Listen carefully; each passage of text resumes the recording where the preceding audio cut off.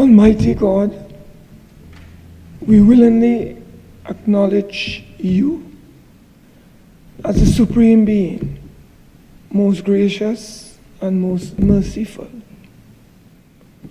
Look down, we beseech you, on us who are members of the Senate, and deign to assist us in the duties that we have to perform on behalf of our beloved country of Trinidad and Tobago. Open our eyes to see the truth and help us to accept it with all its implications into our lives. Direct us, O Lord, in our deliberations, so that setting aside private interest, unwholesome prejudices, and personal affections, we may treat all matters set before us with honesty, courage, and conviction. Through all we say and do in the Senate, may we give glory and honor to your holy name, inspire confidence in our fellow citizens, and make a positive contribution to the peace and prosperity of our nation. Amen.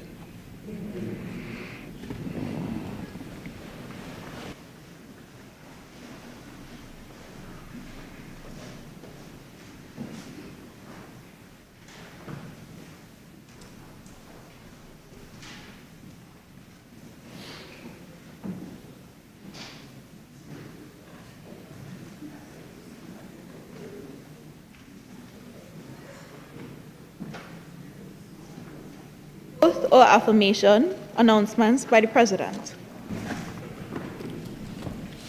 Honorable Senators, I have received the following correspondence from Her Excellency, the President, Christine Carla Kangaloo, ORTT.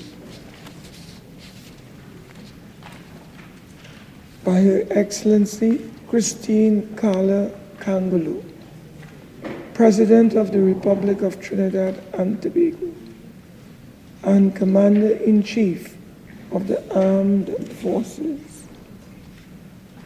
To Mr. Daniel Rashid. Whereas Senator the Honorable Roberts-Radgman is incapable of performing his duties as a senator by reason of his absence from Trinidad and Tobago.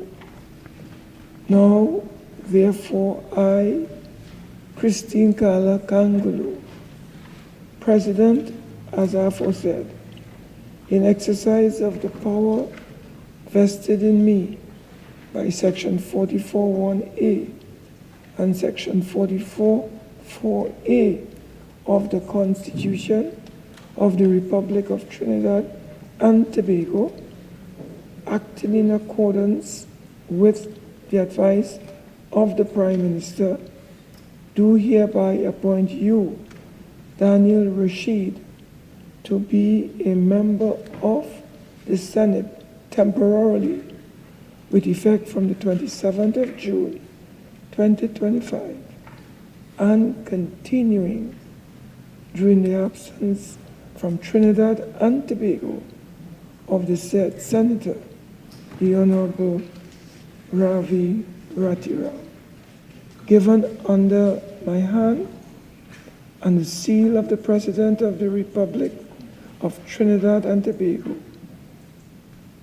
at the office of the President, St. Anne's, this 27th day of June, 2025. Honorable members, a senator is required to take the oath. Can we all stand?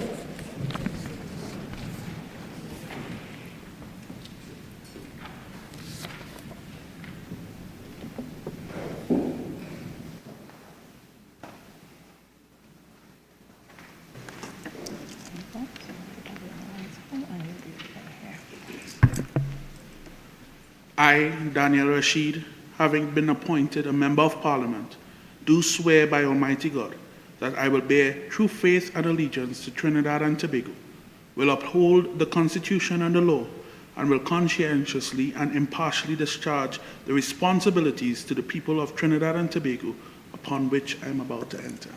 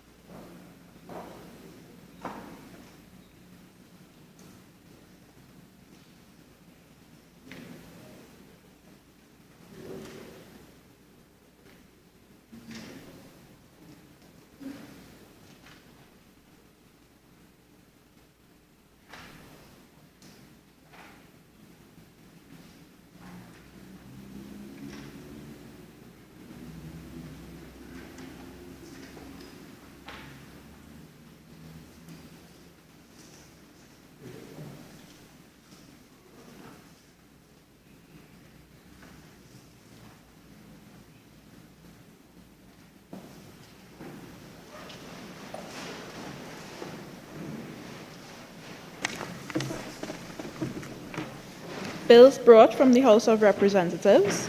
The Finance Supplementary Appropriation Financial Year 2025 Bill 2025 in the name of the Minister of Finance.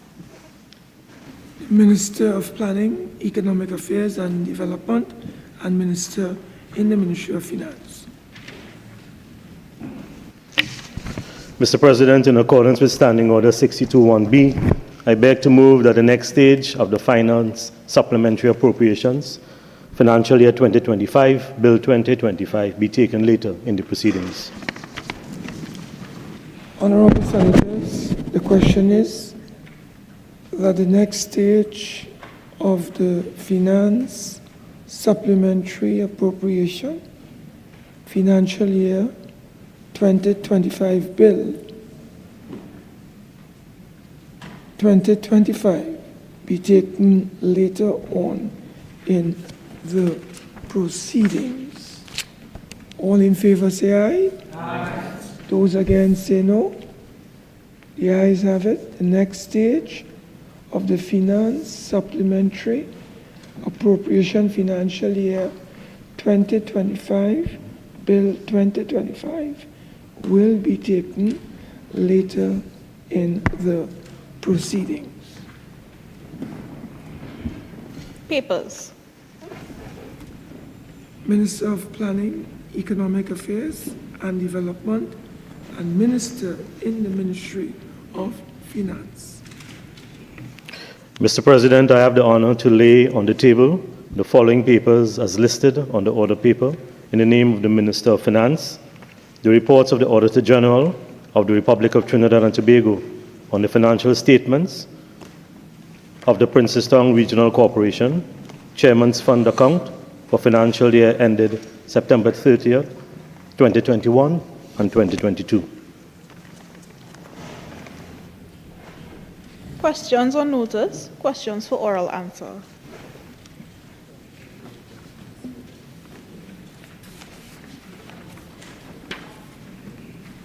Yeah.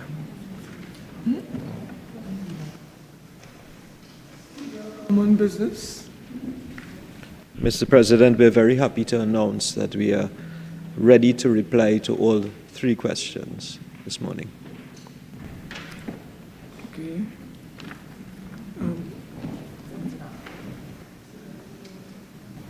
Dhanpaul? Question, thank you, Mr. President. Question number one, to the Minister of Planning, Economic Affairs and Development. The Honorable Minister.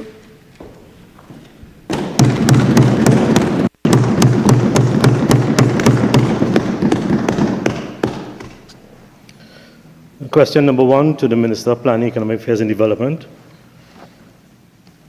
With respect to the Minister's recent bilateral meeting with the Inter-American Development Bank, IDB, and the World Bank Group held in Washington, D.C., can the Minister provide the following information? 1, the purpose of these meetings. 2, the names and designations of the individuals with whom bilateral meetings were held. And 3, the names and designations of the individuals who accompanied the Minister to Washington, D.C. The visit was as a request of the Prime Minister, primarily to reset Trinidad and Tobago's development agenda and strengthen the relationship with the World Bank Group and the Inter-American Development Bank. The World Bank expressed concerns with the country's operations and sought clarification on procedures for state engagement. The purpose of the visit was to re-engage key multilateral development partners, the World Bank Group and the Inter-American Development Bank Group, with a view to advise them of the new strategic direction for economic transformation. The discussions were centered on presenting the government's economic reset agenda, which aims to reposition the government as an enabler and a regulator and crowd in private sector investment for the development of non-energy revenue generation activities.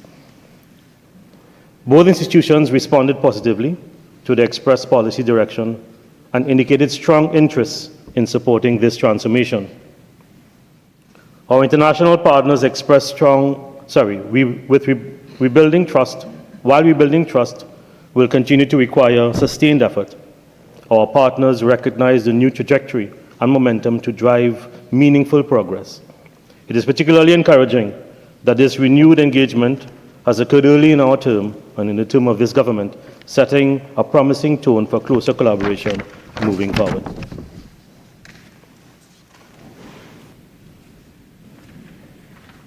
Mr. President, part 2 question.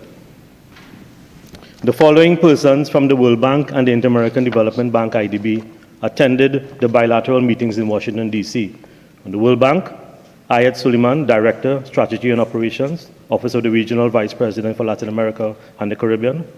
Carolina Saizer-Renat, Special Assistant to Vice President, Office of the Regional Vice President of Latin America and the Caribbean.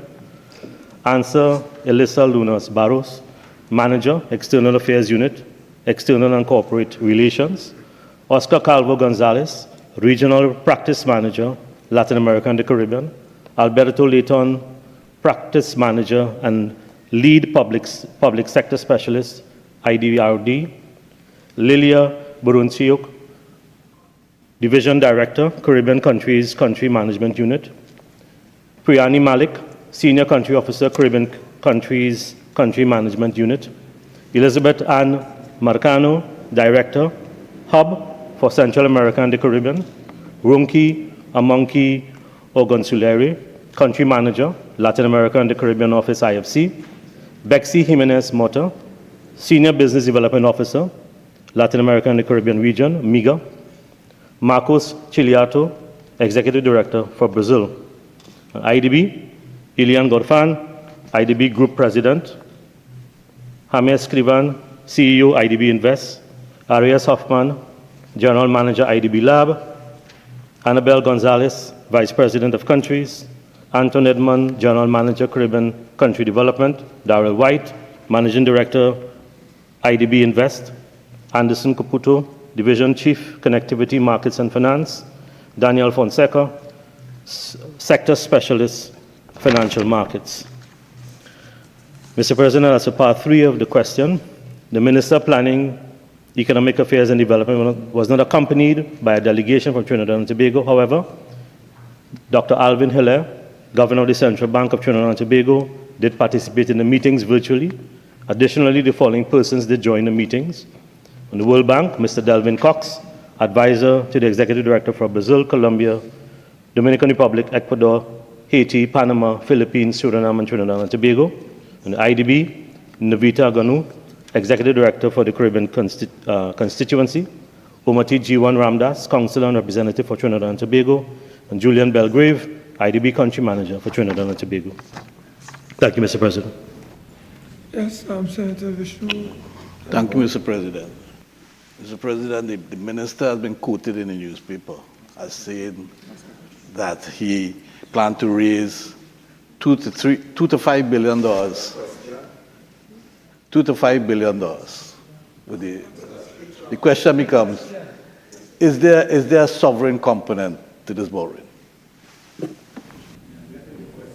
Yeah, Honorable Minister. Mr. President, no. Any further supplementary, Mr. Vishnu, Senator Vishnu? Can we go to the next question, Senator Vishnu Dhanpaul? Next question.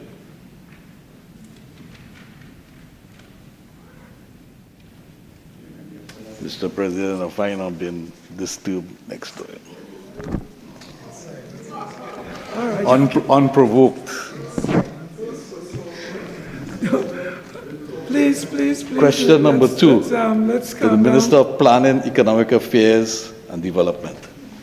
The Honorable Minister, please, let us calm ourselves. It's too early.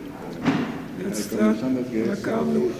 Thank you, Mr. President. Yes. Thank you, Mr. President. Question number 2. Can the minister explain the nature of his relationship, if any, with the Development Bank of Latin America and the Caribbean prior to becoming a minister of government? The government of Barbados retained my services to do all their work in relation to the Latin American Development Bank. I was an independent consultant who was contracted by the government of Barbados to work on all their CAF projects. CAF paid for my consultancy via the government of Barbados. Upon successful completion of that consultancy, my services were contracted to assist Trinidad and Tobago in becoming a full member of CAF. I also had a short-term consultancy to structure policy-based loan and loan options. This consultancy was terminated when the government of Trinidad and Tobago requested that I represent the country at the Board of Directors meeting. I wish to place on record that with the approval of the then government, I represented Trinidad and Tobago as part of the delegation to the 158th Board of Directors meeting of the Corporación Andina de Fomento, which was held in Bogota, Colombia on December 12th and 13th, 2016. This was the first directors meeting after Trinidad and Tobago attained full membership in that institution. Yes, Senator Vishnu Dhanpaul. Mr. President, could the Honorable Minister state what was his role in Trinidad and Tobago gaining full membership in CAF? Honorable Minister. Mr. President, because that was in 2016 and my memory would be a little bit hazy, I would prefer to provide a better scripted answer at the appropriate time. If you can submit a second question. Yes. Okay, Senator. All right. Let's go on to the next question. Senator Vishnu Dhanpaul. Thank you, Mr. President. Question number 3, to the Minister of Finance. The Honorable Minister of Finance. Minister, please. Thank you, Mr. President. Question number 3. Could the minister state, 1, how much money, if any, the government borrowed in May 2025, both domestic and external, for budgetary support? And 2, the status of the overdraft of the Central Bank of Trinidad and Tobago on the date on which he assumed office. Mr. President, the purpose of Part 1 of the question, the response to Part 1 of the question is that for the month of May 2025, the government issued a bond in the aggregate amount of 2 billion TT dollars on the domestic capital market to provide budgetary support for fiscal year 2024-2025. There were no external borrowings for this period. Mr. President, regarding Part 2 of the question, it would be relevant to recall that the basis for the calculation of the overdraft utilization is derived from the requirements of the Central Bank Act and is monitored based on established procedures between the Treasury, Ministry of Finance, and Central Bank. This includes the daily reporting issued by the Central Bank. Mr. President, advances to the government are made by the Central Bank subject to Section 46, the Central Bank Act. Under Section 46(2), The maximum advances allowed shall not exceed 20% of the estimates of annual revenue as per the parliamentary approved budget. For example, the maximum advances for fiscal year 2024-2025 is $10,844,800,000. This represents 20% of the estimated annual revenue of $54,224,000,000. Mr. President, once this 20% limit is established at the start of the fiscal year, the net advances are calculated as a percentage of this maximum. Mr. President, so far for each month of calendar year 2025, the average government net overdraft balance and the corresponding average balance as a percentage of the maximum advances were as follows. In January 2025, $4,425,172,151, representing 40.8%. February 2025, $6,195,802,788, representing 54.1%. March 2025, $7,862,125,314, representing 72.5%. April 2025, $7,590,473,316, representing 70%. In May 2025, $8,639,445,932, representing 79.7%. And in June 2025, up to June 17th, when this answer was prepared, $8,667,891,265, representing 79.9%. Mr. President, as the Minister of Finance, the substantive Minister of Finance stated in the other place, when he presented the mid-year budget review on June 18, the former Minister of Finance had deliberately underfunded critical expenditure. Mr. President, the former government recognized that their revenue target was going to be substantially less than budgeted, so they simply stopped meeting their obligations. Mr. President, I once again emphasize on behalf of the Ministry of Finance that this was a deliberate action by the then Minister of Finance as statistical conmanship, kicking the can down the road so that the new government coming in had to find ways and monies to pay. And asking questions. Mr. President, this practice of underestimating expenditure gives a false narrative. The result has been an accumulation of hundreds of millions in arrears that this government must now settle, in addition to funding its own current fiscal obligations. Mr. President, given that the former administration's financial mismanagement and the degenerative state of the nation's finances, the overdraft would be continually challenged. Mr. President, when we were appointed on Saturday, May 3rd, 2025, and officially assumed duties on Monday, May 5th, 2025, the government's net overdraft opening balance as at the morning of May 5th, 2025, was TT, $8,257.4 million, or 76.1% of the maximum advances. By the close of business that same day, Mr. President, the balance stood at $8,112.2 million, or 74.8% of maximum advances. Thank you, Mr. President. Senator Vishnu. Thank you, Mr. President. Would the minister be able to state what was the balance on the Development Loan Act after borrowing $2 billion TT dollars? What? Just repeat that question again. Thank you again, Mr. President. Would the minister be able to say or state what would be the balance or the headroom on the Development Loan Act following the borrowing that took place in May? Mr. President, If the minister wishes to answer that, Mr. President, he can do that, but point it is of not order, Standing connected- Order 27-9. Yeah, it is not connected to the question and the answer given thus far. So any further question? Any further question? Okay. All right, let's go on, please. Public business, government business, bills second reading.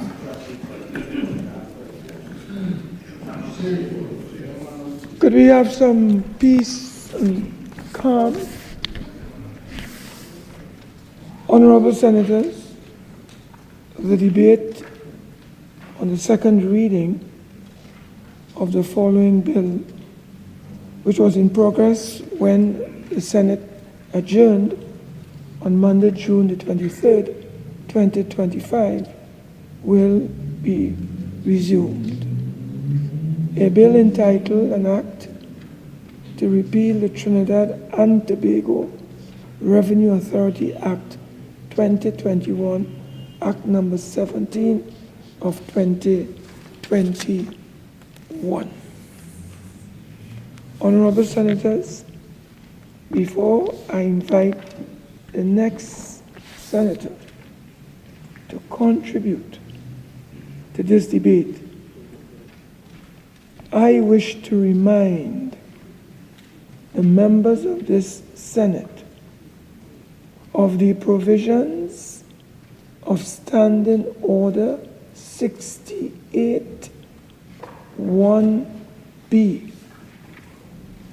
And I quote, amendments must be in writing and handed to the clerk or the clerk for circulation. End of quote. Accordingly, I advise all senators and remind returning members in particular that it is your responsibility to ensure any proposed amendments to the bill are submitted to the clerk at the earliest opportunity to facilitate timely circulation. Let me be clear. I do not expect a recurrence of the unfortunate circumstances and remarks that occurred during the last sitting of this Honorable Senate.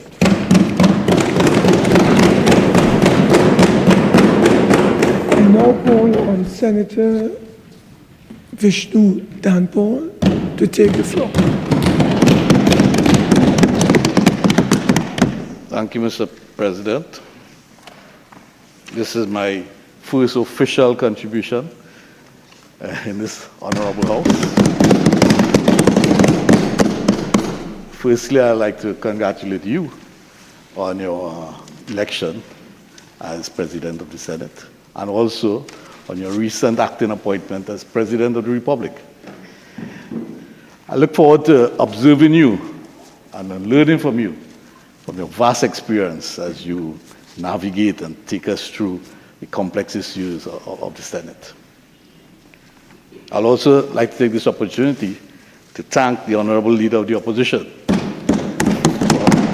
for giving me this opportunity to continue to serve my country. Mr. President, as you are aware, an effective opposition is critical in a strong democracy. And the last time I checked, Mr. President, I'm not being paid by PNM taxpayers or UNC taxpayers. I've been paid to be an effective opposition member by the taxpayers of Trinidad and Tobago.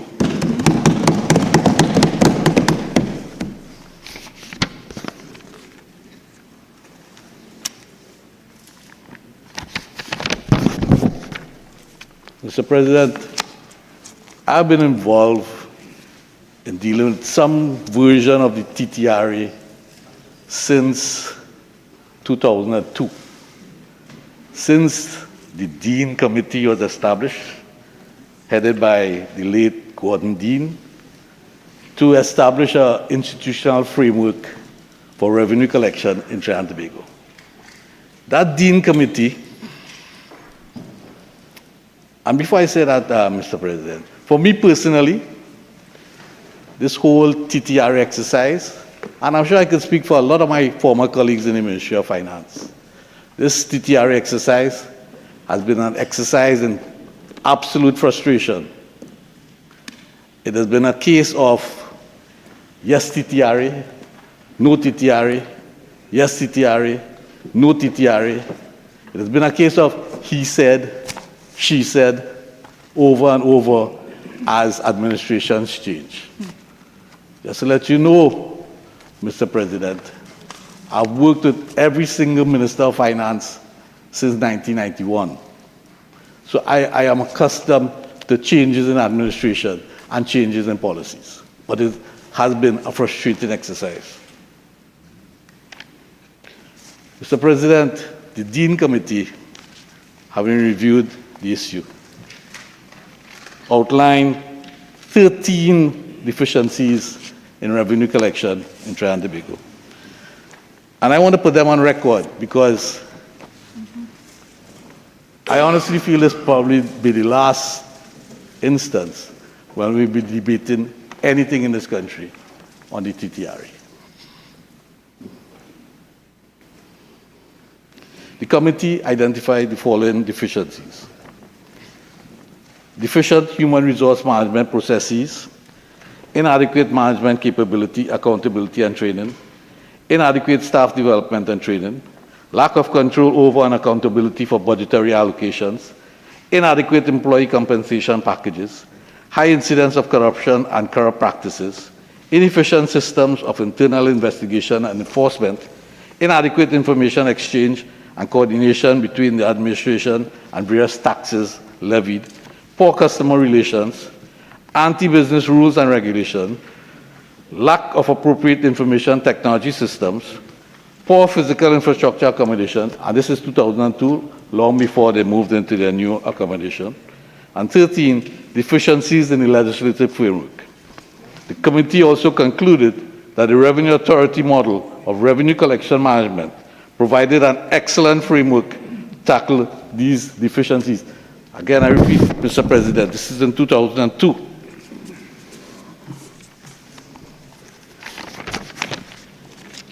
In 2007, the then Cabinet agreed to seek technical assistance from the International Monetary Fund. The consultants produced an action plan and potential outputs for the TTRA. The consultants were Maureen Kidd and William Crandall. And they also provided a report in 2007. And they said, there remain constraints to revenue collection progress, primarily related to the administrative systems and rules imposed by the public service, which have not been specifically designed to meet the specific operational needs of tax and customs administration. And this is very critical, Mr. President, for the revenue departments of Trinidad and Tobago to achieve their full potential, major administrative change is required, and this change will come through the establishment of the Trinidad and Tobago Revenue Authority. So we fast forward to 2009. So, Mr. President, I'm trying to drive home my point, unlike some of my friends. I could drive. Fast forward to 2009. A year in which the alarm bells started to ring. Mr. President, I stand on standing order 46-6. He cannot make that statement. He should withdraw. No, I overruled. Please continue. Fast forward to 2009. A year in which the alarm bells started to ring very loudly at the Ministry of Finance. Because 2009 was the first year in several years that Trinidad and Tobago recorded a deficit in its fiscal accounts. And I'll speak more about that in the debate on the media review, Mr. President. Given this unexpected deficit, this fiscal deficit, there was an urgency, a certain heightened urgency in the Ministry of Finance towards the creation of the TTRA. Mr. President, several commentators have expressed the view that the creation of the TTRA was anti-worker or even anti-PSA. And I have my comrade here, now Minister Baptiste. But leading the charge for the government at the time, as a permanent secretary, there's no way I would say that it was anti-worker or anti-PSA. For one, I myself, I was a public servant. All these people in customs and excise and inland revenue were my colleagues. I knew several of them, if not all of them. And it definitely wasn't anti-PSA, because at some point in time, I was a member of the PSA. It was all about, Mr. President, it was all about revenue collection, while looking after the welfare, and I say this with no apology, of my colleagues. Mr. President, let me expand a bit on this anti-worker notion. In April 2010, the Cabinet agreed to appoint a team to hold discussions with the PSA in an attempt to formulate an MOU which would form the basis of a settlement to the staffing modalities of the TTRA. Now, with your leave, Mr. President, I'd like to quote from the MOU. And I state in advance that the MOU was not signed either by the PSA or by the government. The members of who held the discussion, the members of the committee, Mr. Watson Duke, President, Mrs. Rosanna Robinson, First Vice President, Mr. Christopher Jofield, Second Vice President, and my friend, Comrade Leroy Baptiste, now Minister of Labor. And I'm glad he's here, because he can immediately fact-check me. On the government side, Vishnu Dhanpaul, Permanent Secretary in the Ministry of Finance, Mr. Nestor Lambert, Director of the Trinidad and Tobago Revenue Authority Management Company, which was the management company set up to implement the TTRA. Ms. Tekla Reyes, Chief Executive Officer of the Trinidad and Tobago Revenue Authority Management Company, and a former Chief Personnel Officer. Just some issues identified in the MOU.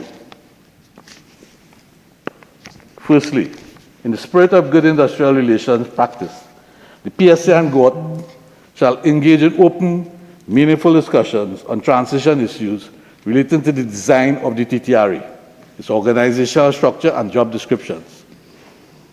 There will be no transfer of employees of the IRD and the Customs and Excise to the TTRA.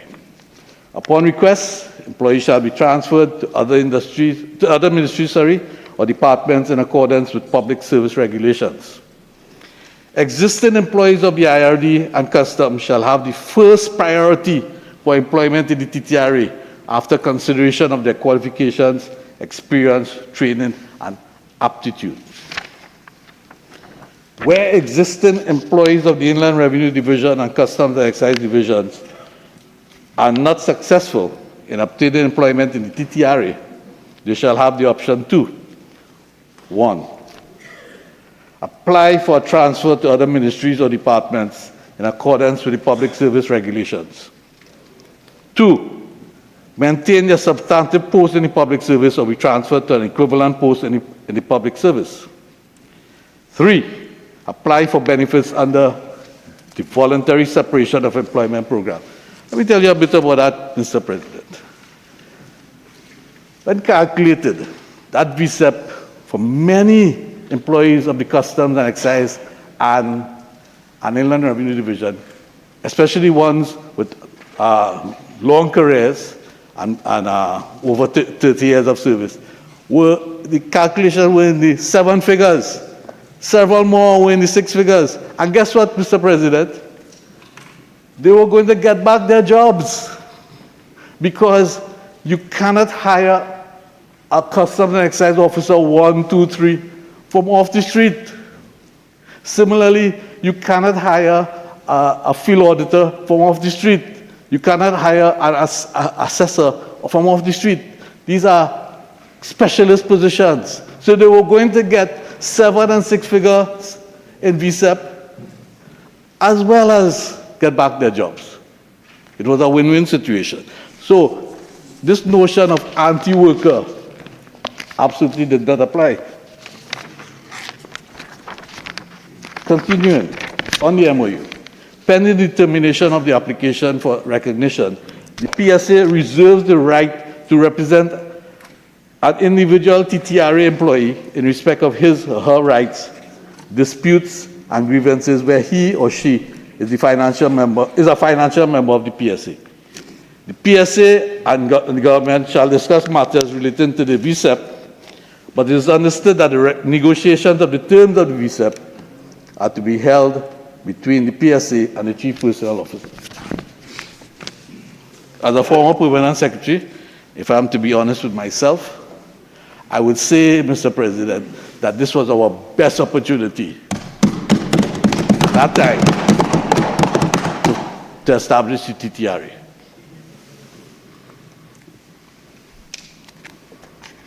However, Mr. President, as you are aware, the TTRA bill at that time, 2010, April 2010, was defeated in the Senate, and the Prime Minister at the time, Mr. Patrick Manning, called the election date. The rest is history.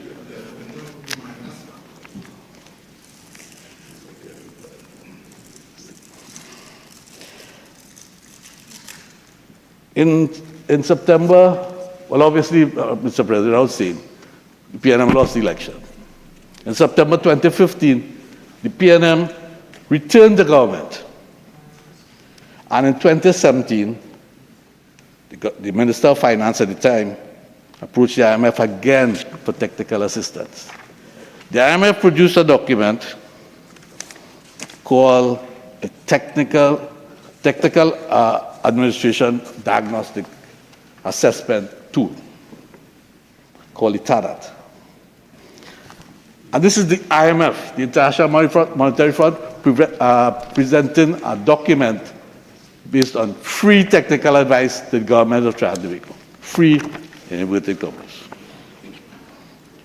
But one thing before I go into the TADAT, I want to point out to you, Mr. President, that all this while, from 2009 to the TADAT of 2017, the country was experiencing consecutive years of fiscal deficit. Consecutive years of fiscal deficit. TADAT identified strengths and weaknesses in the revenue collection of Trinidad and Tobago. And I have to put them on Hansard, Mr. President. Strengths: a relatively good tax administration, ICT platform, GenTax. Automated cross-matching of information from a wide range of third-party sources. Efficient arrangement for collecting taxes such as withholding at source and advance payment for income taxes. A graduated mechanism of administrative and judicial review is in place. Significant contribution to the tax revenue forecasting and estimation process and regular monitoring of revenue performance. Weaknesses: the integrity of the taxpayer registration database is low. On-time filing and payments rates cannot be established with certainty. Compliance risk management practice is underdeveloped. The centralized risk-based audit case selection process that allows rollover of cases from previous years and places other taxpayers under permanent audit control. Limited use of electronic services for filing and payment. Limited use of non-audit initiatives to promote voluntary compliance. Delays in processing taxpayers' accounting transactions. resulting in inaccurate taxpayer accounts, a common complaint. Lack of impact assessment of compliance management interventions, a deficient VAT refund process and related funding, a weak revenue accounting environment, shortage of technical staff, an internal audit function that does not provide oversight of all key operations, including the tax register and GenTax. GenTax is the operating software. External assurance capacity undermined by confidentiality provisions. And they also identified something in that report called the tax gap, where the tax gap, Mr. President, is essentially the potential tax that could be collected less the tax actually collected. And they identified a tax gap of $10 billion out there in the system in Trinidad and Tobago. But they also assess the Board of Internal Revenue under 23 indicators. And I won't go through them, but they were graded from A to D. The Board of Internal Revenue received 15 Ds, 5 Cs, 1 B, and 2 As. And let me just tell you what would be one of the A's. Existence of an independent, workable, and graduated dispute resolution process. How much time do I have again, Mr. President? 11. Thank you.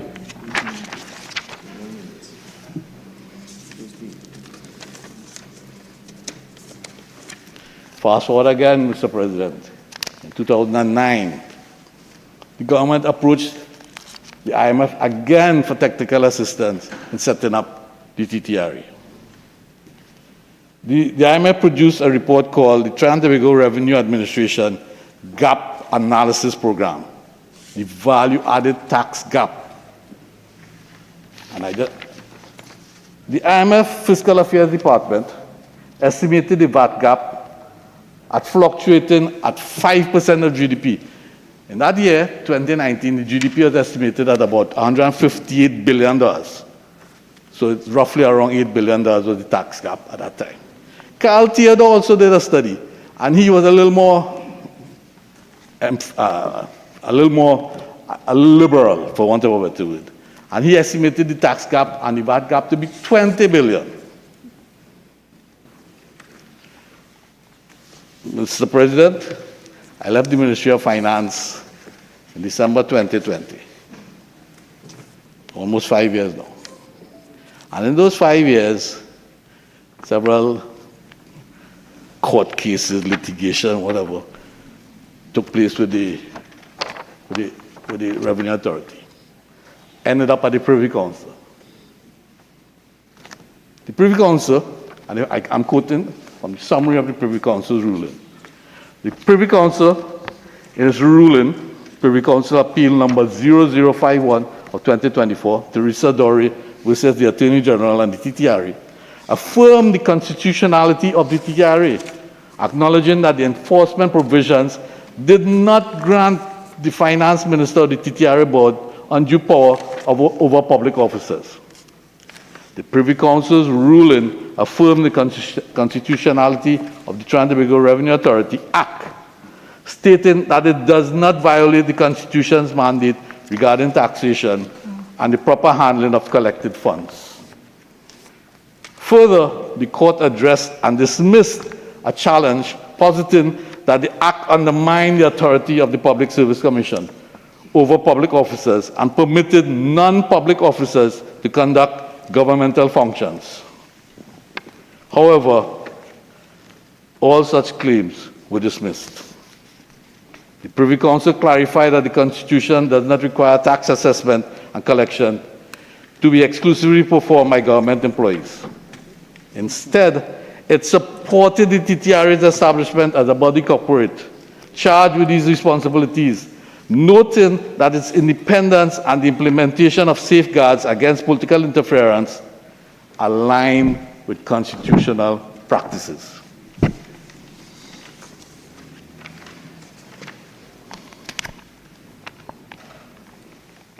But there are two things I want to mention that could have impacted the TTRA, which were peripheral, one major one, which were peripheral, and the BIR hasn't recovered since. And I'm glad the Minister of Labour is here. In 2014, Mr. President, in negotiations for a wage increase with the Chief Personnel Officer, the then President of PSA, and I'm not sure, I apologize in advance to the Minister of Labour if he was not wrong, I can't recall, but I knew he was within the inner circle of the President of the PSA, took all the members of staff out of the Board of Inland Revenue under the premise that it was an OSHA issue.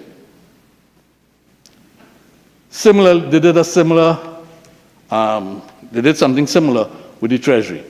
Mr. President, the workers of the Board of Inland Revenue and the Treasury did not get back into the buildings for 6 months. And the impact that had on revenue collection and the impact that had on the staff psyche, the BIR, and I dare say the Treasury, they have not recovered since. So that was all part of the build-up to what transpired. And just to let you know, it was 14% at the time that they're negotiating with the Chief Personnel Officer. And I remember myself, I was the Permanent Secretary to Minister Hawaii, now Governor Hawaii.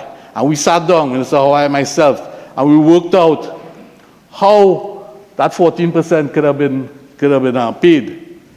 How the back pay would have been paid, and what would be the annual increase in expenditure. And the 14%, and you can correct me if I'm wrong here, Comrade Minister, the 14% was approved. And the workers went back to work. Had nothing to do with OSHA at the time. But that's just, and as I said, Mr. President, the BIR never recovered. Never, to this day, they never recovered. So, I would like to put in my will, Mr. President, in looking at the future, I'd like to put a challenge to the Minister of Finance. In my world, we use something called a baseline scenario, where I would use revenue collection for 2025 as the baseline. The minister can use the entire revenue collection for 2025. Keep that as his baseline. Implement, because I want to see the minister do well, because I'm a fiercely patriotic man. If he does well, the country does well. Implement all the structural changes at the BIR and Customs over the next 2 fiscal years. And at the end of fiscal year 2027, in which a fully operationalized revenue authority would have collected or closed the VAT gap by $10 billion, or collected an additional $10 billion, I would like to see, and I really hope it transpires, I would like to see at the end of 2027, Mr. President, that everything the Minister Minister of Finance, the Honorable Minister of Finance, has implemented come to fruition, and he's able to close that gap. If he is able to close that gap without the revenue authority, Mr. President, I will personally seek your leave to come back here and apologize profusely to the Minister of Finance. Apologize profusely to the Honorable Minister of Finance in the year 2027, at the end of the fiscal year. If he closes that gap, because let me tell you something, Mr. President, he can hire 200 people, 300 people, 2,000 people in the BIR and Customs. But they could identify all the tax evaders that they could find. But there's something that they can't get passed off. When that list reaches the hierarchy of the BIR, I'll leave it at that.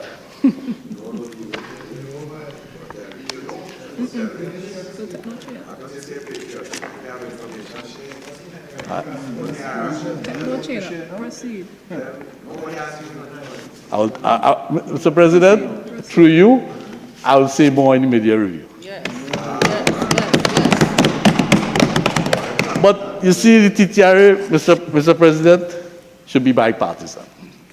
This has nothing to do with PNM and UNC. As I said, since 1991, I've seen them all. This is about the country, okay? And we could end up paying an expensive price for cheap political gains. And the Minister of Finance kept going on, why did the government continue the TTRA? Why did the government continue the TTRA? Simple. As he said, the government, the PNM government at the time, had a manifesto also, you know. They wanted a manifesto. Promises made, promises kept. Similarly, as the Minister of Finance keeps saying, promises made, promises kept. They made a promise to the electorate that they had to keep. Simple as that. So, Mr. President, thank you very much for the opportunity, and I will expand, if you allow me, in the media review. Thank you.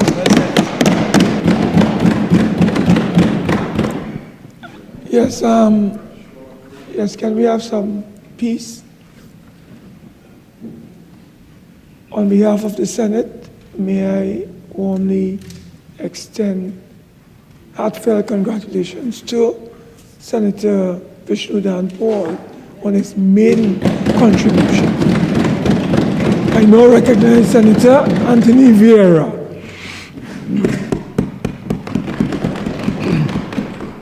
Thank you, Mr. President.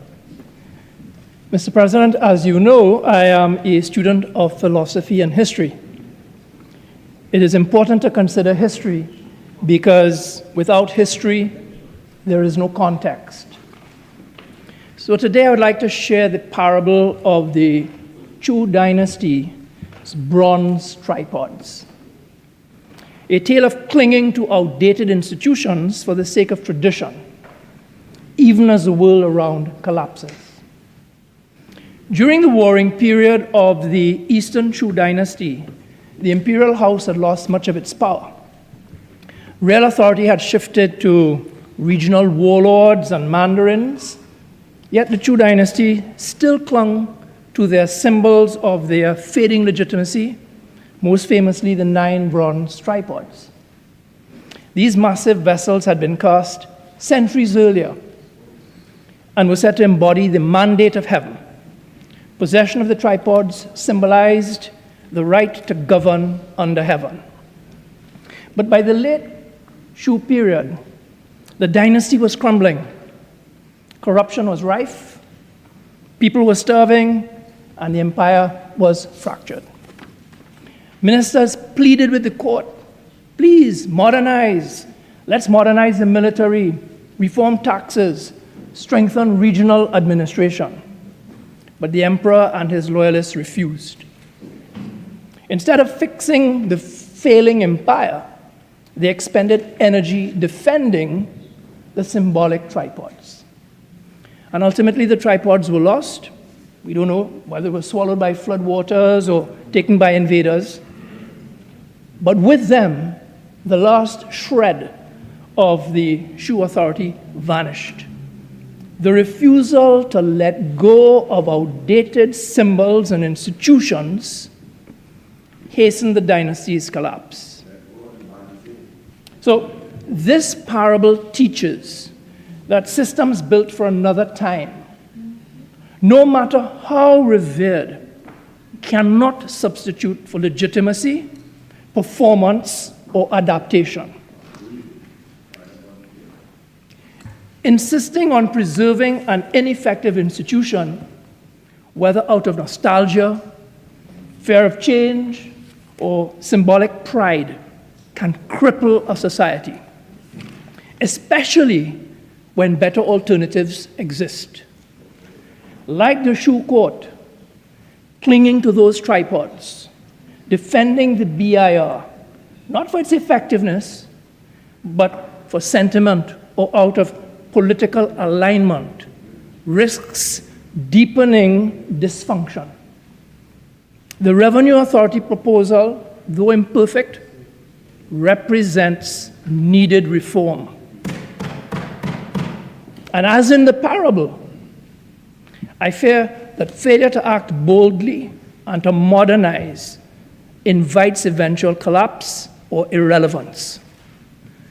It is no secret, as we have heard from Senator Dhanpaul, that the Board of Inland Revenue has long been an underperforming institution, and that is supported by a body of credible commentary and institutional evidence over the last 2 decades.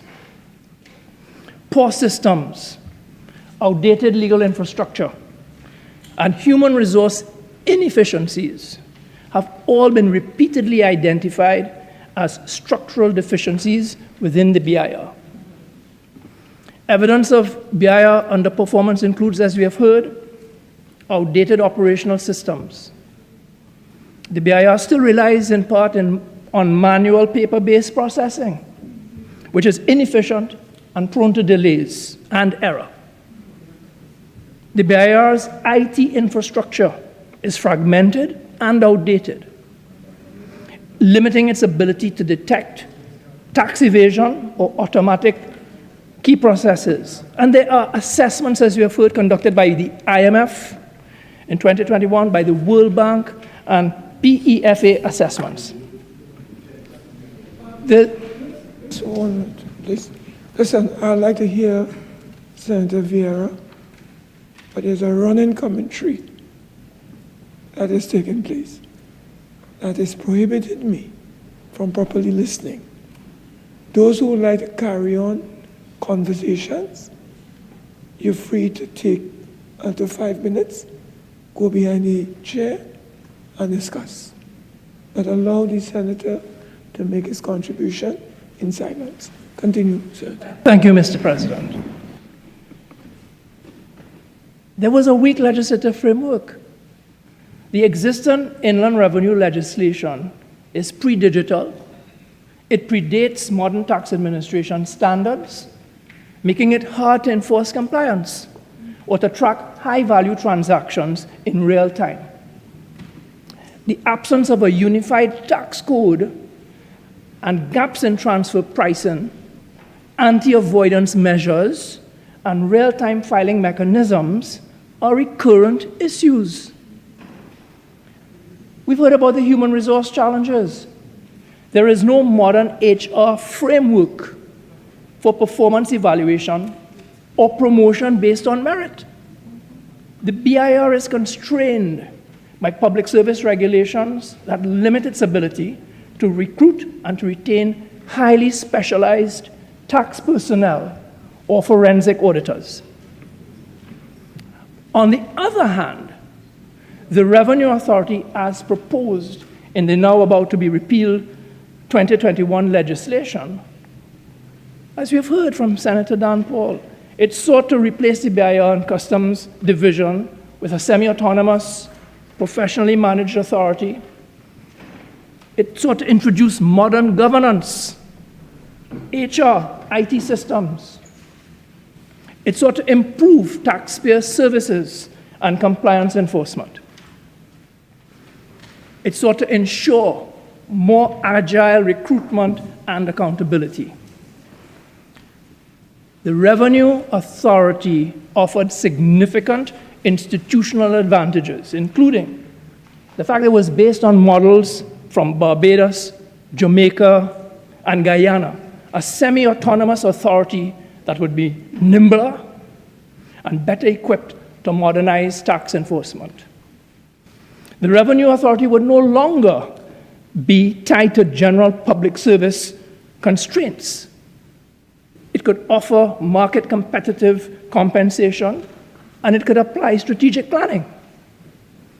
Now, I accept that in terms of getting buy-in, establishing the Revenue Authority could have been better handled. It might have been clumsy. And there is some merit in the political objections and criticisms which have been leveled. I accept that while the creation of the Revenue Authority was a step in the right direction from a governance and efficiency standpoint,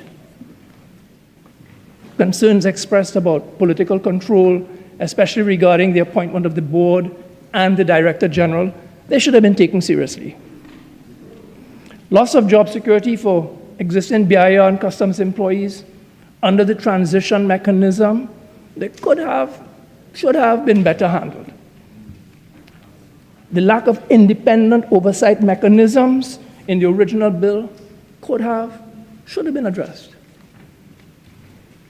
But I do not accept, as has been suggested in some quarters, that the Revenue Authority was a weapon to be used against citizens. That conclusion is not supported by any evidence, no matter how you present it. Nor do I accept the claim that the Revenue Authority legislation contained dangerous provisions allowing for private tax data to be misused.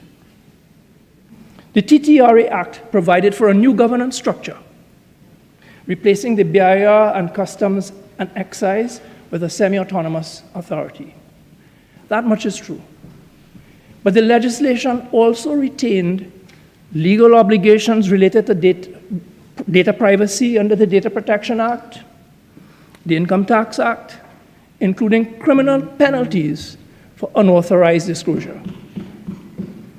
Moreover, there is no express provision in the TTRA Act allowing for political targeting or unlawful data disclosure. Such acts would still be unlawful under the existing law. As far as I can tell, many of the claims that have been made against the Revenue Authority are not just factually incorrect, they are also unfair. Accusations of data weaponization are serious.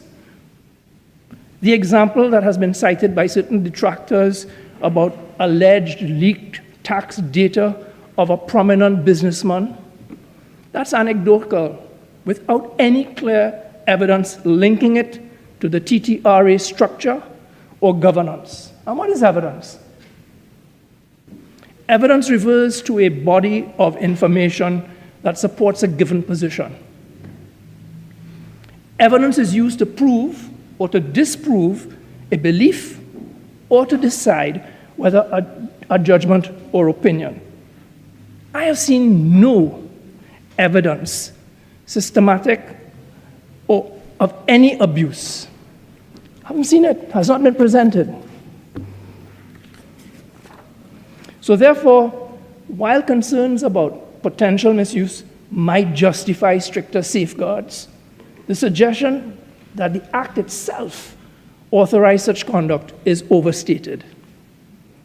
The TTRA legislation was not designed to attack persons, but to improve revenue administration.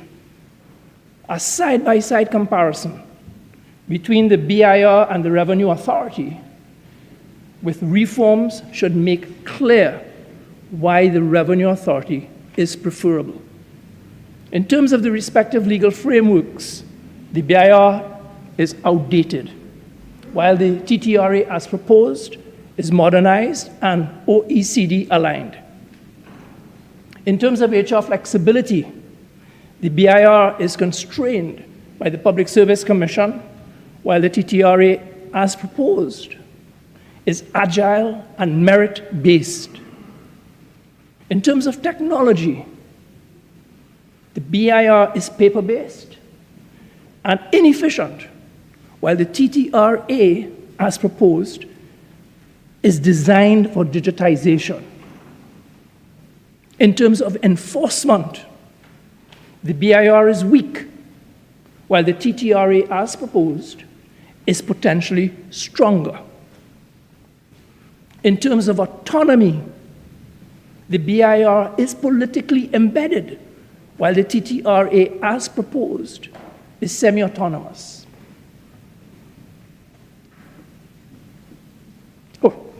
This comparison makes clear that the intended purpose of the Revenue Authority, as outlined in the explanatory note of that bill and the supporting parliamentary debates, was to increase tax compliance, enhance operational independence and technical capacity, to modernize revenue administration, to reduce political interference in the day-to-day tax administration. In fact, international best practices, according to the Organization for Economic Cooperation and Development, according to the IMF, according to the Inter-American Development Bank, they recommend semi-autonomous revenue authorities so that you can separate policy from administration. You can improve efficiency. You can reduce corruption and discretion. You can improve audit and risk-based compliance functions. The design of the TTRA legislation was consistent with these aims. And while any system can be misused, the act itself was not a tool for political targeting. So on balance, the TTRA legislation sought to bring order and efficiency, not to attack citizens. So for these reasons and in these circumstances, I respectfully submit that repealing the TTRA Act is a step in the wrong direction.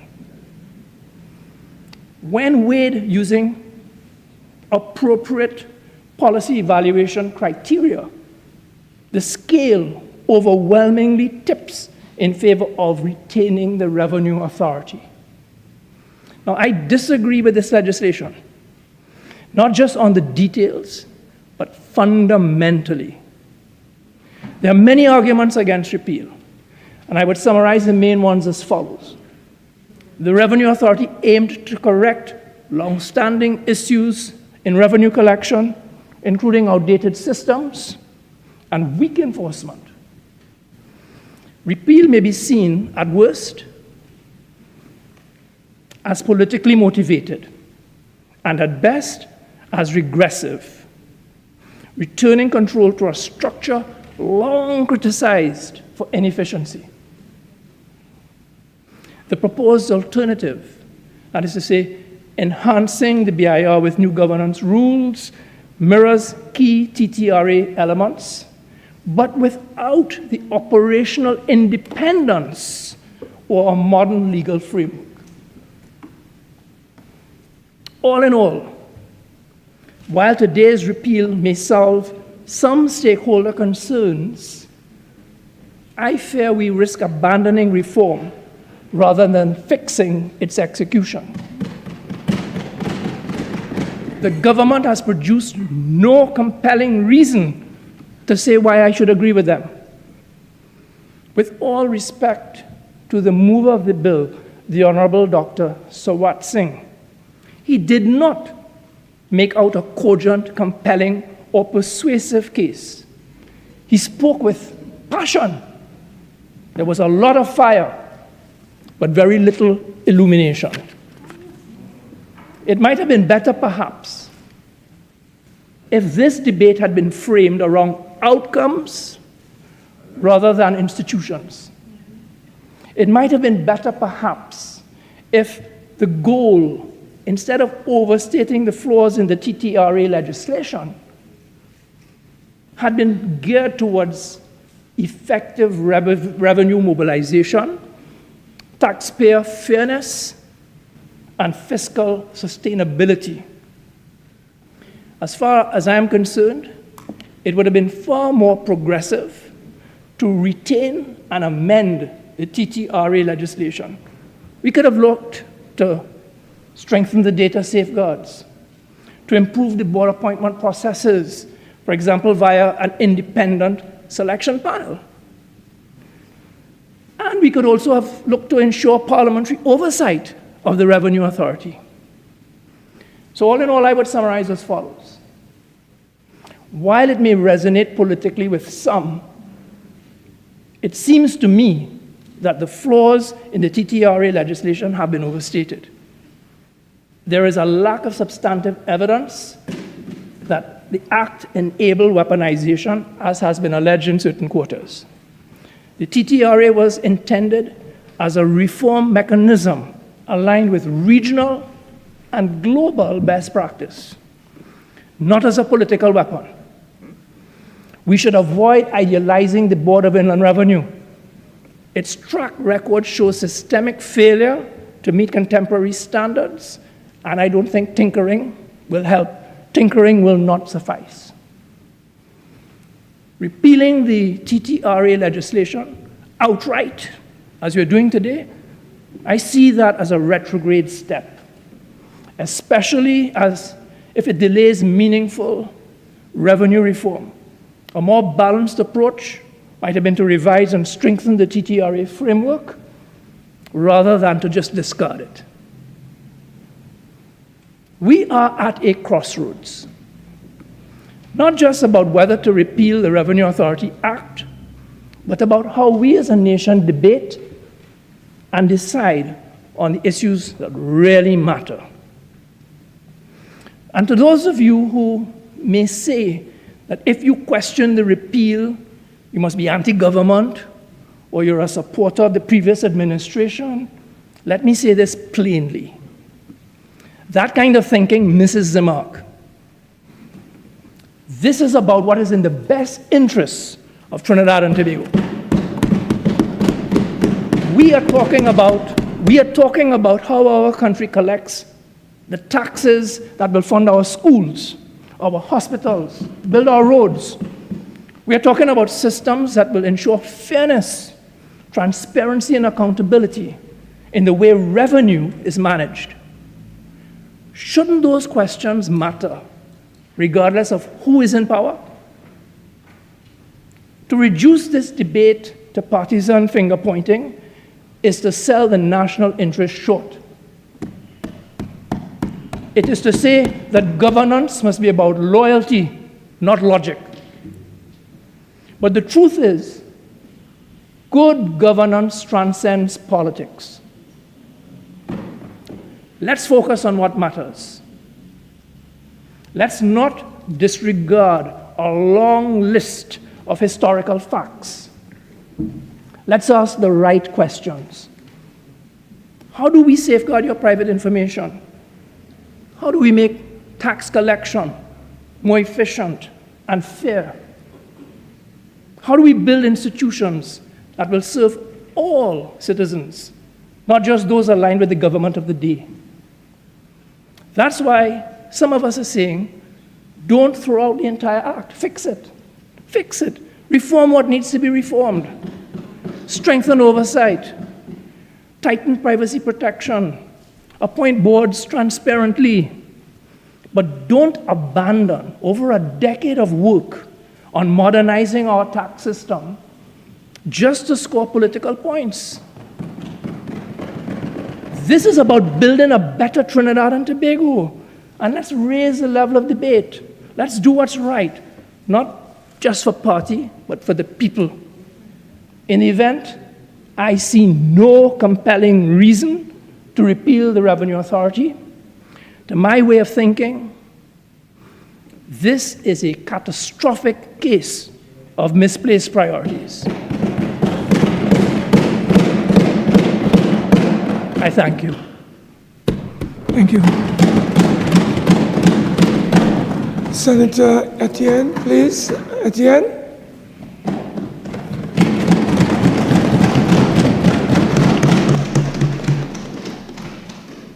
Mr. President, members of the Senate, staff, viewing audience, visitors, and media.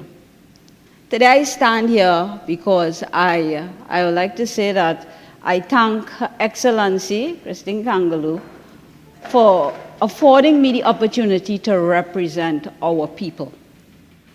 And today we are focusing on something that is extremely serious. it affects not just us here in the Senate, it doesn't affect the people on the street alone, it affects even our future, our children. And we have to be conscious of how we think, and we have to think clearly, and we have to do our research and be based on factual information.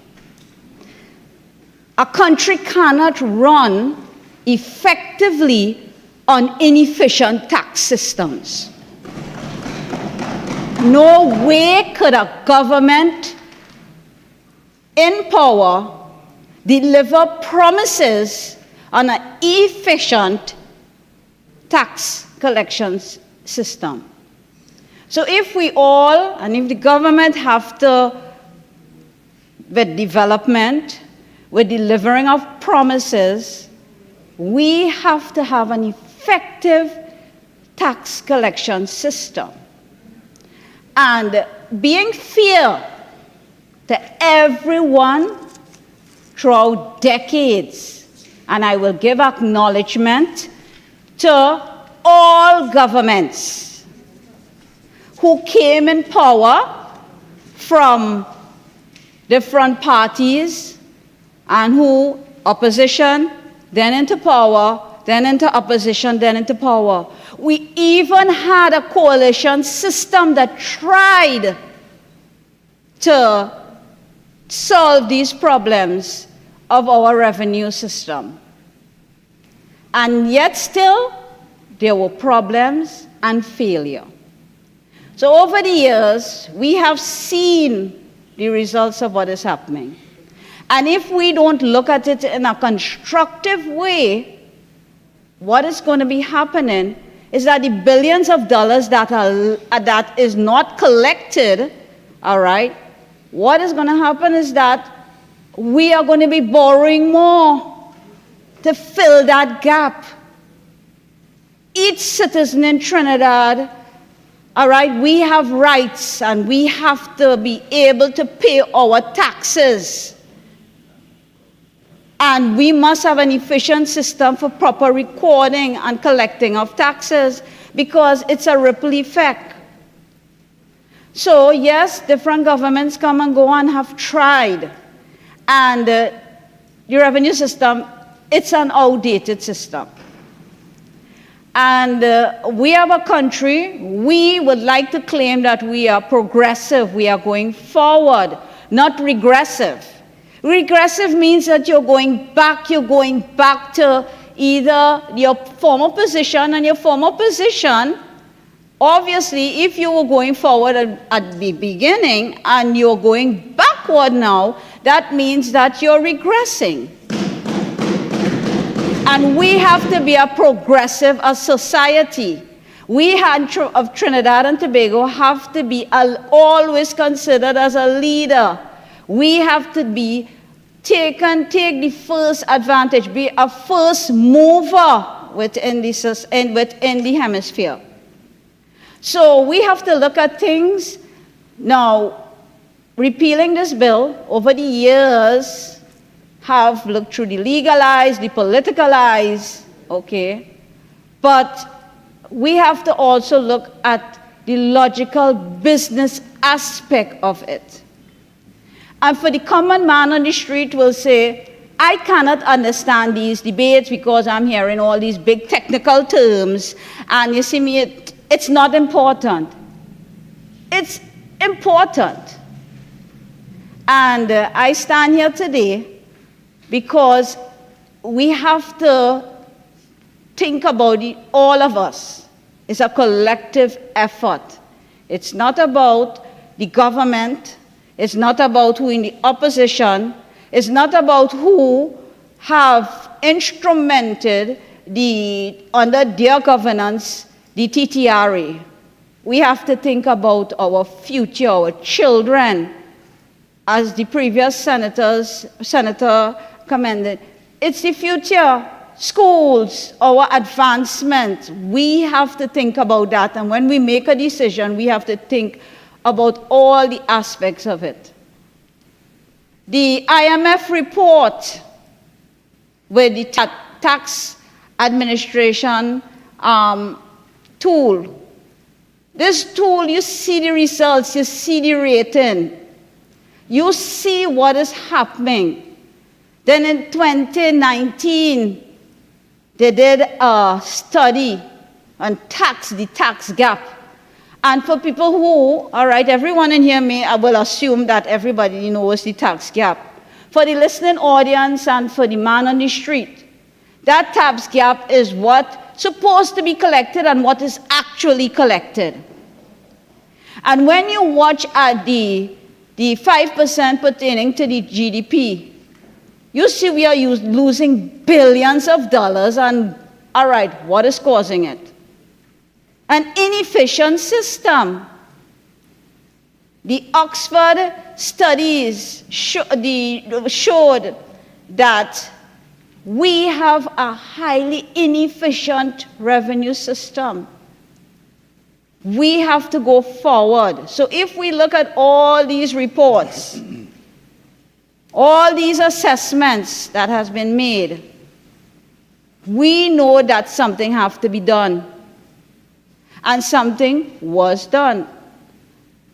With the whole global arena that is happening now, and the forces compels us in the global arena to change. You have to accept change. Sometimes people feel comforted in their routine. But however, change is painful. However, you have 100% of success. And we have to keep abreast with the global changes and keep with the times. As the saying goes, you cannot take new wine and put it into old bottles. You cannot say, all right, you will repeal the bill, okay? You're repealing the bill to go back and to take fresh ideas to try and put in a system that has failed us for decades. And many different governance that has tried couldn't fix the problem. The TTRA is here. There was a strategic plan from 2023 to 2025. We are now in 2025. Review that. For example, in business, you have what is called the 4 key functions of management. And this is not just for a business. It's not for the private sector. It applies to the government as well. And those 4 key functions of management, you have planning. You set your strategic goals.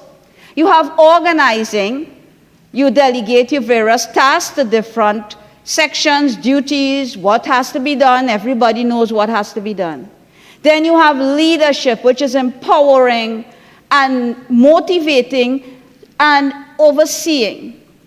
And then you have the 4th function, which is controlling.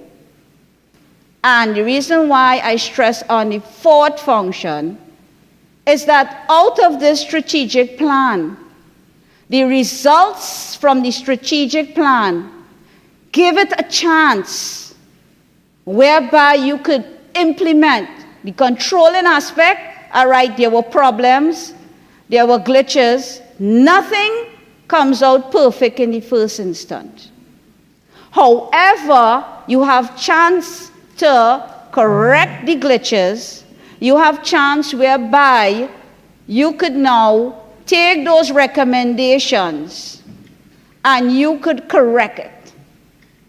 I have been hearing, I have been researching, and I have been seeing so much of what is one of the main source of the problem in the TTRA.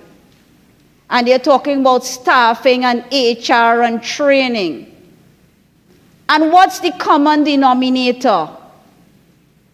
Everyone here has an answer. The Service Commission. Everybody points back to the Service Commission. There is many inefficiencies in the Service Commission. There are delays in staffing and regards to training and compensation. So blaming the TTRA for all its inefficiencies, it's incorrect.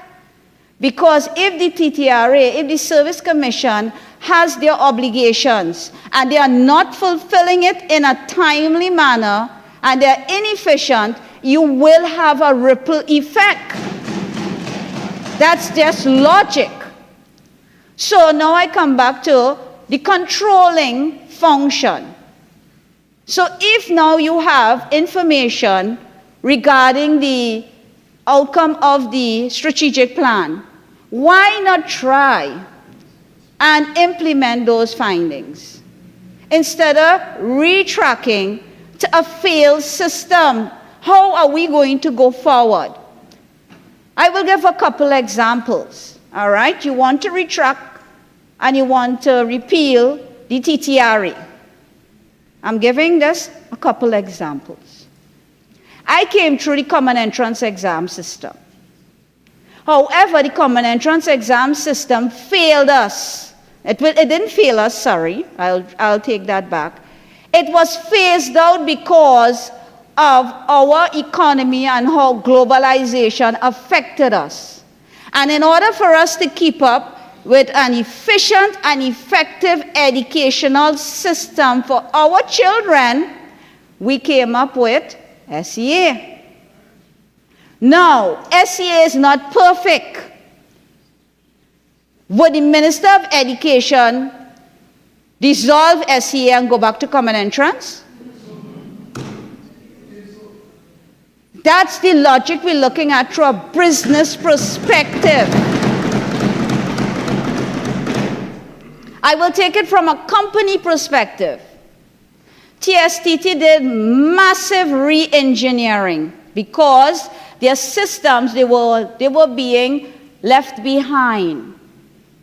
And in order for you to succeed in an industry or an environment in which you operate, you have to adapt, you have to adjust, you have to change, you have to re-engineer, and you have to take certain steps.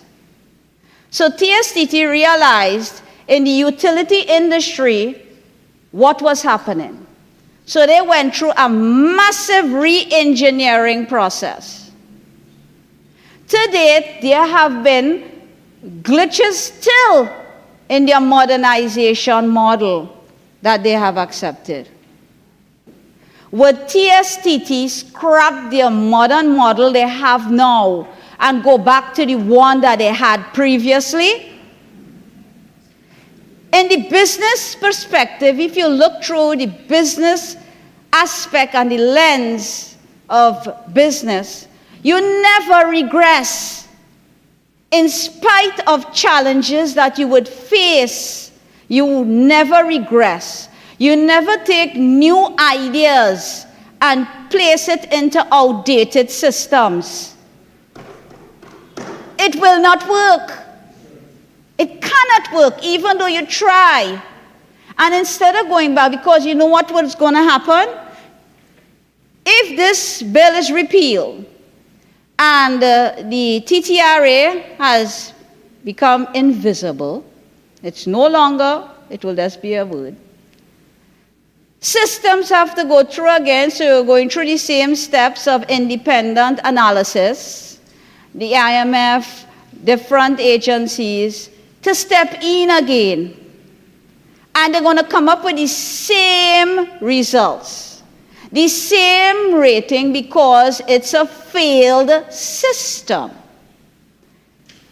And what is going to happen? They're going to take new ideas, modern ideas, and try to adapt the collection of taxes, the Board of Inland Revenue and Excise, with these new systems. However, there comes a time when you try different strategies. In any business, they have different strategies you would try to adapt. There are times when you have to come to a conclusion. There must have massive changes. And the TTRA is not to say that the TTRA is completely abolishing the Board of Inland Revenue and Excise Division. It's not to say that they're taking on all powers and leaving out the Service Commission. So why not give it a chance? Why not take what the results that will be given from the strategic plan? Because that is what is done in business. You start a model, you start a new goal, and you monitor it. And through that monitoring process, you have the controlling aspect after, whereby you will take the findings that you will get and you would refine to make that model better. This model has been implemented in other systems around the world, in other countries around the world. And up to date, through my research, I haven't seen it failed. So why are we so scared to step out of our comfort zone and modernize? We are talking about modernization in one aspect, and yet still we are pulling back in another aspect. When we are modernizing, when we are progressing, you have to progress. You cannot hold progressing and regressing at the same time. You either want one or the other. And at the end of the day, the decisions that we make, we have to remember we are making it in the best interest of our people. At the polls, when the citizens of Trinidad and Tobago vote, they vote because they want change, they want help, they want development. And what we have to do, as whoever is placed in power and whoever has to make decisions, at the end of the day, we have to remember that these are the people that put you there, and these are the people who are depending on you to help with development, with changes, positive changes. These are the people who are looking whereby promises will be fulfilled. And if you have a tax collection agency that is inefficient for decades, we are losing billions of dollars. And now there is a new idea. The idea has not even been an idea, it has been implemented. Why not work with it, refine it, and continue on the progressive line? We have to think ahead, and we have to always remember that we have to think about the people, and we have to think about the decisions we would make that would affect not the people alone, but it is us, it's all of us is going to be affected by this. And as citizens, all citizens have to be responsible and know that a country cannot run on an inefficient, ineffective revenue system. So if you want your government to produce, to develop, to hold to the promises, you now have an obligation to pay your taxes. And the only way that could happen, and the proper recording of taxes, whereby you will be able to at least fill that tax gap where billions of dollars you're not collecting. These billions of dollars could go to funding these projects and programs, as was said. So, my suggestion is that don't repeal. No matter who government was in power while this TTRA was established, it's not about that. It's about having an efficient and effective tax collection system for the country. which will have a ripple effect, which is going to benefit all. It's going to benefit even every individual out of the 1.3, approximately 1.3 billion persons in Trinidad and Tobago. It's going to have a positive effect. So my suggestion is refine it. It has its glitches. You have a common denominator, the Service Commission. Anyone ever think about the ideas to help the Service Commission be more effective? If we keep banging on the Service Commission for decades, and we're realizing it's causing a serious negative ripple effect, then what about ideas to help it to be more effective? So my suggestion is the TTRA, not to repeal the TTRA, and give it a chance. Give it a chance, take the information, take the results from the strategic plan and refine it. Fill the cracks. And let's go forward and let's be progressive. Let's now advance. Let's not regress, but let's go forward and let's advance. We have to brace change. Every person in this world has to brace change. Sometimes you doesn't even want it. Some people might be against AI, but we have no other choice. You have to brace change and you have to take the positive out of it. So from a business perspective, instead of going to spend more money on a failed system over decades, spend it on the system and invest more into the TTRA to make it more effective. That's my contribution.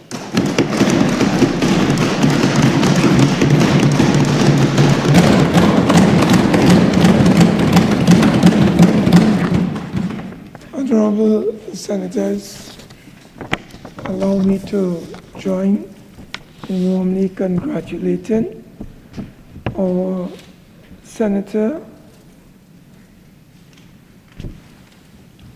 Alicia Pauline Lalite-Ettienne on her maiden contribution here. Thank you. I now recognize the Minister of Labour, Small and Micro Enterprises.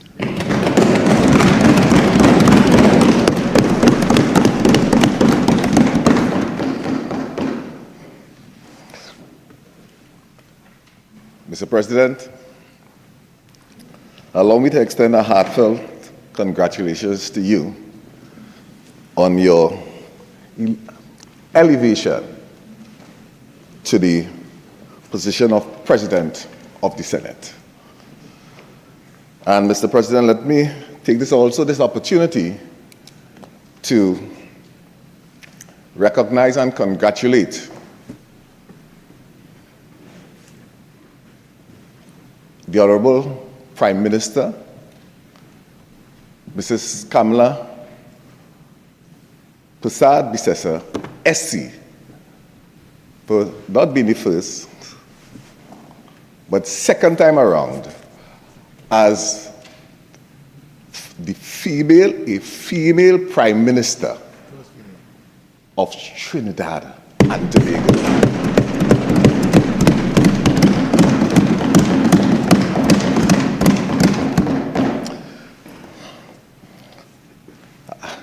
Mr. President, I sat here kind of amazed. Sometimes I'm just amazed at what I had to listen to this morning. For a moment, sometimes I believe that there's something called Vieira and customs that descended from heaven.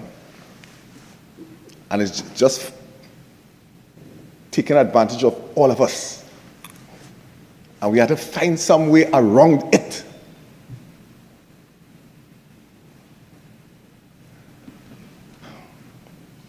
Some persons talk about the need to treat with change. And the whole issue of accepting change. The change I would like persons to accept, that change took place on April 28, 2025.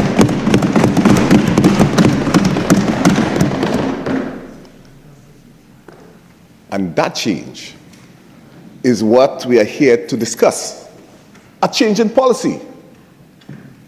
BIR. I listened to Senator Dhanpaul. He made reference to Dean's diagnostic report. He also made reference to TADAC report. And all these things list a number of issues that affect BIR and customs and excise. We got that. I think he also mentioned that he was almost in charge throughout the whole time that all these problems existed. I think the question is, what have we done about it? Yes, you have a situation, BIR and customs. It appears on a previous administration that appeared not to learn a lesson, because the Honorable Dhanpaul mentioned it's in 2010. This whole situation was alive and well in terms of TTRA. And he also mentioned there was an election. You know what happened after this same TTRA, an election? That administration lost the election in 2010. Why? Because the people rejected that policy as it relates to treating with the issues mentioned with BIR and custom and excise. It is clear. But putting the old people like stick brick in the air. They choose not to ignore the people. And again, came back with TTRA. And again, they would have lost the election.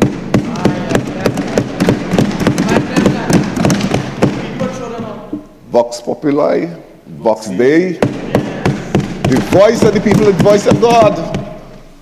You can't ignore that. This is a democracy. Amen. That's what we live in. Amen. It's a democracy.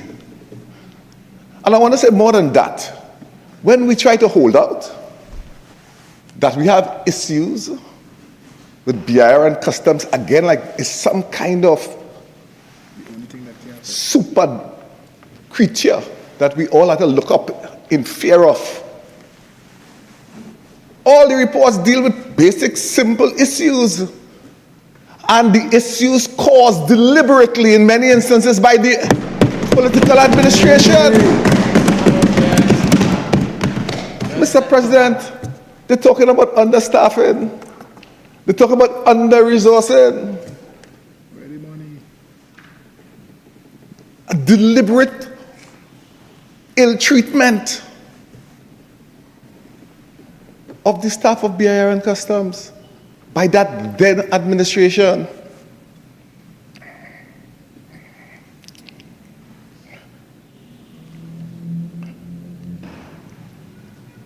There's a true dynasty.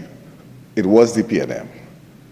And yes, they got rid of the PNM. People did remove that dynasty. And not in small measure. Come, let's learn something. It's a 3/5 majority this side has because of the people taking a decision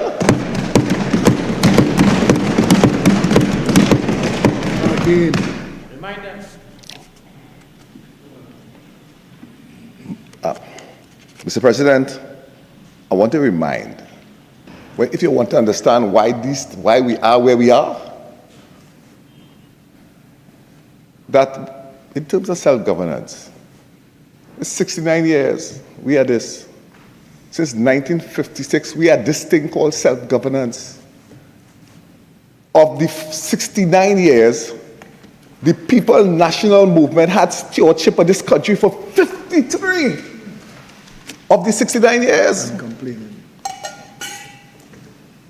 So behave like we know why things are happening and what's wrong, and when they have issues in the context of this country, whatever institution, 53 of those years, as contrasted with the UNC, 11. Only 11 years. NAR5, they have 53 years.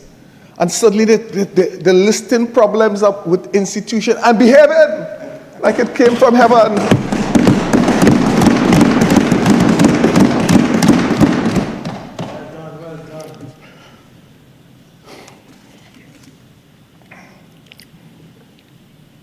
Let me focus on, I almost want to deal with this anti-worker and anti-PSA bit.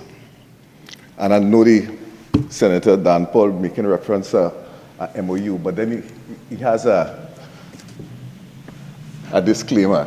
It wasn't signed. My God, how does an MOU if it wasn't signed? Of what value if something wasn't signed, you could bring it here? We'll bring it here. It means that no one agreed. That's a piece of paper that he was reading from. And it's unfortunate that he will use that to try to influence people. We're in an unfortunate place. Mr. Speaker. Mr. President. Today I stand in strong support of the Trinidad and Tobago Revenue Authority Repeal Bill 2025.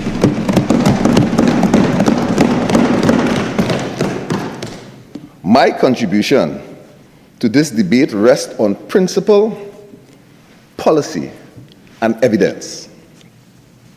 But above all, it rests on the will of the people, a sovereign voice that echoed resoundingly on April 28th of this year.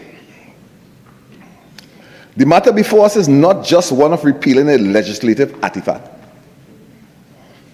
It is a question of how we govern, how we treat workers, of how we balance efficiency with equity. It's about the soul of our public service and the future of fair, transparent tax administration in our nation.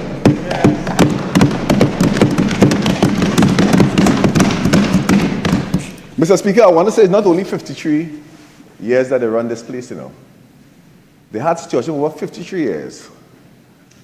And you know what we had? They had stewardship over 2 oil booms. We must never forget that. From 1972 to 1983, oil boom. The other saying money was no problem. That is what this country had. And then we had an oil boom in 1999 to 2008. Where the money gone? Money flowed, billions of dollars. And they come here unashamedly and speak about defects in our public institution. And what's worse than that is where they frame this argument as though it's one about revenue. That's how they frame it, It's about some $10 billion out there that we're trying to get our hands on. And the silver bullet for to that money is TTRE. Mr. President, without a vision, a people perish. We are here today because of the visionless P&M.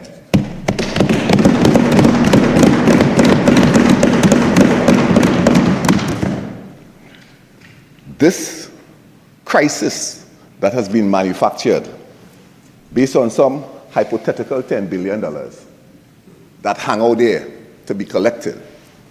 Hypothetical $10 billion. It is premised upon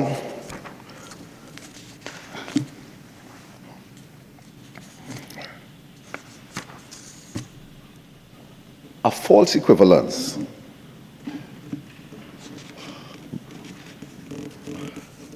a false equivalence that they have TTRA equals more revenue, that we'll be able to collect more. TTRA equals the collection of more revenue. And they have everyone taking that as a given.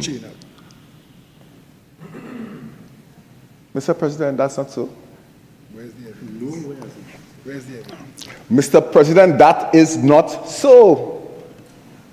That doesn't exist. And I'm not saying so because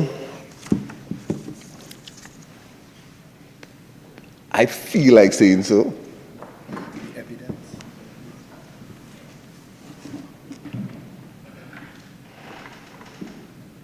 Mr. President, there are many studies done on semi-autonomous revenue authorities.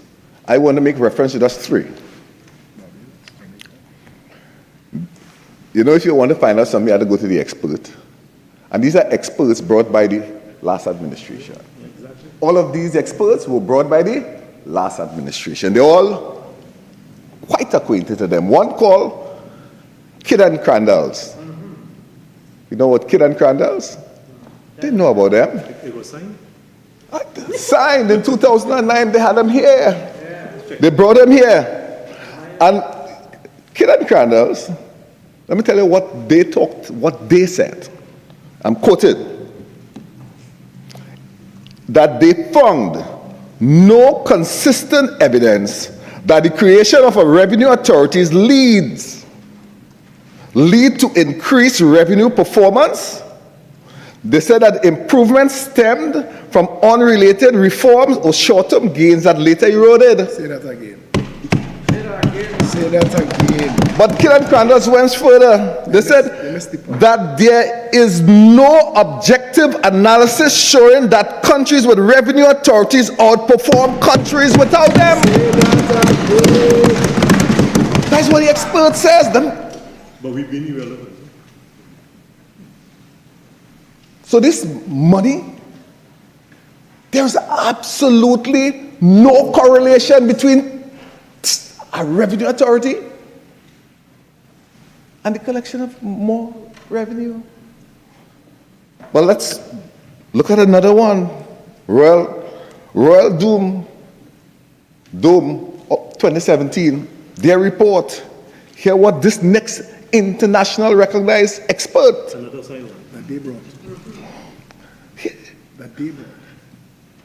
He reviewed and found that such authorities frequently suffer from mission drift, that's revenue authorities, rising administrative cost, weak public oversight, and further found no evidence that such bodies systematically improve tax revenue or fiscal capacity. Debate that.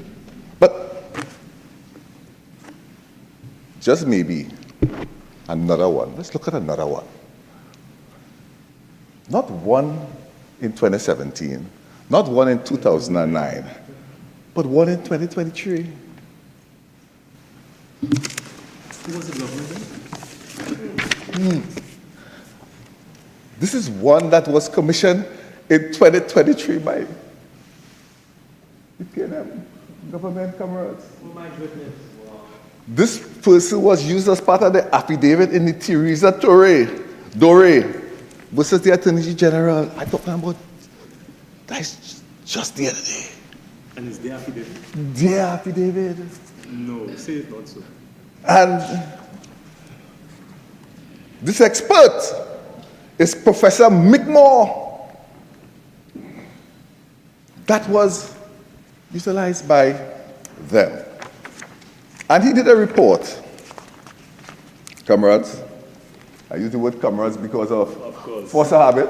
Make it happen. May feel uncomfortable, but my colleagues, senators, we are your comrades. I could call you a comrade, Senator Nish. But here's the difficulty I have. So this paper that was done by this professional, this international expert hired by the People's National Movement, did a report, and the report is addressed to the Permanent Secretary Minister of Finance. The report is dated the 17th of February 2023. Let me read from this report what the man said, this professor said. Who was the permanent secretary? He was in London. He was in London. Who was it, Pierce? Who was? I see it's addressed to one Nadira Leiter. And in the summary, the professors told the government of Trinidad and Tobago that the then government of Trinidad and Tobago, if we look at the evidence on the sum of recent experiences found around the globe, the creation of semi-autonomous revenue authorities taken alone on average has not led to increases in government revenue. What is all this about? What is all this about? As though there is something that they have stumbled onto. But moreover, this same professor, Mr. President, hear his words in a paper done after the days in 2023 also, regional paper done by the same Professor McMahon. His summary, and I quote, "The success of tax administration lies less in autonomy than in the integrity, investment, and the internal modernization of core civil institutions." That's the expert. What is this about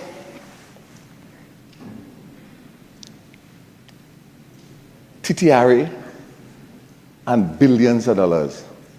That equivalence is false. It simply does not exist. And therefore, we are down to one thing, a TADAC report and or a Dean's report that lists inefficiencies in the public service. How then do we treat with it? Mr.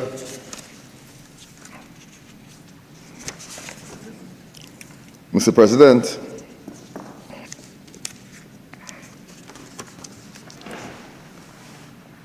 I want to be clear. Taxation is not merely an accounting function. It is a profound expression of public policy. It reflects our collective agreement on how resources are to be raised, allocated, on who pays, who administers, and who decides. The UNC, in seeking a mandate during elections, articulated a clear policy that tax administration must be pursued within the public service, not in opposition to it.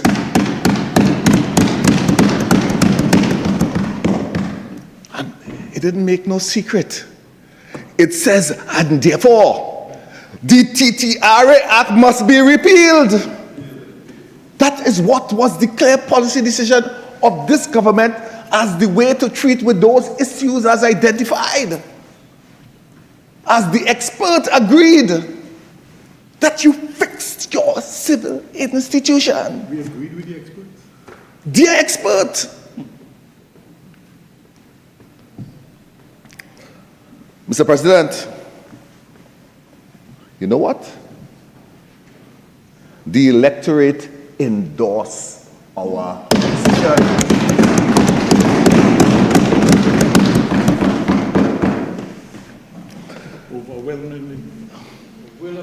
overwhelmingly. The repeal of the TTRA Act is therefore not only a legislative decision, it is a democratic imperative. It is a mandate by the people and of the people.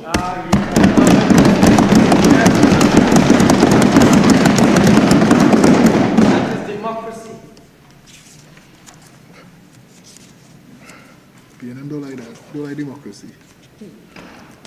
Mr. President, even if that isn't good enough to clearly be of the clear understanding that there is no relationship between TTRA and more revenue. Let's just get rid of that. That's a falsehood. Go, just put Google any amount of tax experts. Not one will support that as a position. It simply does not exist. But, you know, even if you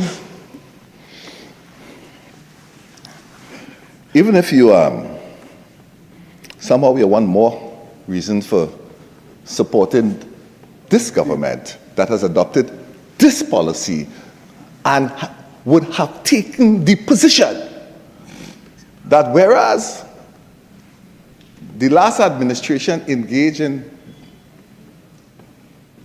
they didn't want to fix it, they refused to fix it, may have engaged in the deliberate sabotaging of the BIR and Custom Division, and I'll get into that a little later. Even if that, you know, is one thing we should never forget, because by definition they say that's madness. To do the same thing over and over and expect a different result. That's the PNM. Mr. President, we in this country are no strangers to the allure of statutory authority model. But neither are we strangers to its consequences. Again, it is by definition madness to do the same thing and expect different results. Let's reflect on, we have heard this over and over again. All you remember something called the RHAs? Regional Health Authorities? You know that those things were born out of semi-autonomous. They were born out of the public service. Somebody some time ago, 1994 to be exact, 31 years ago, somebody said, hey, we could fix health in this country. The problem is in the public service. And here what they do, they say, okay, we go restructure. And they go create something new. And they end up with what? A regional health authority. Regional health authorities all over. 31 years. Would any one of us say that that worked? It was the exact complaint about public service, public service, public service. And they create these new structures. You know the only thing they succeed in doing?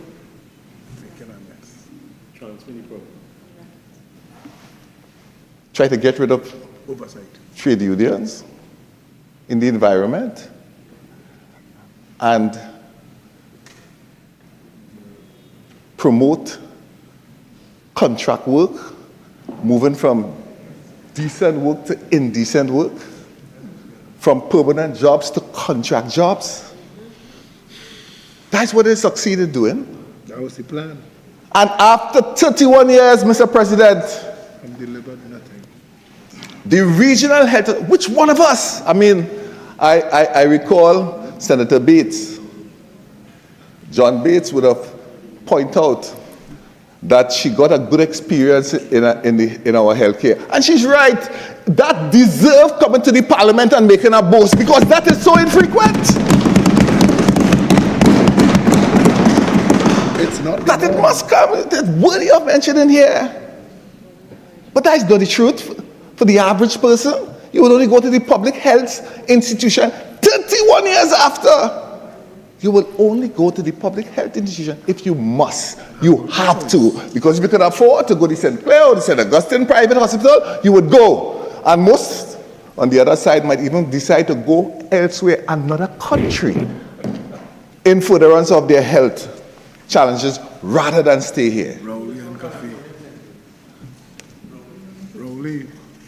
Why would we, therefore, hold out that them kind of dismantling of the civil service and putting it under these authorities is the best thing since sliced bread? You have the NHA. What evidence has it worked? Turn HDC. And now they further want to restructure HDC. They're restructuring the restructured. We have any improvement in treating with the housing crisis? Because we what? We move from the public service to... You could go to Tourism Development Corporation. That was a big deal at one point in time to take it out of the public service and put it in. And then they shut it down and come with a next restructured version. Guarani. Mr. President,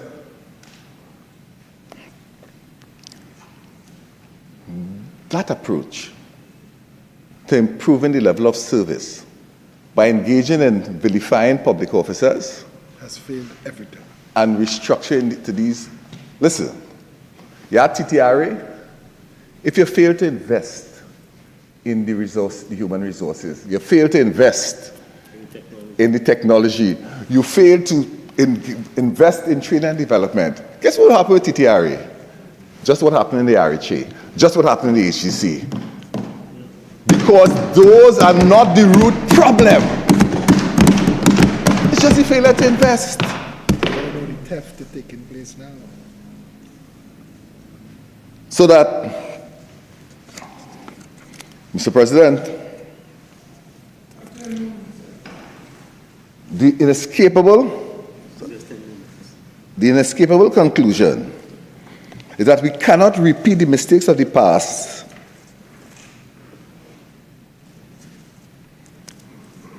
and not understand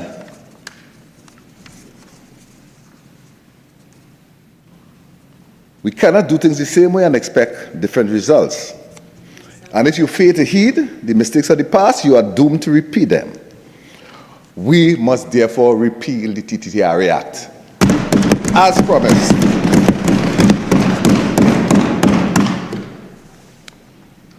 But worse than that, Mr. President, is that how this action of the previous government and this TTRA, how it affected the workers. Long before the act was passed, the PNM employed a deliberate strategy to render Vieira and Custom and Excise divisions inefficient and ineffective by under-resourcing them, understaffing them, and underpaying the workers. This was followed by a deliberate strategy to paying the professionals within those divisions as impediment to progress. Public servants were described as inefficient, corrupt, and outdated. What signal does this send? That those who uphold our fiscal laws are unworthy of investment, that professionalism can be undermined for political expediency. Rather than empower them with better tools, we blame them, they blame them for systemic rot. Rather than address capacity gaps outlined in the 2017 TADAC report, they scapegoated the very individuals best placed to implement reforms. These were not, Mr. President, faceless bureaucrats. They were career officers, fathers, mothers, citizens who have faithfully served. Their loyalty should have been recognized, not ridiculed. And respected. They too are taxpayers. As taxpayers, they are shareholders of our country and deserve respect and regard as shareholders. But Mr. President, that was how they treated them before the act. But after the act was even worse. Mr. President, in the aftermath of the act's passage, what followed was not a smooth implementation guided by fairness or transparency, but rather a troubled pattern of administrative malpractice under Section 18 of the Act. We witnessed the PNM's deployment of coercive tactics designed to pressure employees into accepting transition terms they scarcely understood. Instead of engaging these workers with clarity and respect, the process was marred by opaque conditions and intimidation. Information, basic, fundamental information, was withheld or delayed. Employees were not provided with full disclosure of their rights, terms, and protections. Critical details that should have been accessible were kept out of reach, leaving those affected to navigate uncertainty without the benefit of proper counsel or representation, Mr. President. Even when formal requests were made by the PSA, the response was resistance, deflection, or silence. This is not merely an oversight. It is an affront to good governance and industrial justice. Deliberate. We cannot in good conscience normalize such treatment of our public servants. This government has a duty to uphold not just the letter of administrative procedure, but its spirit, anchored in fairness, clarity, and respect for people who keep our institutions running. Therefore, this TTRA Act must be repealed. Rubbish. Must be repealed. Rubbish. This TTRA Act also, Mr. President, runs afoul of the preamble of our Constitution, which calls on the people of Trinidad and Tobago to respect the principles of social justice and that labor should not be exploited or forced by economic necessity to operate in inhumane conditions, but that there should be an opportunity for advancement in the basic of recognition of merit, ability, and integrity. Mr. Speaker, with your leave, President, with your leave, Mr. President, with your leave, employees wrote, we're talking about the Act, in terms of Section 80, the Act would have been proclaimed on the 24th of April of 2023, with its becoming enforced from the 1st of May 2023. The representative of the workers came to the union asking, we have all these options, and the options were as follows. For those who may not know, and I'll do it quickly, to volunteer, a voluntary retirement, you could volunteer from the service, or you could transfer to the authority on no less favorable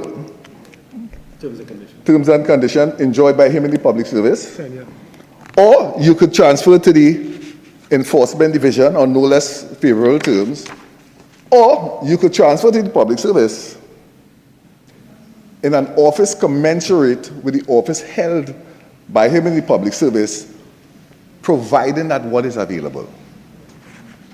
And here the workers come and say to the union, what is the best? What am I being offered? Am I to what? Tick. I don't know what the best is. What do you mean by no less favorable? I don't know what that means.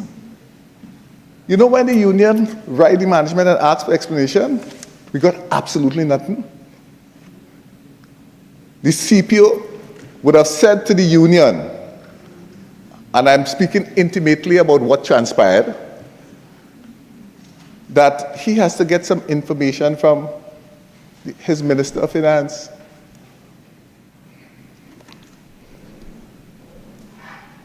Mr. President, workers on their own filed Freedom of Information Act, and this is in 1 year after. Look at the simple information that was asked by these workers who are asked to make a decision that could alter their lives and their livelihoods. They wrote the Ministry of Finance and asked about one, an organizational structure, whether it existed. They asked about the officers, the salary ranges, and let me just cut to the chase. You know what the Ministry of Finance wrote and said to them? That there's no such document that represents an organizational structure for TTRA. No, but this is irrelevant and irrelevant. And they also would have said, about salary ranges or any such information. They wrote the TTRA directly, and the same thing was forthcoming. And these workers were then being told they must make a decision just like that, without any information. No one of us that have the basic rule in life, do unto others you have them, do unto you, could say that you could sanction that. We cannot sanction that. How we treat our public officers and how we treat our citizens. So that, Mr. President, this situation is a very unfortunate situation that we have had to deal with. Needless to mention that the approach by the government violated ILO Convention 87 and 98, which speaks to the right to organize, the right to collective bargaining.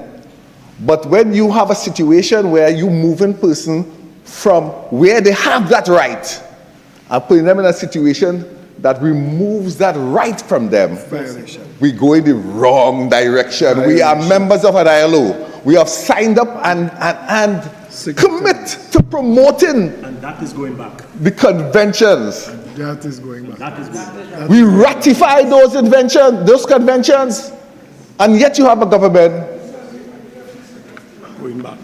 Your time is up, but... So, Mr. President, let me thank you and thank the Senate. And I close by simply saying the TTRA on its own does not equate to increase in tax revenue. The repeal of the TTRA Act is not a rejection of reform. It is a recommitment to reform done right. Reform that includes, not excludes. Reform that respects history but dares to improve upon it. Reform that empowers our public institution. Yes. Replaces them with fragile imitation. Thank you.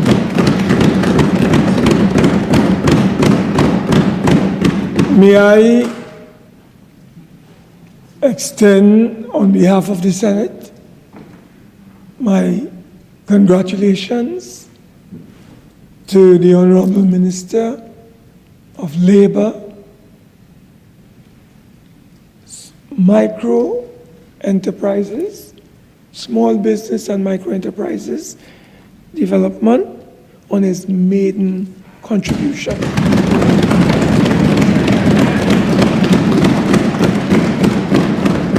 I now recognize Senator Melanie. Make sure I have her name correctly here. Roberts-Radgman. Right, Melanie Roberts-Radgman. Radgman. The floor is yours. Mr. President, let me take a moment first to extend heartfelt congratulations to you on your election as President of the Senate. Since my childhood days, my mother would make us sit and watch the news, and yours is a face and a name I was always familiar with. So it's definitely an honor to sit here and have us be joint participants with you presiding in such an esteemed undertaking. I also have to extend gratitude to the esteemed leader of the opposition for the trust that she has placed in me in giving me this responsibility is definitely not one that I take lightly at all. Indeed, there are very few greater honors than the opportunity to stand here with my colleagues and debate on matters that affect the way that we live and operate here in Trinidad and Tobago. But while I am indeed honored, and while I feel grateful to be here, I do have a gnawing concern, Mr. President, a concern that bipartisanship, self-interest, the interference of a few political factions, and some sorts of odd need to score cheap political points have led us here. Here where we see the need to debate and to move as far as to repeal such a sound piece of legislation. A piece of legislation and an authority that we have heard from time and time again, from even our colleagues on the independent bench, has the means of revolutionizing the way that we collect revenue, tax revenue here in Trinidad and Tobago. And before I get into it, I feel compelled to remind each and every single one of us sitting here that we have a professional and a personal responsibility to every single citizen of Trinidad and Tobago. And regardless of their ability to analyze or to understand certain socio-economic issues, the onus is on each and every one of us to be clear, to be very truthful in how we explain the issues, how we represent things to the people of Trinidad and Tobago. We cannot make reckless decisions to create some sort of illusion that we are helping people, that we are helping workers, when the decisions that we're making are having the exact effect. That's right. Mr. President, there's a very thin line between being harmful and helpful, and we really need to be careful on what side of that line we find ourselves. Or as Senator Etienne had put it very succinctly when she said, we all have a collective responsibility to the people of Trinidad and Tobago. Now, Mr. President, our friends opposite would want to make the population, or make us here in this esteemed Senate, believe that the Revenue Authority Act was passed on a whim, that somehow the PNM-led government back then just took a fly-by-night decision without any sort of assessment of the impact that it would have on our country. Now, while that might be the modus operandi of those sitting opposite, I can guarantee you that on this side we are guided by data, by research, by case studies, and by reliable projections. Senator Dhanpaul would have gone to great lengths to take us through more than 20 years of planning, consultation, legislative efforts, public consultation, I already said, and public debate that would have gotten us to this place where we would have passed the Revenue Authority Act. And he would have gone into great detail to explain to us some of the deficiencies that would have been identified in the BIR model that would have led us to want to take some sort of corrective action. And I want to get into just two of these deficiencies for a bit. One of these deficiencies lies in the legislative framework, and the other one has to deal with anti-business rules and regulations. Now, here's the thing. We cannot speak about private sector development. We cannot speak about economic diversification. We cannot speak about growing our economy without first addressing the legislative framework under which our local businesses, as well as our international but locally invested businesses, operate. And just to expand on that a bit, I want to take us through the importance of having the right kind of legislative framework and the importance of having an investor and business-friendly sort of tax regime, what that does for us. The first thing it does is that it attracts investment into non-traditional sectors. Now, we know that we need serious boosts in certain emerging sectors. When we start talking about agro-processing, ICT, and even renewable energy, we know that we want to see some sort of movement in those sectors, but this cannot be done without creating the sort of tax incentives that will encourage investors, will encourage businesses to even want to go into these type of sectors. We also have to take into consideration our SMEs, our entrepreneurs, even our street vendors. Now, these are the categories of businesses that tend to innovate the most. They're larger risk takers. But in order for them to take that kind of risk, we need to have a modern and an innovative sort of tax regime that supports them wanting to innovate. Without the kind of infrastructure that supports that kind of innovation, what we see happening is that our SMEs, or entrepreneurs, or street vendors, they continue to function as part of the informal economy. I'll get to a point on the informal economy a little bit later down.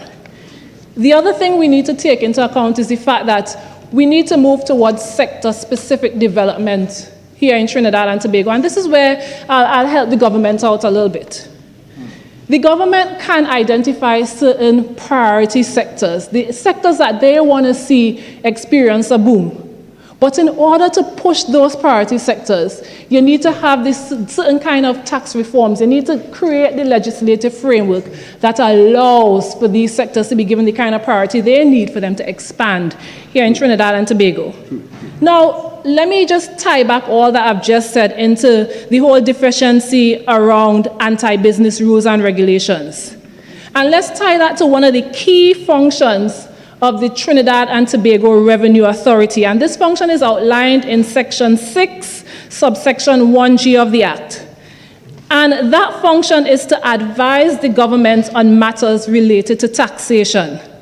Section 14, subsection 1, C and D, then goes on to give the Director General responsibility for advising the Minister on his own initiative or at the request of the Minister on revenue implications, tax administration, and aspects of policy changes relating to all taxes referred to in the schedule, as well as any matter that could affect public policy or public finances, as well as other matters that the Minister may consider would improve the effectiveness or the efficiency of the administration or enforcement of revenue laws. And then subsection D goes on to talk about collecting and processing statistics, to provide forecasts of tax receipts, studying the revenue laws, and proposing to the Minister such amendments as it considers appropriate thereto, so as to improve the administration of and compliance with such laws.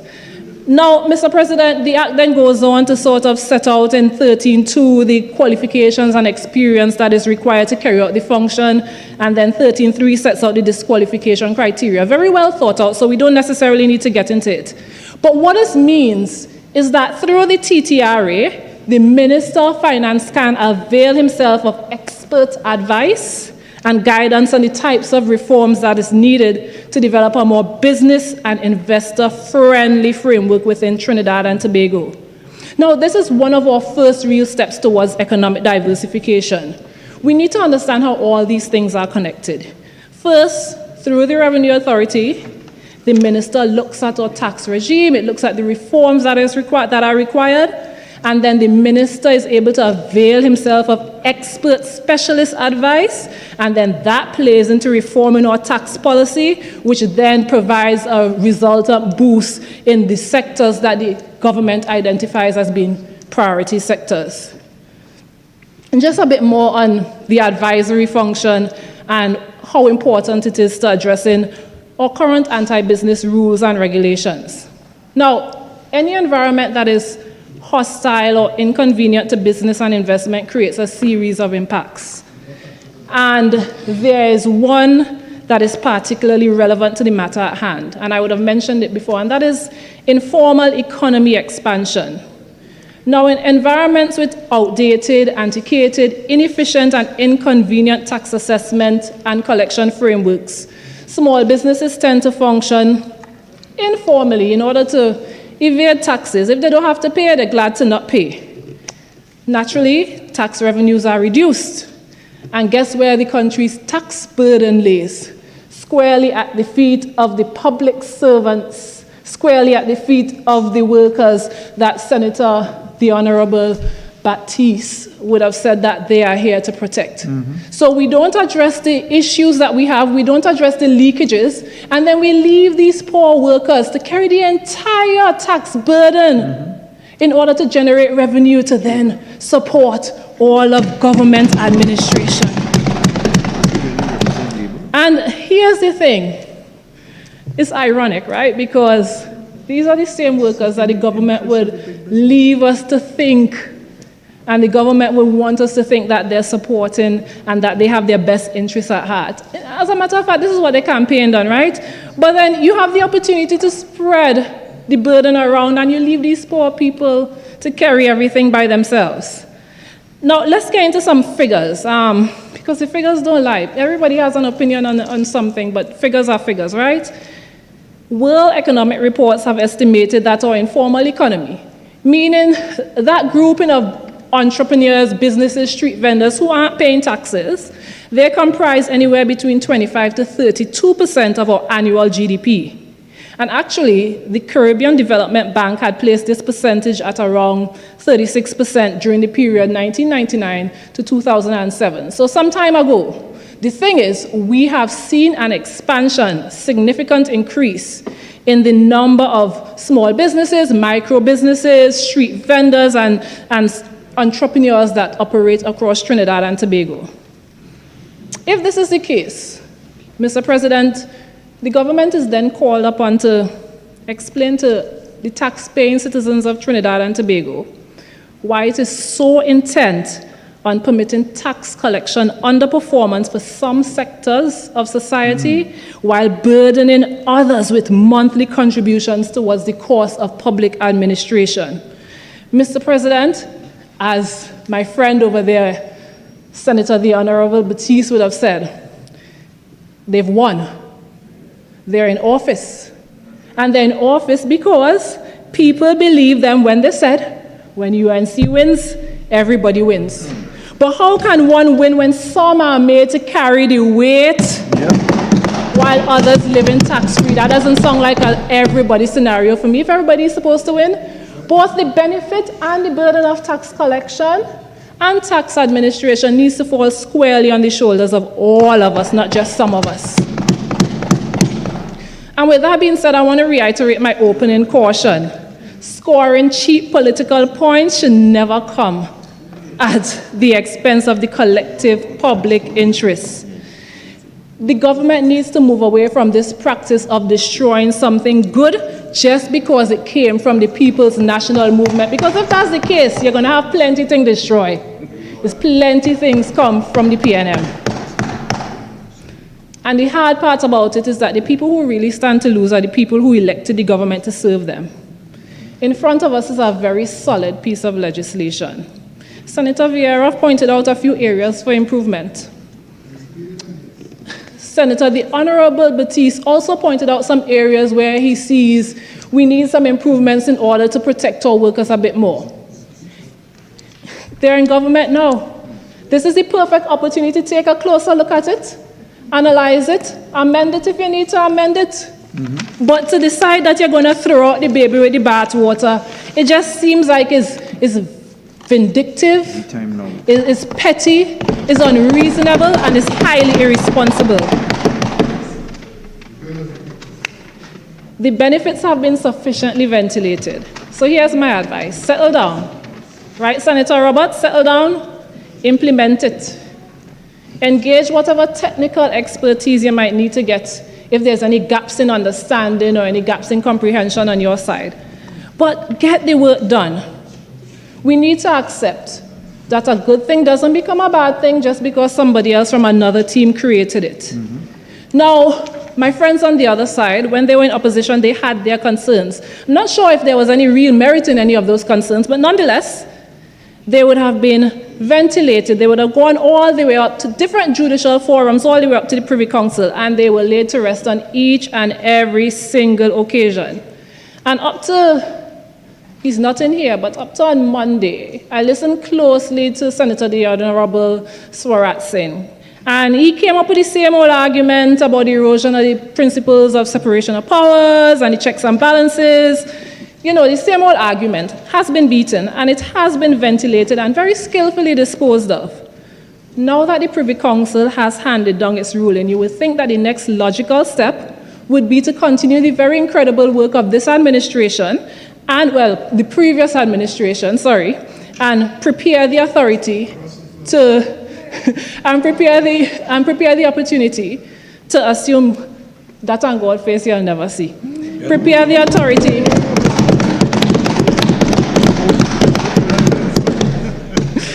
to assume its full scope of authority under sections 6.1 of the Act. Mr. President, unfortunately, anything is to be expected of this government, and here we are. Irony when UNC wins, eh? Now, let me bring this a little bit closer home, Mr. President. I'm Tobagonian, so this touches a little bit closer to us here in Tobago, and I'll tell you why. Tobagonians are very traditional people. For the most part, we are employed in very traditional sectors. We are either in the THA, or we're in tourism and hospitality, or food and beverage, but we're very traditional in the areas that we get into. But what that means is that we pay our taxes. We are tax-paying citizens on that island. We are part of the very formal economy. We don't get to tax evade. Obviously, we're expecting everybody to do the same. We're expecting that the burden will be shared around. So the thing is, now that this government has decided to forego valuable tax revenue, we kind of want to know over on the other island where the money coming from for public administration. Because drunk or sober, we are expecting significant increases in our allocation come October. Remember, the thing is, certain promises were made, and we expect those promises to be kept. And let me go a little bit further to understand why we are so dependent on these promises being kept. A few months ago, it was this very government, they were then in opposition, who fought tooth and nail against the Tobago autonomy bill. Now, let me tell you what that bill would have done. It would have not only increased our budgetary allocation, and that's nice, but it would have also given us the kind of administrative and legislative control that we needed to be able to take our little steps in Tobago to diversify our local economy. This government, then opposition, blatantly deprived Tobagonians of the kind of fiscal advancements that we needed to be able to become more self-sufficient on our island. As a result of that, Mr. President, this government also has to take full responsibility for any dependency that results from their actions a few months ago. True. And part of the responsibility is being very forthcoming with us about what this action, this attempted repeal of the Act, means for us and our ability to get a fair allocation in Tobago. And let me just place it on the record. On Monday, the Secretary of Finance for the Tobago House of Assembly requested $3.71 billion for fiscal 26. We have a lot of plans for that money over there, and we're looking forward to receiving every last cent. Since the government doesn't want tax revenue, clearly it has some other means of funding public expenditure. Whatever those means, we're expecting our allocation. Actually, this morning I woke up to a newspaper article from our Chief Secretary saying that even the mid-year appropriations, the supplementary appropriations were woefully insufficient, but later in the day for that. Now, Mr. President, allow me to also touch on another point that I heard my friends on the other side mentioning not so accurately. So let me flesh it out a little bit more. The idea of a revenue authority is not a novel one. In fact, it's a pity that Senator the Honorable Dr. Swaratsingh is not here because I keep quoting him. But on Monday, in his presentation, he's so familiar with Barbados, he kept referencing Barbados. So I needed to take a look at the Barbados Revenue Authority, and I've heard many blanket statements about, oh, revenue authorities don't work, and some person said this and some person said that. But again, I want to look at the figures. Now, in 2018, tax arrears in Barbados was reported at 1.2 billion Barbadian dollars. By the year 2023, tax arrears reduced to just about 247 million Barbadian dollars. Significant reduction. Mid-year collections for fiscal 2024 to 2025 was 1.87 billion Barbadian dollars for the people of Barbados.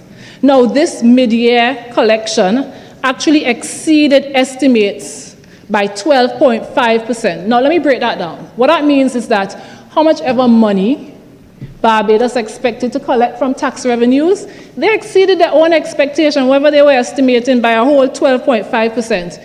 Imagine how great it must feel to have more money to spend than you even envisioned. Barbados has the Barbados Revenue Authority. Now, let's also look at Jamaica. Jamaica's Revenue Authority is called the Tax Administration Jamaica.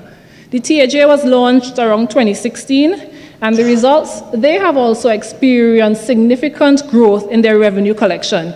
In fact, just like Barbados, the TAJ often exceeds their own tax collection targets. Again, imagine having more money to run your country than you even expected or you needed.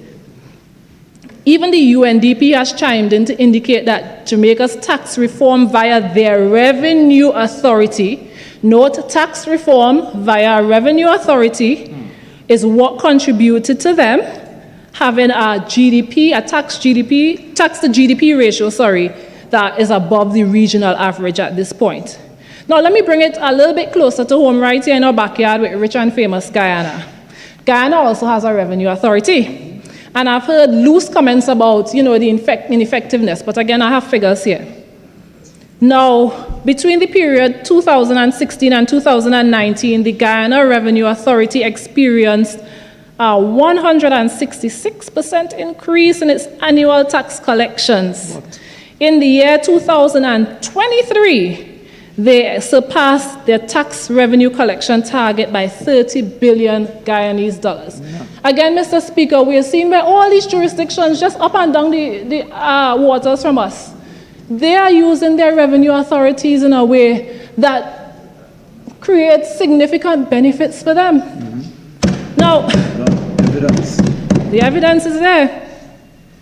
So, if it is that our friends on the other side insist that the revenue authorities don't work and they don't improve tax collection efficiency, what do we attribute those figures to? Because I heard Senator the Honorable Mr. Baptiste, Senator the Honorable Baptiste, he indicated that it can be attributed to other things, but he failed to explain what those other things are. He spent his time repeating a union meeting, but that's all right, Mr. President. I have said it before, and I'll say it again. The TTRA Act was not a fly-by-night piece of legislation. Why are we destroying it? Now, the examples I have given here, by no means am I saying that their revenue authorities are perfect. I mean, what system is? It takes continuous refining. Just as society evolves, the need of the people evolve, technology evolves. So naturally, your authorities, your systems, they would continuously evolve. So they're not perfect, but they work. All three of our Caribbean neighbors have seen significant increases in the tax revenue they collect.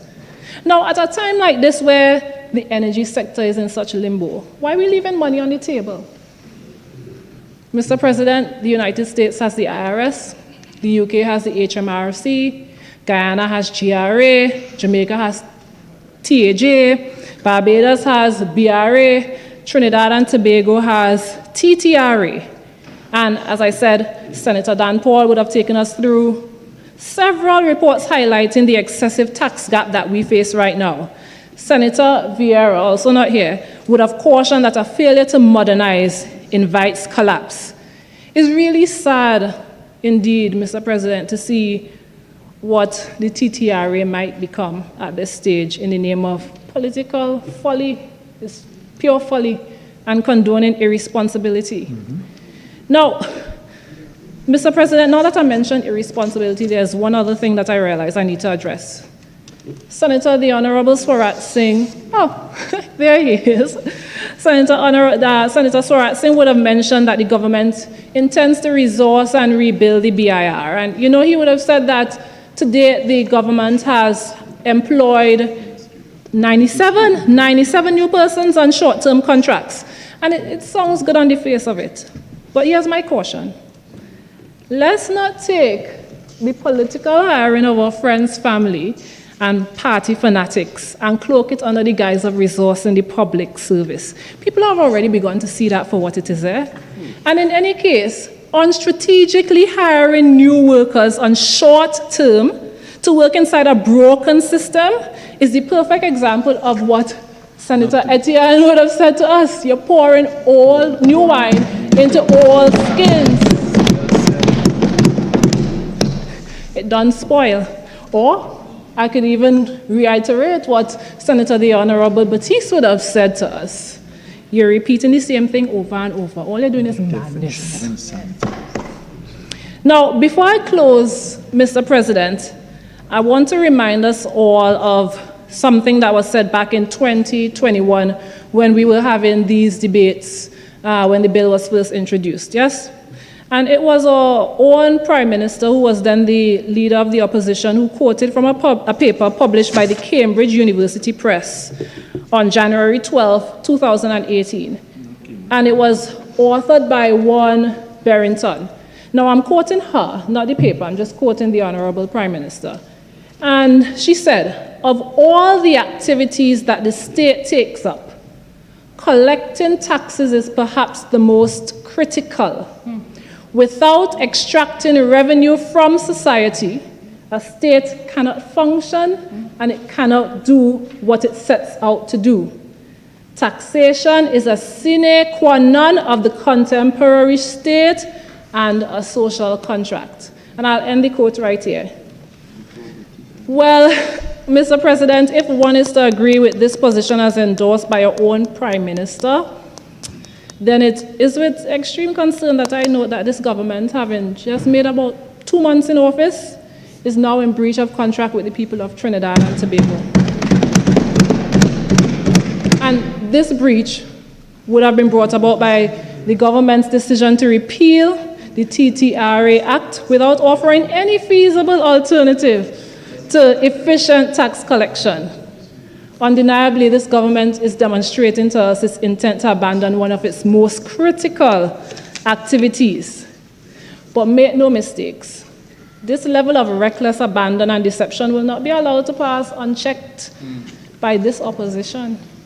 In fact, I have a little clip here of the little manifesto that was published in the Sunday Express on March 30th, 2025. And at item 3 of this manifesto,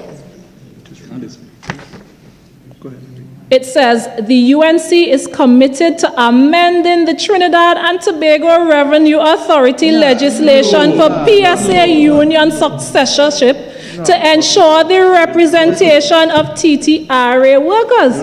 Committed to amending, not repeal. The date of this is March 30th, 2025. And this was published in the Sunday Express newspaper. What was your legitimate expectation? They spoke about, they campaigned on certain things and they got, what did they call it? From the mandate from the people. Vox Populi. Yeah, Vox Populi. But I mean, what you told people was that you're going to amend the TTRA. That's what they expected. I don't think that the people who elected this government expected us to be coming here, especially so early in the term, to repeal this entire piece of legislation. You see, the thing is this, the government may fool some of the people some of the time, but they cannot fool all the people all of the time. Mr. President, I thank you for your time. Okay. Senators, join me in congratulating Senator Melanie Roberts-Radgman on her maiden contribution.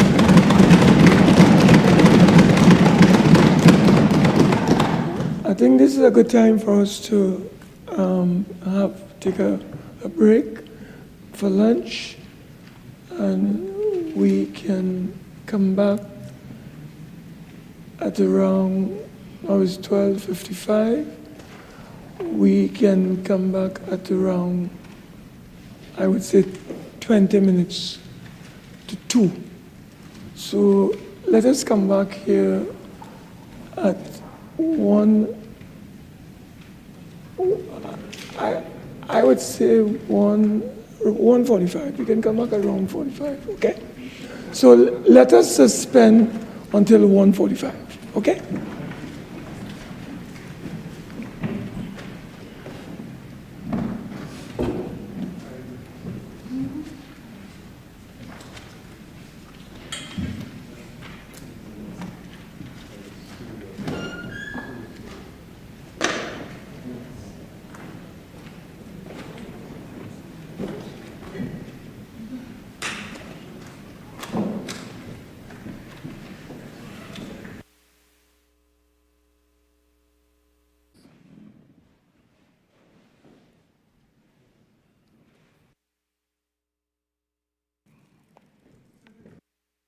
Mrs. Lewis.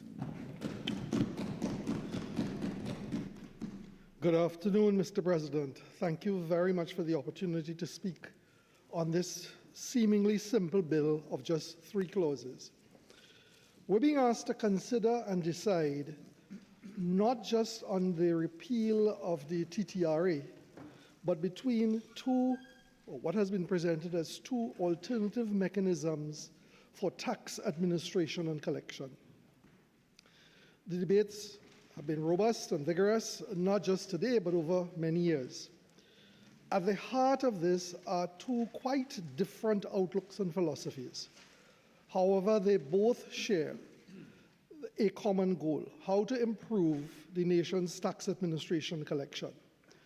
Both systems have compelling and alluring features, and each has drawbacks inherent in the structure and operations of the mechanism. It is seldom that a choice is as stark and as binary as this. Now, I'm new to this House, as many of us are in the Senate and, in fact, across the Parliament.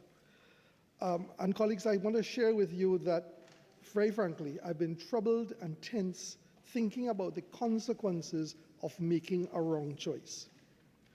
Later today, a vote will be required of us. Permit me to share with you my immediate reflections on the issues, and I am as yet undecided.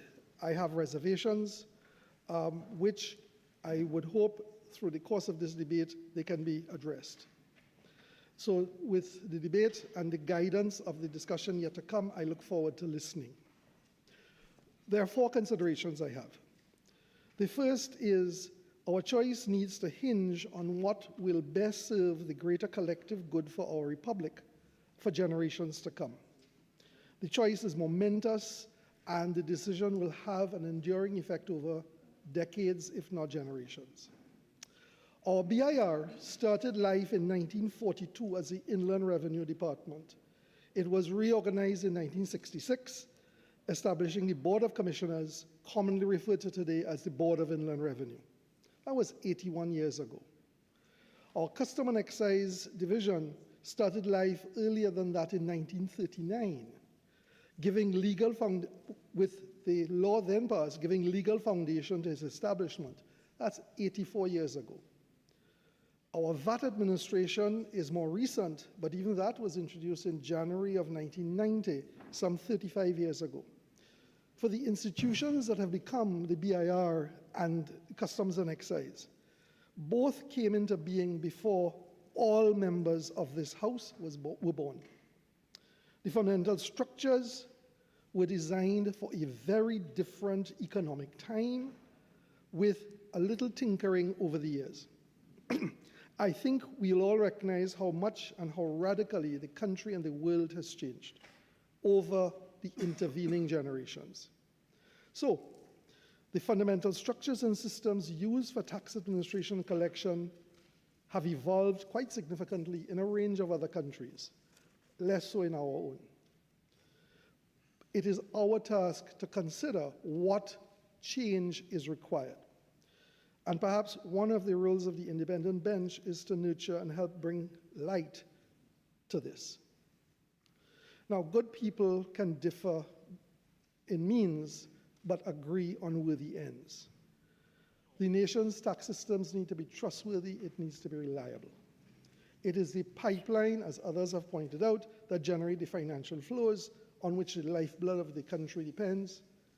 And budget debates, such as we will soon have to consider appropriations, are pointless if we cannot pay for the appropriations. So that was the first consideration. The second is a government elected as resoundingly as this one has earned the right to govern. It carries with it a responsibility to listen, to engage, to explain, to allow itself to be persuaded where appropriate, and to act in good faith. Even a resounding victory is not a blank check. It's a call to lead with restraint as much as to serve with integrity. A democratic mandate is not a crown, it is a compass. It points us in the direction people have chosen, but that journey must be made together. It's a conditional trust with the expectation of accountability, transparency, and care. It's about doing right, especially when that may sometimes not be easy, when the cameras are off, and when power and promise whispers otherwise. My third consideration is our choice on what is complex, nuanced legislation. The decisions we make, this is not a litmus test. Our disagreement is not defiance. When we reduce a legislative deliberation such as this to us versus them, for or against, with us or against us, we do a massive disservice to the complexity of the issues and the governance, and to the people we serve. Key tax mechanism legislation requires careful judgment, not binary thinking. It deserves a space for nuance, for innovative considerations, and for genuine deliberations. Parliament is not, or ought not to be, a battleground of absolutes, but a form of reasoned application of convictions. Whoops, oh my goodness, I'm so sorry. Forgive me, Mr. President. My screen just dissolved. Oh, thank you, sorry about that. One of the great powers of any parliament is a power to repeal. That is to undo what a previous parliament has done. It is a legal right, it is a constitutional mechanism, and sometimes a necessary course. But while a repeal may be lawful, we always have to ask, is it wise, is it principled, is it just, is it effective? Democracy and good governance cannot thrive in a policy of erasure.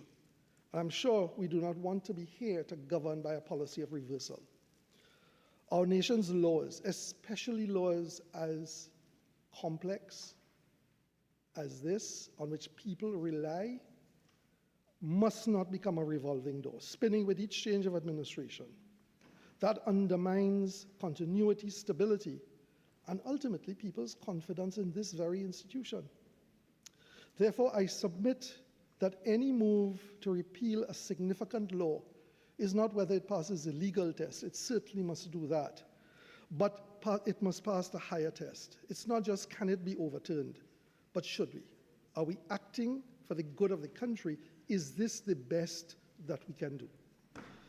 And I would ask that we hold ourselves to that higher standard, that what we unbuild must be done with the same care, consultation, and conviction with which we build. We're not legislators just of the present, but we're stewards of the nation's legal memory. What we choose to undo says as much about us in this 13th Parliament as what we choose to do. So, Mr. President, those are the considerations as I was weighing the issues in this bill. But enough rumination, to the substantive issues before us. The Trinidad and Tobago Revenue Authority Act number 17 of 2021 was approved by the House of Representatives, the Senate, and partially assented to in December 2021. The TTRA, and that partial assent was to allow the TTRA Board of Management to be appointed and to start the recruitment of staff. But you can't chicken and egg. You can't start operationalizing until you have the people and the structure put in place. So that's what the initial partial authorization was to do. To date, the TTRA has cost us, and this is, I was just interested in what was the cost. The total cost of early setup and early operations were about 12, 13 million. I don't know the cost of the earlier feasibility studies and the use of experts, consultants, and otherwise. The recurring operational costs are about, I'm told, about $12 million a year or $1 million a month. If correct, this costs us about $36 million in operational costs to date from the time we set up to the present. Oh, and by the way, the TTRA owes about 4 million, 3.6 million to people who have done work for us, and by us, I am talking the collective us, and are waiting to be paid. So the total estimated cost of the TTRA, as best as I can determine, and very subject to correction, is about $50 million. Not a small amount of money. I do not have, and I could not get the cost of running the Board of Inland Revenue, the cost of running Custom and Excise, the VAT administration, etc. Because if I wanted to get a picture of the whole, I would need to understand that. All I have is the TTRA. And when I think about it, $1 million a month is $250,000 a week, and it's $50,000 a day. By the end of today, we'd have spent, or the TTRA would have spent, while we're making a decision, that amount of money. I agree that the government is right to treat this matter with urgency. With running with a cost of $50,000 a day.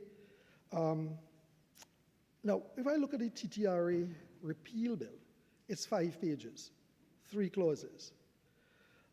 The act it aims to repeal is 265 pages long.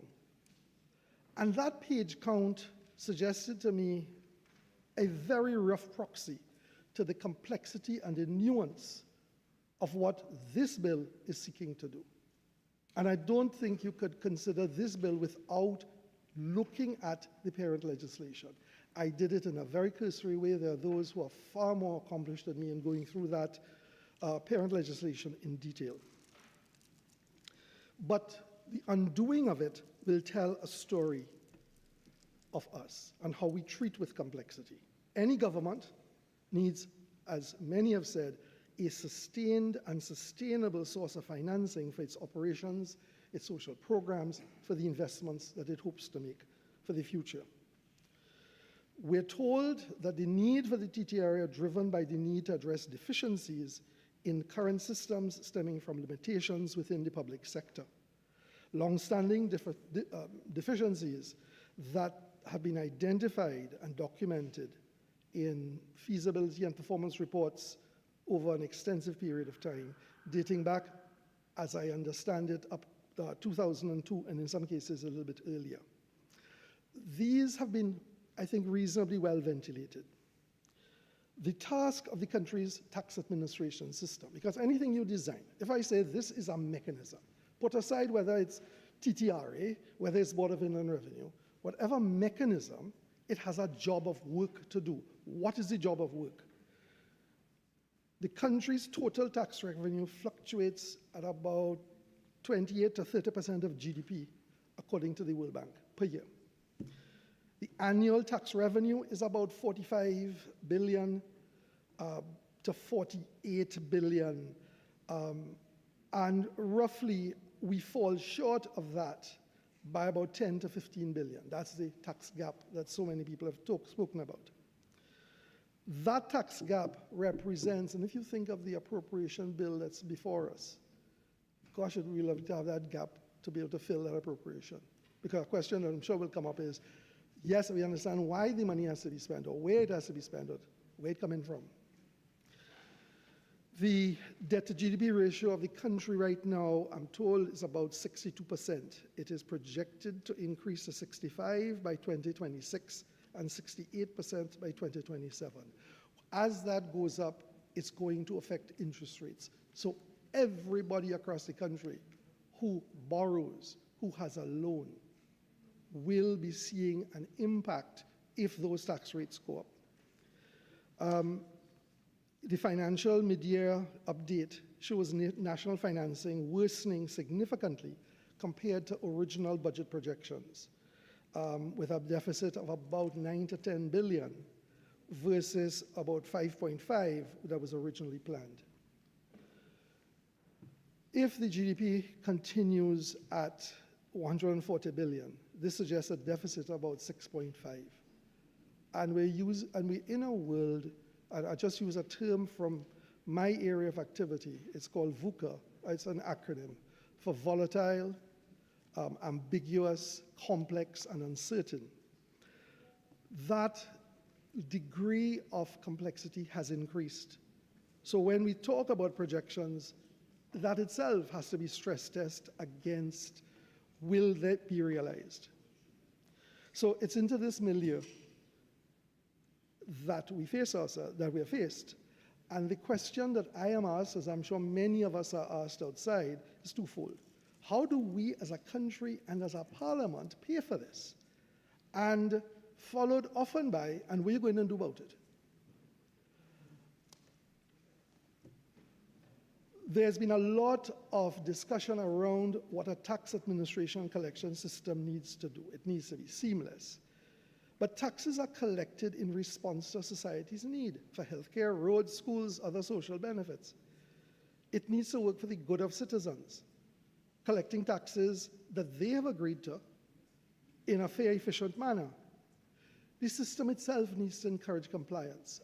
In interviewing people in preparation for this, I've come across over and over cases, particularly of smaller businesses that don't have a large amount of staff to devote to compliance and accounting, of how hard it is to pay taxes. One fellow said, I want to pay, but why are you making it so hard? Oh gosh, make the thing easy now. And his language was a little more vigorous than I've sanitized it a little bit. How do we encourage voluntary compliance? And colleagues have noted, if some pay and others don't, those that pay start to feel, why am I being taken advantage of? And that's not right, it's not fair. In researching this aspect of what to do, I came across two quotations. One is the taxes we pay is a subscription fee for belonging to civil society. And the second, which was attributed to US Supreme Court Justice Oliver Wendell Holmes, taxes are what we pay for a civilized society. So if we are debating a system, and people will have naturally preferences about how to do it, what I think we can agree on is it has to work. And to get it to work really matters to all of the things that we say we want to do. That led me to look at tax systems around the world. In about 200 countries and jurisdictions, there are about a third, about 70, that are using RAs. What's interesting, now that statistic is a 2010 World Bank statistic. I don't have a more current statistic. I'm sure they exist, I just couldn't find it in time.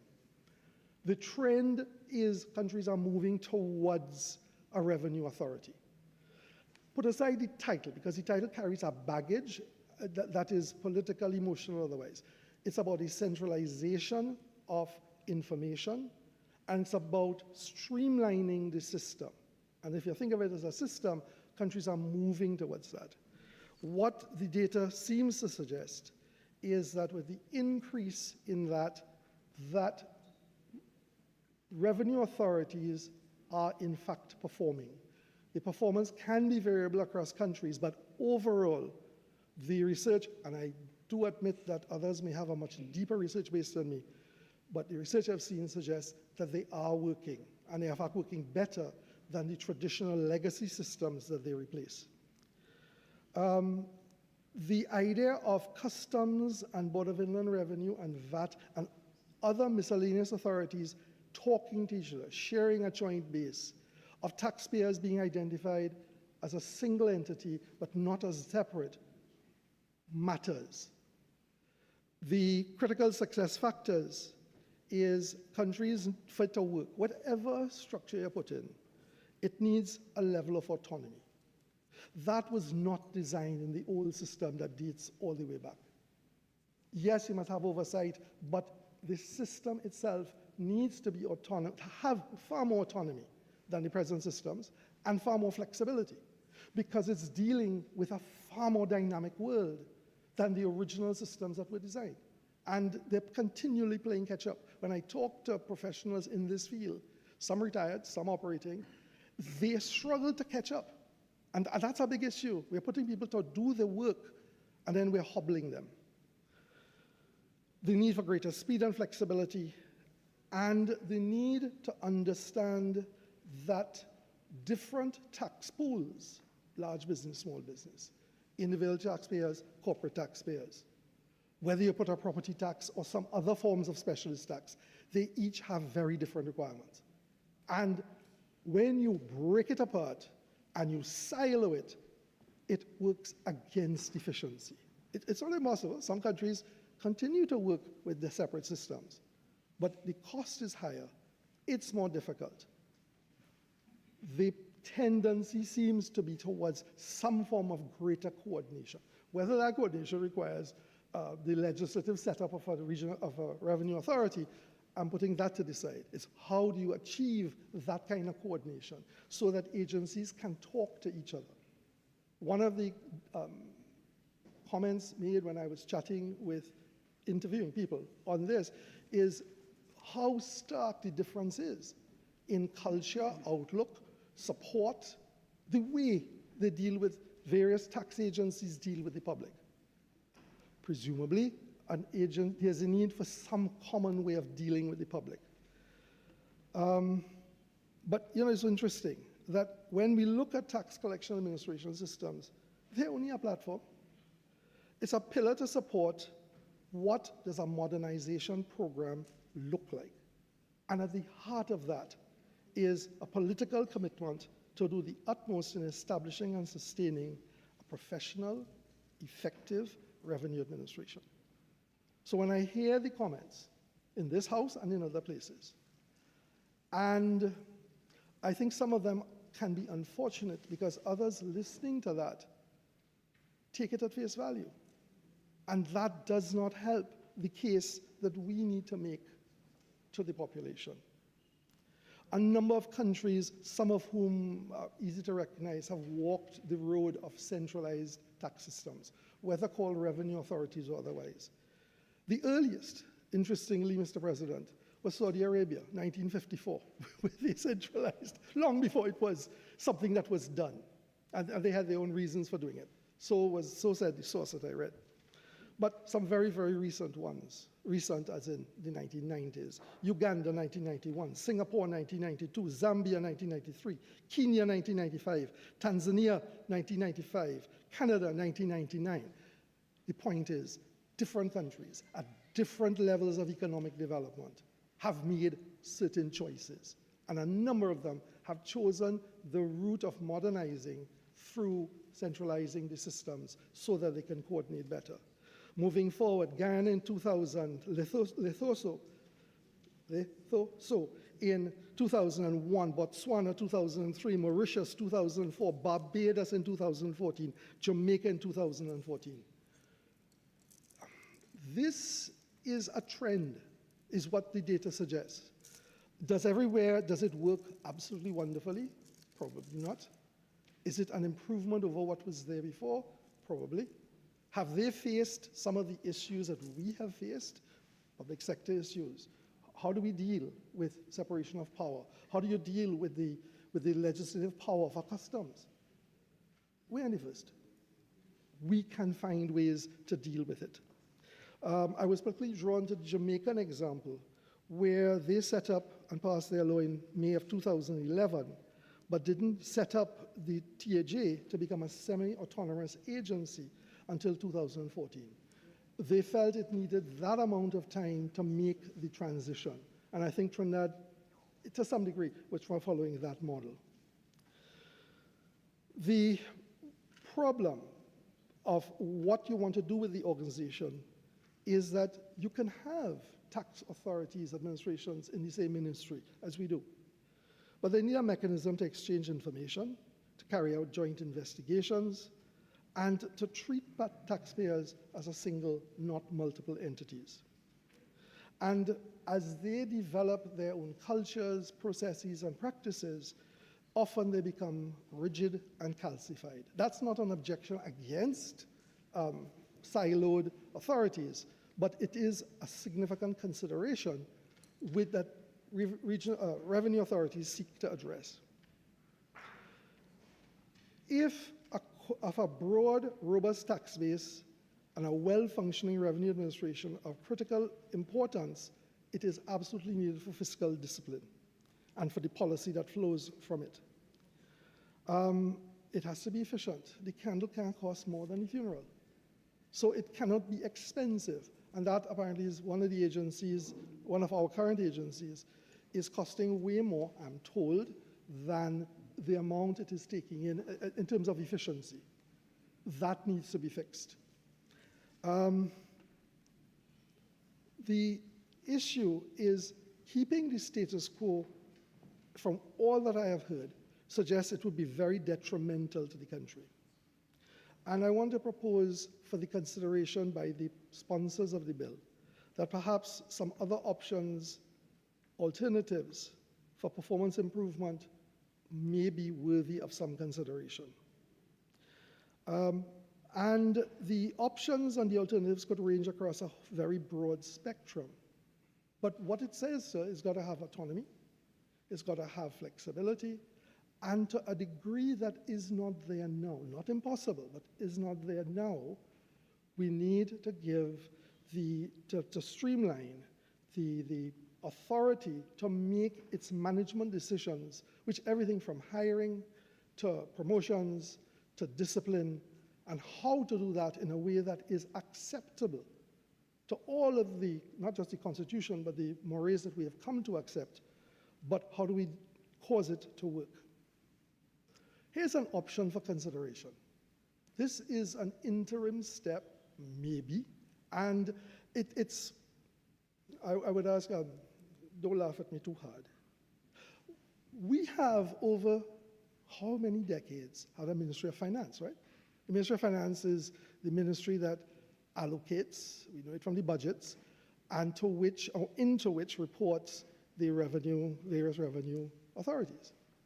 If we say that specialization is important, more especially if we say focus is important, what would it be like if we had, I'm not going to a revenue authority yet, that's a decision that will be made by somebody else down the road. What if we had a Ministry of Revenue?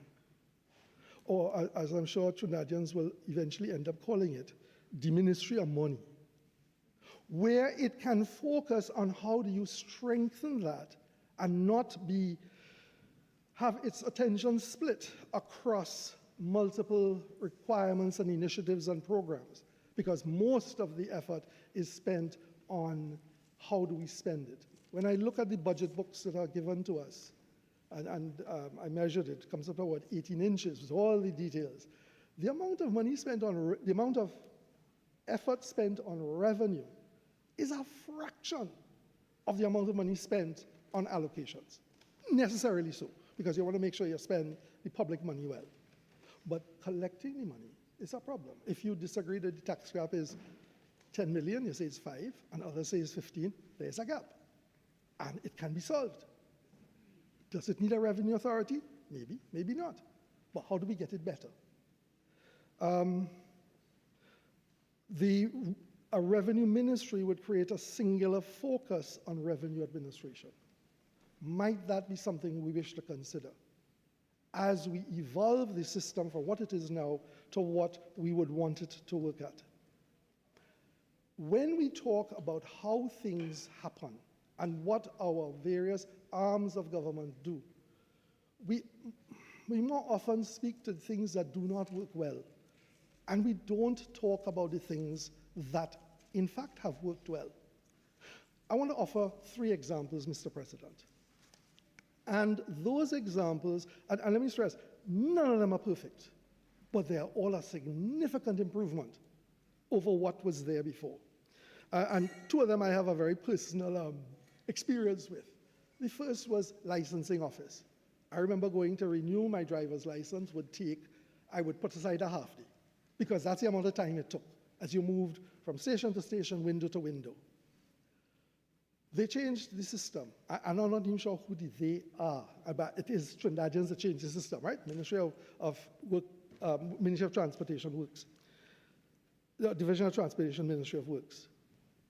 I was gobsmacked, flabbergasted, when I went to renew my license and I was in and out in 22 minutes. I timed it.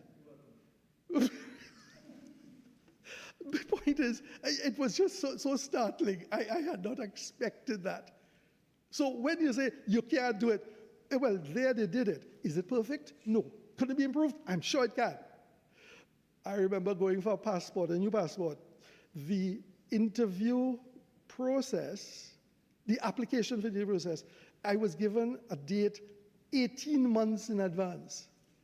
Then subsequently I went for an interview and it was 1 month in advance.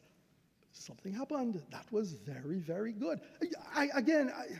Is it perfect? No. But did 18 months to 1 month? Oh gosh, man. Move on. This one I don't have personal experience with, but I have worked in business and there are people who tell me that it works far better than the previous system. Customs, implementing the Executor system, so of documentation and how it flows and the speed with which shipments can be cleared. Again,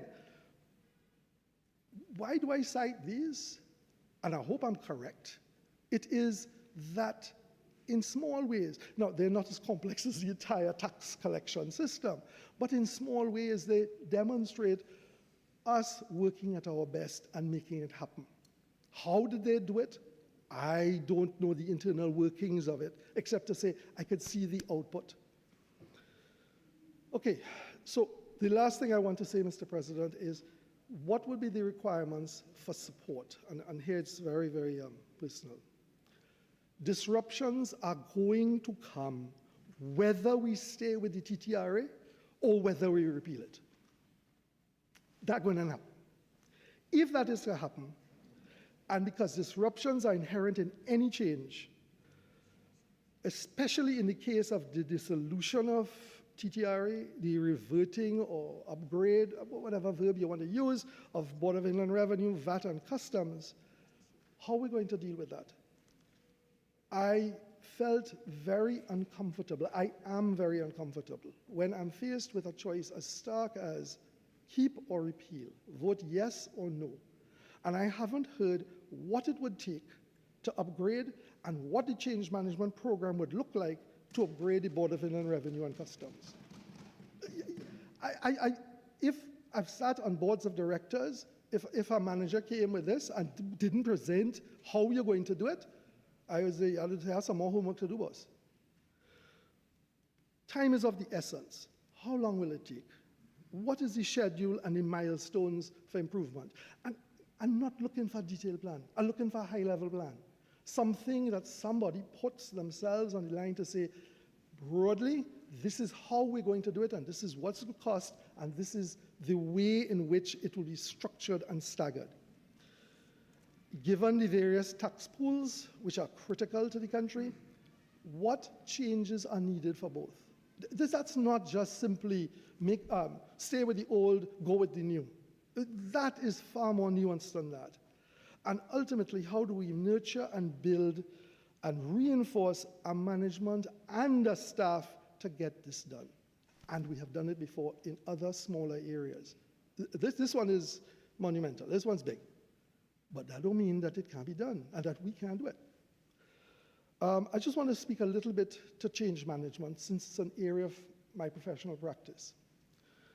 Sorry, Mr. President, may I just ask how much time I have? I don't want to over.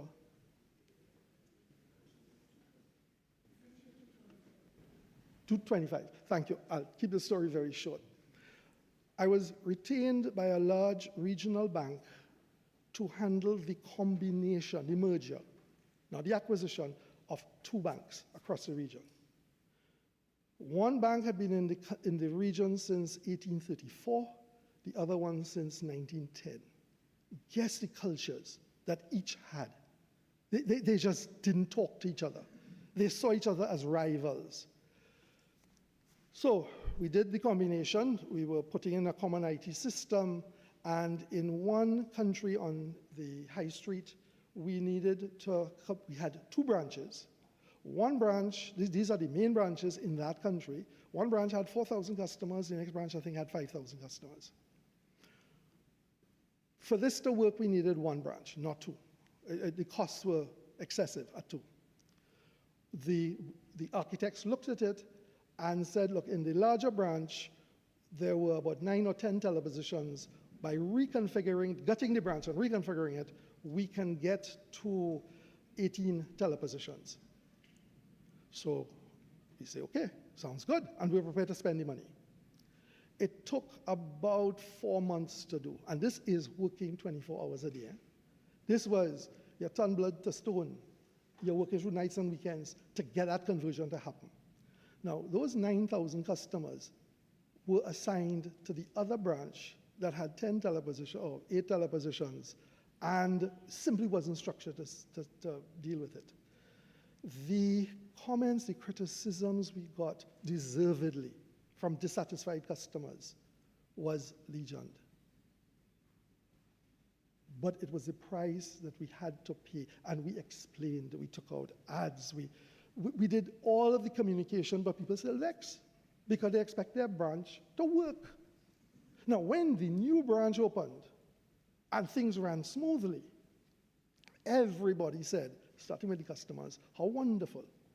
So when I hear about words like starving an organization and stifling it, I don't know if that happened or didn't happen. I can't speak to that. What I do know in change management programs, it is like renovating a house.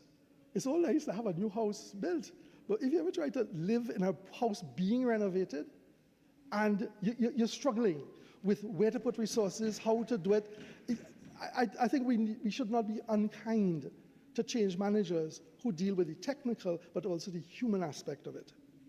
So in conclusion, there are significant implications of not getting our tax collections right. We'll soon be discussing a mid-year review of the budget, and behind that is how confident can this Parliament be that the tax system will generate the funding needed. One must wonder, is the TTRA beyond redemption? Is stripping away tax administration systems to its fundamentals? What can be kept? Anything at all? Perhaps not. I don't know. There are others who are far more technically competent than me. But I'm very cautious with throwing the baby out of the bathwater. And this is something that has been shaped over many years. Is a blended approach possible? Can anything be salvaged? How do we get, ultimately, the tax systems to work better?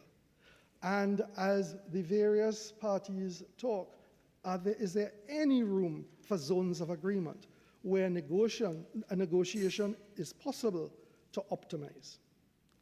It's not the task of this Parliament to construct a tax system. It falls to us to vote on and choose between the two options given.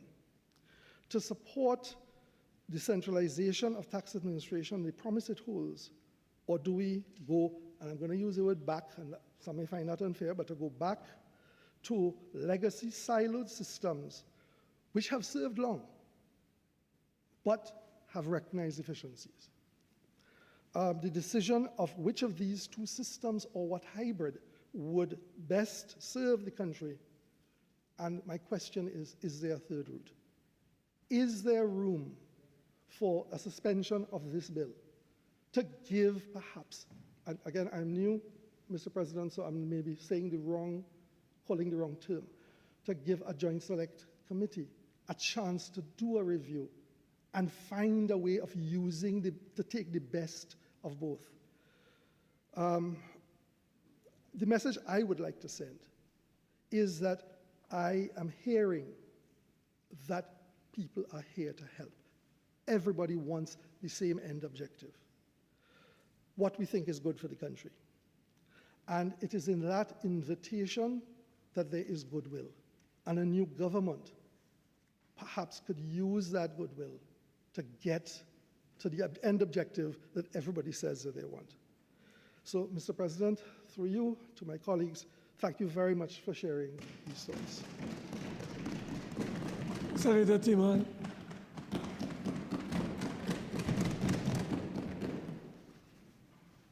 Mr. President, I thank you for the opportunity to contribute on the matter before the Senate.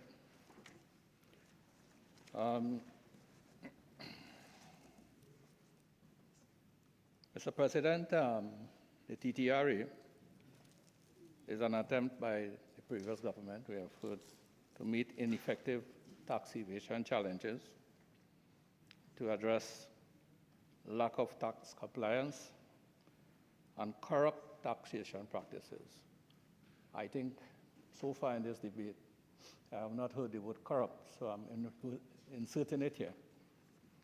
Corrupt taxation practices in the current tax administration system that falls under the purview of the Board of Inland Revenue and Customs and Excise Division. I think with the emphasis we are hearing about the BIR, but we need to bear in mind also, that we should not forget the Customs and Excise Division. Now, the previous Minister of Finance,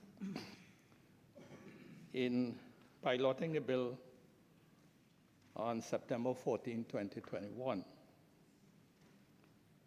had reported to this Senate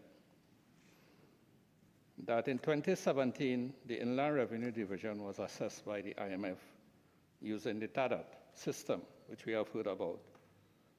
And he said that the tool allowed us to obtain an independent assessment which utilized a scientific approach on the performance of the current tax administration system. Then he went on to talk about, I think also Senator Dhanpaul would have indicated about, with that 28 high-level indicators of TADAT, and Trinidad and Tobago received 2 A ratings, 1 B rating, 7 C ratings, and 18 D ratings. And I might state that the A rating is the highest of the A, B, C, and D. And the report also indicated a number of strengths to build on the several weaknesses, which were identified as 13. And I think Senator Dhanpaul did outline some of those weaknesses, so I won't repeat. But they were in key priority areas, and the thinking was that if improved, can it achieve maximum impact on revenues and allow the opportunity to identify solutions for prioritized areas. Implementation of the agreed solutions, this is what the then Minister of Finance had reported, was ongoing, he said, but continues to be humbugged and constrained by lack of human resources, which is a matter for the independently constituted Public Service Commission, which we are all aware of. And there were actually hundreds of vacancies in the divisions, both Customs and Excise and Board of Inland Revenue, caused by the inaction of the Public Service Commission, according to him. Now, he also reported that in 2019, the IMF had conducted a VAT gap study, and the results indicated that there was a VAT gap of around 5% of GDP, which has 2 components, a compliance gap and a policy gap. And the policy gap would flow from decisions of successive governments with respect to exemptions, 0 rating, tax waivers, etc. And the compliance gap was a problem because there was control over the policy gap. And whereas we can adjust policy with respect to tax waivers, zero ratings, etc., but in terms of compliance, the difference between the potential value-added tax to be collected, the VAT that could have been collected if all taxpayers complied, and the net VAT accrued appeared to be well above average for an emerging market economy such as the one in Trinidad and Tobago. In fact, the estimate of the compliance gap is somewhere between 2 to 3%, which is in the order of 3 to 5 billion. So what the experts determined that the compliance gap in Trinidad and Tobago, just on VAT alone, could be as much as 5 billion per annum. And I think during the course of the debate thus far, when we add that to the other hemorrhaging, the tax leakage that is taking place, it could be as much as one of the figures called 10 billion per annum. Now, roughly this was the rationale presented by the previous government for the establishment of the semi-autonomous TTRA. But the question still remains.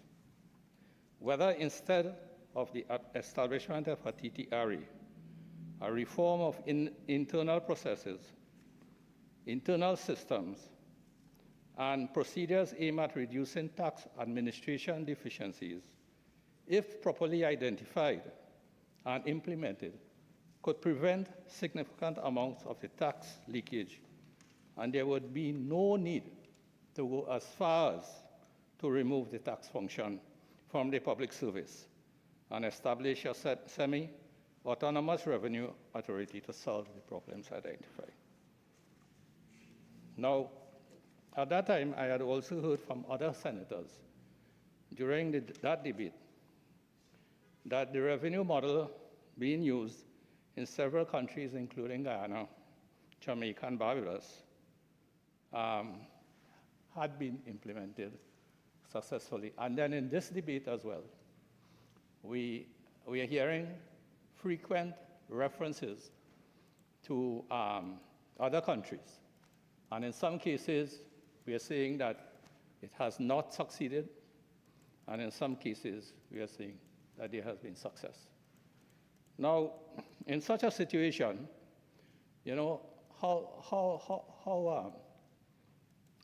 beneficial it is if we use this, you know, as a fulcrum for debate in terms of trying to arrive at enlightenment so that it can inform us to make a decision here today. Because I still believe that the jury is out on this matter. I'm really no champion of the one-size-fits-all approach to our country's problems, particularly in the case of complex policy implementation. Another country trying a model does not guarantee that you uproot that model and apply it to your own country. Now, I'm saying that because, yes, of course, we are not just transferring for black and white a model from other countries to Trinidad and Tobago, the TTRA. There would be some differences, it is known. But the principle in terms of the transfer, I mean, there are many challenges with it. And in terms of our local conditions that are unique to Trinidad and Tobago, unique to our culture, how we go about our business, the problems that we are facing need not be similar, although there will be some commonalities. I'm not debating that. But there may be enough unique differences that may cause us to think that we need to be careful about, you know, transferring models that are being used throughout the world. You know, we have in Trinidad a distinct ability to make the news for the wrong reasons, and we stand out a lot sometimes with our unique characteristics. Now, against that backdrop, I just thought I'll mention briefly in terms of what transpired during that debate in when the bill was presented previously. So I've been listening carefully as to the contributions, particularly from the side of the government, as to determine whether without a TTRE, how the government would address the modernization and enhance the effectiveness, integrity, and efficiency of revenue administration within the existing public sector structures. Now, unfortunately, in the presentations thus far, I still think there's a lot that could be answered, or a lot that could be preferred by the government. And probably in the contributions to come, more would be offered. Because the Honorable Minister of Planning, Economic Affairs and Development, in piloting the bill, would have focused on the question of the morale of the public servants. And I think he would have mentioned one other factor, upgrading a certain piece of software. But beyond that, I didn't really grasp anything much more being preferred by the government at this time. And then the Honorable Minister of Labor, a lot of focus was placed on labor, not surprisingly. And, but when he mentioned, all good points regarding labor and the need to treat workers right, ensure the rights of workers and all those things. I fully subscribe to all those things. But then when he went on to say that the government has the mandate of the majority, which is true, but it's a question of whether that mandate should be an open door for the direction that we take in this Senate or in this Parliament. Because then, in such a situation, why are we here? What is the purpose of this Parliament? What is the oversight function of the Parliament? And the need to have checks and balances to ensure that good governance and accountability and transparency prevails. Now, I'm sure the Honorable Minister of Labor would not have probably intended it in that way.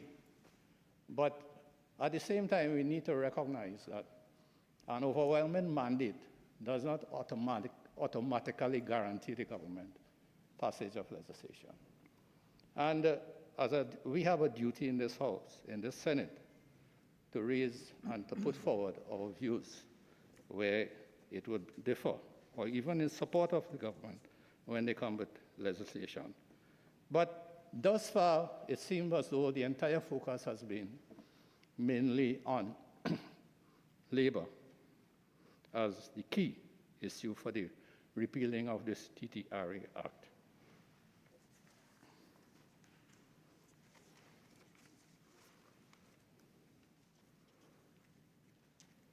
Now, at certain times during the debate as well, I had to wonder if the deficiencies identified for the Board of Inland Revenue and the Customs and Excise Division were actually accepted by the present government.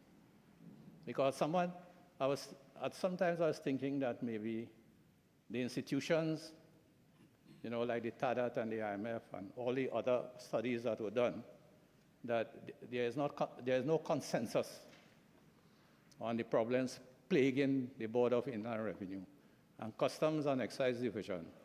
And it is simply a matter, if we treat workers right and we upgrade some software, then the problem is solved. I wish it would be as simple as that. I really wish it would be as simple as that. Because Some senators have mentioned it, but I would just like to probably put it in my perspective in terms of some of the major deficiencies regarding the Board of Inland Revenue and Customs and Excise Division, not only based on that report, but other assessments concerning done by other parties. And just for the record, in terms of the Board of Inland Revenue, unreliable taxpayer registration database leading to inefficient taxpayer management. Significant delays in accounting and processing accounting transactions, refund verification, and VAT payments. Ineffective audit mechanisms, largely due to missing audit oversight, lack of segregation of duties, and poor reconciliation processes. Weak compliance risk management through poor methodologies for compliance risk, hindering ability to identify and act upon evasion or abuse. Additional weaknesses include insufficient audit staffing, underdeveloped codes of conduct, and fragmented exemption tracking systems. Then corruption and integrity findings. Diagnostics point to systemic corruption. Current processes enable bribe solicitation, classification abuses with minimal accountability. And there's a culture lacking integrity, stable leadership, and performance-based promotions. Tax exemptions and concessions were poorly recorded and overseen, opening up further abuse and lack of transparency between the Internal Revenue Division and the Ministry of Finance. And I cannot but note the tremendous negative impact that have had on the ease of doing business in Trinidad and Tobago. The Customs and Excise Division, complexity and inefficient procedures. Tax and excise systems are still overly complex, cumbersome, and inadequately backed by enforcement or audit mechanisms. Continued issues include inconsistent valuation. I think we're familiar with that one. Cumbersome clearance procedures and lack of full digitization of data entry, leading to these delays and loss of revenue.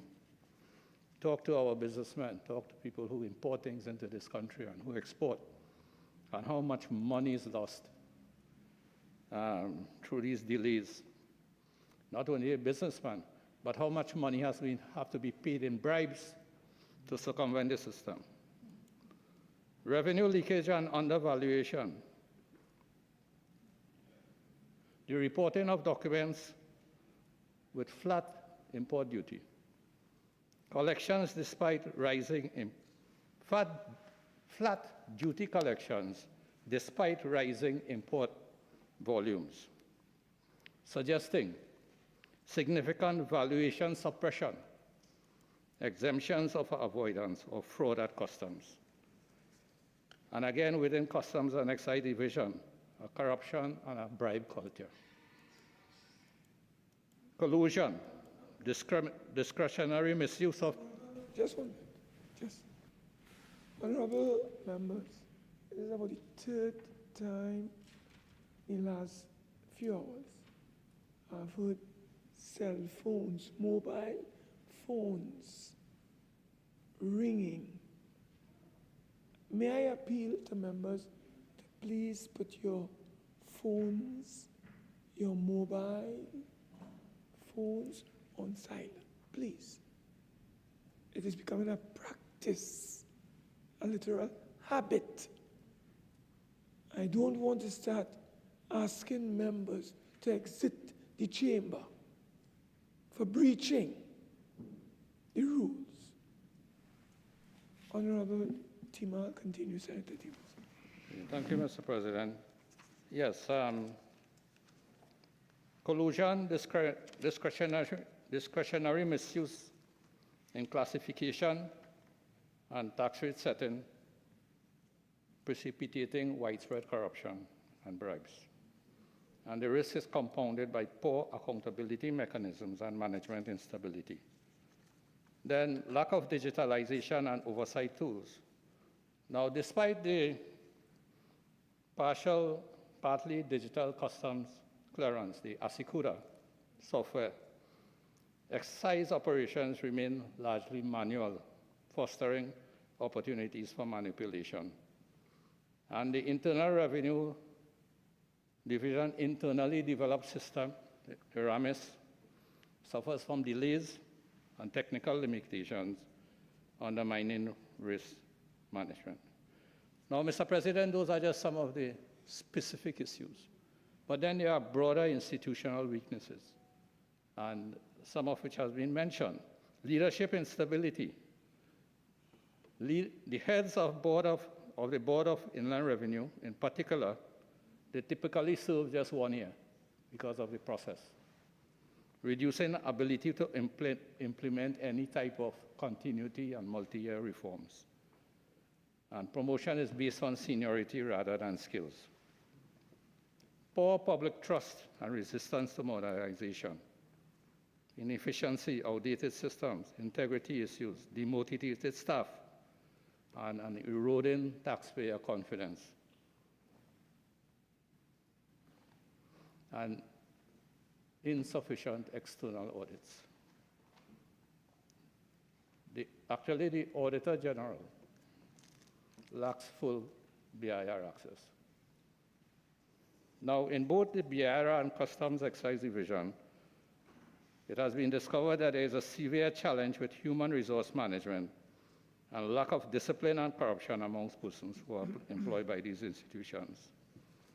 And these problems have been festering, not just with the previous regime, they have been festering for decades. They have been festering for decades.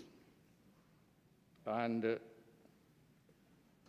these issues need to be addressed, which is why I mentioned in the contributions thus far, I have not seen the spread. If we are repealing the TTRE, I'm not seeing the spread that really sees, well, first, to acknowledge the extent of the problem that we are dealing with, and to have consensus on that. And then, secondly, to say, well, at least this is how we intend to tackle it. Not in the details, as Senator Lewis mentioned, but at least to provide an initial macro framework to say, well, yes, we are going to address these. Because we are dealing with certain key issues, one of which is the Public Service Commission.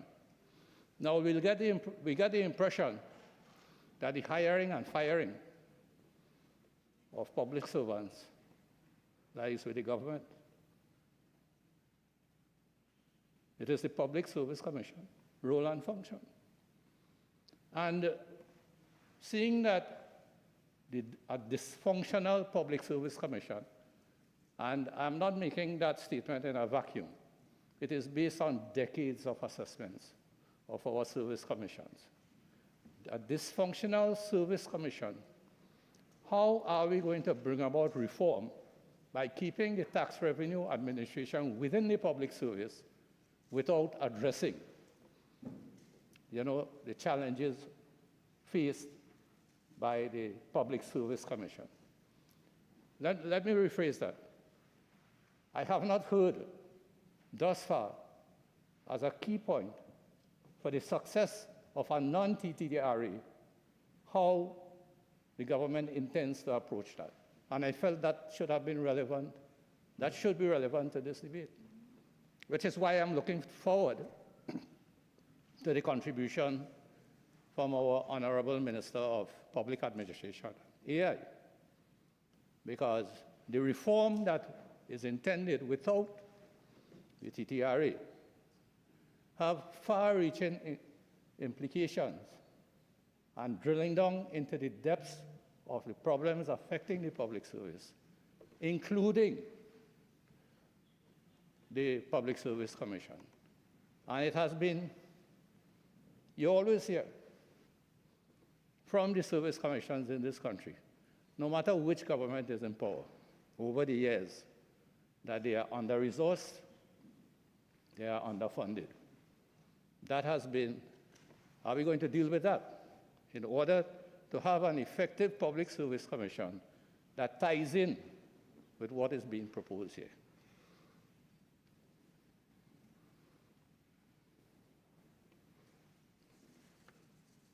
Mr. President, I voted against this bill when it was presented in 2021. In fact, I was one of the 7 persons who voted against the bill. Because I felt at that time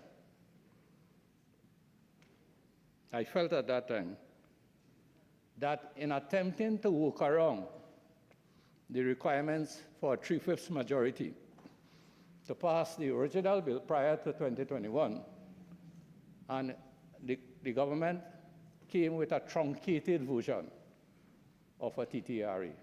In fact, they came with what I refer to as a hybrid model of a TTRE, which to me offered fragmented reform. And I was of the opinion at that time that maybe we were jumping from the frying pan into the fire with that hybrid model, because the reform would have been fragmented. Because at that time, one of my main concerns that we would have had primary legislative responsibility for the enforcement of revenue laws. I wasn't sure, based on the bill, would it have been the Director General in accordance with that act, or the Deputy Director General of Enforcement? Because the Deputy General Director of Enforcement was being left under the Public Service Commission, was being kept within the public service. And the Director General was coming under the TTRE, under the guidance and direction of the Minister. So at that time, to me, it was making a difficult job even more difficult, and without any guarantees or limiting the opportunities for success. Now,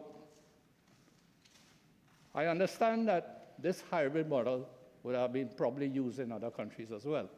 But then I go back to what I said earlier about adaptation to Trinidad and our unique circumstances, which includes the relationships between the trade unions, between government, the functioning of our Public Service Commission, and all those factors, if we take it into consideration, does not necessarily mean the success in another country would happen here. For in clause 14.5c of the act that we are looking to repeal, it states that the Deputy Director General enforcement is subject to the general directions of the board. As communicated by the Director General. And clause 14.5d states that the Deputy Director General enforcement is subject to the general policy directions of the Minister, which is communicated to him via the Director General. Now, at that time, my thought was, won't this create a management conundrum where directions are issued by one party to another, but the party in question is accountable to another entity? In this case, the Public Service Commission. And whether or not this would have created the same administrative and management nightmare that stifled the effective functioning of the public service. And the question was whether measures, if the Deputy Director General Enforcement refuses to follow the directions of the board, because remember, he is under the Public Service Commission, he's under no obligation to follow the instructions of the board. And if he refuses to follow the directions of the board, and then you have to go through a whole lengthy, tedious process to remove or transfer or discipline the Deputy General Director of Enforcement through the Public Service Commission, well, then we know where that's going. Nowhere. And then we are back into the same situation that we are trying to avoid by forming the authority. So, Mr. President, that was the basis, really, for my voting against the bill in 2021. So here, I'm still in a dilemma. Because, yes, we are seeking to repeal the bill, and one would think automatically I would support this piece of legislation, automatically. But then, based on what I've said before, I am still in a dilemma, I think, because, as I said, from the contributions of the government thus far, it seems as though it's a labor problem, and it's upgrading software.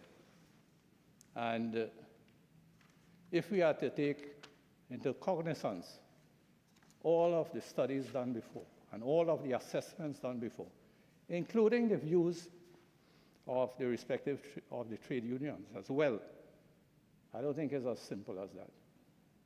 And I would have really liked to hear, and the debate is not finished, I'm sure I would probably hear that at least a proposal for a macro framework, not much detail, or at least a roadmap in which at least three things are looked at.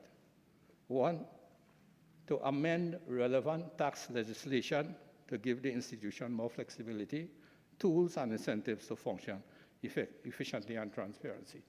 I have not heard anything about proposed changes to the Income Tax Act or proposed changes to related laws that is going to help us without a TTRA. Seek to develop a strategic framework aimed at improving compliance, transparency, and fairness in the tax system, designed and implemented with multi-stakeholder input. And then the third one, modernize the tax administration system using cutting-edge digital tools and AI-assisted methods. And I cannot overemphasize AI-assisted methods, because through the use of AI, we have seen it recently in the US with their Doge, and a couple of guys with AI were able to identify abuses and excesses and all forms of twisting and corruption. And the utilization of AI in terms of tax compliance, particularly in terms of tax compliance, and being set up with modern digitization tools to tighten up on that and eliminate or reducing, I should not say eliminating, because we can't do it 100%, but reducing dependency on manual processes and increasing accuracy and audit capability. Mr. President, I thank you. Thank you. Senator de la Bastide, SC.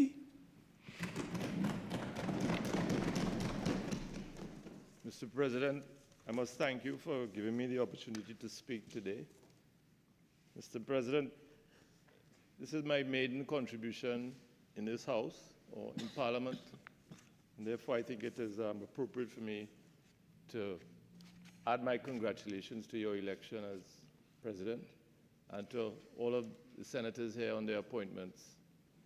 I'd also like to thank Her Excellency the President Christine Kangaloo, ORTT, in placing her trust in me by appointing me as independent senator. Mr. President, before I begin my contribution, I should declare that I was one of the junior counsel in the Teresa Dore against the Attorney General of Trinidad and Tobago matter, which considered, that is in the High Court, the Court of Appeal, and in the Privy Council, which considered the constitutionality of the TTRA Act. We were focused on the constitutionality of the Act, primarily, well, entirely, but in putting forward the case for the Attorney General, we did put forward evidence that dealt with the merits of the Act and the purposes. So that's my full disclosure.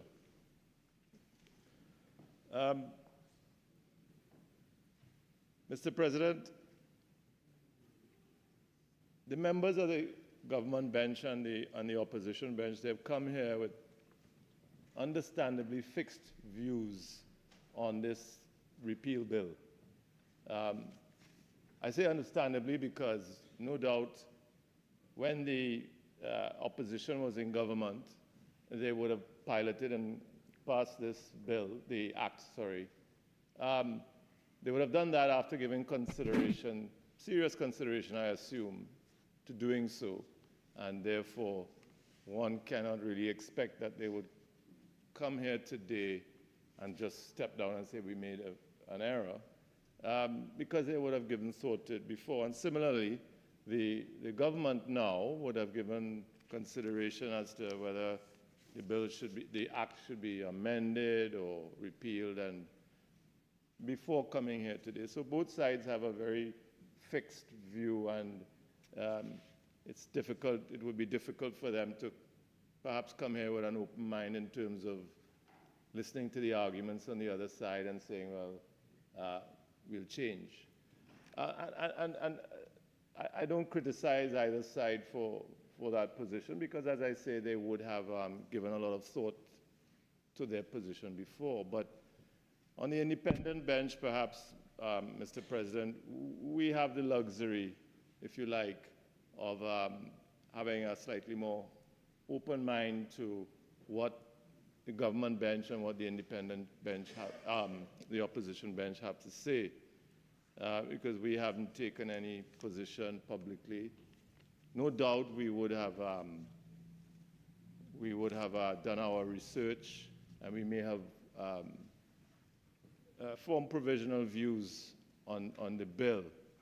And some might say, by involvement in the Teresa Dore matter, that may have given me some sort of prior view of the matter. But I tried to come here today, and this will be my approach in the future, with a mind that is informed by my research, but a mind that is open to hearing what the government bench has to say and what the independent bench has to say. Many of these matters, I would not have the expertise. I would have done my research, but I'm sure the government bench and the opposition bench would have a lot of useful things to say. So like Senator Teemal, although I have a view on the bill now, and I've heard what has been said, the contributions, I'm still open to receiving points from both sides.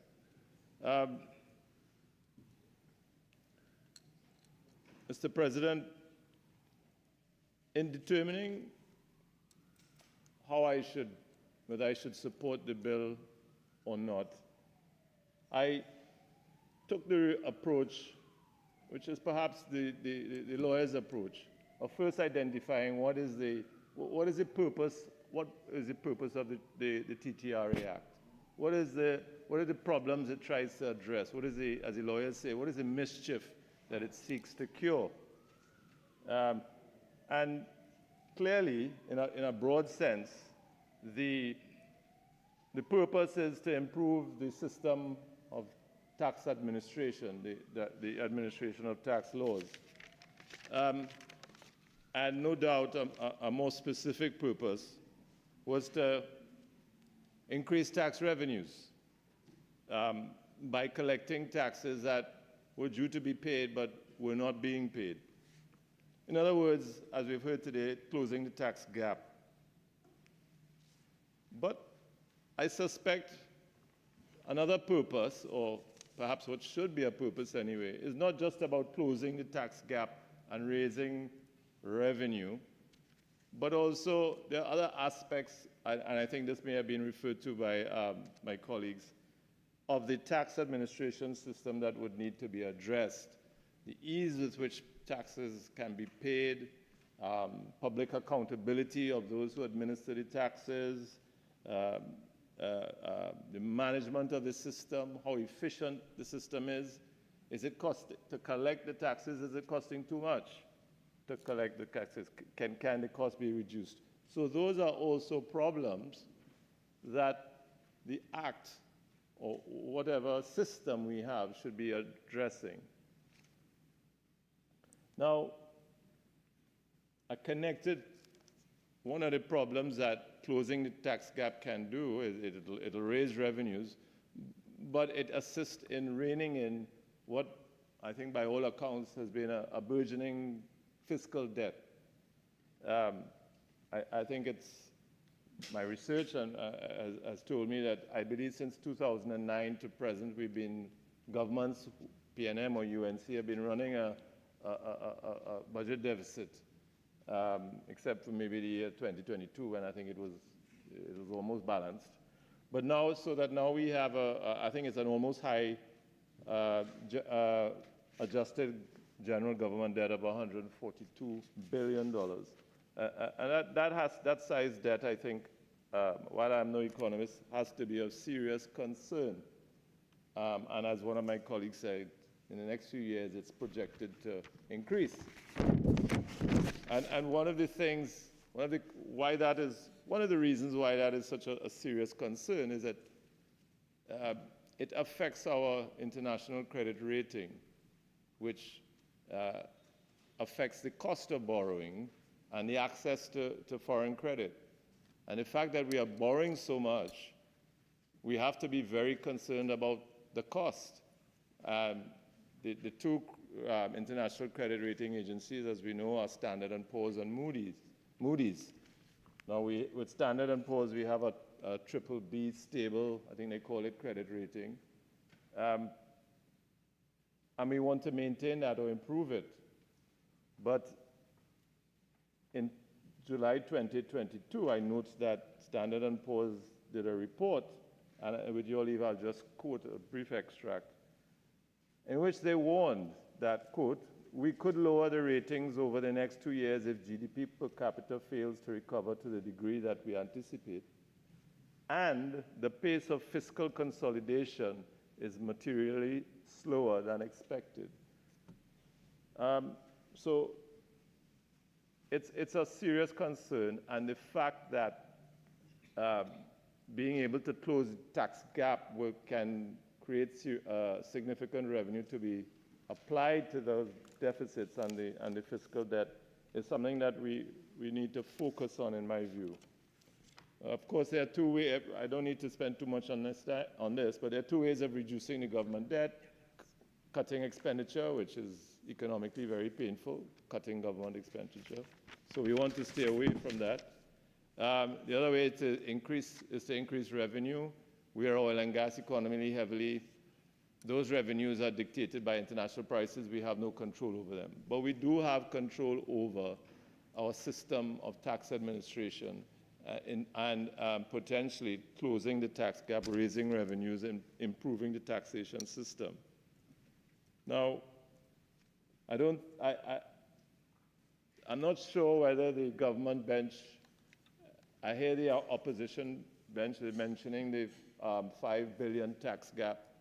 I believe as my friend, I believe that as it was stated, there was a study done by the IMF in 2019. They undertook an exercise to measure the VAT tax gap.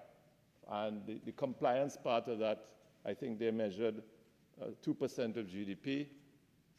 But I think by all accounts, there is a potentially substantial amount of money to be collected that we're not doing right now.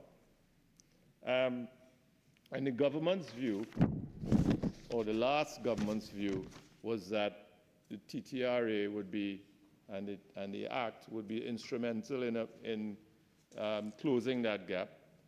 And I believe that, well, the government of today, they seem to think that the system that is here now can be improved to do that. And so as Senator, doing my research, I went to look at what the experts say, at what the experts that the various governments over the last 20 years would have said. What is their view? What did they advise the government to do? Senator Dhanpaul has mentioned a few of them already.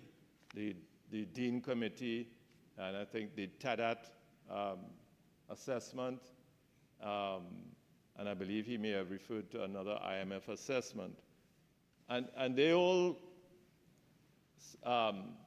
identify that the BI, the Board of Inland Revenue, the Inland Revenue Division, sorry, and the Customs and Excise Division, it has serious problems, and he has listed them out.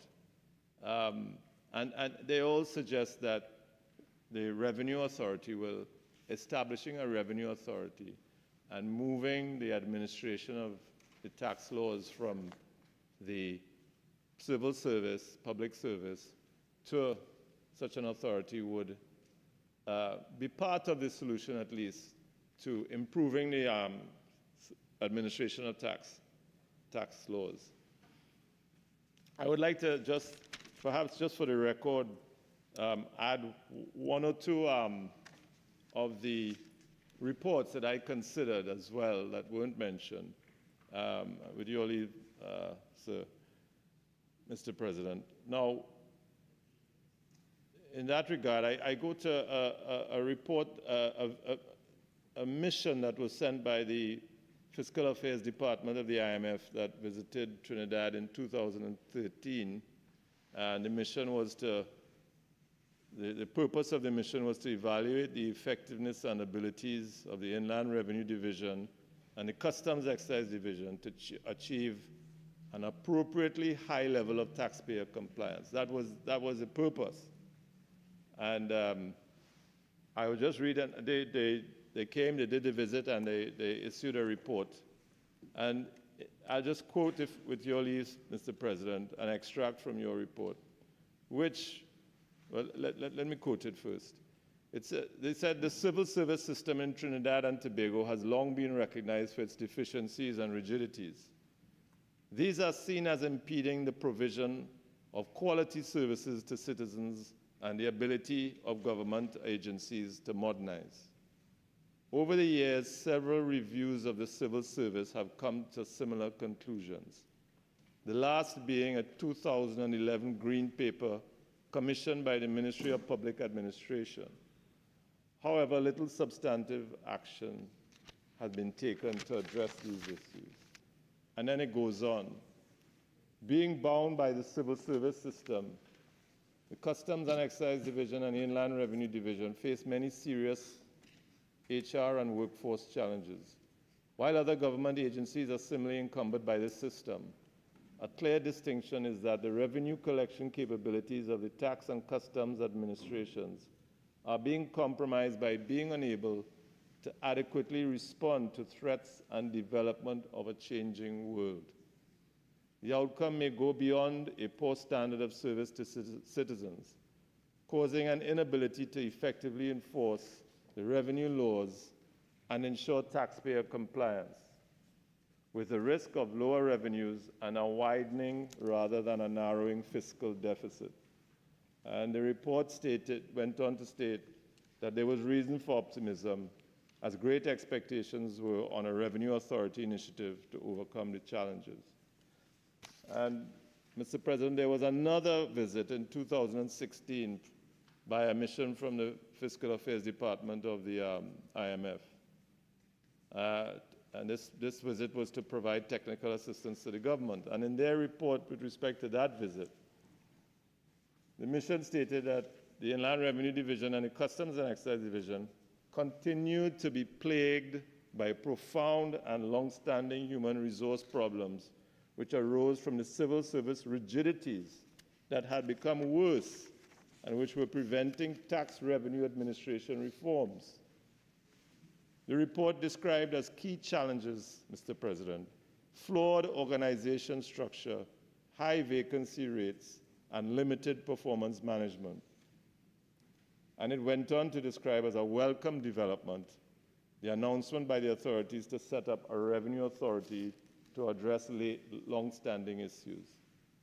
And then most recently, Mr. President, in 2019, the same Fiscal Affairs Department of the IMF sent another mission, this time to Trinidad, to identify priority areas in which to improve tax administration. And they did another report, and in that report, they stated that an effective tax administration was pivotal to achieving sustainable social and economic development. That reform activity had commenced to address some of the Inland Revenue Division deficiencies, but that an immediate targeted response is required to lay the foundation for more comprehensive reforms under a revenue authority. So, Mr. President, these were the reports, as well as the reports that Senator Dhanpaul and Senator Teemal have. These are the reports that I was confronted with. And all of them indicate that the problem with the Board of Inland Revenue, sorry, I keep saying that, the Inland Revenue Division and the Customs and Excise Division is a systemic problem. The problem of being under-resourced in terms of money or lack of particular government action or government deliberately depriving these bodies of resources, that didn't come up in the reports. What they were saying is that the system, the public service system, is the problem, and it needs to be changed. And these are experts that studied our country, our circumstances. It wasn't a one solution fits all approach, but they came down in favor of taking the administration of the tax laws out of the public service and putting it into basically a semi-autonomous revenue authority. Now, I've listened to the contributions so far from the government bench and the contributors from the government, and I've heard that the problem really is the last government underfunded, starved the Inland Revenue Division and the Customs and Excise Division of resources, and they did so deliberately. I don't know if that is so or not. But what I do know is these experts that from 2002 to 2019, they are not saying that's the problem. And they are not saying that the problem started in 2015 or 2020 when a certain administration was in power. They are saying the problem started as far back as 2002 and probably before that. So perhaps, I don't know, I'm not saying it's so, but the last government, maybe assuming they did deprive the Board of Inland Revenue, those two divisions of funds, throwing money at these problems is not going to fix, according to these reports, is not going to fix the problem. It's a matter of changing the system. What I haven't seen is any reports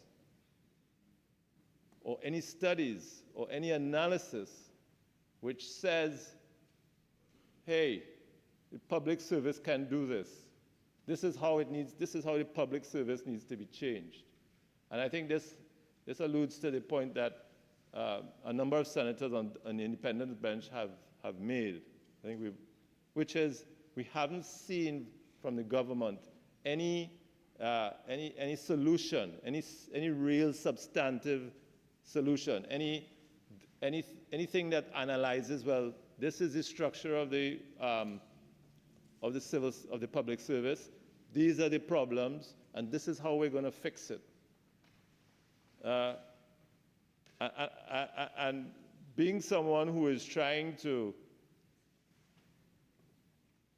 keep an open and independent mind, I don't see how I can vote in favor of keeping the system where it is, with keeping the administration of the tax laws with the Inland Revenue and the Customs Excise Division in the public service, as opposed to the Revenue Authority, when there is nothing there to support it. No serious case has been made.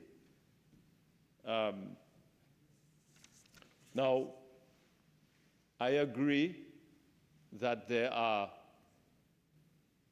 that the Act needs to be improved, because the Act attempts to take what they call the enforcement function of the TTRA and keep it within the public service.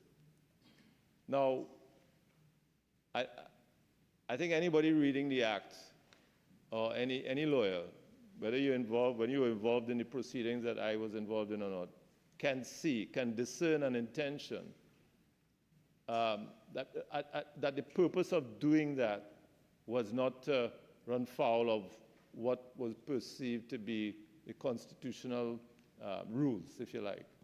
They didn't want the Act to be held to be unconstitutional, and they felt if they were to keep the put the enforcement provisions, which are coercive powers, in the hands of a body that is not within the public service, then that may run foul of constitutional principles.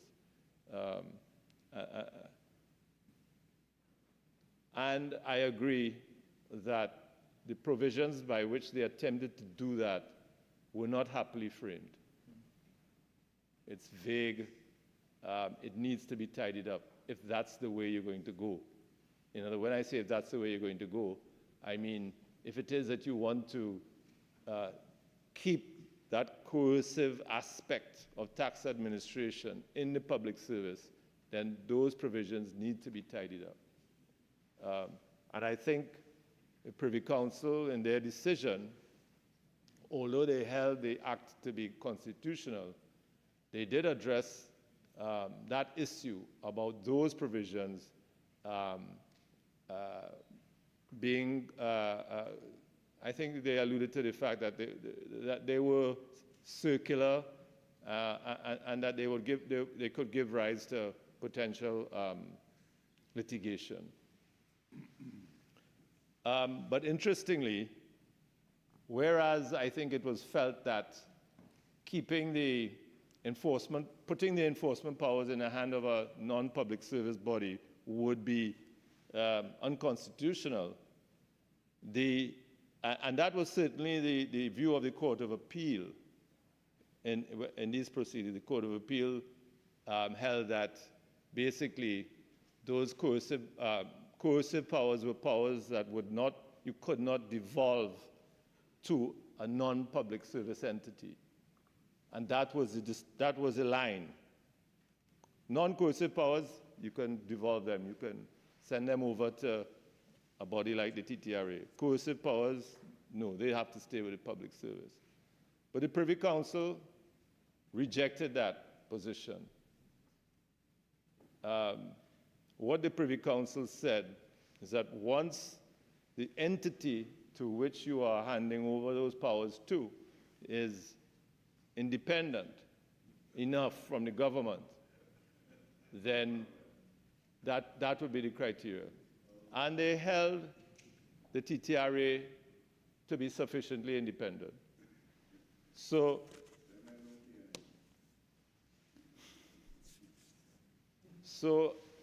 I just say that. So I'm not saying that to the extent that the government make the point that, that those provisions were not happily framed and they're vague, but those are things that can be amended and tidied up. A lot of the points I was going to make, Mr. President, have been covered by those who have gone before me. And that's always one, when you contribute later, I suppose that's something you have to expect.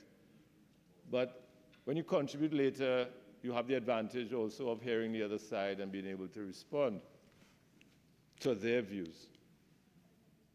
Now, and while I'm at it, the Minister of Labor, he made a point about how the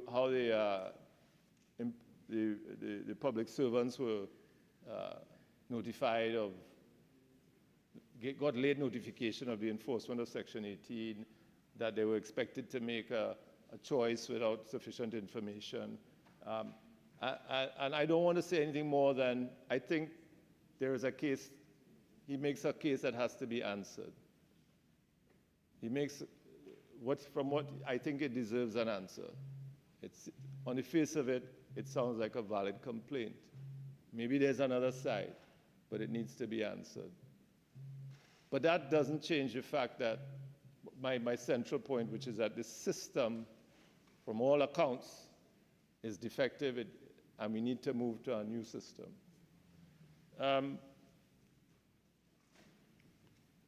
Another argument I heard from the government was that, well, we won the election, and the voice of the people is the voice of God. And therefore,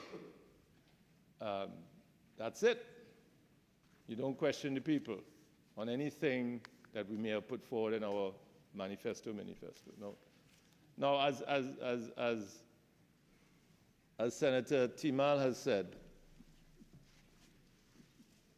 that can't be so. Otherwise, what are we doing here? And I don't know where, I must have an origin. I don't know who came up with the saying that the voice of people is the voice of God. I strongly disagree with that.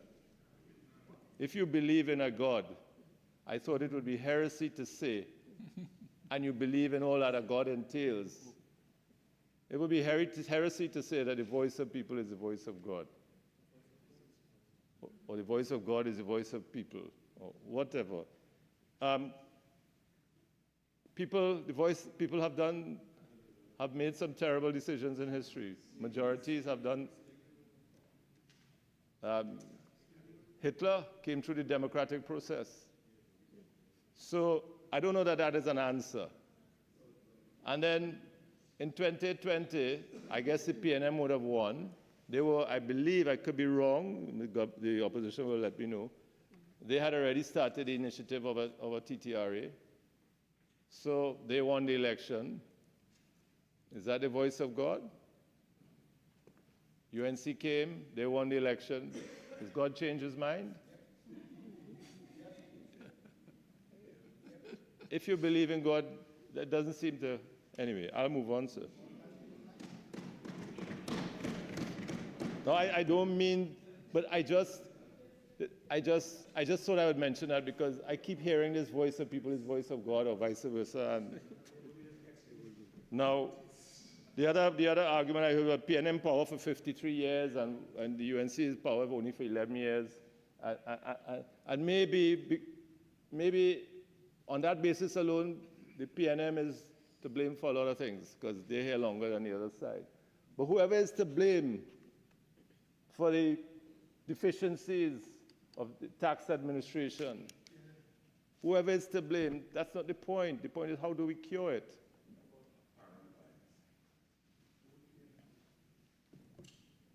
And if the government put forward a plan, if I'm going over, you will, I'm new to this.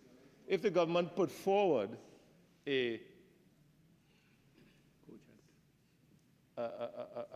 amendments, reforms to the public service, then credible reforms, then that would be probably the better way to go than have all this legislation and a new system and that disruption.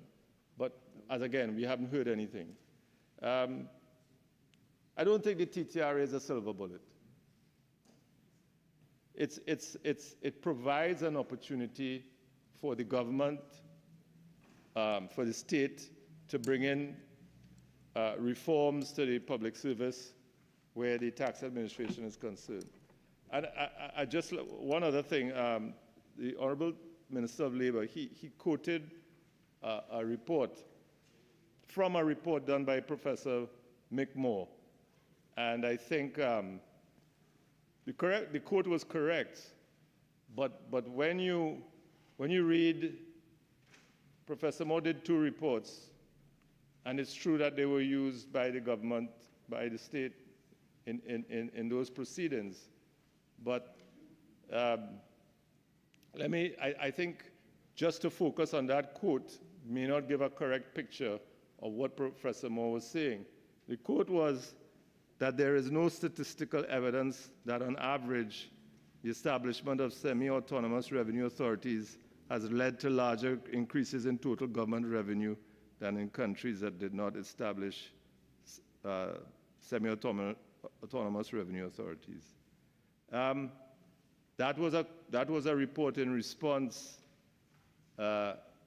Professor Moore had done an earlier report.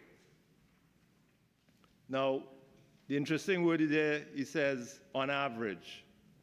And when you read his previous report, what he says is, and I'll go to it with your leave, Mr. President.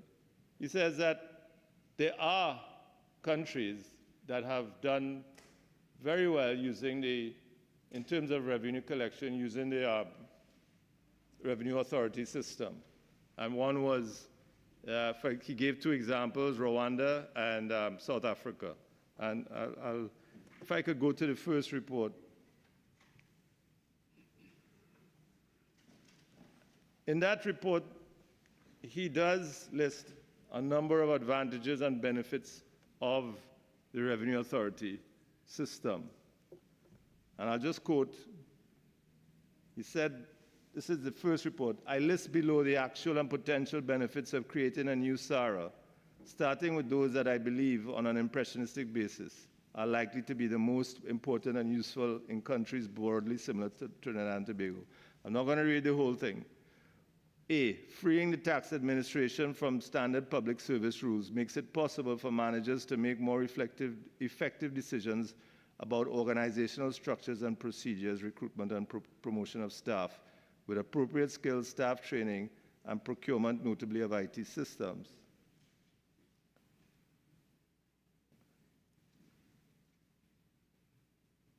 B, the degree of actual accountability of tax administration to its main stakeholders is likely to increase.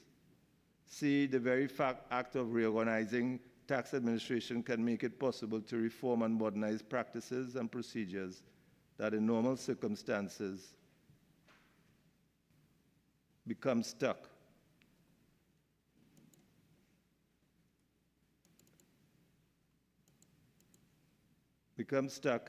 In the past.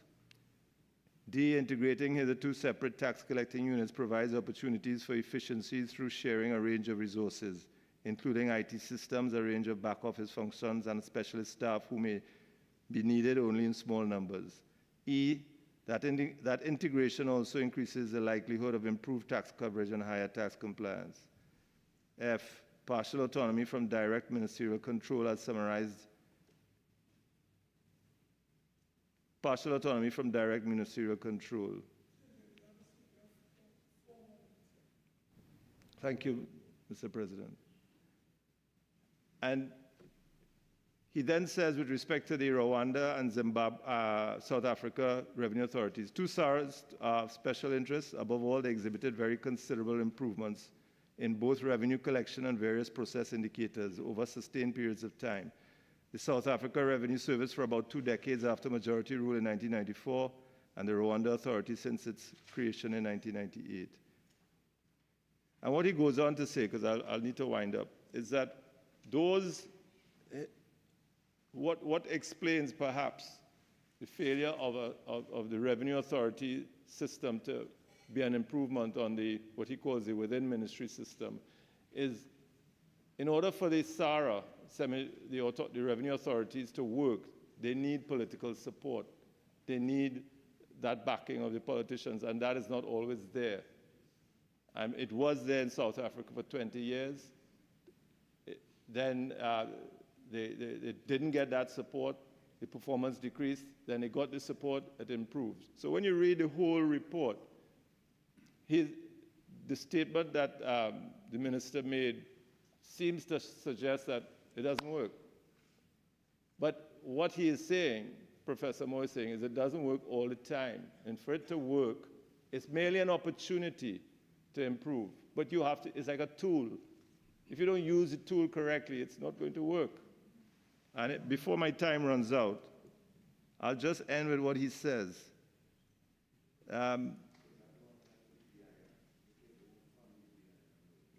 The policy conclusions of this report for a country like Trinidad and Tobago are: the weight of evidence suggests that SARA is on average superior to the existing tax administration arrangements on a range of criteria.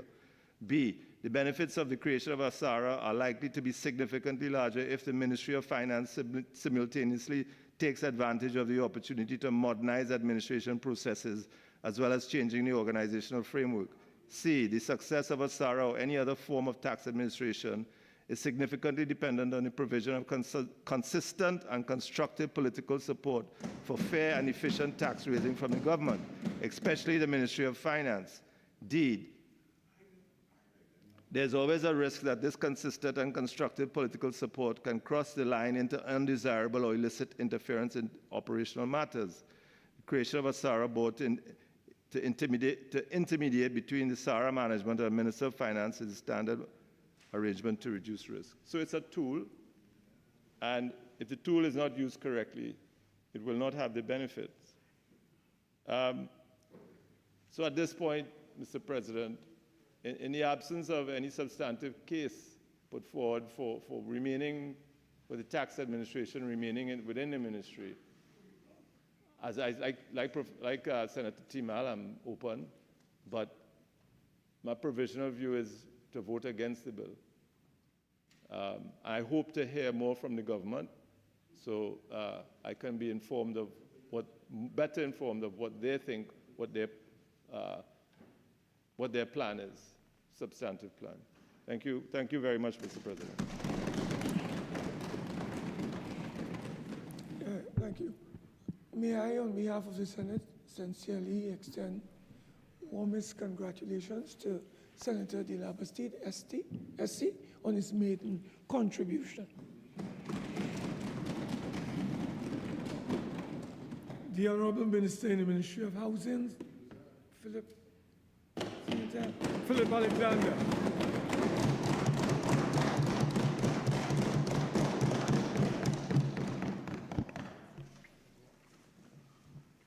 Mr. President,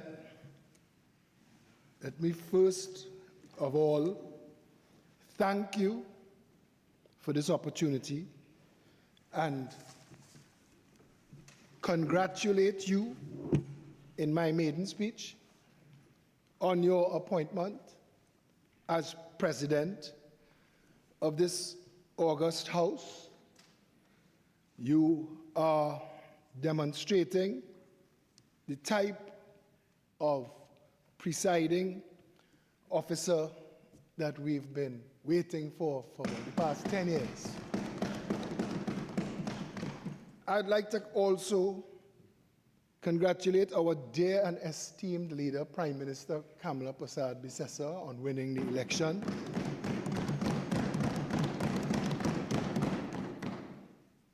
To the hundreds of thousands of people watching, she is responsible for this and for me being here, and I thank her for that. Mr. President, I want to get rid of some of the stuff that was just said before I say what I came to say. Senator de la Bastide said he heard no plan to reform the BIR and that he might be inclined to support it if he did. But this bill is to repeal the TTRA. We have not yet gotten to that part yet, but we want this dealt with as the obstacle, because the same Dean report, the 13 items that created this mischief, all of them, if they were addressed with the same effort, Mr. President, that has been put into trying to create a revenue authority since 2002, if that same amount of effort was put into deficient human resource management processes, inadequate management capability, accountability, and training, inadequate staff development and oversight mechanisms. These are not big problems. Weak budgetary controls and accountability structures, non-competitive compensation packages. Again, these are simple things to fix. High incidence of corruption. I don't see how a TTRA changes that in a country that has a culture of corruption, and why, if it could be addressed in a new body, it couldn't just have been addressed in the one that already had safeguards in place.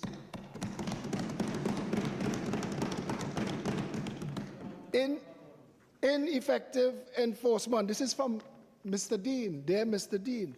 Ineffective enforcement and investigation systems. That's not a difficult thing to fix. It's a system. We're creating a whole new authority when all we had to do was fix a system. Poor coordination between tax departments. Phones, paper and pen. What are we talking about?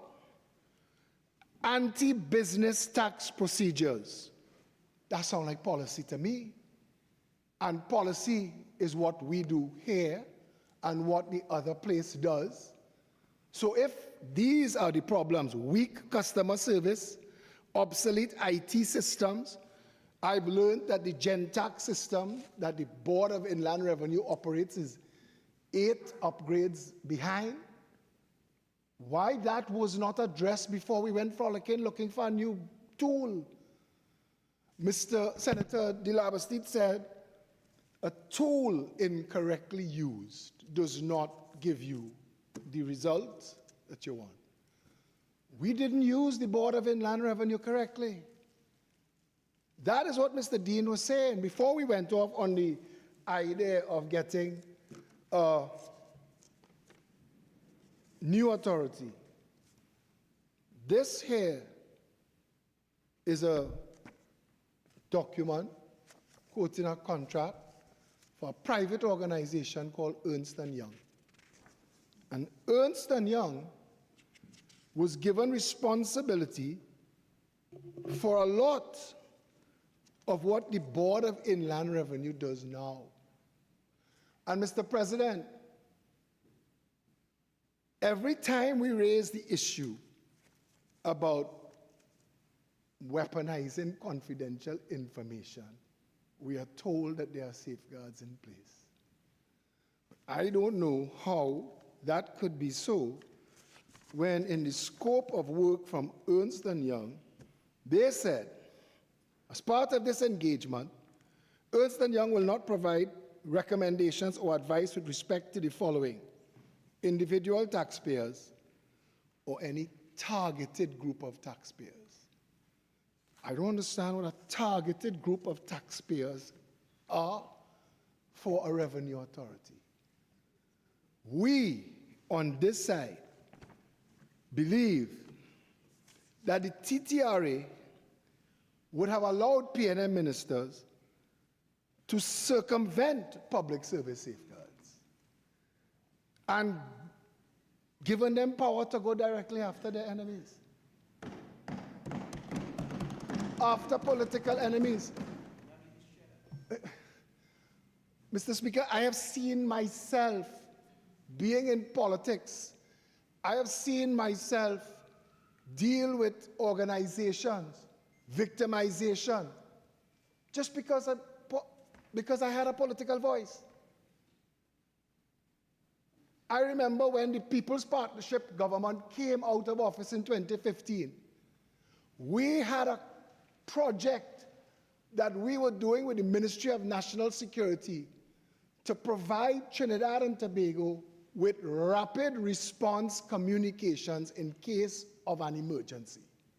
It was new technology then.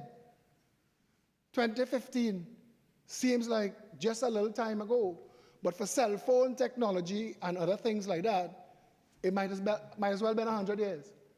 And we were working on this with the telecommunication providers, because at that time there was a lot of mischief with rumors and people would run out of Port of Spain because they heard this one taking over and that one taking over. And there was no way to communicate. And we had put that in place, and it was ready to launch when governments changed. And I remember a then Minister of Communications, a fellow by the name of Maxi Coffey, who was my editor in the TNT Mirror. He knew how independent I was. And he knew me. But he told me that that project could not go forward because I ran as an independent in Diego Martin West against who he referred to as the boss. So Trinidad lost out on that because it took years before anybody else came close to replicating what we had done then because of political victimization. Another time I was sitting in my office and a bunch of police officers came and they said to me, Mr. Alexander, don't be concerned. We're just doing this because we have been given a list of politically exposed persons who might have done business with a particular company. And that frightened me. Because the only business I ever did with that company was they made a donation to an election that we were fighting 10 years before, independent of everybody else. And those officers seemed to want to say to me, this is politics. And I'm thinking to myself, how does the Trinidad and Tobago Police Service get itself involved in politics? How do officers of the Trinidad and Tobago Police Service get weaponized against political enemies? How? That is Trinidad and Tobago.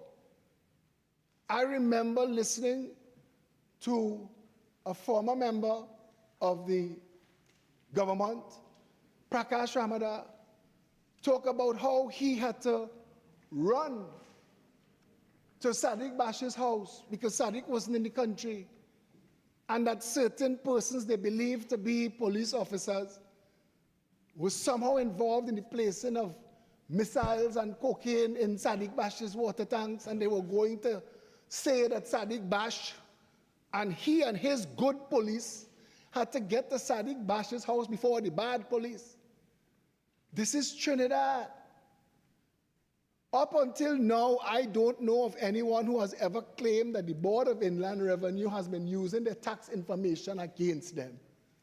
But I don't want to be living in a Trinidad where PNM could be controlling the tax authority of Trinidad and Tobago.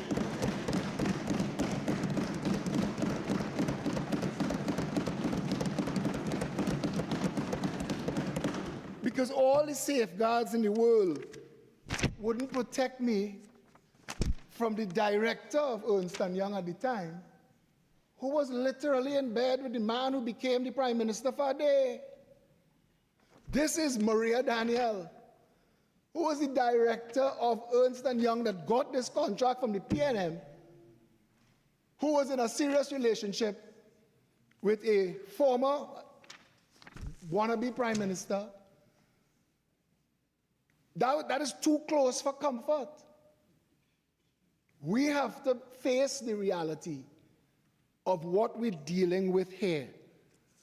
We faced a PNM that established a second tax on private residential properties without acknowledging that the stamp duty that Trinidadians pay is already a property tax. So they tried to tax us twice and force old people in the sun and the rain to line up and pay that property tax or get fined. That is using tax against the people. That was a government that took control of the allocation of foreign exchange. The incoming central bank governor says more foreign exchange transparency. That means there's no foreign exchange transparency now. And other people are benefiting from the lack of transparency because the government of the day wanted that.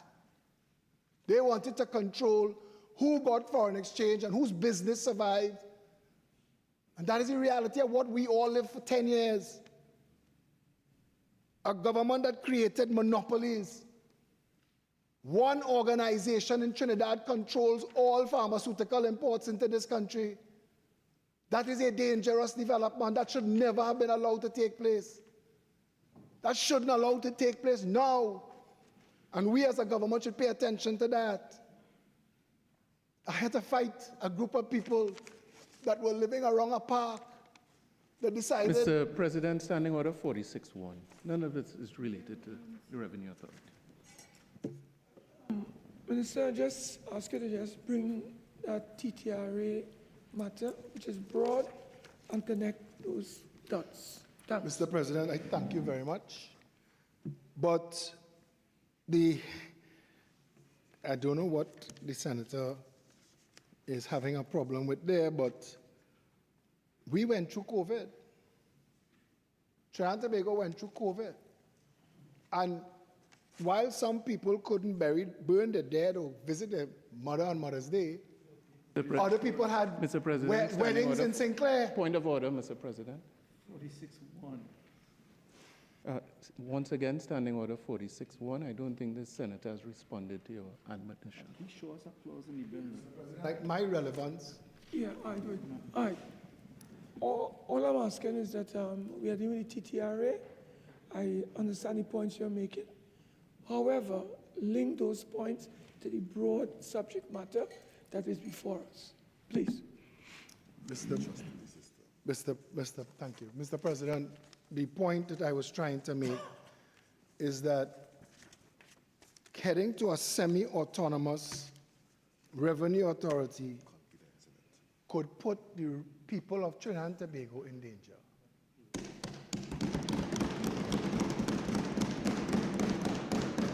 We have a report, we have a comment in the report from the same Professor Mick Moore that everybody's quoting, and he said, it is very hard to assess the actual influence of semi-autonomous revenue authority boards. It seems, I'm just reading it through you. It seems reasonable to assume that ministers almost always have the capacity to override them if they're committed to a particular outcome. That's weddings in Sinclair. But otherwise often find it convenient to give semi-autonomous revenue authority management responsibility for many complex technical and organizational issues. The early enthusiasts intended that semi-autonomous revenue authorities would not be funded by an annual legislative appropriation, but by a revenue source independent of government, ideally a fixed percentage of tax collections. This arrangement is not common and raises practical problems.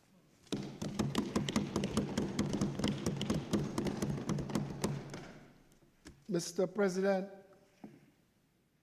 I also want to deal with when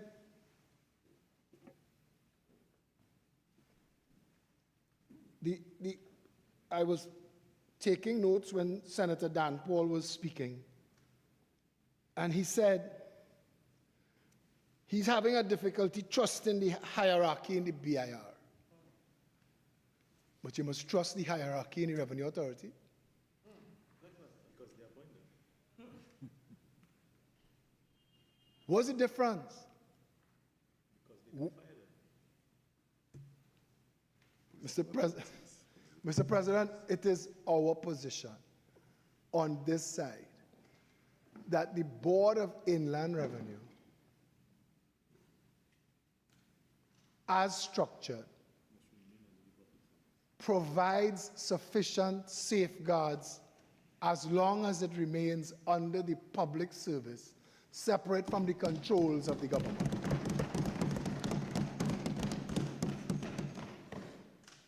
We've gone around in circles to have that conversation.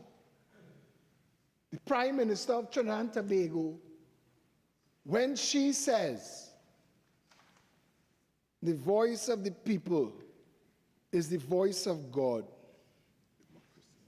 she is quoting that the power of a democracy rests with the people.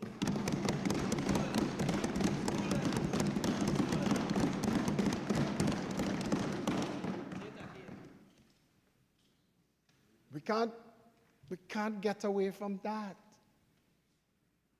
My colleague showed them that on both occasions that they forced this revenue authority on the people of Trinidad and Tobago, the people of Trinidad and Tobago fired them.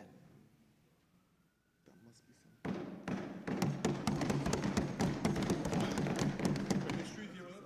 We are living up to the promises made on the campaign trail. After research and thought.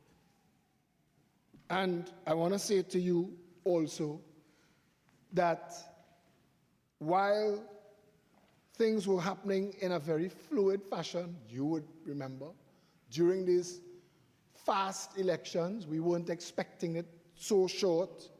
Decisions were made, we were managing communications, but I remember when the Prime Minister herself announced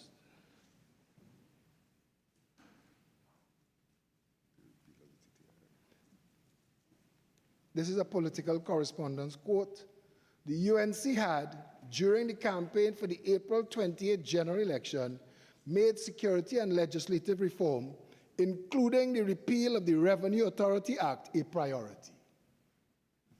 So we would all be able to quote that you might have taken a position today that you corrected tomorrow after investigation, more information, more people coming on board, and we're looking at it from the position of what does the public want?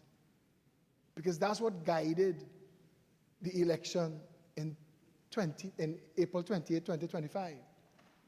That we were very focused on listening to the people. And the people have said repeatedly, they do not want government control of their revenue authority.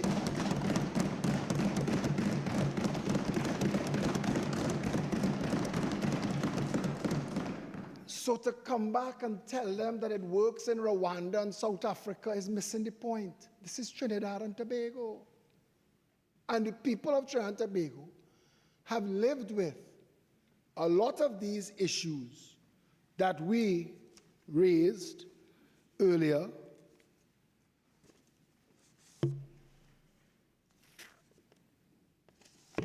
And we have this information. I'm sorry, for the mess is the first time for me, and I knew before they have to tell me.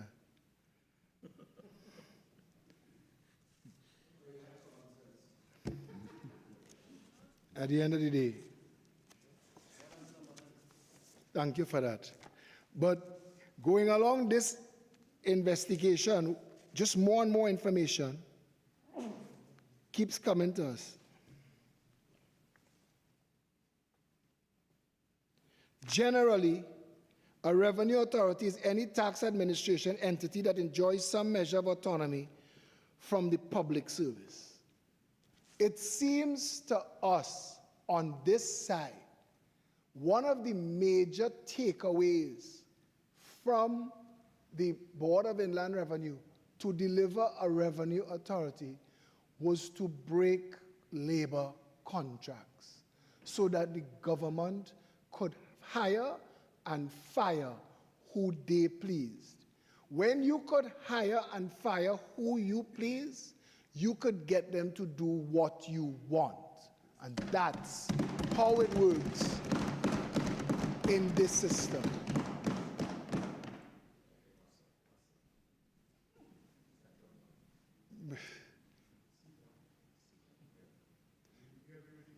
Mr. President, we have another bill coming up later that I'll answer that in because we have some information that I'm sure he doesn't know we have. But the reality that faces us, well, we have it.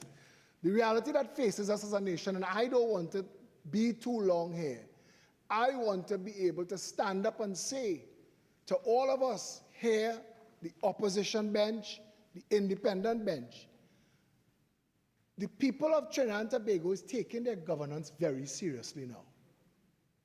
They are making their voices heard. They are either standing up and voting or standing down and not voting. We've seen an abandonment of the other side by their supporters, telling them that they do not agree with what they are doing. This time, all of us, every one of us, all of the people that we deal with on a daily basis, we're responsible to them. Senator Etienne said that. She said, we have a collective responsibility. I could not agree more. We have a collective responsibility to the people of Trinidad and Tobago. And that responsibility is to make sure that we continue to maintain safeguards that protect and deliver to the people of Trinidad and Tobago. I watched a joint select committee of a previous parliament. The controller of customs and excise was trying to explain to the then government that the reason they couldn't secure the nation, that the reason 50% of the container traffic coming into Trinidad or coming off the ports unexamined was because they were underfunded and understaffed. You don't need a revenue authority to solve that problem. You need to employ people and pay them to do the job. And scanners that work. And scanners that work.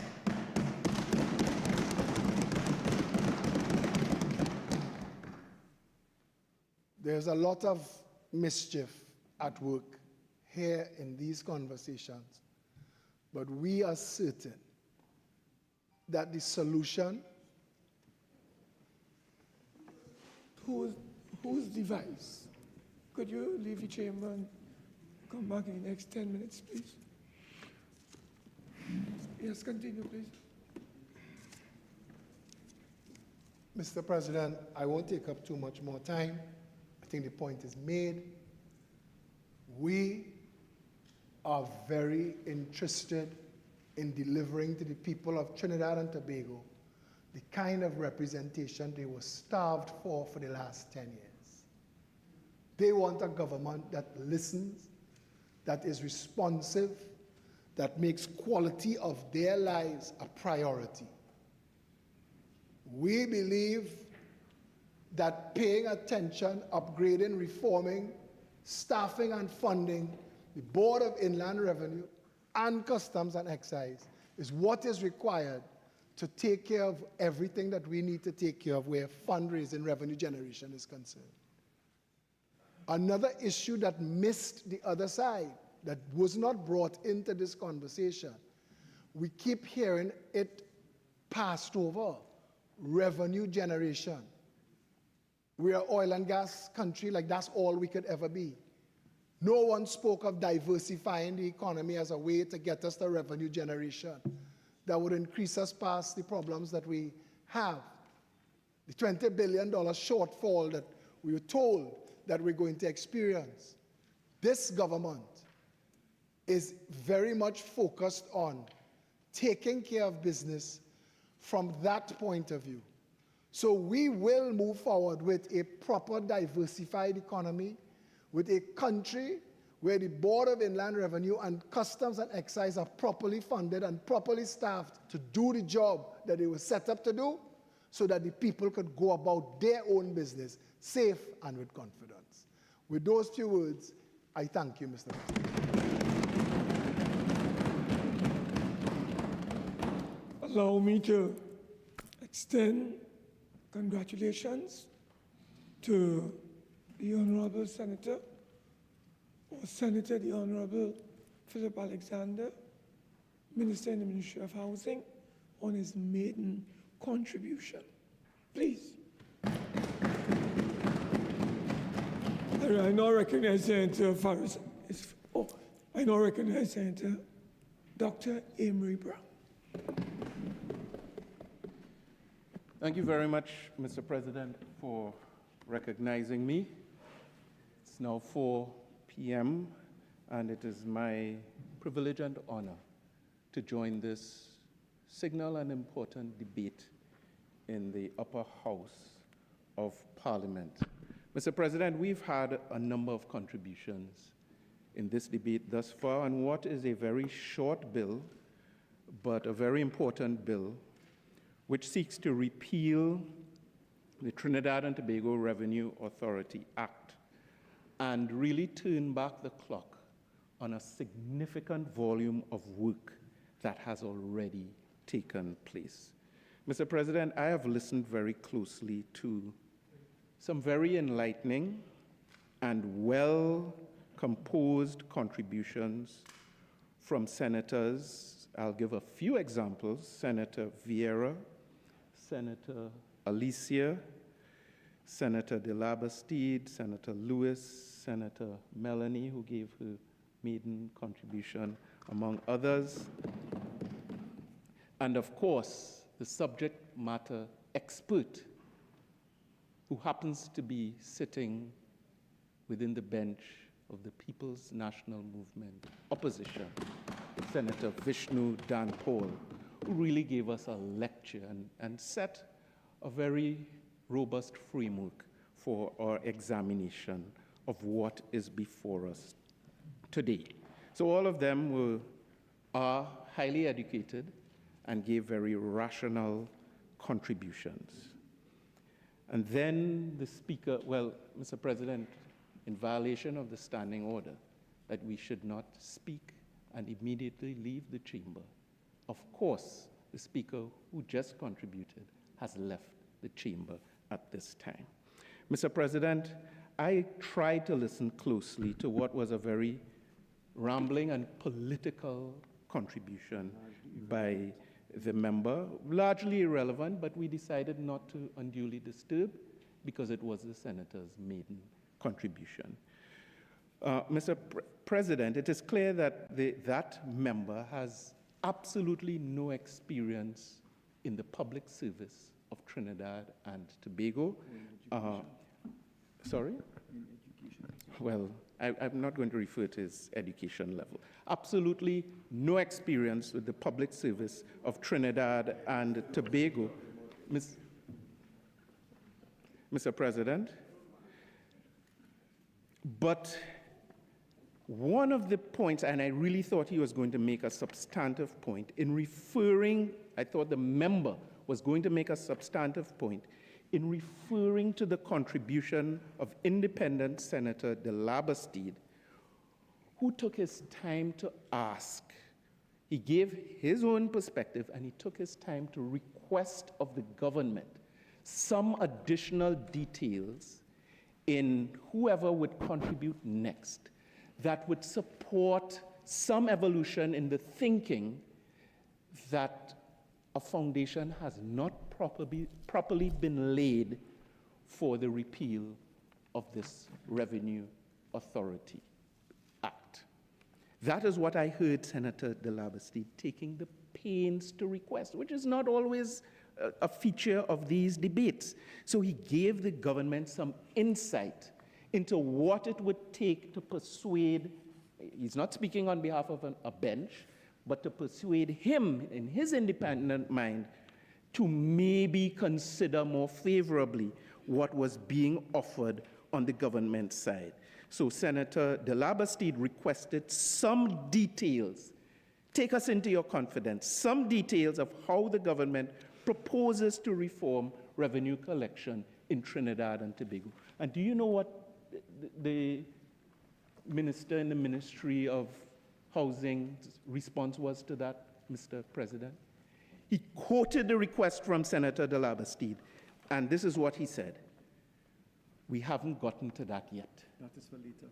That is for later. Mr. President, now, if that is the best response, substantive response from the government of Trinidad and Tobago in a debate in which they require some support to achieve a desired outcome, then we must be very disappointed in how the government has prepared to come to the Senate on this matter. We must be very disappointed. So it is my hope in adding to this voice, not trying to ridicule or insult anyone, but to encourage the government, whoever may subsequently speak on this matter, to respond with more rigor and robustness to that line of request. And I don't think that Senator Bastide was on his own in listening to what had transpired and concluding that the government needs to fortify their case more substantially. I don't think he was on his own in that regard. And we heard references to Rwanda and South Africa in what seemed to be a disparaging manner. But it's unfortunate that you would have an entire bench, as it were, asking for a strategy from the UNC government, and their response basically would be to indicate, we have no such strategy. All we've come to do is to repeal the TTRA. Mr. President, we cannot be satisfied with that as an upper chamber in the parliament of this country. Mr. President, you speak to any responsible business person in this society, they will tell you, well, they could tell you a lot of things, but they will tell you two things, and I've spoken to a number of them. One, for a serious businessman or businesswoman who wants to contribute their fair share to the revenues of Trinidad and Tobago via corporate taxation, the system as it currently stands is outdated, it's archaic, and it's a nightmare to navigate.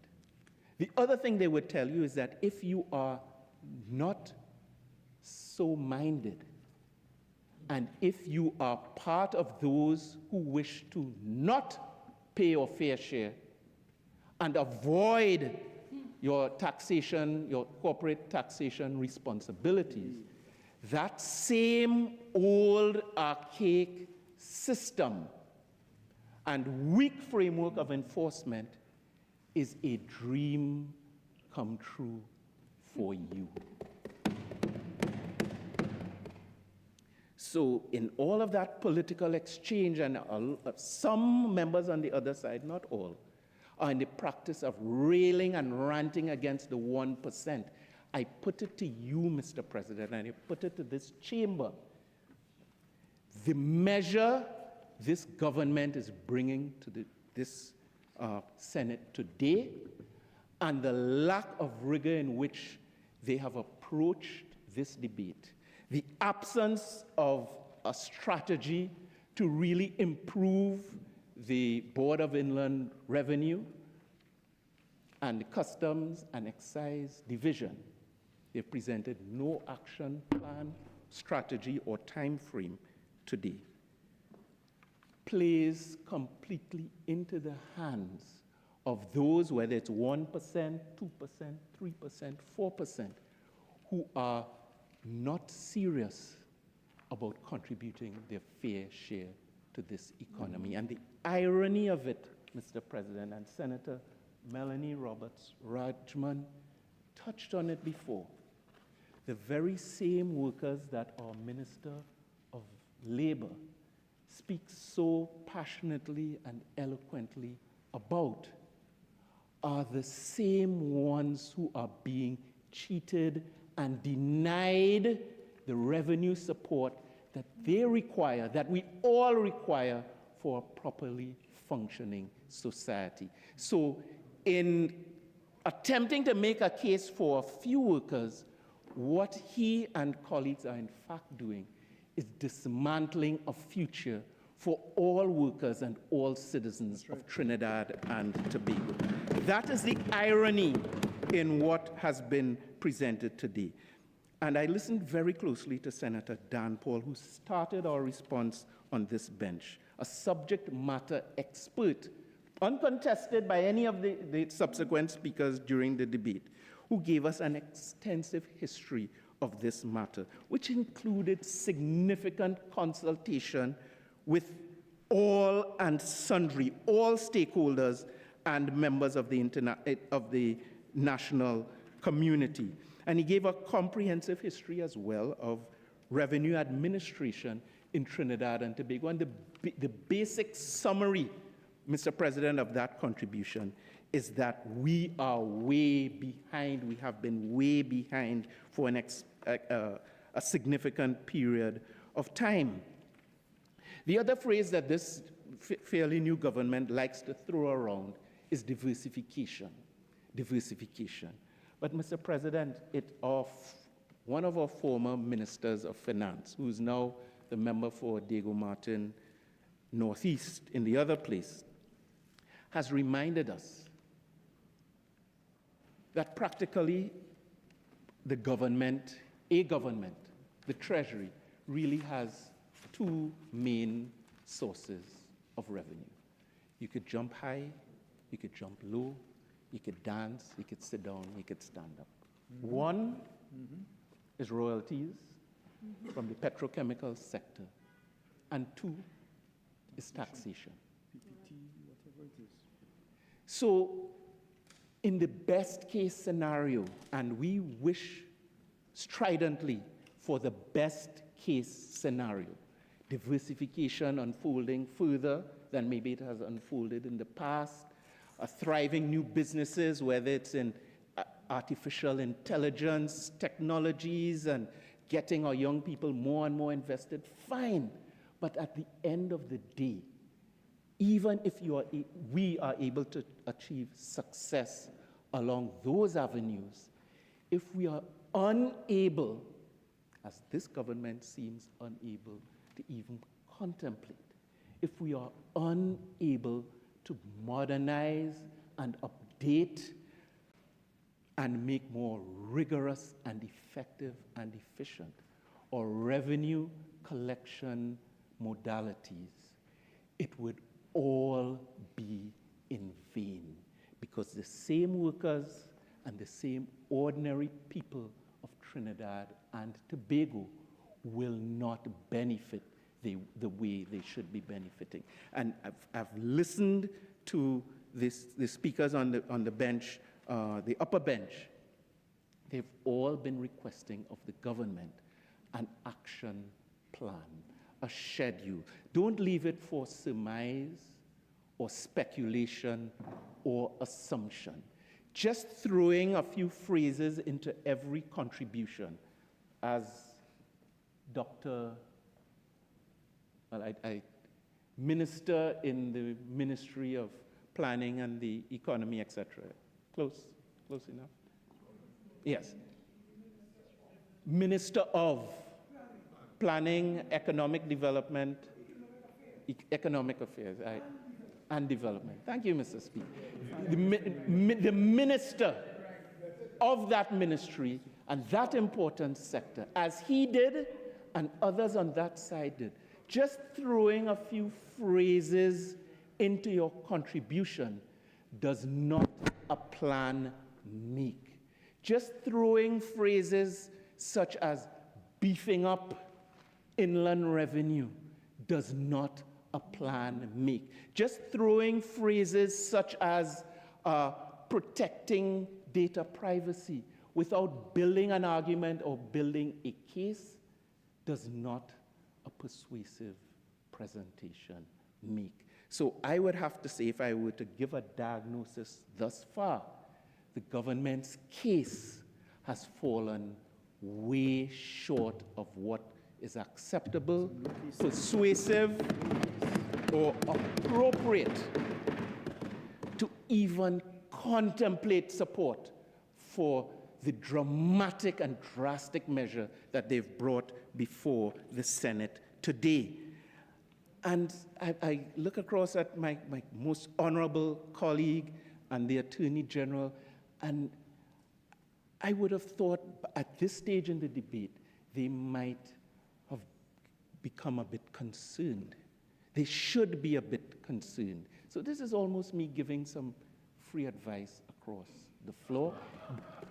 Given the contributions thus far, Mr. President, and those with experience, I'm not going to bring you into the debate, but those with experience would recognize, Mr. President, that we are heading for an impasse on a matter like this, and it would require it would require not just standing up and being counted, because we got an example of that, just stand up. It would require. If you want to debate, don't interrupt. I'm speaking through the President. It would require something more substantive, persuasive, and of substance than has been offered thus far. Mr. President, I can go through contribution after contribution, but let me start with Independent Senator Vieira, who tabulated for us verbally, painted a verbal picture of what exists now and what is envisioned for the Trinidad and Tobago Revenue Authority. And he gave what, for my interpretation, was a scoreboard with respect to various attributes. One, the BIR being an outdated model, taking us back, ironically, to the colonial era, independence and pre-independence era. And again, I have to say that I felt a sense of irony that you have a trade unionist, maybe more than one, but one who's famous, standing here in the Senate today, vigorously defending a colonial era model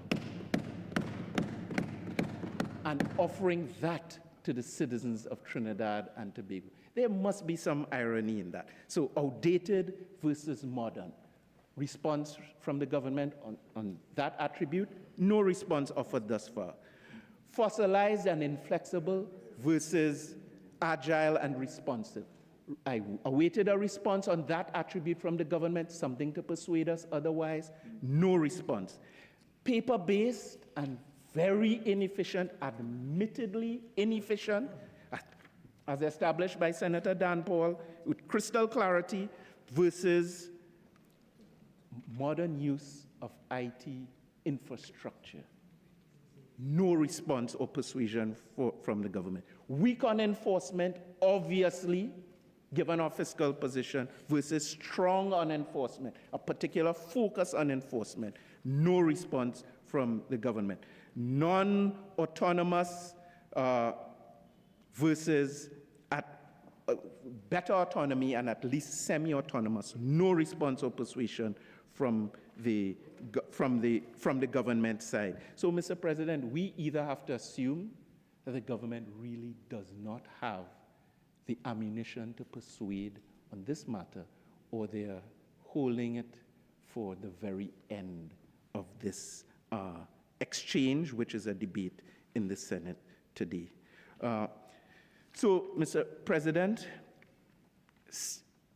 the Minister of Labor stood after a series of strong presentations, appealing that we should listen to the government's perspective.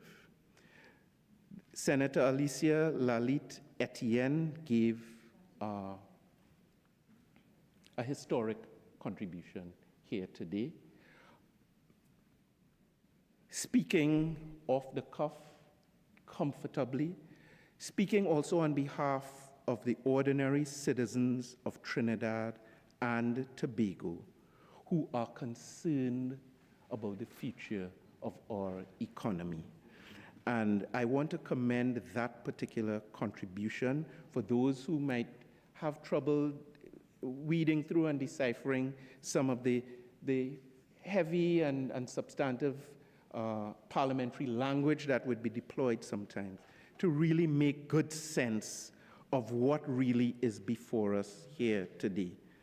The only point that I was able to discern from the Minister of Labour that might persuade some listeners is this: the UNC won the election, and we have a mandate to repeal the TTRA. That's the only point that could persuade some listeners. But, Mr.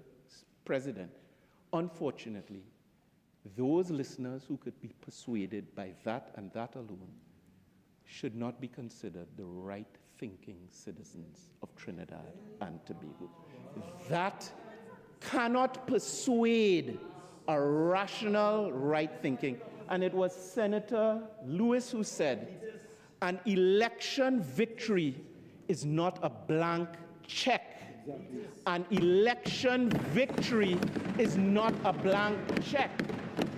Because in that case, we don't need a lower house, we don't need an upper house. All we need, Mr. President, is an autocratic government that has the power to simply implement any and everything that they want. The framers of our Constitution and the father of our nation had a more enlightened view. And the test in this chamber, you would have to persuade for a simple majority. You would have to persuade at least one member on the other side of this aisle, Mr. President, on any matter that you wish to succeed with in the Senate. So if you are to go with the view that the government has a blank check and any policy that they conceive because they won an election, they can implement unfettered for 5 years, that is a rejection of our parliamentary system in and of itself. So I would want to say to the leader of government business and any other member who was engaging in crosstalk a short while ago, that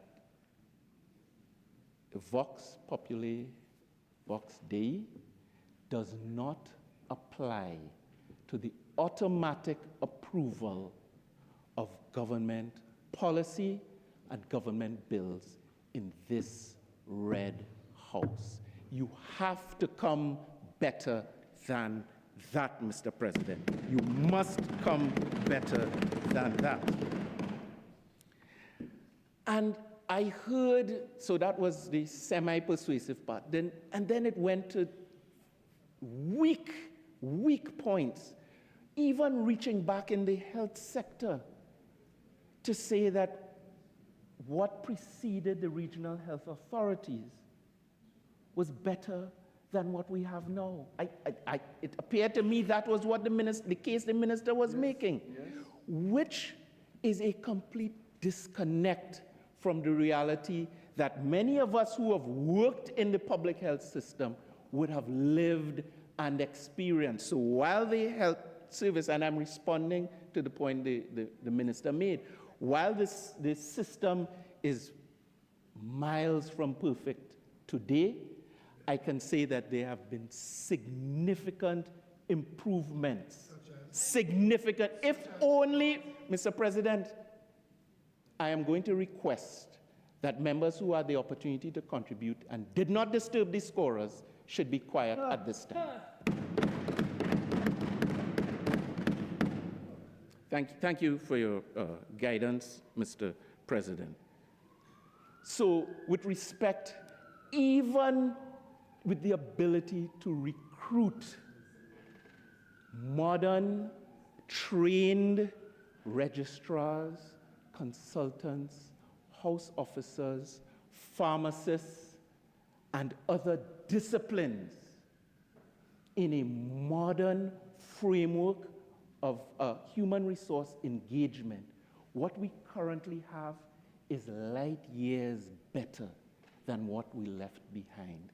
So if anyone were to come to the Senate to make a case for the colonial model of governance and that we should remain fettered to those systems, that is completely out of place within the CARICOM context and completely out of place with the future requirements of the Republic of Trinidad and Tobago. Maybe they would want to, the next speaker would make a case to go back to BWE from Caribbean Airlines or retract from any of their advancements. It's almost like Lalite-Ettienne. It's an anti-progress case that the government has placed here before us today.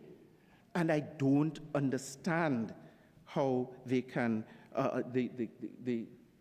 we have modern vessels serving the inter-island sea bridge. Would they want to go back to the Gelting and the Teisting? Because that's the metaphor, that's the parallel, that their lack of logic is taking them, that's the direction they're taking them down today, Mr. President. You have to make a proper case. Bad talking the previous administration does not a proper case make. Simply bad talking the government that was removed from office does not a persuasive case make. And the government needs to be reminded that they're not just speaking to an opposition bench. There are other voters in this parliamentary system that require persuasion. And therefore, simply a highly polarized political party type repartee does not usually do the job in the Senate. So I don't know if you'd file it under free advice, but I will file it under a warning, because we already had the debate on the Children's Life Fund amendment, which did not go well for the government. And here we find ourselves with another heavy piece of legislation with serious implications, and I don't think this government is taking it sufficiently seriously. I don't think they are taking it with sufficient seriousness. So, Mr. President, there is a solution available to the government, so this is a suggestion. There is the option of suspending progress on this particular bill. There is the option going back and doing some more homework, coming with the action plan, a schedule, and a substantive strategy, as has been requested by a range of speakers here, and to return with a more substantive case that may actually have a chance of succeeding the basic constitutional test that has been built in to this Senate. Failure to do so could result in, well, maybe success for the people of Trinidad and Tobago and the delay of a measure that we consider to be potentially disastrous. But we've always said we want the government to succeed. We want the government to do well, because when they do well, Trinidad and Tobago does well. It is my respectful view that the approach in this matter does not take us in the right direction, and that is consistent with a number of the other speakers who have contributed thus far. Throwing money at the problem, Mr. President, throwing money at the Board of Inland Revenue, obviously will not make a difference. If that were the case, then all of these decades of inefficiency would not be confronting us today. So therefore, you must have a more sophisticated approach than that. And that really is the test that has been put to the government of Trinidad and Tobago today, and I do not believe, thus far, the jury might still be out, I do not believe that it is a test that they have passed thus far. So, Mr. President, I just want to very briefly go through the section 6.1 of the existing act, which has subsalient points. Number one, it treats with the assessment and collection of taxes under the revenue laws. Number two, it treats with the administration of the revenue laws. Number three, it treats with the enforcement of those revenue laws. Number four, and I don't think we've stressed on that sufficiently, the enforcement of border control measures subject to any other written law. Number five, the provision of revenue collection services to any statutory or other body for the collection of public monies. Number six, the facilitation of legitimate trade. And number seven, advising the government on matters related to taxation.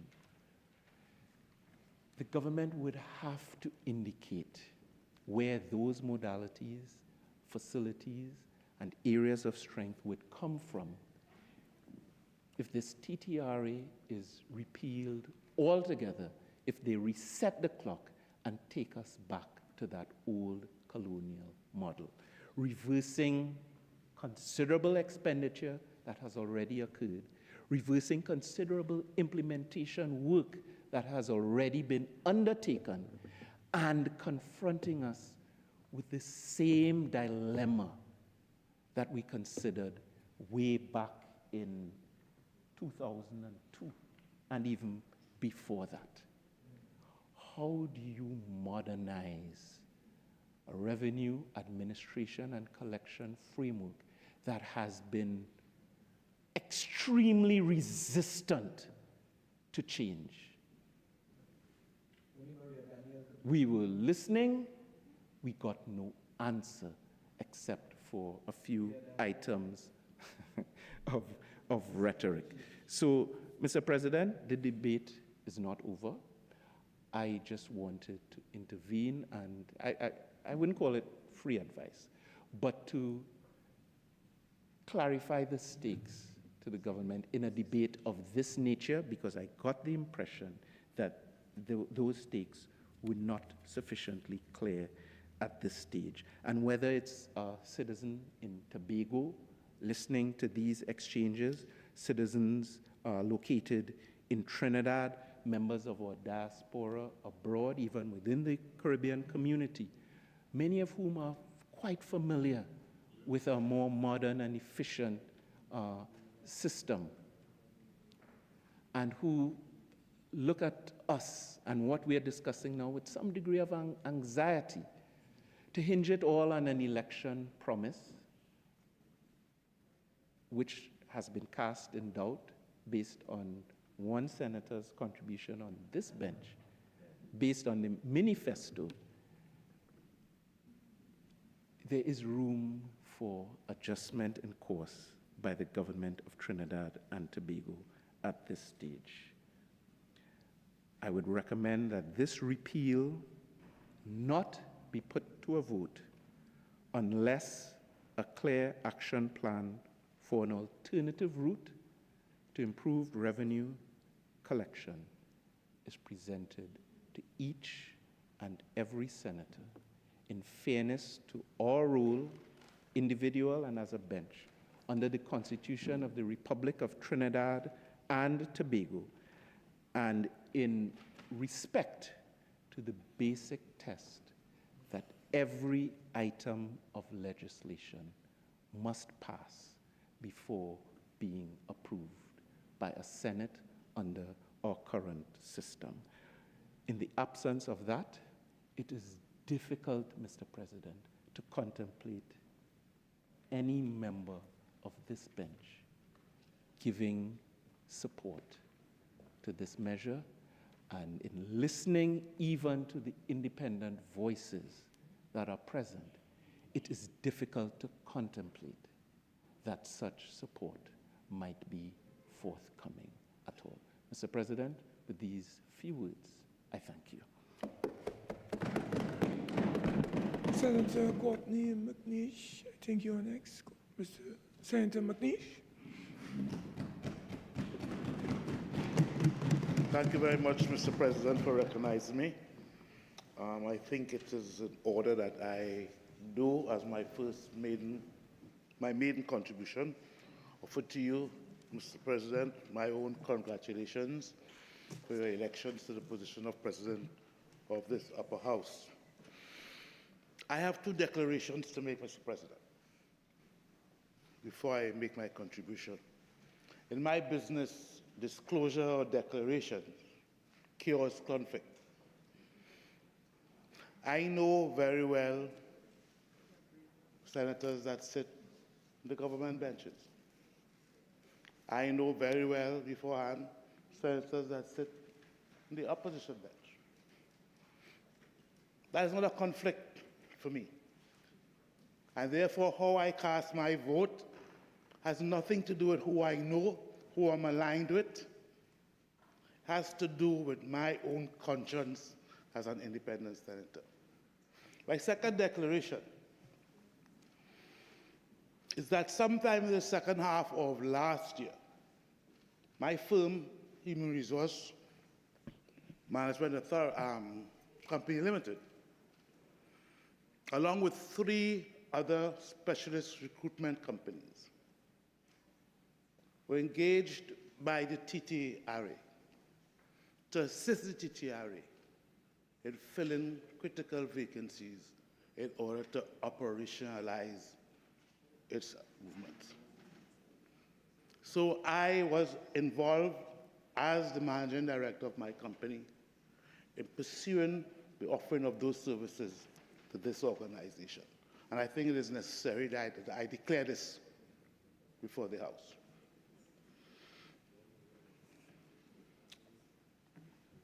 This debate is almost running on fumes, Mr. President. And to say I'm disappointed, maybe an understatement. I think I feel a little disrespected too. The government has come to ask me to just say yes to repeal a piece of legislation without providing me, I'm saying me, not the bench, me, but what is their thought behind it? Why is it necessary to repeal it? What am I going to be doing to replace it, if at all? But I should just say, yes, I agree to repeal it. That makes no sense to me. Makes absolutely no sense to me. What makes no sense to me also, Mr. President, that why would a government minister or a senator on the government side throw to the face of an independent senator a mandate that he has received or the party has received from the elections? What consideration is that for an independent senator? That is not, as I understand it, why there's an independent bench. I understand the independent bench role is to apply conscience and to give consideration to measures before this House, to say yea or nay to them in strict advancement of the development of the country, in the interests of the country. So I do not have a political interest. And if this bill is to be considered, then as I told my colleague, if it looks like a duck, walks like a duck, smells like a duck and tastes like a duck, it's a duck. So since they have, the government side has not come with any substantive reasons, in my view, then this bill, in my view, is simply to satisfy an election campaign promise. And I find that disrespectful. I listened to the comments and the arguments, and it's running on fumes. I was not here in the House on Monday, so I went to the YouTube to hear what Senator the Honorable Kennedy Swaratsingh, when he moved the bill. He raised several points. And the first one I picked up was that the TTRA Act eroded the constitutional doctrine of the separation of powers. I went to where I thought I could have gotten the information. I was not here. If this was not said, then I stand corrected.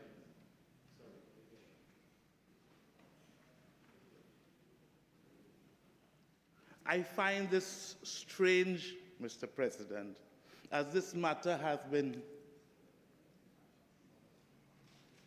went through the High Court, the Appeal Court, it reached the Privy Council. And we know what the ruling of the Privy Council was. In September last year, it was not unconstitutional. It did not abridge the separation of powers, and the constitutional rights of the public servants were not abridged.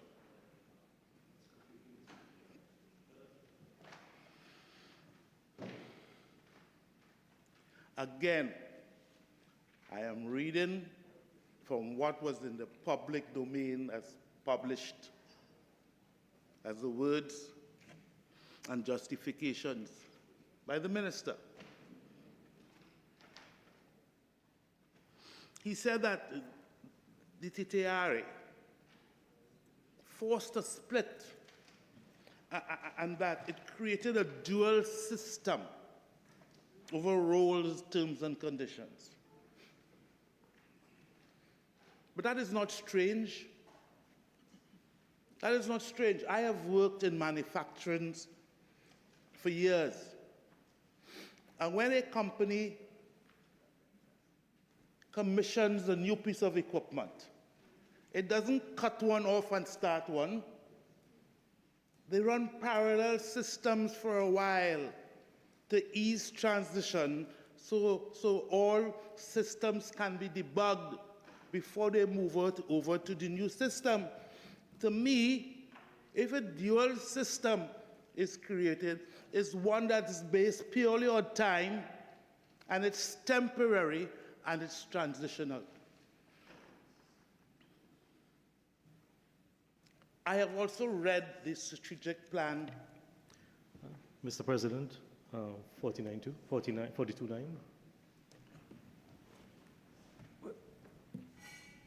49, what is that? 42.9.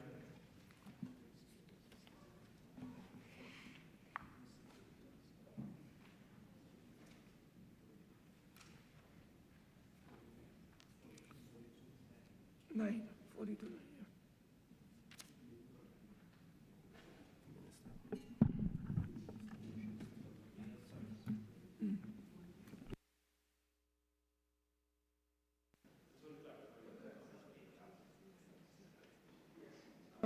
You'll do that after the contribution of the senator.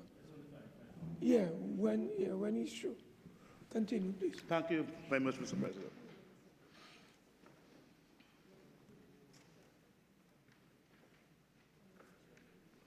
This strategic plan, Mr. President,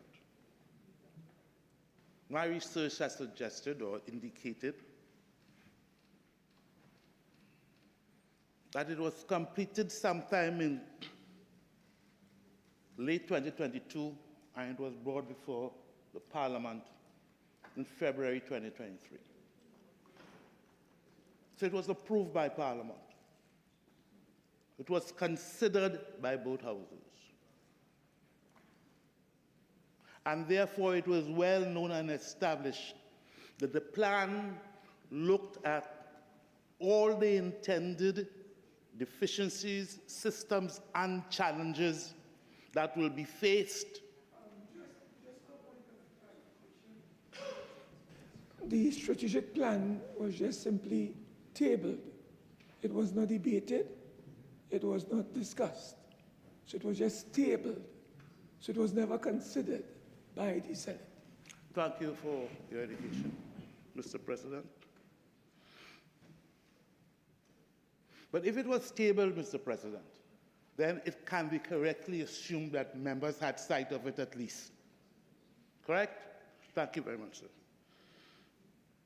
So if the plan was indeed read, as I think it was the obligation of members to have read the plan, they would have understood, Mr. President, the layout of the plan, what it looked at, what it intended to achieve, and what timeline.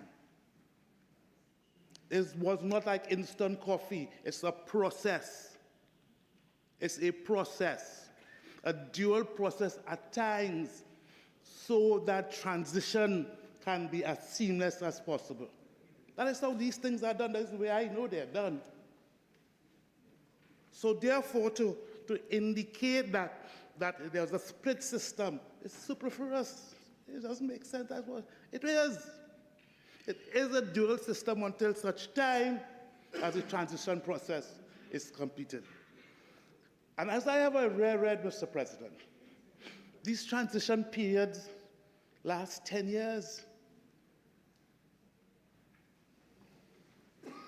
We have had similar transitions in this country before. The Minister of Labour spoke about the Regional Health Authority. I am of the age where I clearly remember 1994, 1995. PSA was really against the creation of these regional authorities. There was protest. People would lose their service in the public service. As a young industrial relations professional at that point in time, I myself was confused. But I recognized what the objective was.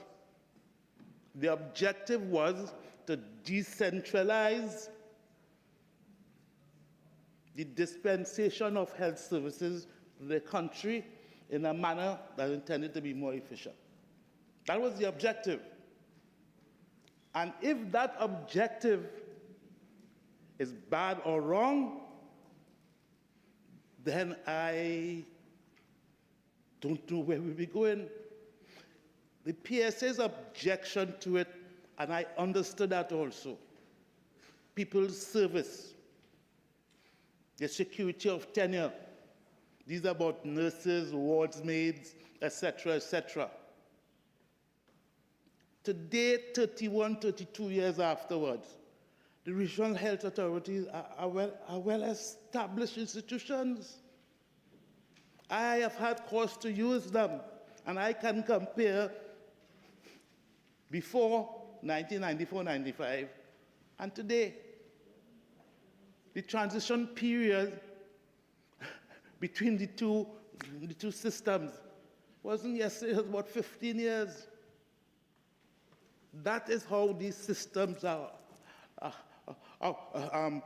operate, Mr. President.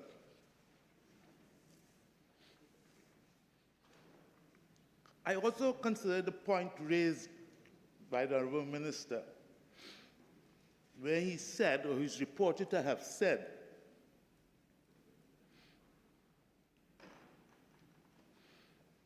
that it has not been proven that putting revenue collection outside of the public service has led to increase in revenues. And I know he said that because this is also being said by other representatives on the government side. And I agree with it. I agree it's not proven. But that is not the question, is it? Is it not the question will this be a better system than the one that we have now? To me, that is the question. And we have had success right on our doorsteps. Our neighbors, Barbados. Let me just track a bit. Some people speak about the tax gap. I don't speak about the tax gap. I speak about tax to GDP ratio. That is how the IMF, the World Bank, that's how everybody measures it. The tax gap could be numbers. The tax to GDP ratio is simple. What percentage of taxes we collect against your gross domestic product? Between Barbados' introduction and implementation and commencement of their regional authority to today, they have had a 7% increase in their tax to GDP ratio. That's a fact. It's a fact. Jamaica, from 2011,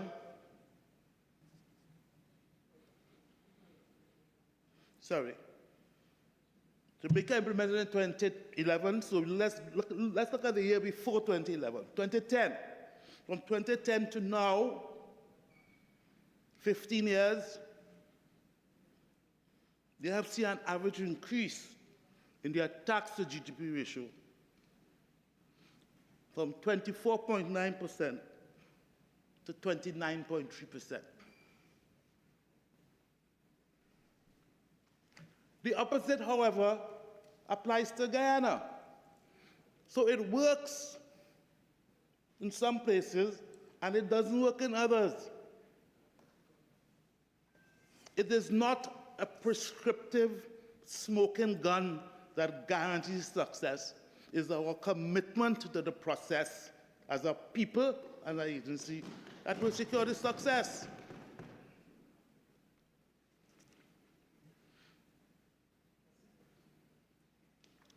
In that statement, Mr. President, the minister claimed that the 2010 IMF working paper spoke to the risks of introducing semi-autonomous revenue authorities, and that they seem not to work if we cannot fix the failing system of the legacy arrangement. That makes sense. That makes sense. But we're in 2025 and there's a 2010 report. Their reports are much later, they're 2024 reports.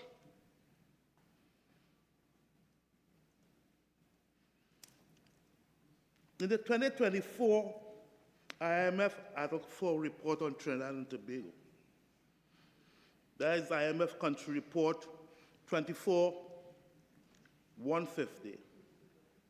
The IMF, this is last year's report, praised the TTRA's implementation and projected improvements in domestic revenue mobilization. Praised it. It stated, and I quote, "The authorities have made substantial progress in improving the administration, tax administration and compliance.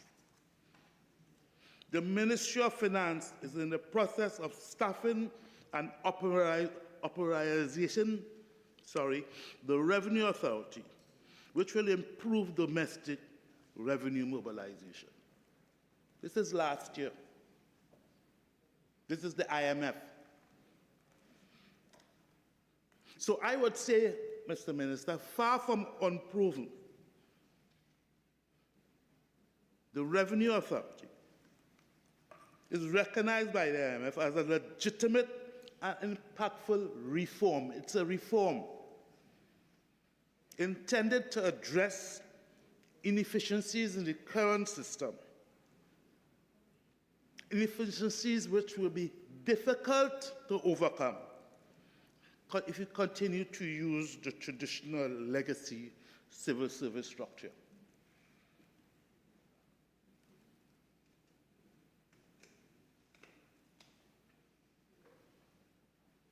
There are several reports, Mr. Chairman, several reports that speak to,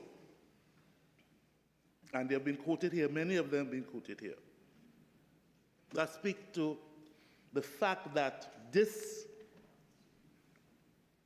system of reform is progressive and transitional, and it does not present any country with a prescriptive one-shot record fix-all. It does not provide that. Minister Only also spoke about the TTRA created more problems than solved. To me, this implied that the TTRA was problematic. And he said that it decimated staff and the morale of the employees of the BIR. I don't know where he got that information from. Was there a employee survey conducted that went to question what is happening with morale, what is happening with enthusiasm? I am unaware. But what I am sure of is how the Act is framed. To me, it secures the employment, the permanent employment of all the public officers working in both Customs and Excise, as well as the Board of Inland Revenue. The model to secure the employment of these individuals is not new. It happened with the RHAs. But I also agree with the Minister of Labour that the risk it runs is as the whole system progresses, people start moving from permanent full-time to now you have a set of contractual short-term, fixed-term. And that is something we have to fix now in this country. I am absolutely against that. We don't have to wait and treat with the issues of a revenue authority to fix what I consider to be undesirable employment practices.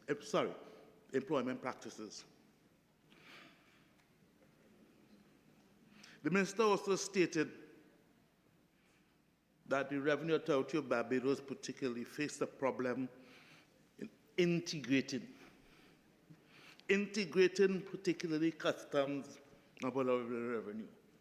There are some systems, Mr. President, where the integration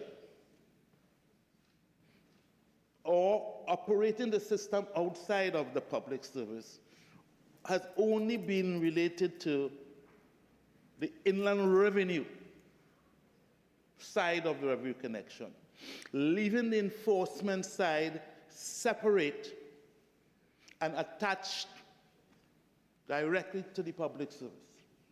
That has been a model that's been used. It's not a model this Act followed.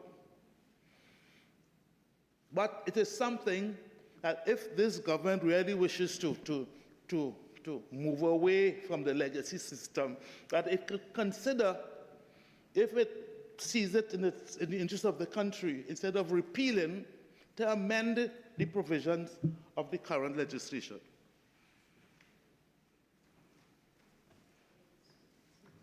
I think the minister mischaracterized the experience of Barbados.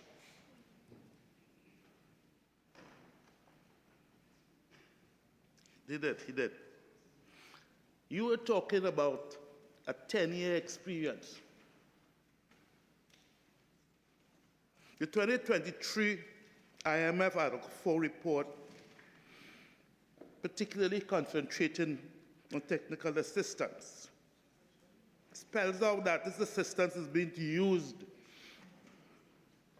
by the Barbados Revenue Authority, particularly towards this large taxpayer unit. This is used to enhance audit functions, to modernize IT and refund processes, to reduce tax arrears, all but boosting the integrated back office systems. The Inter-American Development Bank is also funding $200,000 for technical cooperation with the Barbados Revenue Authority to strengthen governance and its digital capability.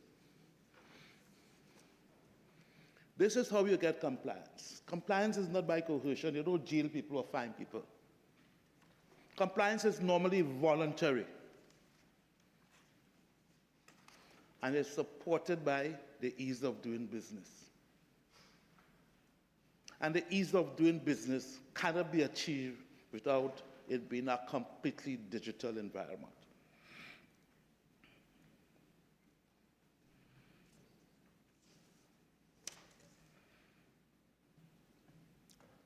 I smiled when I looked at this statement the minister made,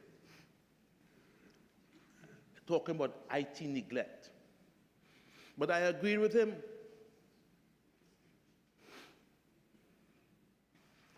The GenTax system currently used by the Board of Inland Revenue is not 8 modules behind, it's 11.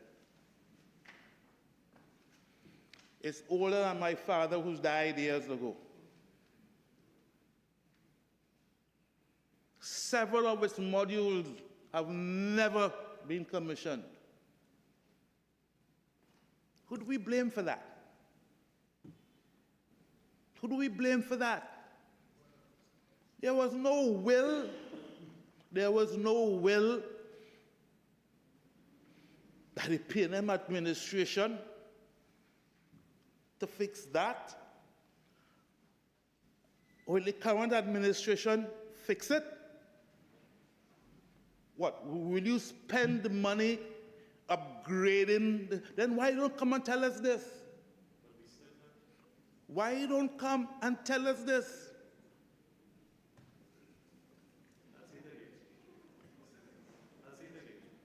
Okay, fine. Will you modernize it? I didn't finish. There are other systems available. The strategic plan spoke to that. The strategic plan that members here should have, and is available to be read, spoke to making the assessment with respect to both GenTax and ASUDA. Recognizing the system is probably just as good as being manual. So yes, there has been neglect of the IT system, but it is certainly the plan written or just laid in Parliament that it is known that the system was outmoded and outdated. And the plan, as I read it in the strategic plan, is to make the assessment, get the equipment, get the upgraded models, and train the people. That's how we implement it. Now, implementing a new system could take 10 years, 5 years, 6 years. It's not a silver bullet. It's a process, Mr. President. It is a process. What is good about this? we can get funding for this. This could be free to the taxpayer nation. If we are committed seriously to making tax administration and tax collection efficient, then we cannot help but seek to explore these opportunities. We cannot achieve any improvement in the ease of doing business, efficiency in tax collection, increased rates of tax to GDP, without seriously modernizing the digital systems available both at Inland Revenue and at Customs and Excise.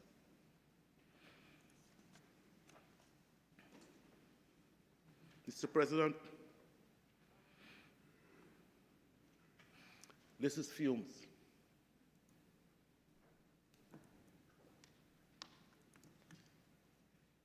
And if the government was serious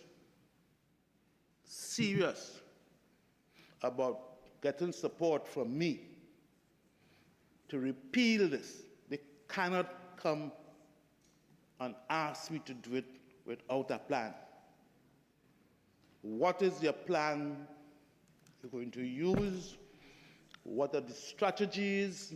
What are you going to put in place? If you're going to keep the legacy BIRs up, fine, your choice, but they need to be improved. How are you going to improve it? I would suggest that you come back with a plan, and I will support you. You come back with a plan to say how you are going to achieve this. And I will consider supporting you in repealing the act. But to ask me to throw the baby with the bathwater just so with nothing, I think it's a little disrespectful. I really think so, Mr. President. I am not here to worship on anybody's election mandate. Sorry. I am not a politician. I'm a patriot. So I already shrug off any issues of politics. I am prepared to do what is the best that I see for the nation. I will vote for anything that I view is developmental for the nation. So it even includes, Mr. President, repealing this act. But I need more. I need to see what this government intends to replace it with, how it intends to approve it, what is the systems it wants to put in place. I take my rest, Mr. President.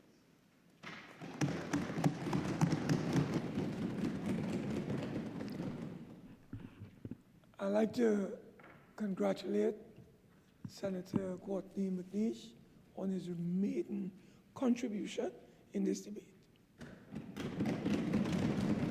I will now call on Senator the Honorable Kennedy Swaratsingh to no, and you wanted to invoke?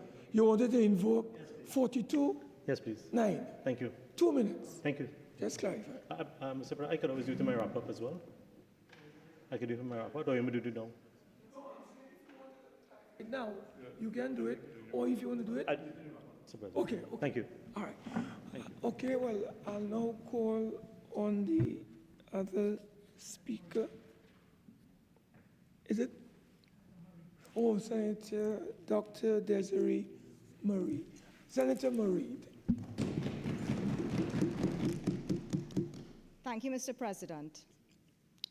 I have taken the time to read Act Number 17 of 2021, And after reviewing it carefully, I want to be sure that the decision to repeal the act is based on sound information and clear reasoning and what is in the best interest of the people of Trinidad and Tobago. I want to be sure that it is for the public good. So I listened closely to the Minister of Planning, Economic Affairs and Development as he moved the bill, and also to Senator Dhanpaul. And one point stood out to me. They both confirmed something that should be of concern to every tax-paying citizen of this country and every law-abiding citizen of this country, that while many of us pay our taxes faithfully, there are many tax evaders. There are many tax evaders. And billions of dollars in revenue are lost as a result.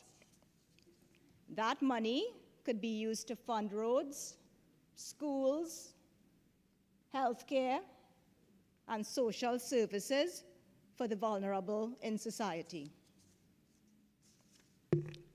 I am not a chartered accountant. I'm not a legal expert. I'm not an economist. I'm not a human resource person. My profession is medicine. But I understand that losing billions of dollars in revenue, whether you refer to it as a tax gap or a tax to GDP ratio, that is a big problem. I get that.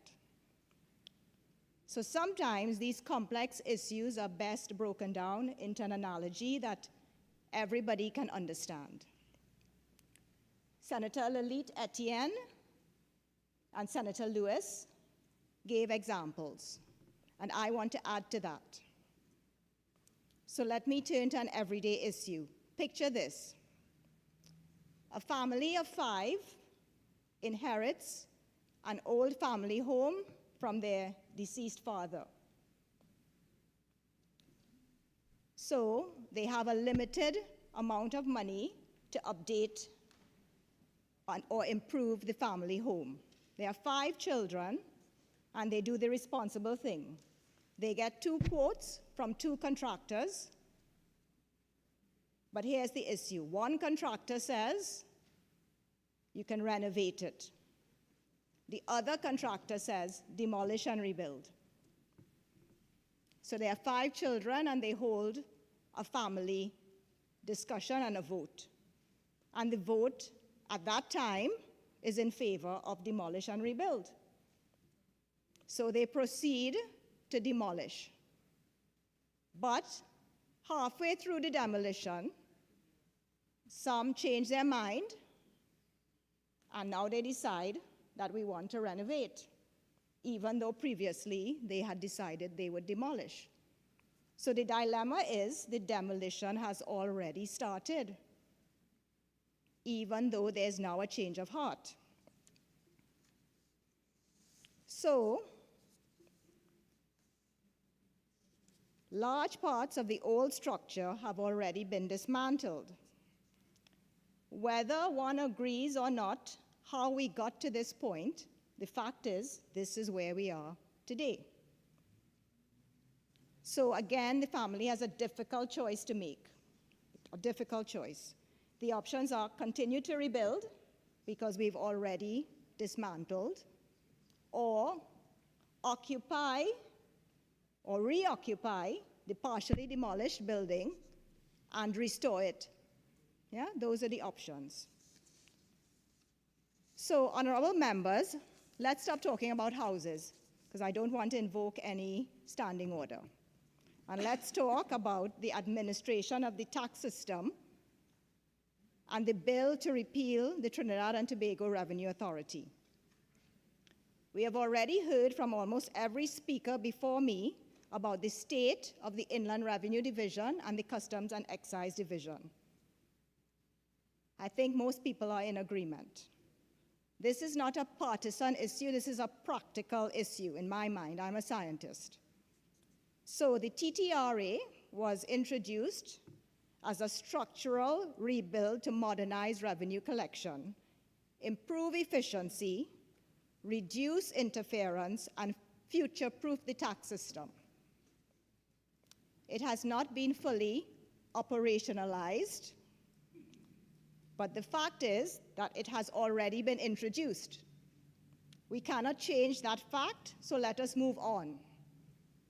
Perhaps the Minister of Labor's reference to us as comrades evokes the phrase, forward ever, backward never, which is often attributed to Dr. Kwame Nkrumah, the first Prime Minister and the first President of Ghana. The way we manage public revenue affects every citizen, our health, education, social support for the vulnerable, and the future of our children. Thank you, Mr. President. Senator Zola Phillips.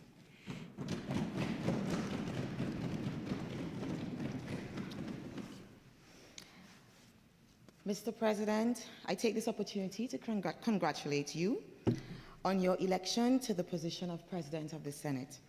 May God continue to bless and guide you as you serve. Mr. President, honorable senators, listening public, I am honored to contribute to this vital debate on the Trinidad and Tobago Revenue Authority Bill, Repeal Bill 2025. I express sincere gratitude to Her Excellency, the President of the Republic of Trinidad and Tobago, Christine Kangaloo, ORTT, for affording me the privilege of speaking in this esteemed chamber. This is no routine legislative exercise. What we deliberate today strikes at the core of how our nation collects, manages, and safeguards public revenue. It bears directly on constitutional oversight, the credibility of our institutions, and perhaps most importantly, the trust reposed in us by the people of Trinidad and Tobago. This moment resonates far beyond this chamber. It speaks to the next generation, young citizens across this country, from our university lecture halls to communities grappling with economic hardship. I take a moment to recognize or acknowledge all higher education students, including my past and present criminology and criminal justice students at the University of the Southern Caribbean, who are following this process closely. You are not mere observers. You are the inheritors of the decisions we make today. Mr. President, in my contribution, I will seek to make four brief points. My first point addresses the purpose and impact of the repeal. Mr. President, the stated rationale for this bill is clear. The government has cited concerns over specialist reports which highlight constitutional validity, threats to the independence of the Public Service Commission, and insufficient transition of staff. They argue that the creation of the TTRA undermined the traditional safeguards that regulate the public service and exposed workers to uncertainty, limited recourse, and excessive discretion under contract employment. Point number two, what we risk losing. As we weigh the merits of repeal, we must also weigh the cost of reversal. In a country where our deficit this year has already surpassed $4 billion, we must ask ourselves, can we afford to go backward without a comprehensive plan forward? The TTRA, whatever its flaws, was designed to bring modern systems, data integration, and professional enforcement mechanisms to our tax and customs operations. Repeal, if done in isolation, risks returning us to a system where revenue leakage, evasion, and administrative inefficiency prevail. Point three, why this debate matters to students and citizens. Mr. President, allow me to frame the significance of this moment beyond these walls. For the students, USC, UE, UTT, COSTAT, etc., and for the general public, this is a living case study in public sector reform. Students of law, criminology, economics, political science, and governance are seeing in real time how constitutional frameworks, institutional design, and political accountability intersect. This debate affects national revenue, and by extension, education budgets, research funding, and graduate job prospects. It is about tax fairness and public trust. Young citizens want a system where compliance is rewarded and evasion, especially by the powerful, is not tolerated. It is a lesson in constitutional checks and balances. The courts have upheld the legality of the TTRA model, demonstrating that reform and legality can coexist. This debate is a test of public engagement. It is a moment for citizens to witness that reform is not an elite exercise. It is national work. My final point, pathways forward. We must ask, is there a way to balance constitutional fidelity, labor rights, and the efficiency the TTRA aimed to deliver? There is, in my opinion. We have two clear pathways. Option one, reconstitute a reformed revenue authority that includes stronger worker protections, statutory independence, and public transparency. As my colleagues all shared, Barbados and Guyana show that this is possible. Option two, strengthen the BIR and customs directly. This requires urgent reforms, investment in modern auditing tools, targeted recruitment and retention strategies, digitization of tax and customs records, integration of systems across agencies. In either case, we must publish a clear roadmap and implement measurable outcomes that restore performance and public confidence. As I conclude, Mr. President, I do not view the repeal as inherently wrong or right. I view it as incomplete.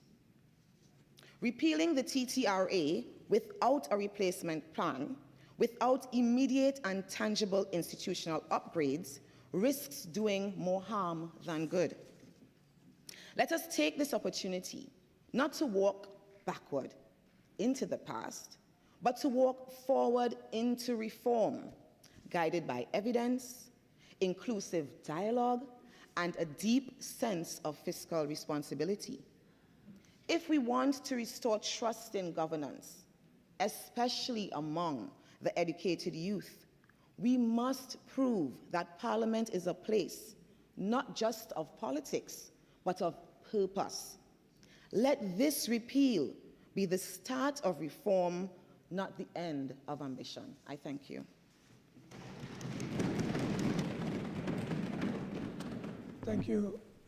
I think it's a good time for us to take a tea break, and I'd like to propose that we return at around 6:15, at which time we will continue this debate.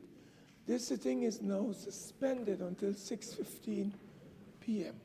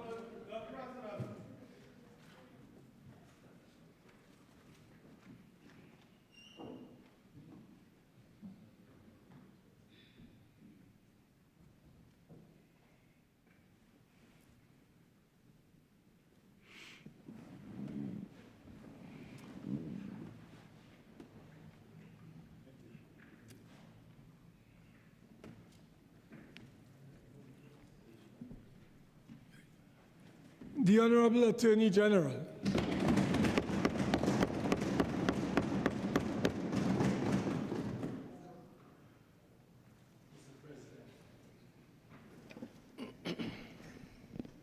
It has been some time since I have last spoken in the Senate, but I cannot say that this is my first time. Mr. President, I rise to support my colleagues on this side in this debate this afternoon on the repeal of the Revenue Authority bill. Now, the bill, once passed, would repeal the TTRA Act of 2021 on the date fixed by the President by proclamation for it to come into effect. The Honorable Prime Minister stated in the lower house that Cabinet will advise the President on the date of proclamation. Now, in the other place, the Minister of Finance indicated that the TTRA, and this is just to give members an appreciation of where we are this evening. The TTRA, that is the Revenue Authority, is now in the process of being wound up, as there are many matters still to be dealt with, including the passing of secured information, tax information on private citizens from the Revenue Authority back to the Board of Inland Revenue. So it is not until those matters can be or have been properly addressed that the bill will come into, well, the act will come into, the act when we pass it is legislation, but it would only come into effect on the date that is fixed by proclamation for that. Now, the history of the bill is interesting. In the TTRA Act, the Minister of Finance in 2023, in respect of the TTRA Act, on February 24th of 2023, said in the other place that the decision to establish the TTRA was driven by a need to address deficiencies in the current system stemming from limitations within the public service. Now, it's in that speech that he went on to say that with an estimated domestic tax gap of up to 10 billion, the government, through the Revenue Authority, is actively seeking to address fiscal vulnerability, close the gap by improving the tax efficiency and efficacy of the country's revenue collection. Now, of course, increased revenue for the state and enhanced efficiencies, as the minister put it, those appeared to be the primary grounds for creating the TTRA. And those, one would have no difficulty with saying that those are legitimate as bases for legislating. But the problem is that legislation does not, in and of itself, create ideal states.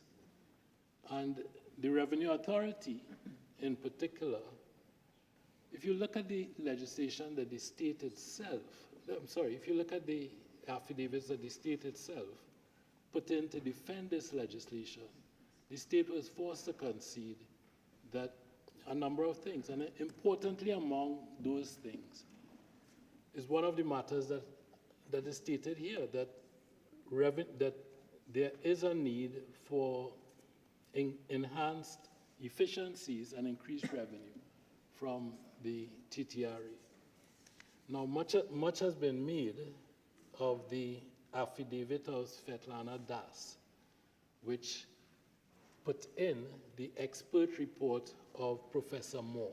And I would not repeat any of the concessions, and there were significant concessions, which were made by Professor Moore in those proceedings, the Deoroop proceedings in the Privy Council.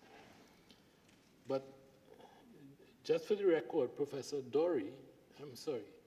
Moore, in the Deoroop matter, this is on the state's evidence, Professor Moore stated that the creation of a revenue authority does not, in and of itself, and it's been repeated here ad nauseum this afternoon, it does not ensure that there would be increased revenue streams.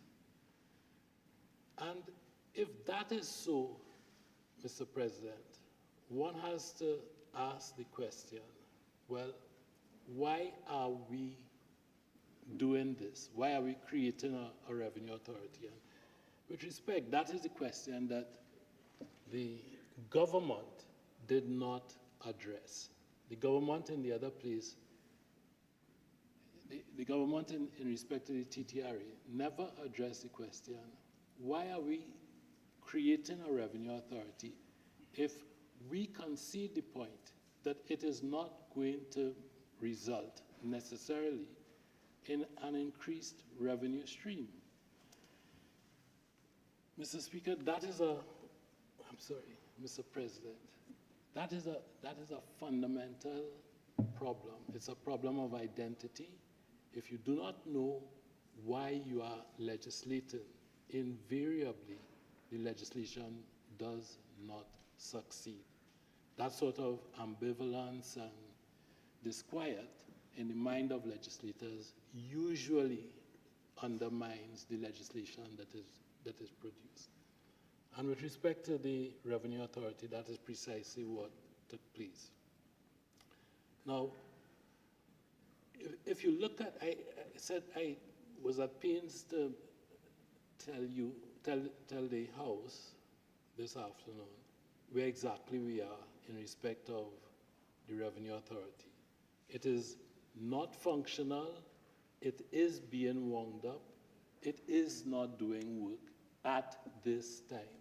So the question this evening is, what do we do going forward?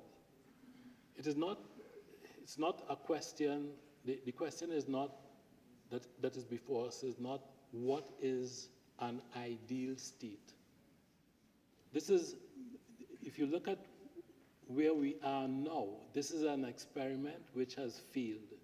Workers, the human resources which are necessary to run any bureaucracy, they have not embraced the Revenue Authority. Very few persons have actually moved to the authority. So that we are really given the quietus to an experiment that has not succeeded. Now, it's important to say that at the outset because a number of the contributions, particularly from the independent benches, in my view, my respectful view, fail to appreciate that what we are doing this afternoon is a question of, we're answering a question of, a fundamental question of direction. Where do we go based on the fact that as of today, Friday, the last Friday in June 2025, the Revenue Authority has failed. Where do we go? And the government respectfully, looking at its own position, looking at what has been the experience of the Revenue Authority, looking at the options which are there in the Board of Inland Revenue right now, and making an executive decision is saying we are going to fix the Board of Inland Revenue. That is a legitimate executive decision for us to say we are going to fix the Board of Inland Revenue, the only institution that has worked in this country. That's a fact. The TTRA has not worked. It's there, but it has not worked. We're going to fix the Board of Inland Revenue. That's our choice. And in doing that, it's necessary for us to move resources from the TTRA back to the Board of Inland Revenue and to put the TTRA back to sleep. And that is the purpose of the bill this afternoon. Now, some contributions have also spoken, one or two from the independent benches, of the decision of the Privy Council in Dory. Now, it's important for us to understand, to appreciate, that the Privy Council is not writing a revenue law for us. That is our job. We are the ones who write a revenue law. There's a challenge to the law, you go to court. What the Privy Council did was to say, listen, this law does not fail on these constitutional grounds. That's all they said. And the lawyers in the back in particular, lawyers in the back will appreciate that. They said, if one is to be honest, that we have some misgivings about this institution, but that those misgivings are perhaps for another day. And that is the responsible thing to do. Their job is not to come here and make a revenue law for us. They are not endorsing this revenue law. And it would be dishonest for any person in this House, in this Senate, to see that that is what they did in the Dory case. That is intellectually dishonest. In Dory, the Privy Council says the legislation does not fail for these reasons. That's it. Now, if we as legislators, and the fact is, I mean, I'm not sure why members were so upset about my colleagues saying, we've won an election. We have. It's our job.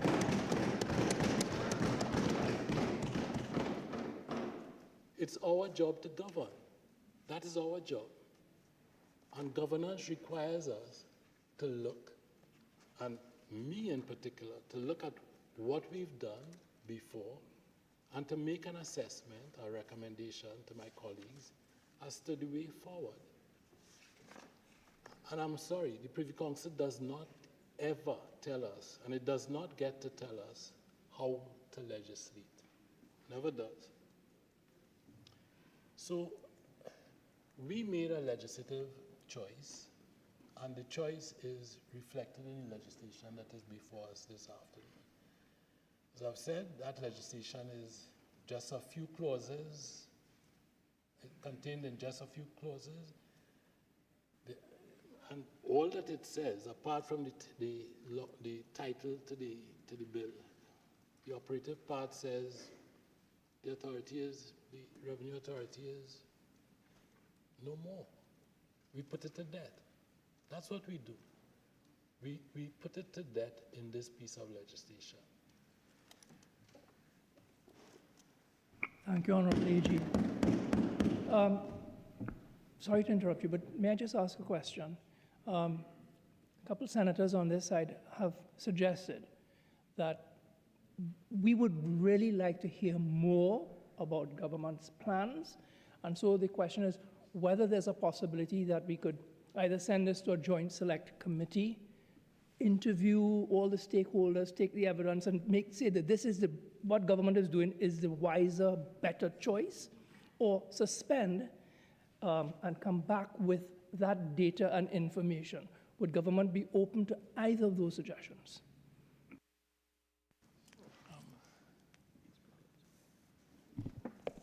Mr. President, I think that we on this side are anxious to get on with it. Now, we appreciate the fact that sometimes governance requires us to move slower rather than faster. But this afternoon is not one of those times we feel. The minister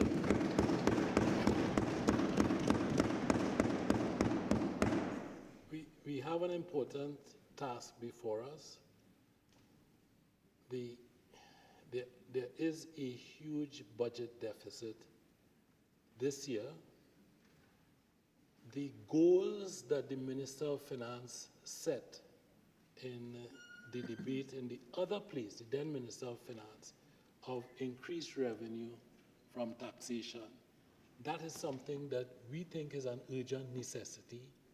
And the concession that he made, or that the state made in that case, is one that we do not think that we can make today. So that we do not think that, I'm not going back to the affidavit, I'm not going back to the expert evidence, but if their expert on the Revenue Authority says, it's not even probable that this would result in increased revenues. If their experts said that in that case, and I think the affidavit was filed, if my memory serves me correctly, on the 28th of February, 2023. The expert says that in 2023, we take their expert at his word that this is not even likely to result in enhanced revenue. As government, we want something now that is going to carry us to a position where we can enhance our revenue. We have a $9 billion hole in our budget from the last year. 11/12 of that, 90% of that, is at the feet of my colleagues and friends. Most of them are on that side of the aisle. That's where we are. We have a decision to take, and it is urgent. We've been entrusted with a responsibility to govern. We're not afraid to take up that responsibility and to make the best of our difficult circumstances. And for us, that means this afternoon that we entrust what we conceive to be a core governmental function. We entrust that function to the only institution that has carried out that function in Trinidad and Tobago, has done so, I say, with some mixed success. But even in that, if by us conceding that they've had mixed success, we recognize that there's a need, an urgent need as well, for us to improve the activities at the Board of Inland Revenue. And my colleague with responsibility for finance planning and the Board of Inland Revenue, I'm sure we'll make some of those points a little later. The Cabinet has taken a number of decisions with respect to how we go forward with the Board of Inland Revenue. Most of those decisions do not require a legislative fix. They are transfers, administrative acts, and so on. And they require commitment, a governmental commitment. And we are prepared to make that commitment. Now, it's not my job this afternoon to repeat any of the arguments made by my colleagues. And my friend in the Ministry of Finance is better able to make the arguments for the Board of Inland Revenue. I am the government's lawyer. I look at legislative options. I look at case law. I see what judges have to say about cases. And it confounds me that 65 years almost after independence, people are still looking to the Privy Council as if there are some deity in somewhere, so that just because the Privy Council has looked, and that is exactly what they've done, they've glimpsed at the legislation, and they themselves have said, this is not the time, the place, the argument for us in this place, that we automatically say, well, that is good law. It isn't. And they themselves have said listen, we have some concerns. But that's not, we didn't write the law. You all are an independent state. It is the business of the executive and the legislature to enact law. If there's if somebody feels aggrieved or they wish to challenge the law, then they do so, and the Privy Council answers the challenge in a measured way, recognizing that this is governance in Trinidad and Tobago is for us, not for them. Now, there are a couple heads that there's a Job that for, please, I've said it over and over. Continue, Robert. There are a couple of heads that the debate has sort of coalesced around in this place. So revenue and enhanced revenue collection is one. Human resources, IT systems, and the question of independent institutions, those are three other heads. Now, for the very reasons that I see, that we have concluded that the TTRE is not the fix to our revenue problem, and the reason for that is the evidence which was put in by their experts in a challenge to the TTRE legislation. And remember, they are defending the legislation. And even in defending the legislation, they make the concession, listen, this legislation is not going to necessarily result in an increased revenue take. We say that that's a fatal concession, and on that basis alone, you move away from the TTRE. But there are other reasons. The Minister of Labor has said that with respect to human resources, he's told us what his experience was or is with respect to the TTRA and the human resources, which we all recognize as an issue for tax collection.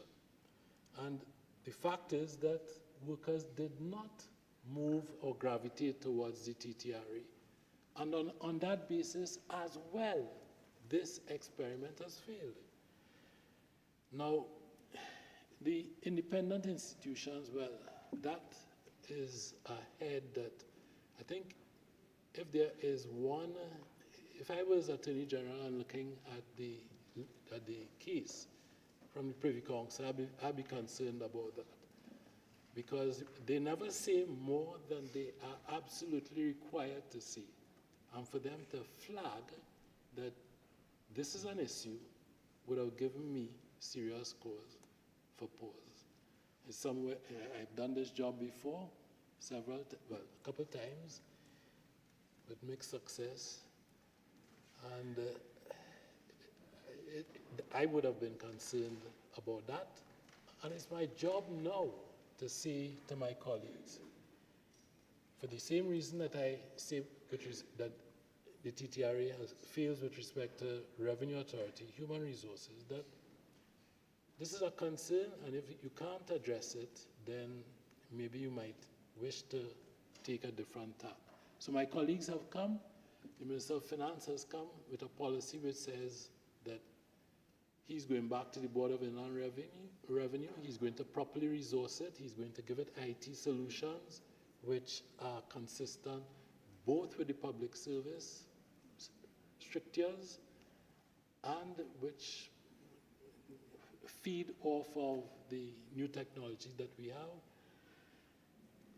And he's going to, well, of course, the Board of Inland Revenue was always constitutionally kosher.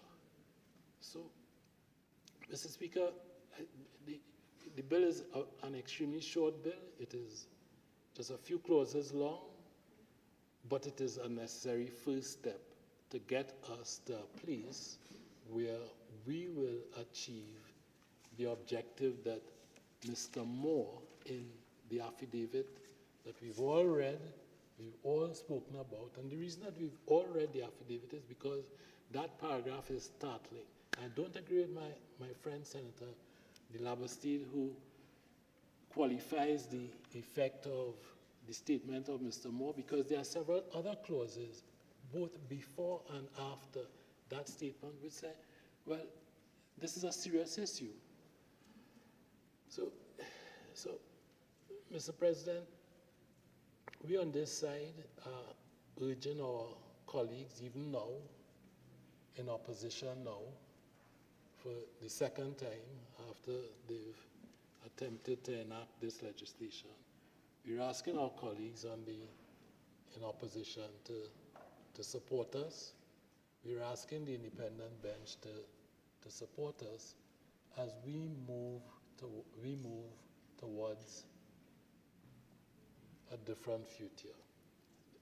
And I say that with the greatest respect and the greatest deference to Senator Nish. We seek to move from an experiment which has clearly failed. We will not put more resources into that failed experiment. We choose the institution that has done the work. With those words, Mr. President, I take my seat. Senator Faris Al-Rawi. Thank you. Thank you, Mr. President. I thank the Honorable Attorney General for providing some elucidation, some of which was requested by us, and for, in effect, summarizing what I understand the government's position to be. I understood the Honorable Attorney General's position to be that the TTRA, as of Friday today, has failed, that there was a TTRA HR failure in particular, and that the Privy Council's reflections in the Deoroop case didn't speak to the functionality of the TTRA, merely addressed the constitutional challenge brought to it. The Honorable Attorney General is correct in that regard, but I have a caveat to that, which I'll address in a short while. What I do know, Mr. President, is that 15 years, 4 months, and 6 days ago, on the 19th of February 2010, two honorable gentlemen stood in the House of Representatives. One, the member for St. Joseph, now Senator the Honorable Kennedy Swaratsingh, and other honorable gentleman, now President Attorney General, then Attorney General, both debating the Trinidad and Tobago Revenue Authority Bill of 2010, both in glowing endorsement of that legislation. That legislation, in fact, had, I have it with me, an interesting provision. Pardon? Do you wish to make a comment? No? Okay. In 2010, the Trinidad and Tobago Revenue Authority Bill was brought here with was brought and passed in the House. It lapsed in the Senate.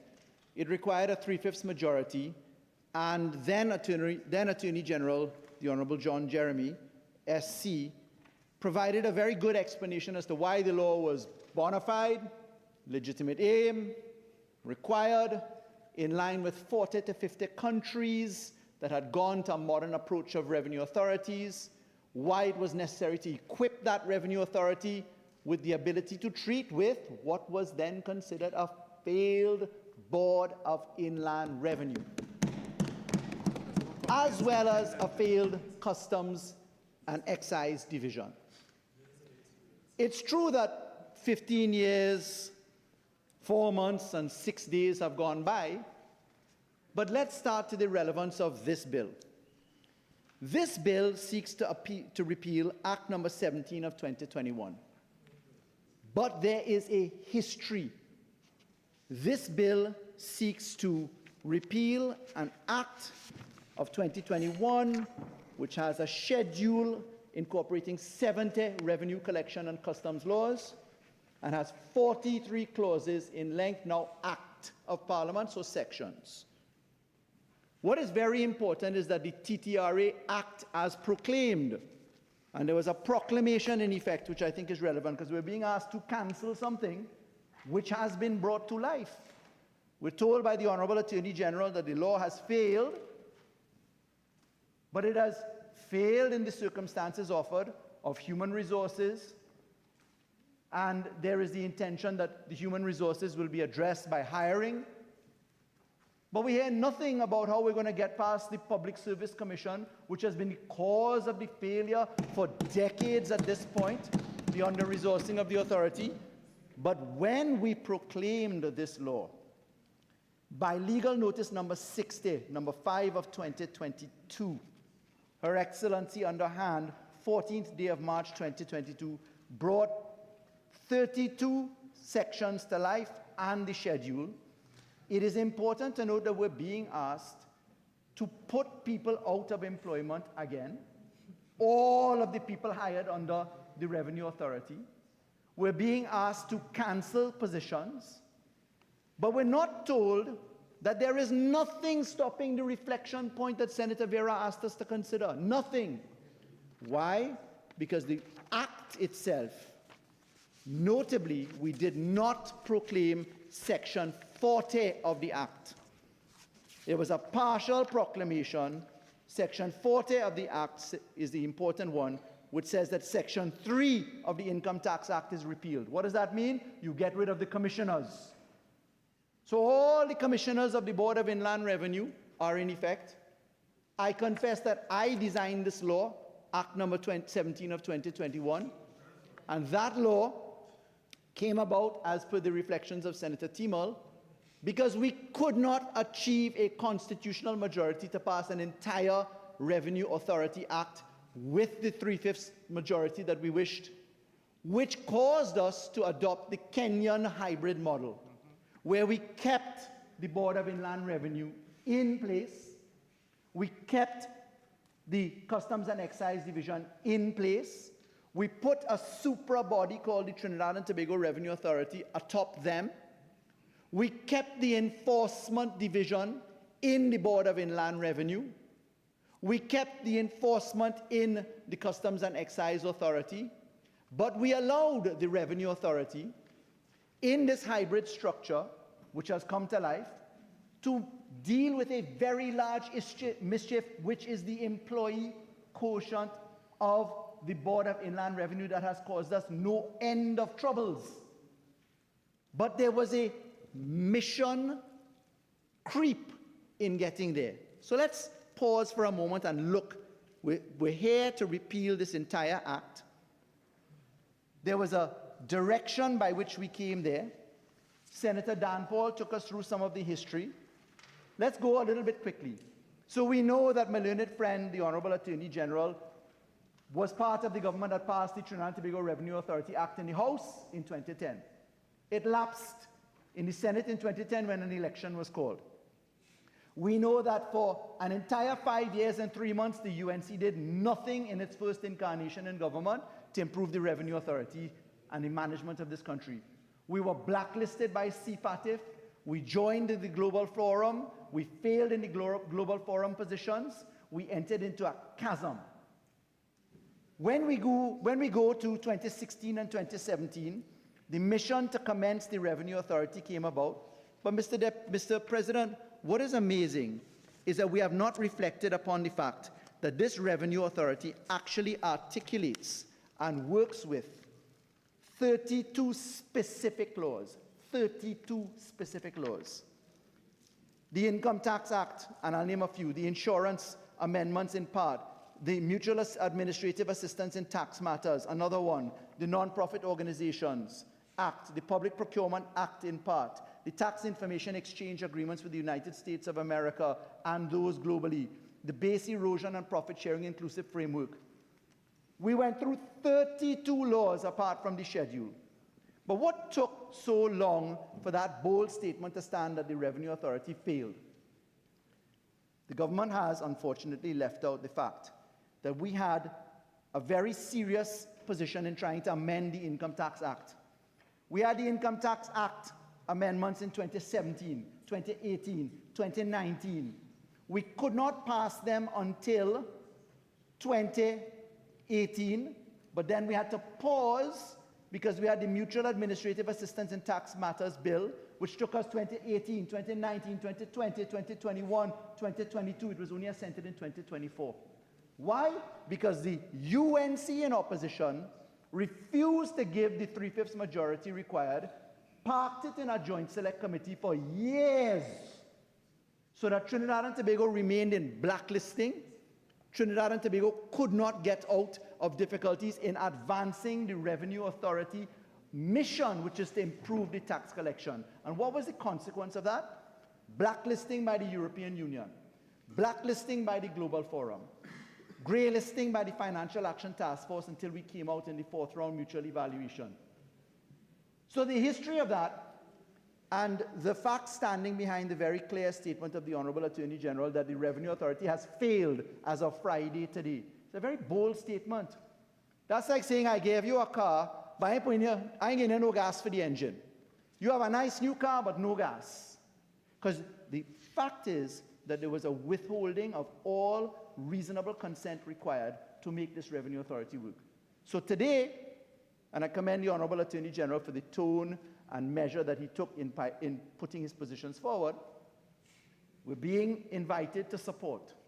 And don't worry, we will just get around to dismantling this thing which has failed. We are not told what the cost is. We're not told what's going to happen with the people when they move back. We're not told what happens and what the cost to the taxpayers looks like for the people who have been hired. Senator Lewis raised the cost of $50,000 a day. I wonder what the cost of the Board of Inland Revenue is. But nowhere inside of the TTRA Act as it stands now was there ever an intention to end the Board of Inland Revenue. It must continue to exist. So in this model of the TTRA, the Board of Inland Revenue is one of the bases that it stands on. The other one is the Customs and Excise Division. They are never going to be abolished. They're never going to be removed. Instead, the mischief of their employment, the fact that you cannot get people properly paid, as Senator McNish must know, that's one of the main reasons attracting professional conduct in this country.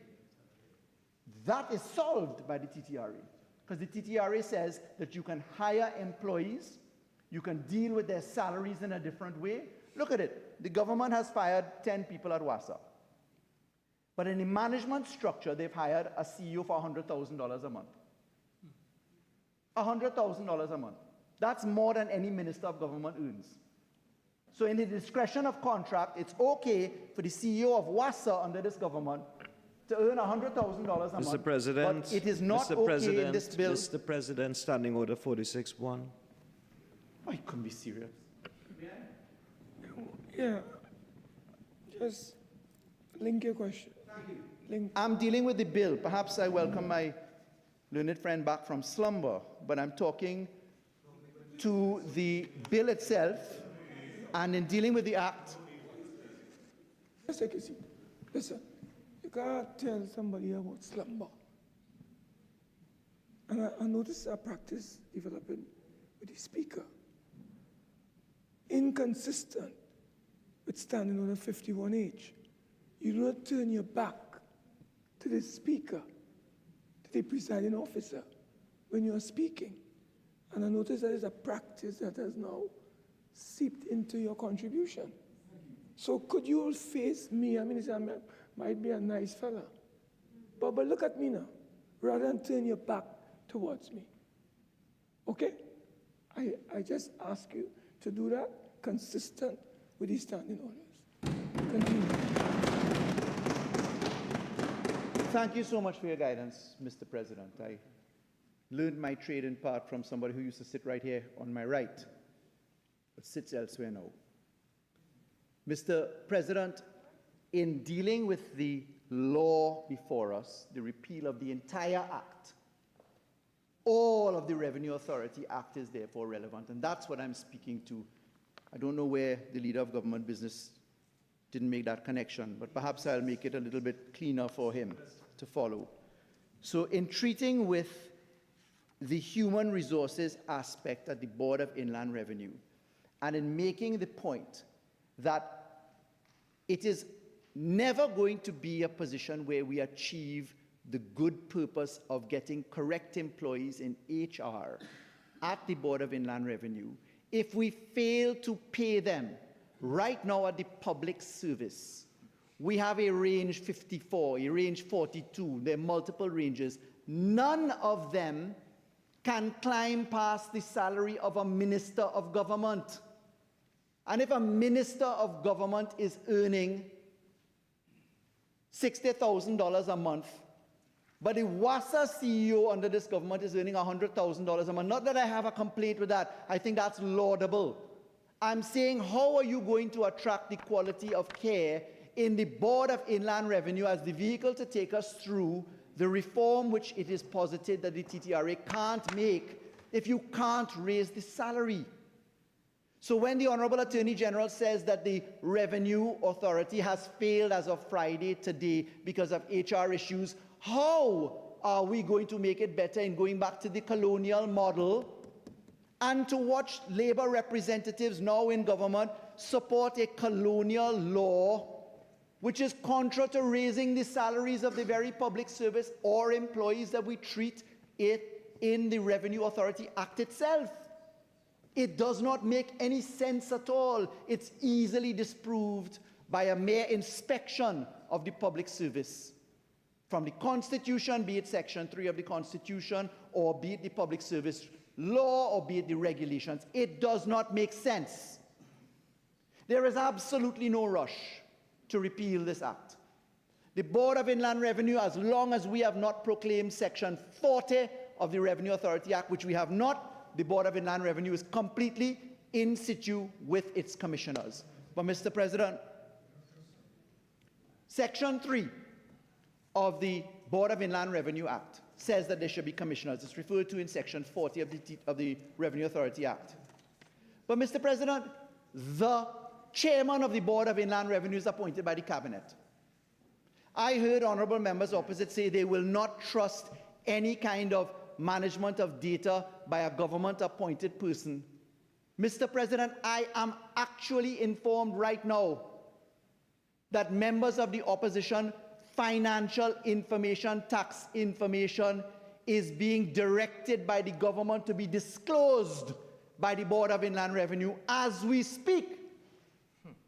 The Ministry of Finance and the Attorney General's office are pushing to disclose opposition members' tax information. That will come about in due course. If the allegations are untrue, great. But that's what I've been informed. So, Mr. President, you are raising very serious issues surrounding the conduct. You moved from government and then you went to the naming the Attorney General. That is totally inconsistent with our standing orders. You're imputing improper motives and you're raising the conduct of a sitting member who is the Attorney General. No, I want you to clarify it. I want you to withdraw it. And do not go down that path. Please. May I? No. Sure. I ask you to withdraw your... No, where I am standing, you sit. You sit while I am standing. I am very cooperative. Don't press me. Don't press me. Kindly withdraw your statements where you imputed improper motives to the Attorney General, as well as you raised the issue of the conduct of the Attorney General. You know, if you want to do that, bring a substantive motion to that effect. Mr. President, insofar as your ruling has been made, I withdraw unreservedly any imputation of improper conduct of the Honorable Attorney General. I made none, for the record. I would never make that imputation of the Honorable Attorney General. Listen, you unreservedly withdraw, move on with your contribution. Because you see, you are questioning my ruling and you are challenging me. Do not challenge the chair. There are consequences. when you challenge the chair, you make your point, the Senate has accepted it, move on, please. Mr. President.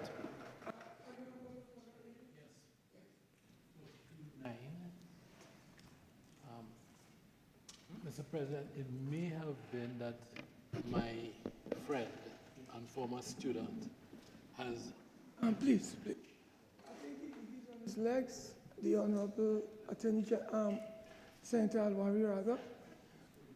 I would ask you to hold your fire 2 minutes after the end of his contribution. Attorney General, you'll have the floor. But right now, the Honorable Faris Al-Rawi is on his legs. He has my permission to speak. Take note, I accept 42.9, but it will come after his contribution. Senator Al-Rawi, continue, please. And for the record, I unreservedly withdraw any inference whatsoever that there's any remark to the Honorable Attorney General. That is certainly not what I intend or would ever intend. I am informed, however, that in relation to Section 3 and Section 4, there are concerns expressed on the floor as to secrecy provisions by honorable members made, that they would not, it's in the debate, trust the Revenue Authority, one of the reasons being that they did not trust an appointee of the Minister of Finance, and I'm making a parallel in a different way now on a different point, that there are equal allegations, which will come elsewhere, in respect of matters of confidentiality. Why? The mischief that I'm pointing to is that under Section 3, the board is appointed, yes, the Board of Commissioners is appointed by the Public Service Commission, but the President of the Republic appoints the chairman of the board, and president means under Section 80 of the Constitution, the cabinet of the Republic of Trinidad and Tobago. So we are not, strictly speaking, insulated away from government interference, as my friends opposite would like to see. That is not the case, and that is a very serious issue. So we are not told what the cost of wind-up is. We're not told what the cost of transfer is. We're not told what the laws are, but the Honorable Attorney General made a very serious statement a short while ago, that there are no concerns, if I got it right, I understood what he said as follows, that there are no serious concerns in relation to the constitutionality of the Income Tax Act, for example, the Board of Inland Revenue. The Board of Inland Revenue supervises and manages the Income Tax Act. Mr. President, I would invite the Honorable Attorney General to consult within the departments that are. There is information about concerns as to constitutionality of present laws. There is a very real risk of a separation of powers argument being founded inside of the existing income tax laws, and I don't want to say much more than that, but there are concerns as a result of recent rulings by our courts and from the highest court come down that tell us we need to take another look. The point, if you take away from that, you step back, is that returning to the Board of Inland Revenue's management structure of supervisory control over the inland revenue laws, because there's a package of them, does not take us to a better place. We cannot increase the range of salaries in the public service. If you move one, you have to move all. There was a national furor against the increase in members of government salary as ministers. The rationale for that is unless you move the top, nobody else underneath could move. All the ranges are stuck under the top. So where are we really headed with this particular argument that this is where we're supposed to go? We know that the hybrid model provides an escape. The escape is you keep the Board of Inland Revenue alive, you keep the Customs and Enforcement divisions alive, Customs and Excise, you have the management structures, you're allowed the importation of all the human resources. What the Privy Council did do in the Dore decision is that it spoke directly to the constitutionality of that. And the Privy Council did say that there are adequate safeguards for employees who are not public servants. The Privy Council did endorse the constitutionality of how that revenue authority would function if you gave it the life to function. But if we are told on the first 7 weeks, we have determined that it has failed, and the reference and evidence to that is an affidavit that nobody, I am sure, has read in large part in the population. I've read it, I know it, but I don't assume other people have read the affidavit. an affidavit from February of 2023 in proceedings that don't talk to the functionality of the Revenue Authority when the government has failed to tell us, in fairness, Section 18 of the Parent Act was suspended. It's in the proclamation notice. Section 18, which is the transfer provisions from the public service to the Revenue Authority, they were suspended. There was litigation. The suspension was only lifted recently. And if the point is, well, many people didn't pick it up, and as of today, Friday, the Revenue Authority has failed, Mr. President, I dare say that I don't buy that argument. It is a cat-in-bag argument, more so because it comes from someone who, in fact, was the author of the Trinidad and Tobago Revenue Authority 2010 bill himself. That's the Honorable Attorney General now, aided by Senator the Honorable Dr. Kennedy Swaratsingh, then member for St. Joseph, himself. Both persons speaking to the validity of arguments today had the exact opposite arguments some time ago.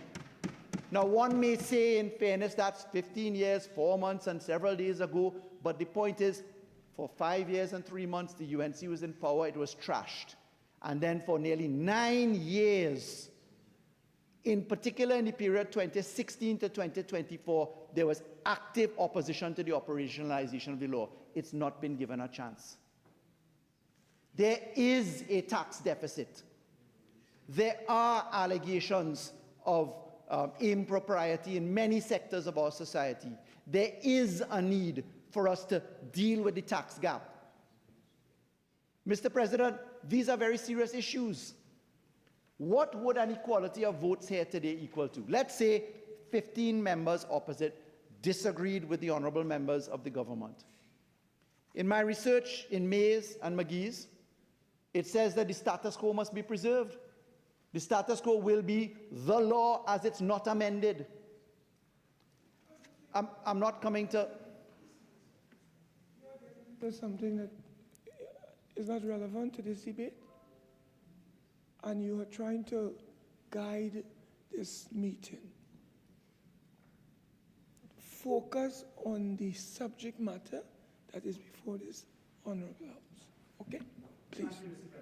When a vote on this bill is taken, we can consider... Stay away from that issue. Why are you going there? That is not... that same issue you're going on. Anyway, I have ruled you.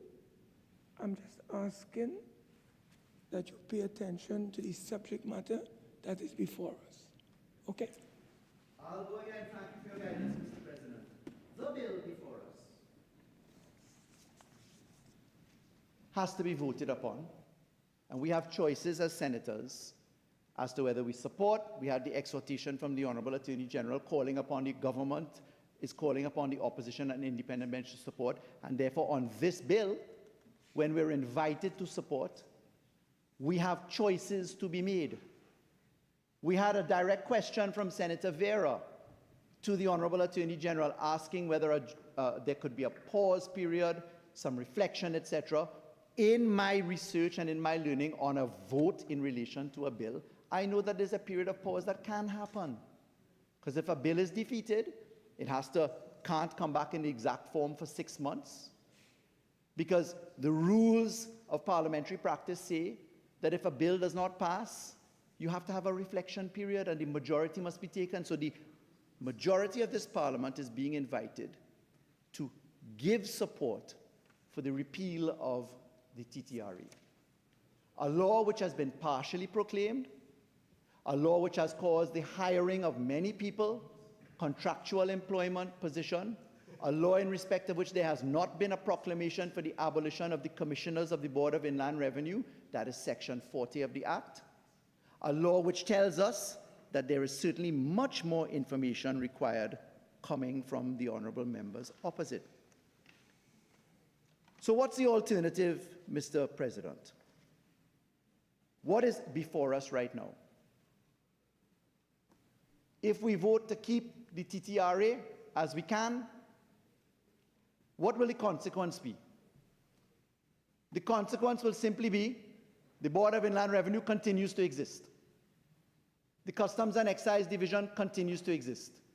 The commissioners are undisturbed in their path. The hirings at the Board of Inland Revenue can continue. They always had to.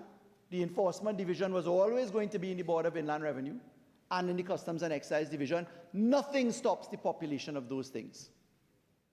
We know that if we look to the base erosion profit sharing mechanisms in the Global Forum and other areas, we still have to do all of that work because they are coming to assess us on the immediate outcomes of efficiency. They're not going to look to technical compliance alone. They want to come and see that we're actually performing. So there's absolutely no risk if this law does not pass today. No risk at all. We have no understanding as a Senate what the consequence of our decision is going to be cost-wise to the taxpayers. None. There is nothing that says that the TTRA as it exists right now, as it's partially proclaimed right now, cannot work exactly in tandem with the structures that exist. It's a hybrid model. It was designed that way. It's the Kenyan model. We have the constitutionality reflections of the Privy Council. We have the precedent of Jamaica. We have the precedent of Barbados. We have the precedent of Guyana right here next to us. We know that salaries and emoluments is a huge problem. There's a national discourse on it. We have an easy mechanism to fix that by using the hiring mechanisms in the TTRA.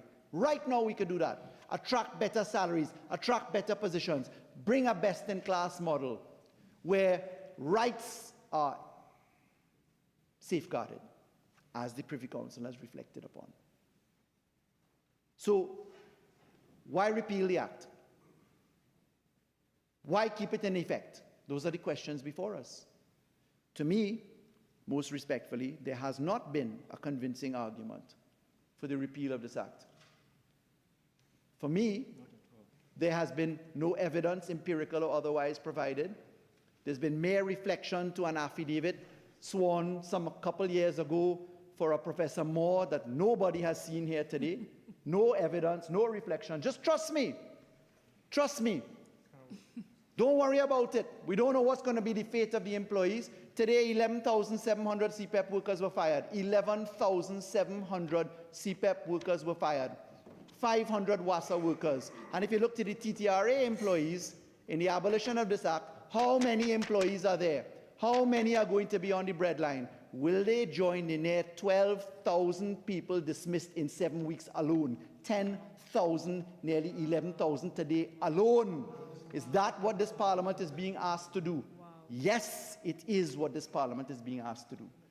We are being asked to give the government a repeal mechanism, no kind of reflection on the employees, no kind of cost to the taxpayer, no kind of assurance on the litigation, no kind of undertaking, nothing. Trust me, it's a failed experiment as of Friday today. Blank check. A parliamentary cat-in-bag scenario.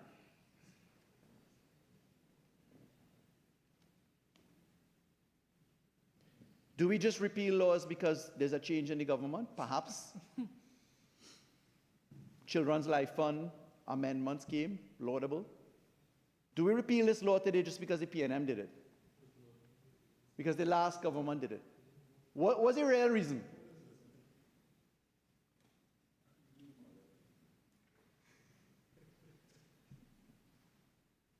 Mr. President, I'm unconvinced. Respectfully, this is a bikini debate. No evidence, no structures, no attempt to give us assurances as to what the real jeopardy is in supporting the law. I genuinely think that there's time for reflection. I genuinely think that we ought not to cause the repeal of this law.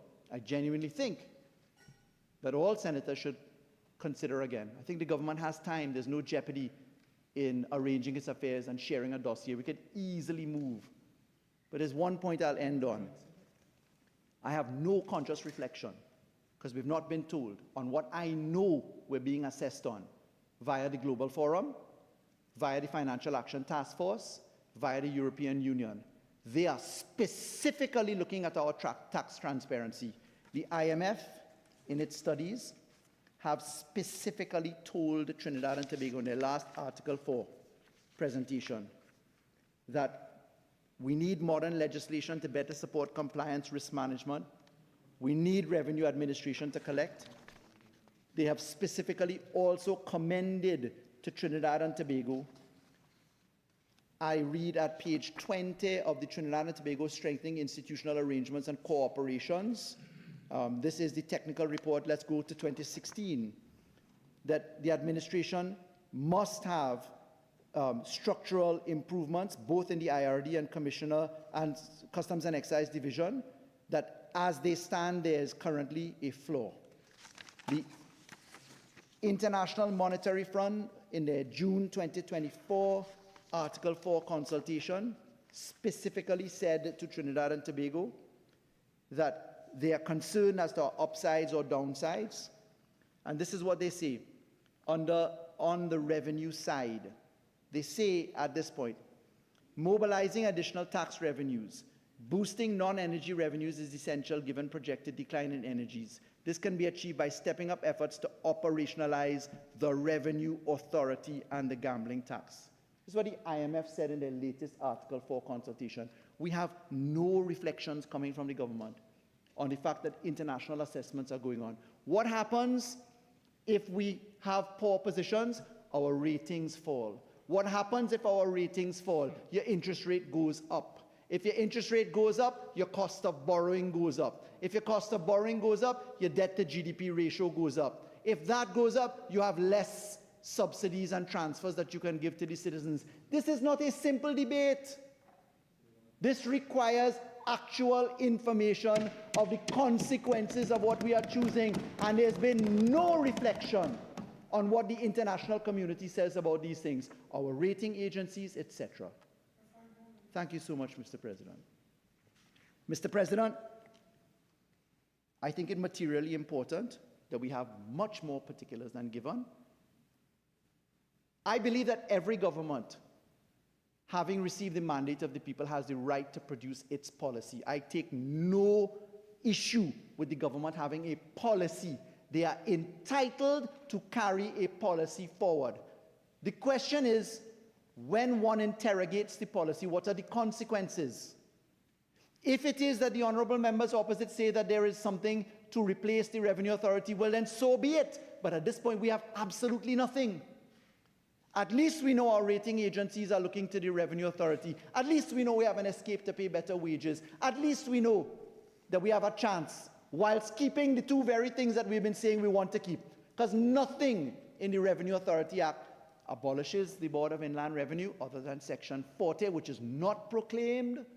And all that it does is that it abolishes the Board of Commissioners, not the Board of Inland Revenue itself in its integral structure. The Board of Commissioners goes. Keep them. Don't proclaim Section 40. But give us a fighting chance.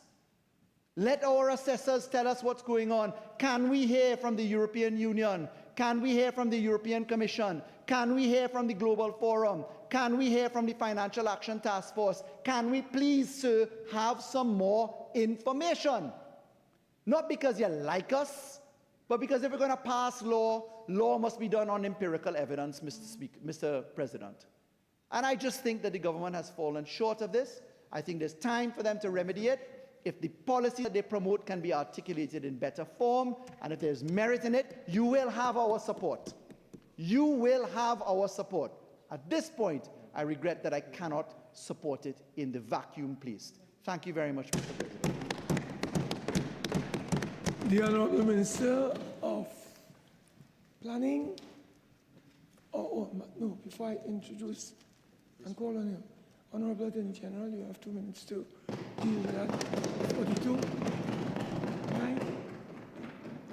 Mr. President, under the standing orders, I'm given the right, with your leave, to speak under 42.9 if I believe my contribution was misinterpreted. It must, I do have that belief because there was nothing that was said in the course of my contribution that could have had any bearing on abuse taking place in my office. Now, I know that I have 2 minutes. I'll take one. I just want to give this Senate, I'm a senator, the assurance that nothing is taking place in my office that is contrary to law. There is nothing that is taking place in my office that is seeking to do anything with respect to the Board of Inland Revenue in particular, as far as I'm aware, and I think I should be aware of everything that is taking place in my office. And just on one other point, unfortunately, when I got into my office, and the country knows me, I say what I mean sometimes, you know, different effects, and I think I'm a man of some integrity. I was shocked at what I found in my office in terms of the levels of misconduct perpetrated by my predecessors in office. Thank you.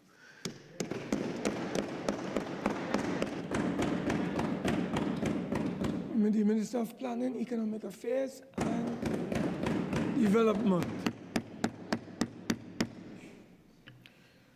Mr. President, thank you very much as I stand to wind up the debate. And I want to thank all members for their contribution, especially many of the comments that I mean, there's so many, but I'll try to address some of them. But I want to say from the outset to Senator Al-Rawi, yes, the AG and myself did speak in favor of the Revenue Authority some time ago. Today, over the last couple of days, I had the pleasure of working with the CLECO liquidator. And I had to make a confession that if I knew then what I knew now, I may have treated that matter differently. And similarly, if I know then what I know now about the Revenue Authority, I too would have treated it differently. See, in 2010, I had the fortune, after having lost my bid for re-election, Mr. President, I went to live in Barbados. And I was there for 15 years. And I had the fortunate experience of working to help them put together their Revenue Authority there.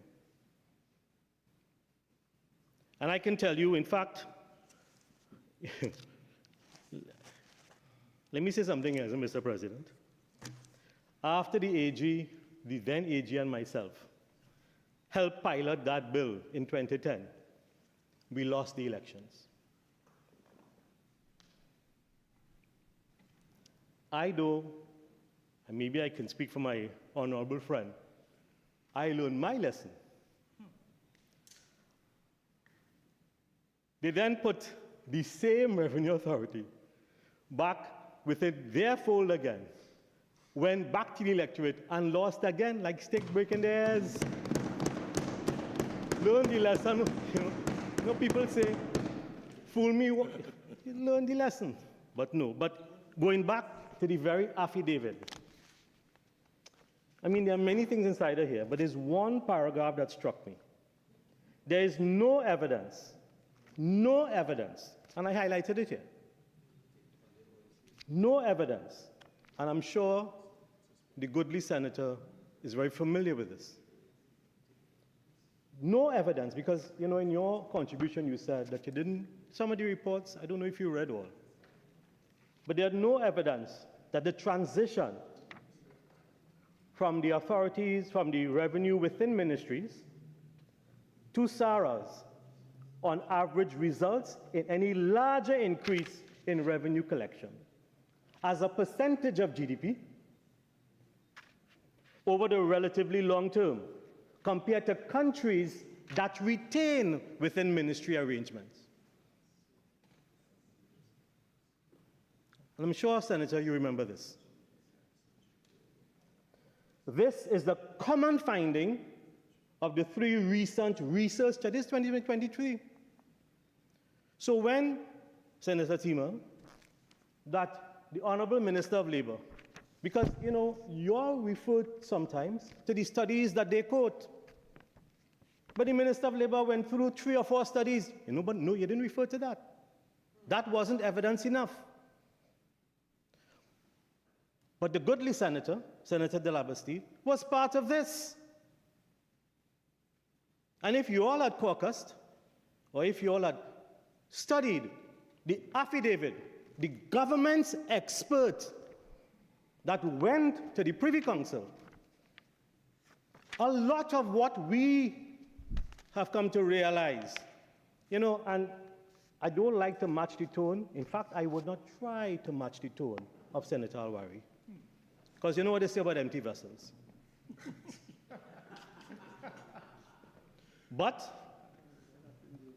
I want to make sure that the research undertaken by the Honorable Senator de la Bastide in preparing to answer the questions that are posed and the experts that they use form a basis of the judgment that you make in coming to support or lack of this bill or this repeal today. I also want to, as I said, there are so many points. I have to pick and choose which ones I respond to. But I want to say a couple of things, because Senator Teemal is right. For years, we have had plenty inefficiencies, not only in the BIR, but across the public service. If anybody claims that only in the BIR there are inefficiencies and deficiencies, then we are creating a fool's errand. The public service continues to struggle with the very things that we talk about in the Service Commission. Because in my recollection, and the Honorable Attorney General could guide me if I'm wrong, in the course of the last 30, 40 years, there's only one Service Commission that was amended. That's the Police Service Commission. The Teaching Service Commission, the Public Service Commission, continues to be a creature of a legislation that is outdated and in very many ways irrelevant.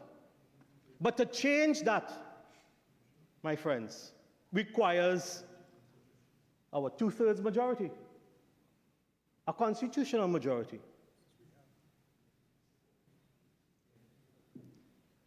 I remember reading in the papers, I think I was in the military at the time, the then Prime Minister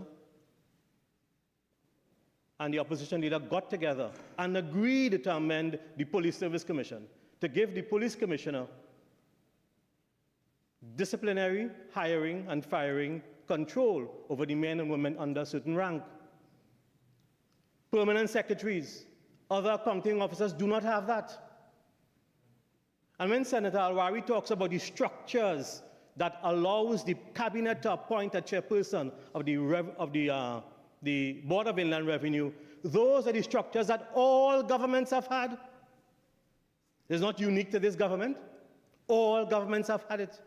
They had it for the last 60 years. They had it. But it was okay then. It is now looked on with suspicion now because the UNC is in government. Is that what we're trying to say?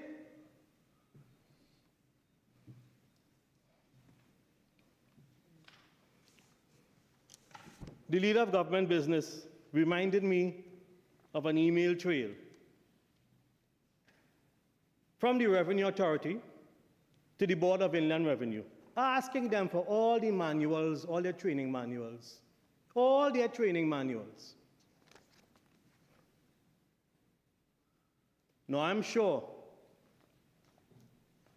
with his HR background, the goodly Senator Nish would understand what this means. So I don't know what new things they were trying to make. All I can tell you, and Senator Phillip asked, well, what is the roadmap? What is your plan? How do you all intend to fix it? I said in my contribution, and I know the senator wasn't here, so he may have missed it, that there is a note before Cabinet, and that note is asking Cabinet to agree for us to address the deficiencies in the Revenue Authority. Because revenue collection, we all know and we all agree, is of paramount importance. We need to do it. We just disagree, and I reject the premise that Senator Al-Rawi talked about, that we must have keep these two systems going, keep people in abeyance. It goes against the very practice of human resource management that you so eloquently spoke to, Senator.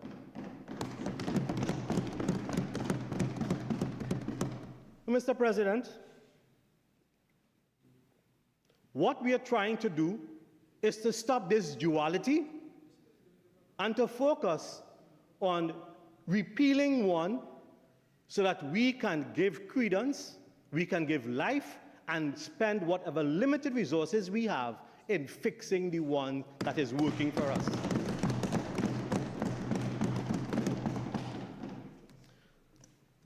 So let me go back, and this is the accompanying document that went to the cabinet that talks about Board of Inland Revenue, transformation roadmap, implementation, strengthening revenue collection to the Honorable Prime Minister, and it was sent on the 20th of June 2025. And the mission was and is to modernize the Board of Inland Revenue into a digitally empowered, service-oriented, and accountable institution that enhances voluntary tax compliance, strengthens revenue collection, and support the socioeconomic development of Trinidad and Tobago. This roadmap, and you know, maybe I should ask Mr. President and honorable senators for your forgiveness. I was so incensed by the way people were treated that maybe I didn't spend enough time going into this. Please forgive me if I was not as complete as I should have been. But do not ever think for a minute that this government does not have a plan, that we haven't thought this through, or that we don't understand what we're doing.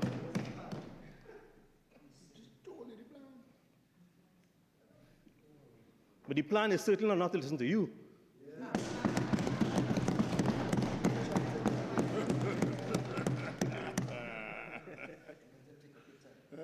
We lament with the people.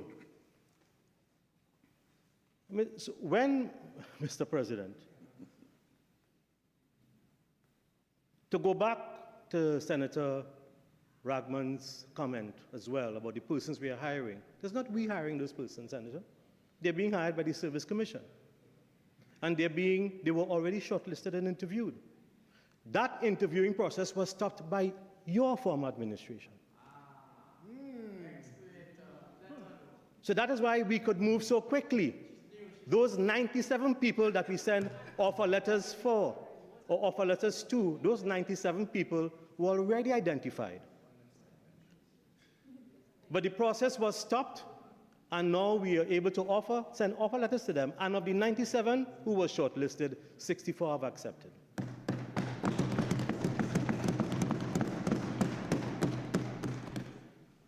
What is the plan? The goodly Senator Al-Rawi asked. The plan is to fill the 45 tax audit positions that you all run down to zero. The plan is to fill the 35 field tax positions that you all run down to zero.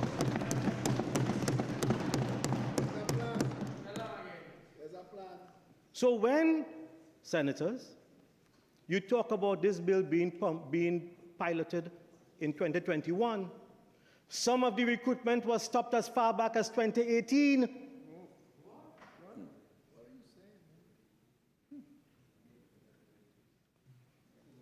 So when we come and talk passionately about how people have been treated, Senator McNish, it is because we have a whole collection, a whole litany of persons who have been trampled upon, who have been abused, and then we ask, why have they failed for the last 7 years to collect revenue?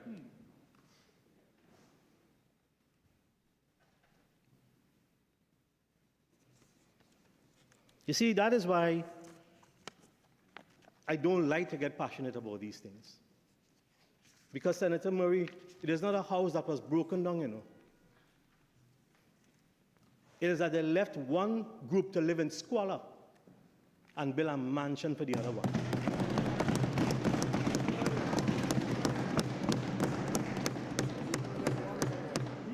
One by one. One by one.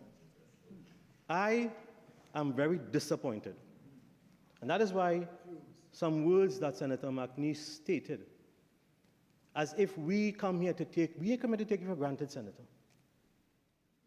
We come here to treat you as partners in the whole governance process. We hope that you will share our pain for the people that have been abused, disenfranchised, discourteously dismissed.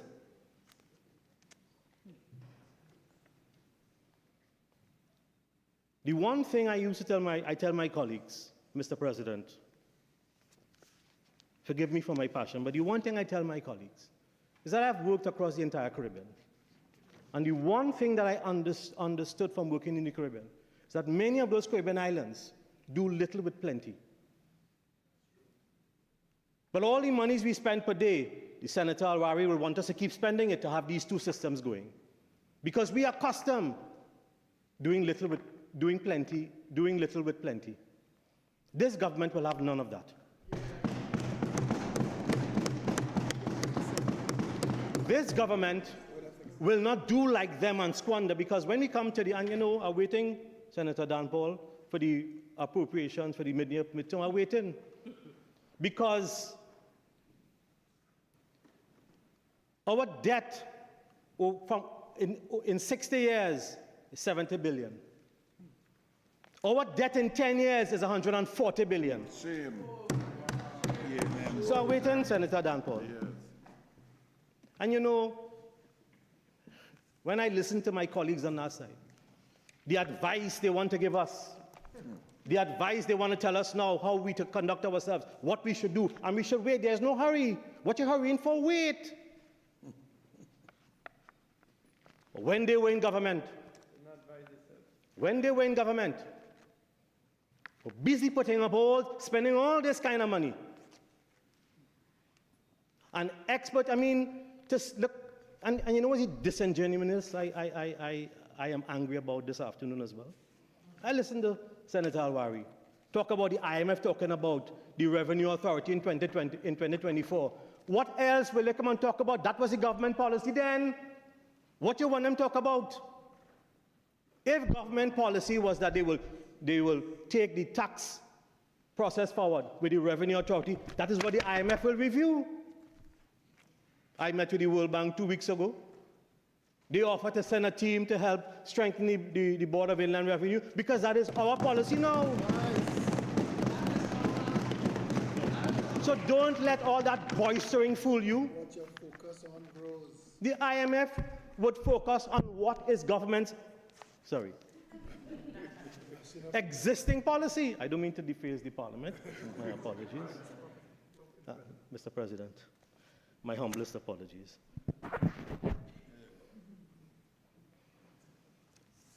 Sorry. But let me continue before I get completely distracted, because I'm trying not to use any supporting equipment during my contribution. But the governing pillars that this government wants to put forward for the Revenue Authority, and the cabinet note speaks to it. The cabinet note that is before FNGP has to go for the Attorney General, because there's a part of the legislation that has to be looked at as we seek to strengthen the governing process of the Board of Inland Revenue, because we want to mandate that the commissioners meet on a more regular basis. We want to make sure that we link some of what they do to the pillars in which, you know, some of the areas that are deficient, and to make sure we strengthen some of those areas. But because Cabinet hasn't yet opined on it and approved it, I am constrained by how much I can talk about as government policy. But there are some underlying pillars One is institutional reform, strengthening governance, human capital, and accountability, systems to ensure high-performing public revenue. Sorry. That the Leader of Government Business has to make. Mr. President, in accordance with Standing Order 14.5, I beg to move that the Senate continue to sit until 12 midnight. Honorable Senators, the question is that the Senate continue to sit until 12 midnight. Those in favor say aye. Aye. Those against say no. I think the ayes have it. We shall sit until midnight. Continue, please. Mr. President, thank you. So I could speak a little slower.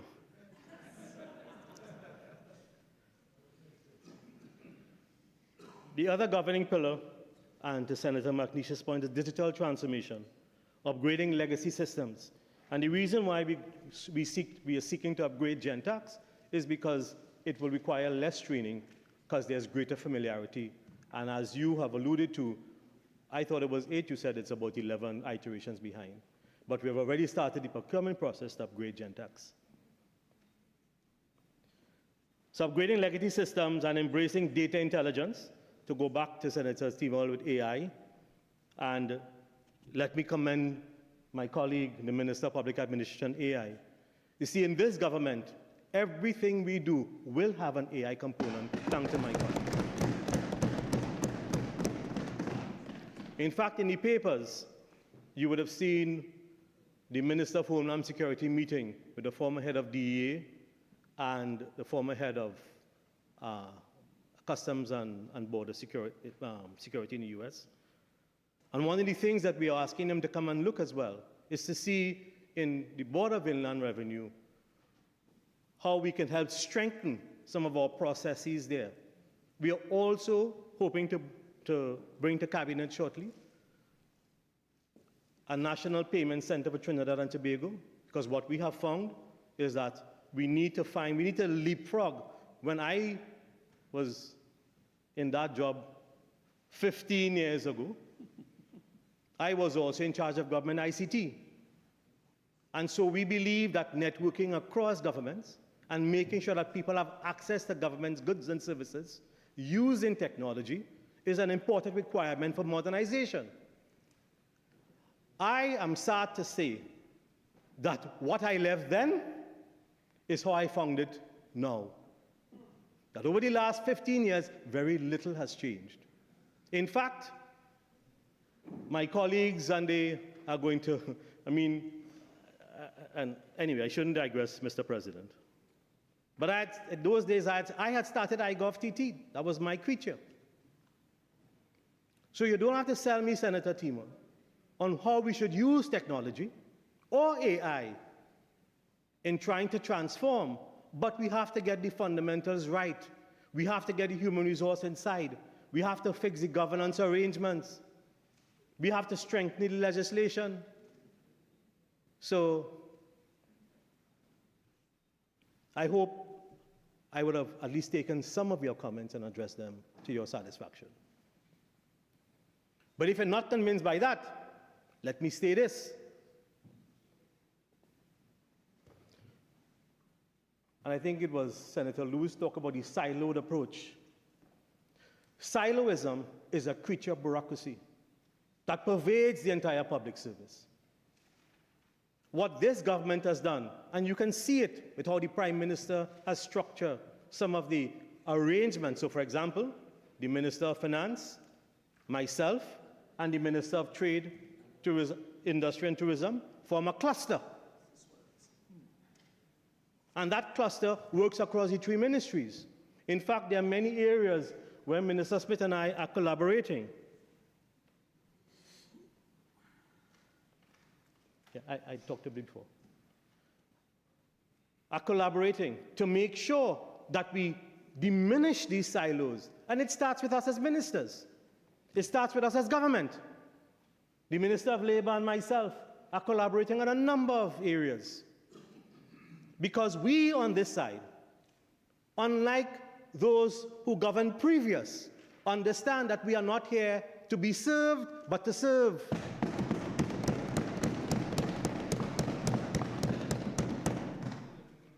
We are intent on making sure our institutions work, and it starts with us being more collaborative, being more complete, and being committed to recognize that we are part of an ecosystem, and how all these parts fit together is significantly important. But I think it is bare and it is worth saying that we have only just begun. I hope that in all that we would have demonstrated, that at least we would have addressed some of your concerns. Senator Phillips said that if there's a roadmap, she would like to see it. And there is. And I would have showed it to you. Senator Nish talked about what's the plan, which you missed in my opening contribution, which I may have inadvertently not explained as much as I should have, but I hope some of it is to your liking. And that is why, my dear friends, senators, when we come and ask for your support, it is not that we take it for granted, and it is not that we don't have answers to the questions, and it is not that we can't expound it further. It is because we learned a long time ago, a former boss of ours used to say, "Hurry dog, eat raw meat." We know that we have a lot of work to do. We start by building pillars that creates a tapestry of how we intend to move forward and fix it. We know we can't do it alone. We want your support. In fact, is one thing that you will always get from this side. It'll be collaboration, explanation, and professionalism.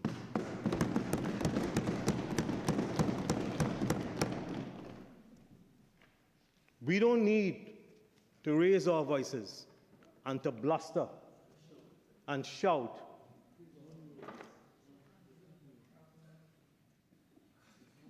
No, not only no nuance, but also seek to cast aspersions. Because you know why? It is easy to come and say, easy that we have unreliable authority. But, my dear friends, let us be careful, because when you point one finger, it has four pointing back.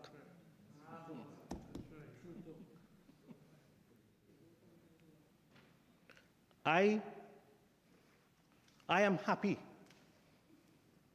that the Honorable Prime Minister has seen it fit to repose in me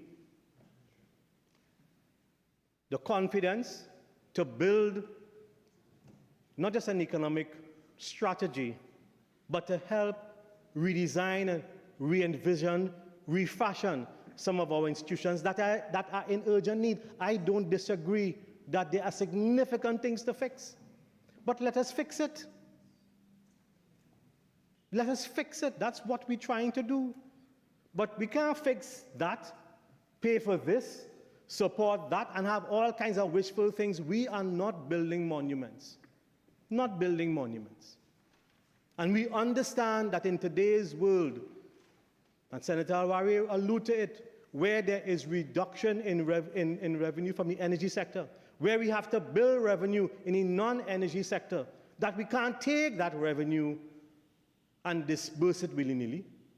We need focused, targeted action that geared towards moving revenue collection to a state of modernization, digitization, competence and collaboration that based on pillars of good governance.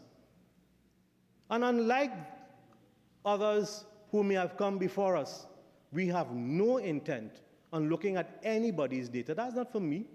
That's for the DPP. That's for the Integrity Commission. I don't want to know. I don't want anybody's business on my hands. Because when my time here up, I go back to Barbados in my short pants and rubber slippers. But it is only those who have cocoa in the sun will look out for rain.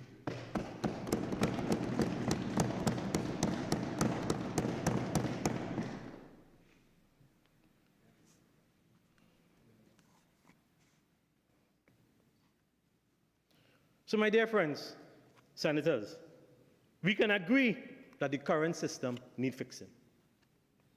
We could all agree that we have to be more efficient in revenue collection.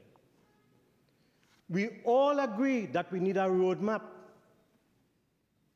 We all agree that we have to strengthen the core tenets of the revenue Board of Inland Revenue. Yeah, it's a Freudian slip. But with the best of Freudian slips, we all learn. And that is why I am on this side and not on that side, because I learned the lesson.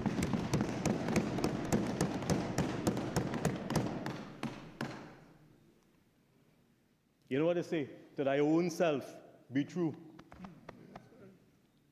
So we are here to repeal what Senator Teemal referred to as that fragmented model.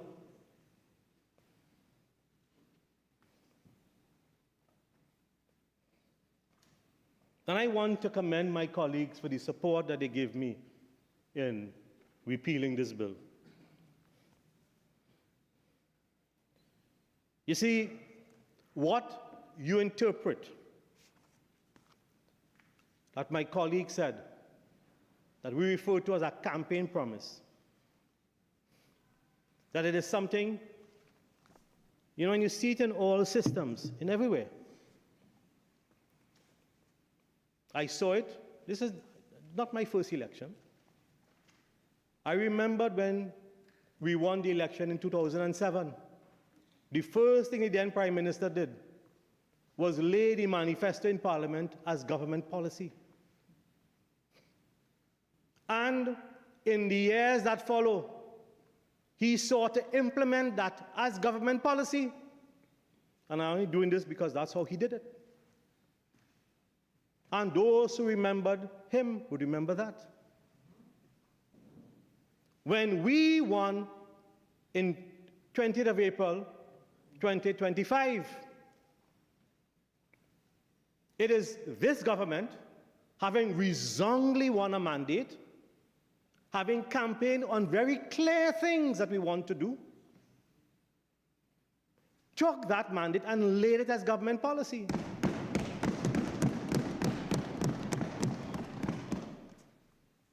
But we are faithful to that policy because in going around through that, and that's what my colleague was referring to, we would have had not just campaign after campaign meeting, we had town hall meetings, we had engagements with people, we had business forum. I spoke at a couple. And we engaged with people time and time again, and we explained to them, based on the research, it is not now that my colleague have this. He had it since in the election. It is not us making policy in a VAPS or making policy in a vacuum. We made policy based on research. All those reports that you all refer to, we had those reports. And it is those reports that inform the policy that we went to campaign with, that people then came and said, we will give you a mandate. And that is why my colleague said, Vox Populi, Vox Dei. But to think that that mandate wasn't grounded in research, or to think that that mandate wasn't grounded in consultation, to think that that mandate was not grounded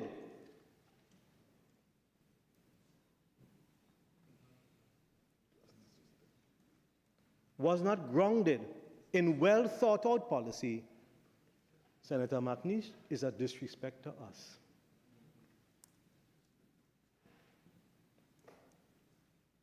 I'm not here to play games with anybody. I'm not here to score any political points. We did that in the campaign, and we beat them going and coming. According to a former colleague of mine, that is why they are there and we are here. Don't need to do it again. Don't need to do it again. But please, do not think for 1 minute,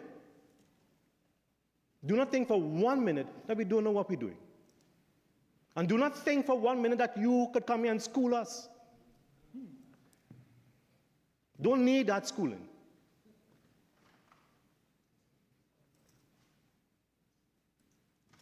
I have worked in more places, and I've worked with more governments than many of us here in this house. But I will in this Senate, and I will say this. We can find examples up and down the world of where this has worked and where it has failed. All kinds of examples. I'm not going to bore you with all of them. What I can say is this. Not only was this ill, because if this was a good plan and it was laid in 2021, by 2025, if we can't get up and running, then something wrong. All the schooling they want to school us, why couldn't they get it done? If this was so good, why did they have to go to the revenue, to the Board of Inland Revenue, Senator? Why did they have to go to ask them for all their manuals? And the 25 persons who are there are being absorbed into the Board of Inland Revenue as we wind that up.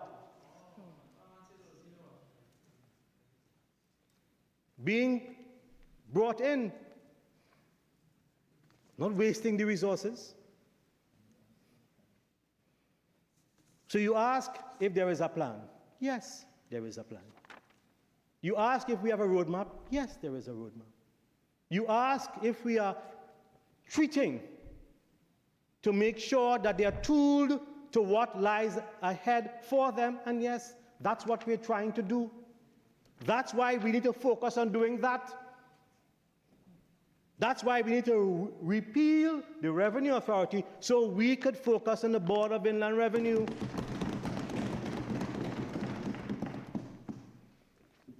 That is why we need to spend the money on gen tax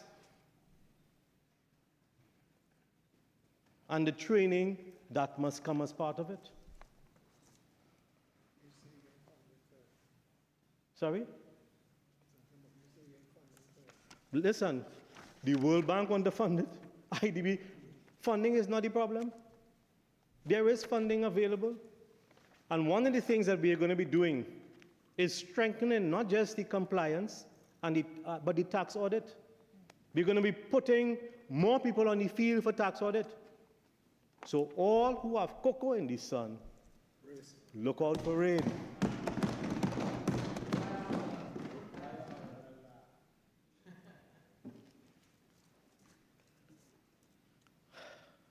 I hope, Senator colleagues, that I would have addressed most of your concerns.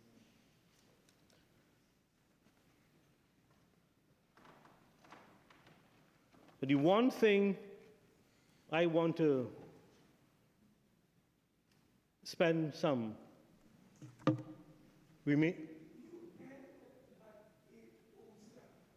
Thank you, Mr. President.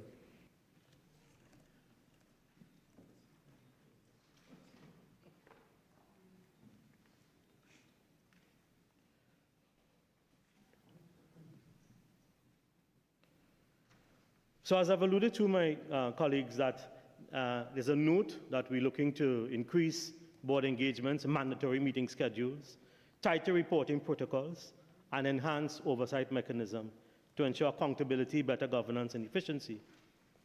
There's a detailed roadmap to streamline registration, compliance audit, and collections in development. Focus areas include standardized procedures, better coordination between departments and audits, and with the GenTax system, which is the core IT backbone, the formal instructions have been given, procurements will commence, and the upgrade will enable real-time taxpayer data access, predictive analytics, e-auditing, and automation of returns processing. So we are moving at a fairly, as rapidly as we can, given that this government is only about 2 months old.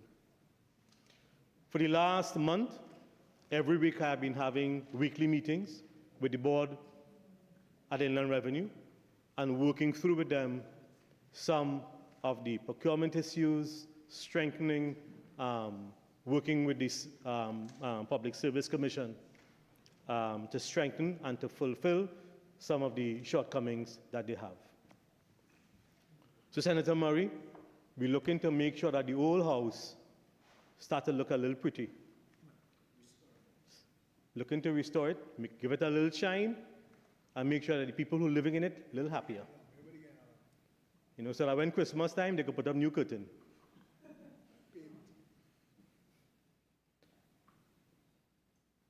Mr. President, again, I want to thank my colleagues for their contribution. While, as I said, there are so many that I couldn't address all, I hope that those that I haven't addressed, that they forgive me, and I am always open to sharing with them. But I want to end, as I said, by just reading from the final note I sent to the Honorable Prime Minister on this matter. The Honorable Prime Minister's bold decision to intervene at the Board of Inland Revenue has catalyzed a historical institutional reset. The government's intervention is not only rehabilitative, it is also visionary, building a revenue collection public institution that is digitally empowered, customer-centric, results-oriented, ethically anchored, and nationally respected. Mr. President, I thank you and my colleagues for your attention. I beg to move.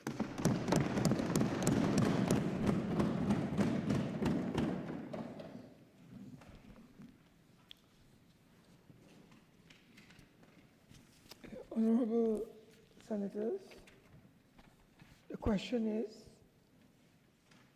that the Trinidad and Tobago Revenue Authority repeal bill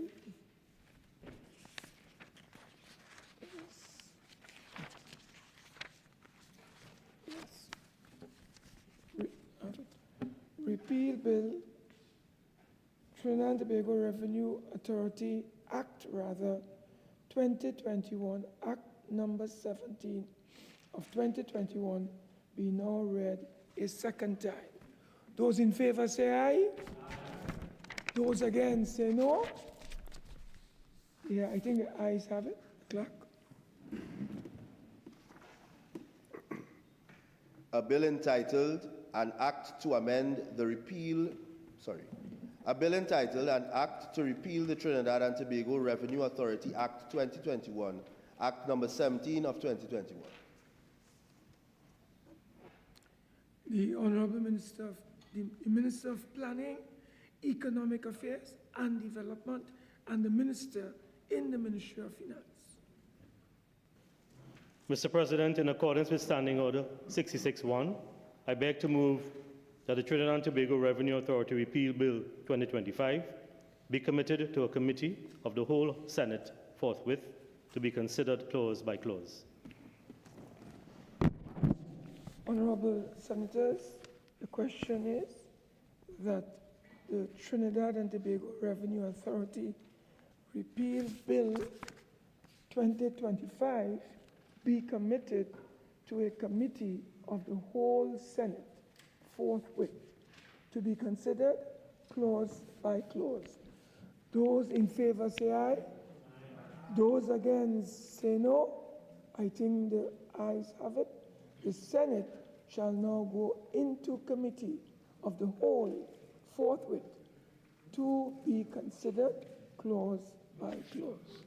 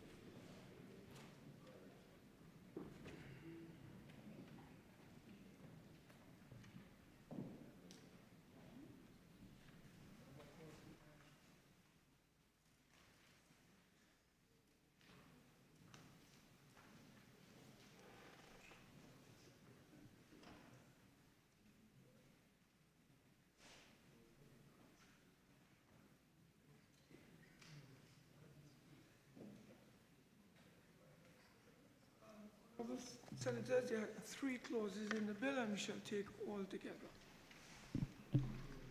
Clauses 1 to 3.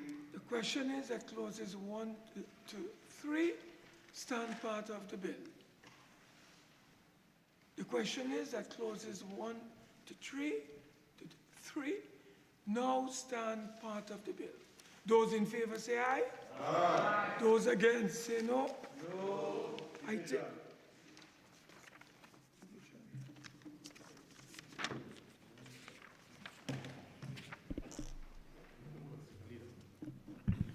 Mr. Alaha? Yes.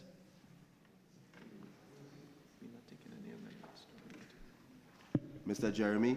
Yes. Mr. Roberts? Yes. Mr. Swaratsingh? Mr. Swaratsingh? Yes. Well, Dr. Swaratsingh, sorry. Mr. Maraj? Yes. Mr. Baptiste? He went to the bottom. Mr. Alexander? Yes. Professor Prasad? Yes. Dr. Chaitan Maraj? Mr. Big? Yes. Ms. Charles? Yes. Mr. Zakur? Just give me a minute, sir. Chair. Mr. Zakur? There's some concern with some of the younger members on this bench. They're not quite sure what they're voting on. If you could clarify for them, please, sir. Okay. Well, what is happening is that there are 3, if you turn to your bill, there are essentially 3 clauses in that bill. So we, instead of going one by one, we said we will take it conjointly. And when we take them conjointly, and I put the question, we go on pause. If you have any comment you would like to make on those clauses, we will pause and allow you to make your intervention. When those interventions are through, we will then put the question, and then the Honorable Senator Faris Al-Rawi has already called for a division. So that is where the division will come in. So do you want to raise any question on any of the 3 clauses that I've put forward thus far, and especially for the newer ones? There are 3 clauses. I assume that each member, especially independent senators, do have a copy of the bill that we are dealing with.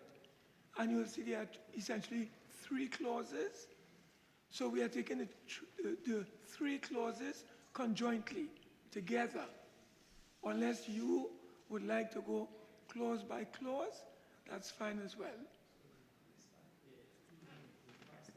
But we passed that already. Yeah, we already. Okay? So we will now, I think we'll now resume the division. Okay? Yes, continue. Okay, well, okay. Let me put the question again, and then we will start the division. Restart the division. Honorable Senators, the question is that clauses 1 to 3 stand part of the bill. The question is that clauses 1 to 3 now stand part of the bill. Those in favor say aye. Aye. Those against say no. No. Division. Right. Mr. Alha? Yes. Mr. Jeremie? Yes. Mr. Roberts? Yes. Dr. Swaratsingh? Yes. Mr. Maharaj? Yes. Mr. Baptiste? Yes. Mr. Alexander? Yes. Professor Prasad? Yes. Dr. Chaitan Maharaj? Yes. Mr. Big? Yes. Ms. Charles? Yes. Mr. Zakur? Yes. Mr. Smith? Yes. Mr. Nakid? Yes. Mr. Rashid? Yes. Dr. Browne? No. Mr. Al-Rawi, SC? No. Mrs. Roberts-Radgman? No. Mr. Dhanpaul? No. Mr. Cummings? No. Mrs. John Bates? No. Mr. Vieira, SC? Abstain. Mr. Teemal? Abstain. Mr. de la Bastide, SC? Abstain. Mrs. Jones-Simmons? Abstain. Mr. Lewis? Abstain. Dr. Murray? Dr. Murray? Sorry, I'm just thinking.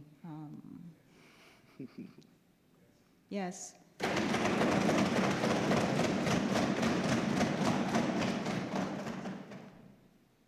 Mrs. Lalite-Ettienne? Abstain.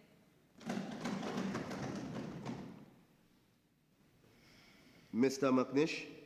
Yes. Ms. Phillips? Yes.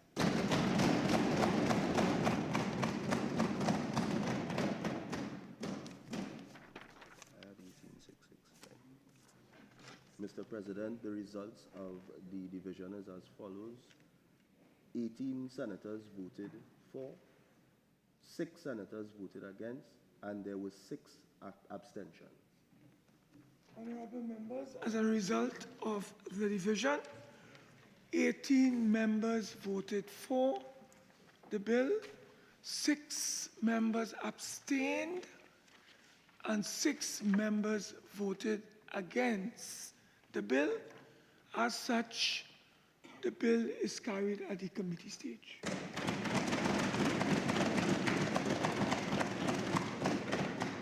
Members, the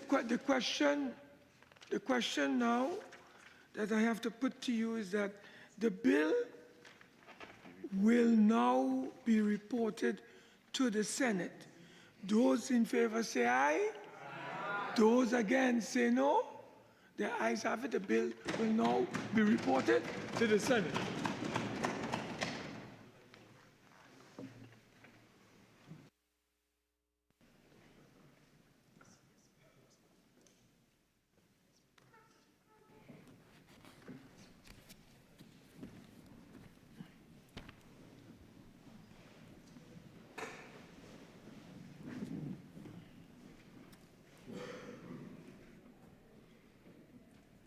The Minister of Planning, Economic Affairs and Development, and Minister in the Ministry of Finance.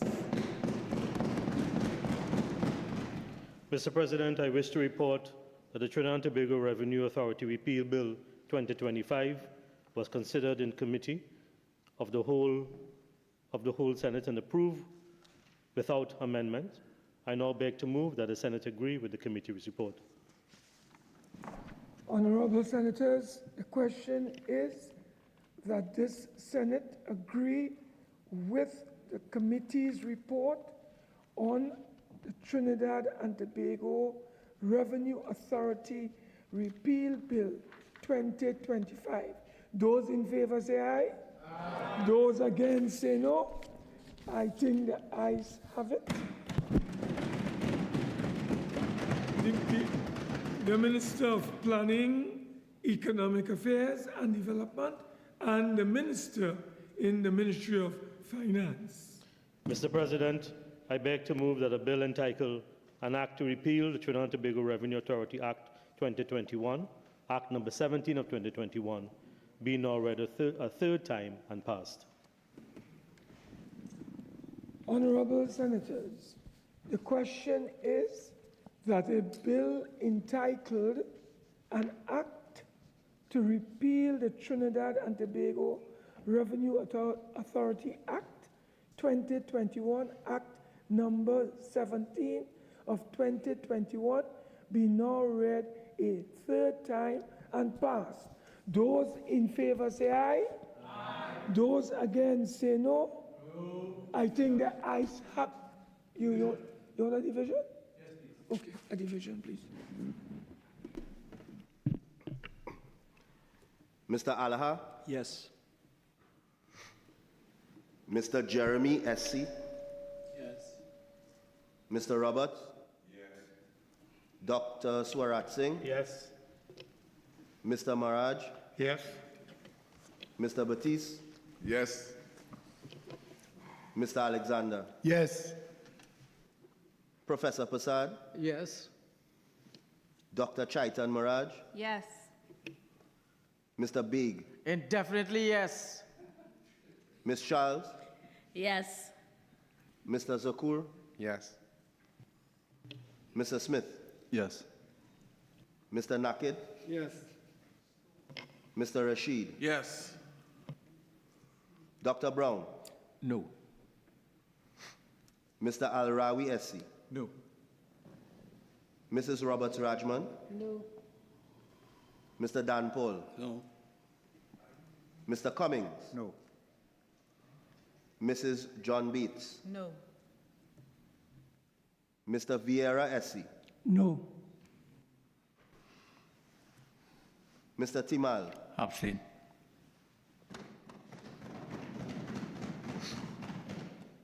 Mr. de la Bastide SC? No.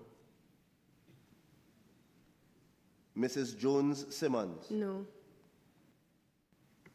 Mr. Lewis? Dr. Murray? No. Mrs. Lalite-Ettienne? No. Mr. McNish? No. Ms. Phillips? Abstain.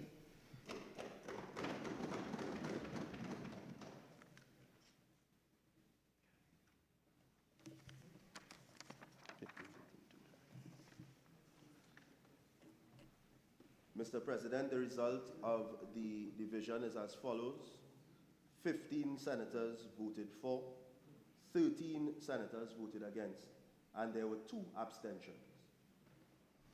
Honorable members, as a result of the division, 15 senators voted for the bill, 13 senators voted against the bill, and there were, is it 2?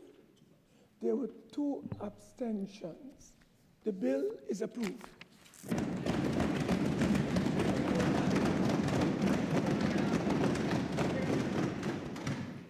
A bill entitled An Act to Repeal the Trinidad and Tobago Revenue Authority Act 2021, Act number 17 of 2021. The Honorable Minister of Planning, Economic Affairs and Development, and the Minister in the Ministry of Finance.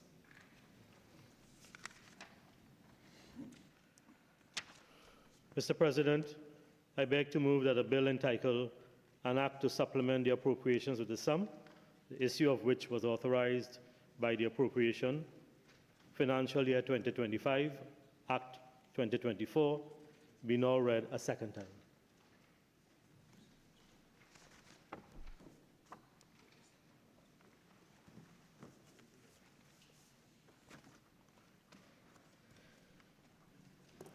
Mr. President,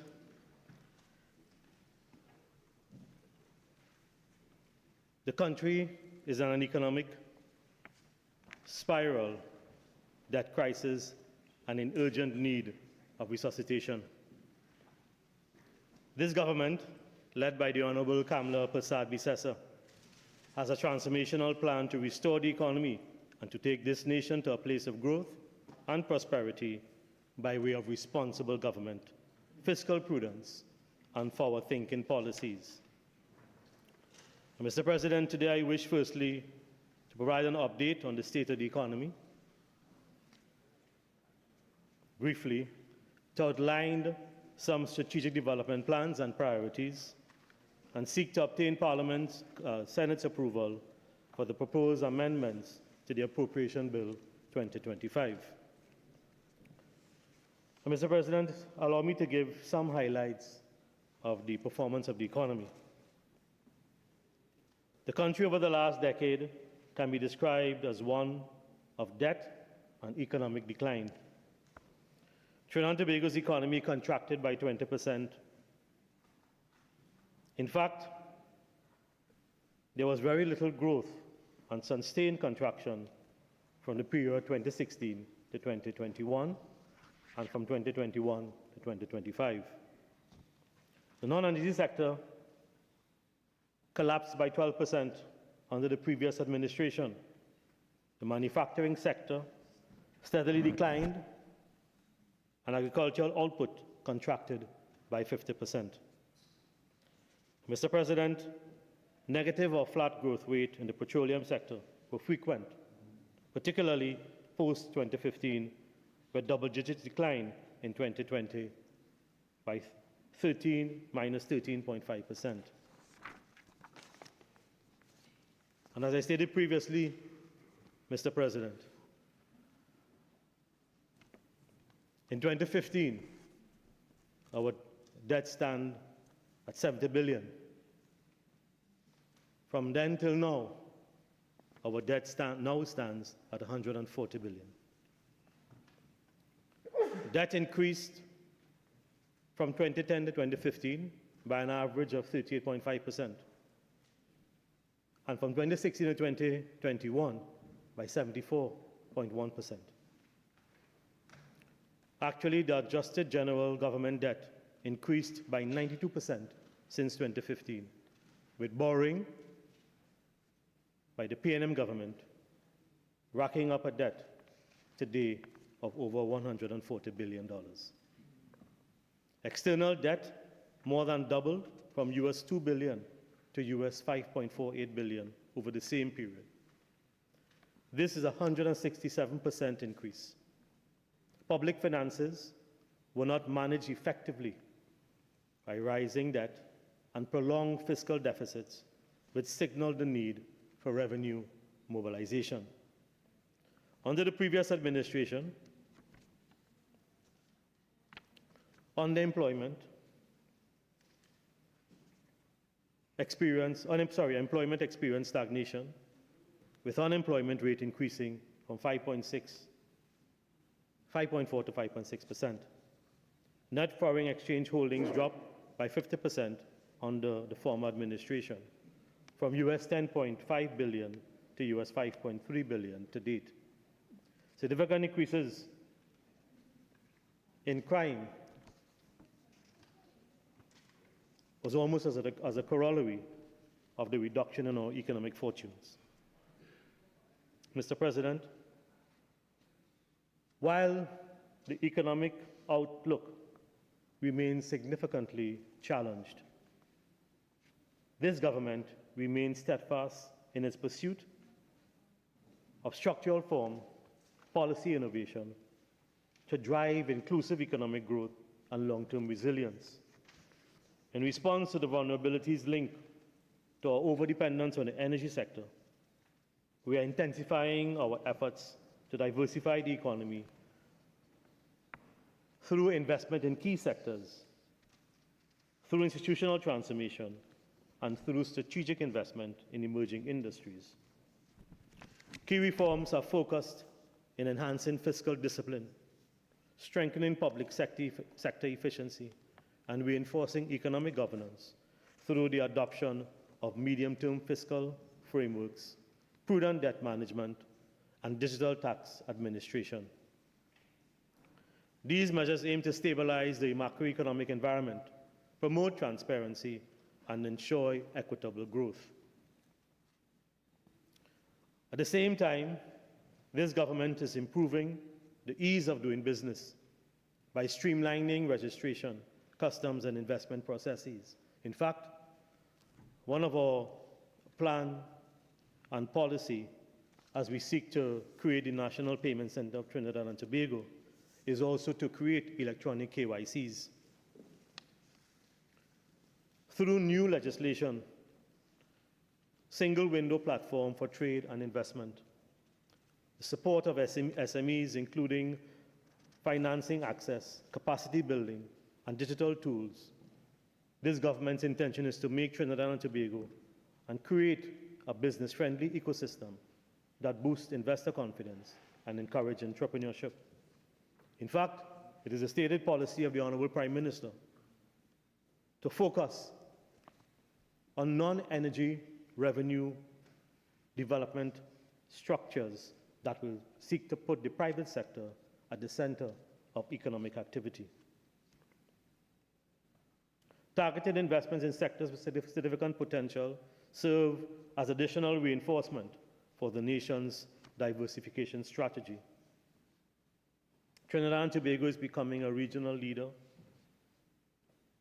in alternative energies, hydrogen technologies, thanks to the supportive policies such as public-private partnerships and investment incentives.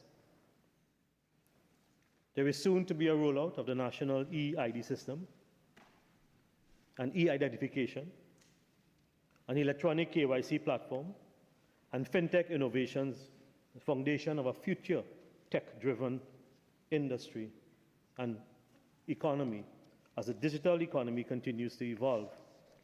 Agri-tech, improved land tenure, and enhanced infrastructure for irrigation, and distribution are all being implemented to revitalize agriculture with the objective of increasing food security and rural employment.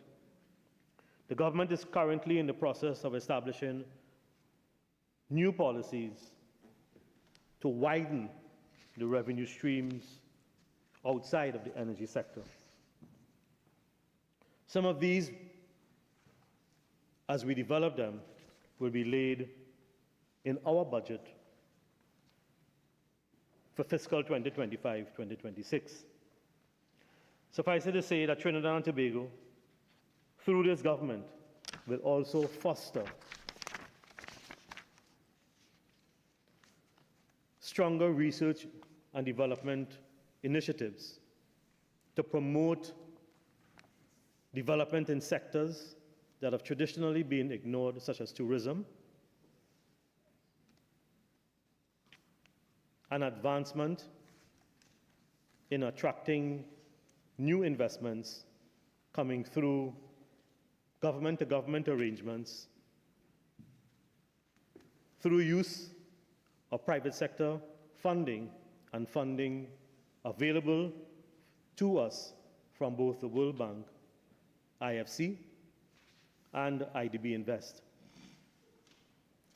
In the interim, the development of special economic zones and the expansion into ecotourism and logistics are fostering the growth in both the tourism, maritime, and other sectors, with broad institutional reform such as the modernization of state-owned enterprises, regulatory agencies, the procurement system are complementary to these endeavors. The reforms are intended to enhance service delivery and governance. So this government is also establishing the groundwork for a sustainable future through green and blue economy and economic initiatives. These include the roadmap to circular economy practices, marine resource development, and climate resilience, which are intended to attract green financing and establish Trinidad and Tobago as a leader in environmental innovation.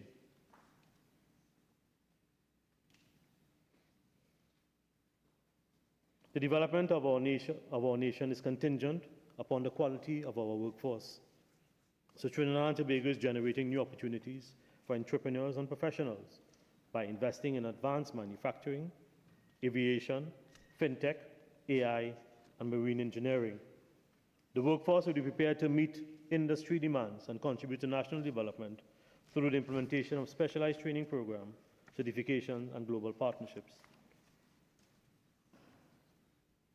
Already, the Attorney General is vetting 2 MOUs, one with the Government of Canada and the other with the Government of the United Kingdom. The country will be propelled towards a sustainable and competitive future through international collaboration, bringing best practices and enhancing transfer of technology to develop skills, expertise, and innovation. The government is steadfast in its dedication to the development of a modern, diversified economy that mitigates the nation's historical dependence on oil and gas. Trinidad and Tobago is establishing the foundation through this government for sustainable long-term economic development by strategically investing in high-potential sectors such as agriculture, digital technology, and the marine sector. In addition to increasing thousands of new high-quality jobs, these forward-thinking investments are intended to attract increased foreign direct investment and increase foreign exchange earnings. The objective is unambiguous. It is to elevate Trinidad and Tobago to a global competitive economy that prioritizes sustainability, encourages innovation, and provides opportunities for all. The development of a robust digital aviation and trade ecosystem is essential to this transformation, as it will serve as a focal point for commerce and innovation to the Caribbean region and anchor the country's next chapter of economic growth.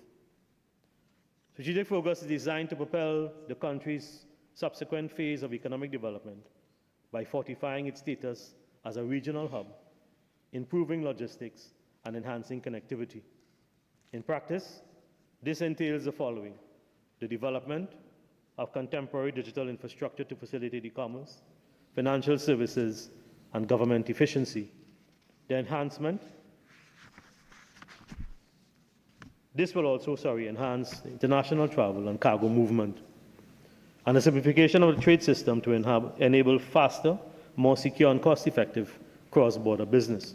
Trinidad and Tobago is well positioned to establish an environment that encourages innovation, attracts investment, and facilitate access of local businesses to global markets by aligning these sectors. Ultimately, Mr. President, the objective of this strategy is to establish a nation as a critical entry point for commerce and innovation in the Caribbean as a whole. Mr. President, the foundation of national prosperity is the safety and security of every citizen. The government is placing a renewed emphasis on fostering public trust and confidence in law enforcement by undertaking comprehensive measures. These include the adoption of modern crime-fighting techniques, such as advanced surveillance systems, data-driven policing tools, and real-time response mechanism, which will significantly enhance the efficiency and effectiveness on law enforcement agencies. The government's dedication to proactive crime prevention, seen in our commitment as we welcome a new Commissioner of Police that will establish community-based policing initiatives and encourage cooperation between law enforcement and citizens. The government aims to disrupt the cycle of crime and violence that is affecting an excessive number of families by empowering communities and establishing an environment that fosters growth for young people. Ultimately, Mr. President, these policies reflect a firm and unwavering commitment to create a nation where every citizen feels secure in their home, workplace, and neighborhood. A safe and stable society is not only essential for individual well-being, but also serve as the cornerstone of sustainable economic development, foreign investment, and social cohesion. As such, national security is being rightfully prioritized as the foundation upon which a prosperous and inclusive Trinidad and Tobago can be built. In order to solidify Trinidad and Tobago's status as a regional leader in innovation and competitiveness, the government is implementing policies that encourages technology-based enterprise, research and development. Special innovation zones will be established in close proximity to the university and research facilities to foster the development of dynamic clusters that encourage collaboration between entrepreneurs, industry, and academia. The emphasis will be on priority sectors, including renewable energy, biotechnology, fintech, and artificial intelligence. The economic landscape of Trinidad and Tobago is on the brink of a fundamental transformation as a result of the strategic initiative of this government in renewable energy, technology, and other advanced sectors. The country is establishing the groundwork for a more resilient and diversified economy by actively promoting the development of knowledge-based industries and attracting significant foreign direct investment.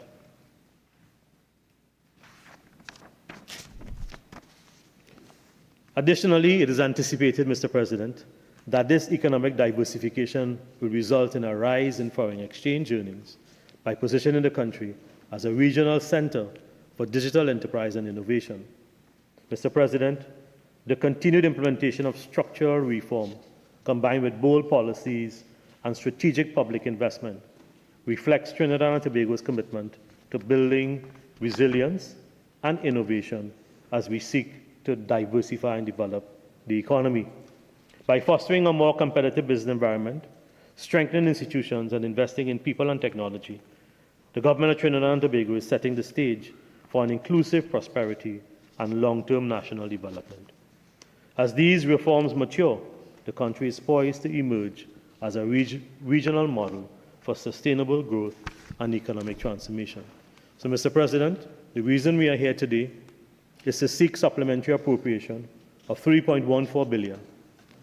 The government is obligated to seek an additional $3,143,983,761 in supplementary funding, not because of an unanticipated emergency, but because the former government intentionally under-budgeted for critical expenditure.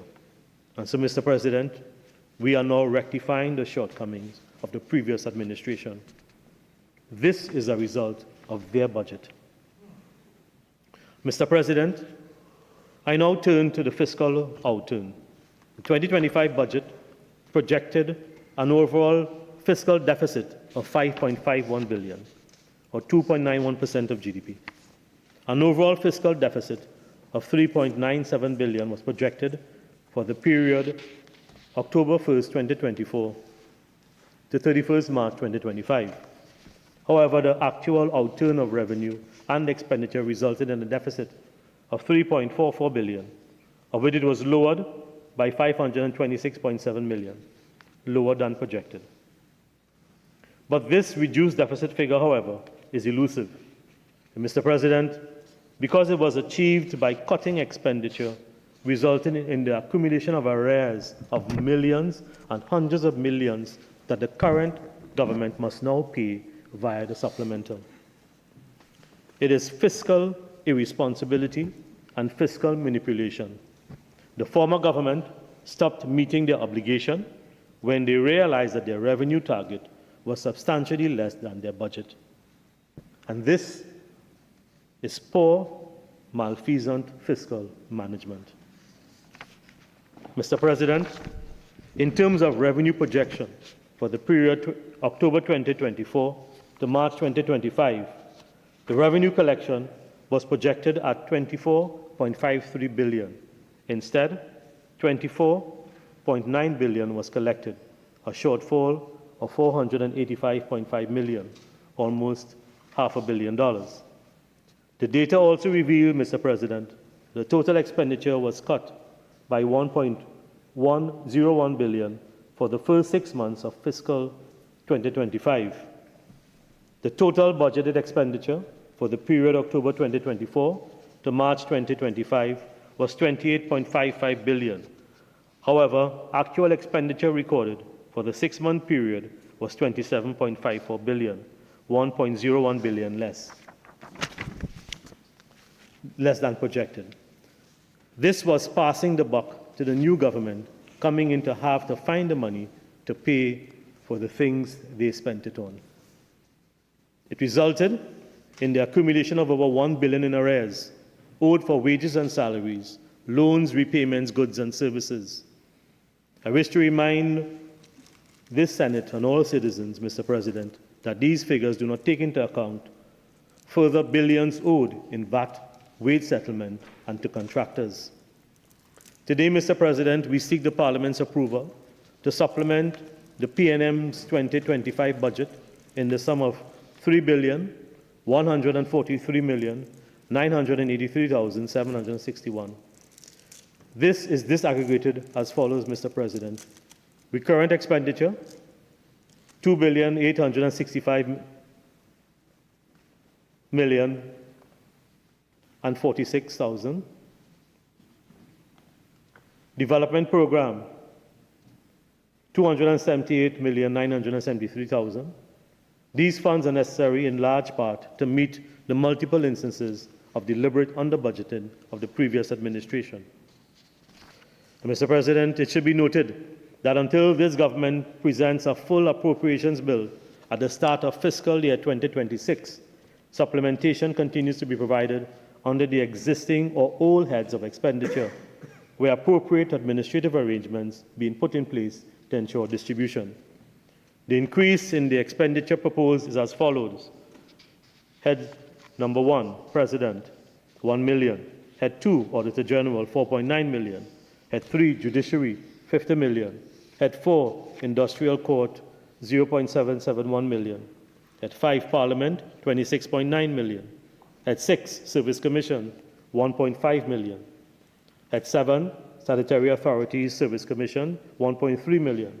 Head 9, Tax Appeal Board, 0.27 million. Head 11, Registration, Recognition and Certification Board, 0.64 million. Head 12, Public Service Appeal Board, 1.3 million. Head 13, Office of the Prime Minister, 128 million. Head 15, Tobago House of Assembly, 32.7 million. Head 32, Ministry of National Security, 13.9 million to meet the shortfall under the contract employment payments for detainees' meals during the state of emergency, Mr. President. Head 28, Office of the Attorney General, Ministry of Legal Affairs, 89.5 million. Head 27, Ministry of Education, 296.1 million. Head 28, Ministry of Health, 728.5 million, again to meet arrears outstanding. Mr. President, Head 30, Ministry of Labour, 55.7 million. Head 31, Ministry of Public Administration, 275.8 million. Head 37, Integrity Commission, 1.6 million. Head 39, Ministry of Public Utilities, 489.5 million.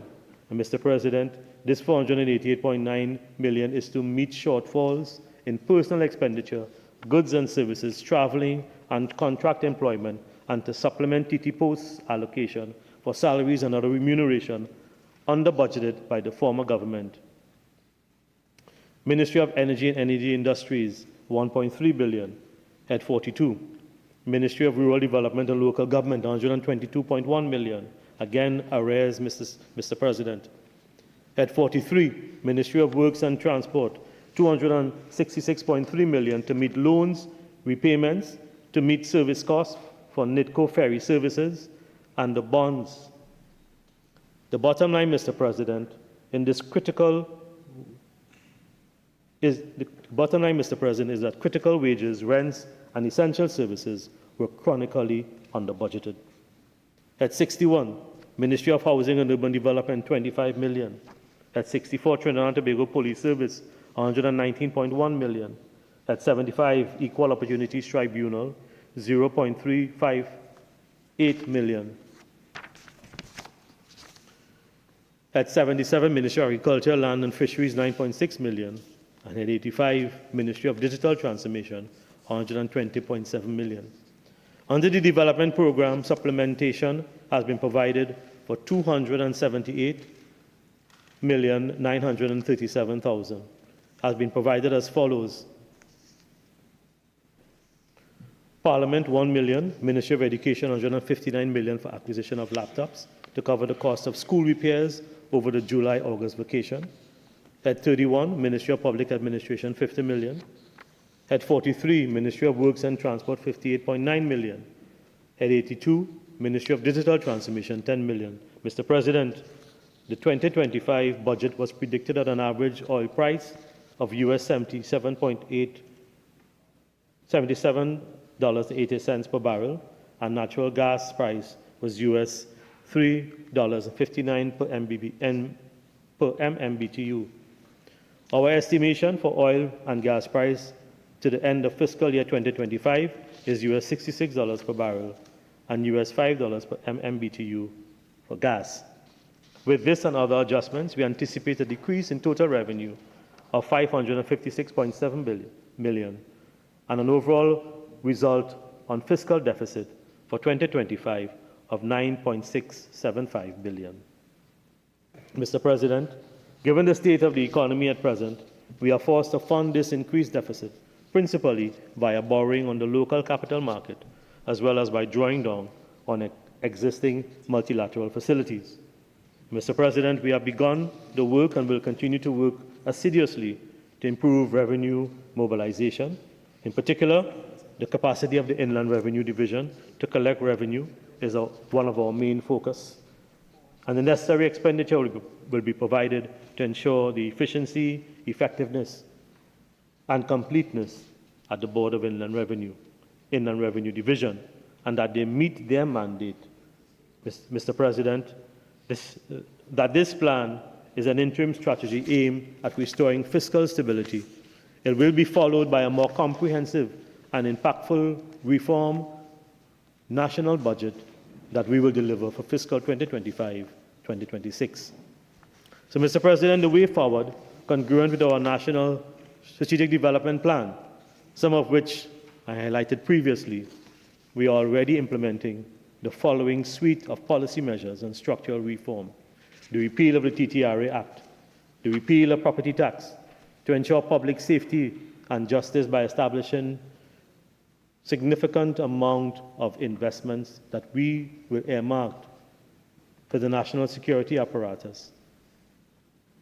Legislation such as Stand Your Ground policy to combat home invasion, the launch of a feasibility on the opening of the Petrotrin refinery, distribution of laptops to all incoming secondary school students, September 2025, the refurbishment and completion of all long-abandoned schools abandoned by the former government. And Mr. President, let me just state that 93 schools were left abandoned. 25 schools are in community centers, all abandoned by the former government. The opening of the UWI Debe campus, the establishment of cauterization laboratories to address the rising incidences of cardiovascular diseases. We have already amended the Children Life Fund Act to extend coverage to children with life-limiting conditions and not just life-threatening diseases. The review and elimination of unnecessary state goods and services, including security details, of which many of them had. And Mr. President, we will be doing much, much more. I look forward to a very robust debate, but I look even more with great anticipation to returning to this Senate in the not too distant future to firmly outline and enunciate our government's plan to diversify, revitalize, and re-energize our economy. Mr. President, I beg to move.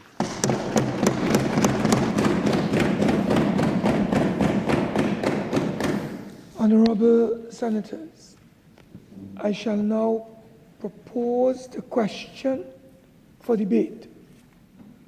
The question is that a bill entitled an act to supplement the appropriation of the sum, the issue of which was authorized by the Appropriation Financial Year 2025 Act 2024 be now read a second time. Dear Senator Vishnu Dhanpaul. Thank you, Mr. President, for giving me the opportunity twice in one day to address this honorable House. Mr. President, I'm new to this, so I'm seeking your guidance. I've listened to Minister Swaratsingh since last Monday for 4 consecutive times. That may have added up to more than 3 hours. Through you, sir, could we find a way to stop Mr. Honorable Senator Swaratsingh from mentioning how many times he's lived in Barbados and for how long? Ad nauseum. Could we find a way to stop him telling us how long he's been a priest? I don't think that I don't think we can stop the Honourable Minister from referencing his stay or his period of association with the Barbadian people. So what I would say is that let's forget that for the time being, and you make your contribution in response to the supplementation appropriation bill. So the floor is now yours. Thank you, Mr. President. It's been such a distraction. Thank you very much. Mr. President, I have known the substantive Minister of Finance for many years, the substantive Minister of Finance for many years. And I've always viewed him as a very decent citizen, a very, very decent citizen, who means well. But based on the contents of the mid-year review, the substantive Minister of Finance has a relatively steep learning curve. Before I address issues with the mid-year review, the supplementary bill, let me briefly address a matter which arose during a post-cabinet press conference in early May. I believe it was Thursday, the 8th of May, if I recall correctly, in which the Honorable Prime Minister outlined government's plans to address financial deficits.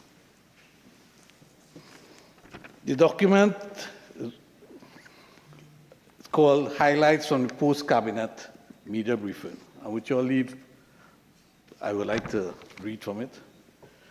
Government's plans to address the financial deficits. Trinidad and Tobago, for the month of May, has a cash deficit of over $4 billion. The government proposes to address this deficit as follows: drawdown on remaining $2.7 billion available in the overdraft facility at the central bank, refinance a minimum of 60% of Treasury bills during May, the Heritage and Stabilization Fund available balance of $1.6 billion to be drawn down for the rest of fiscal year 2025, and undertake additional borrowing of about $1 billion. Mr. President, the excellent technocrats at the Ministry of Finance would have informed the substantive Minister of Finance that corporation taxes, petroleum profit taxes, are collected at the end of a quarter. It's a quarterly collection. For example, March. Royalties are collected by the Ministry of Energy and Energy Industries 2 weeks after the end of a quarter. So in this case, in April. PAYE is collected on the 15th of each month. And VAT is collected or reported on the 25th of each month. I cannot blame the substantive Minister of Finance for having this summary in May. It's not his fault. But May is what we call, back in the days of the Ministry of Finance, a dry revenue month.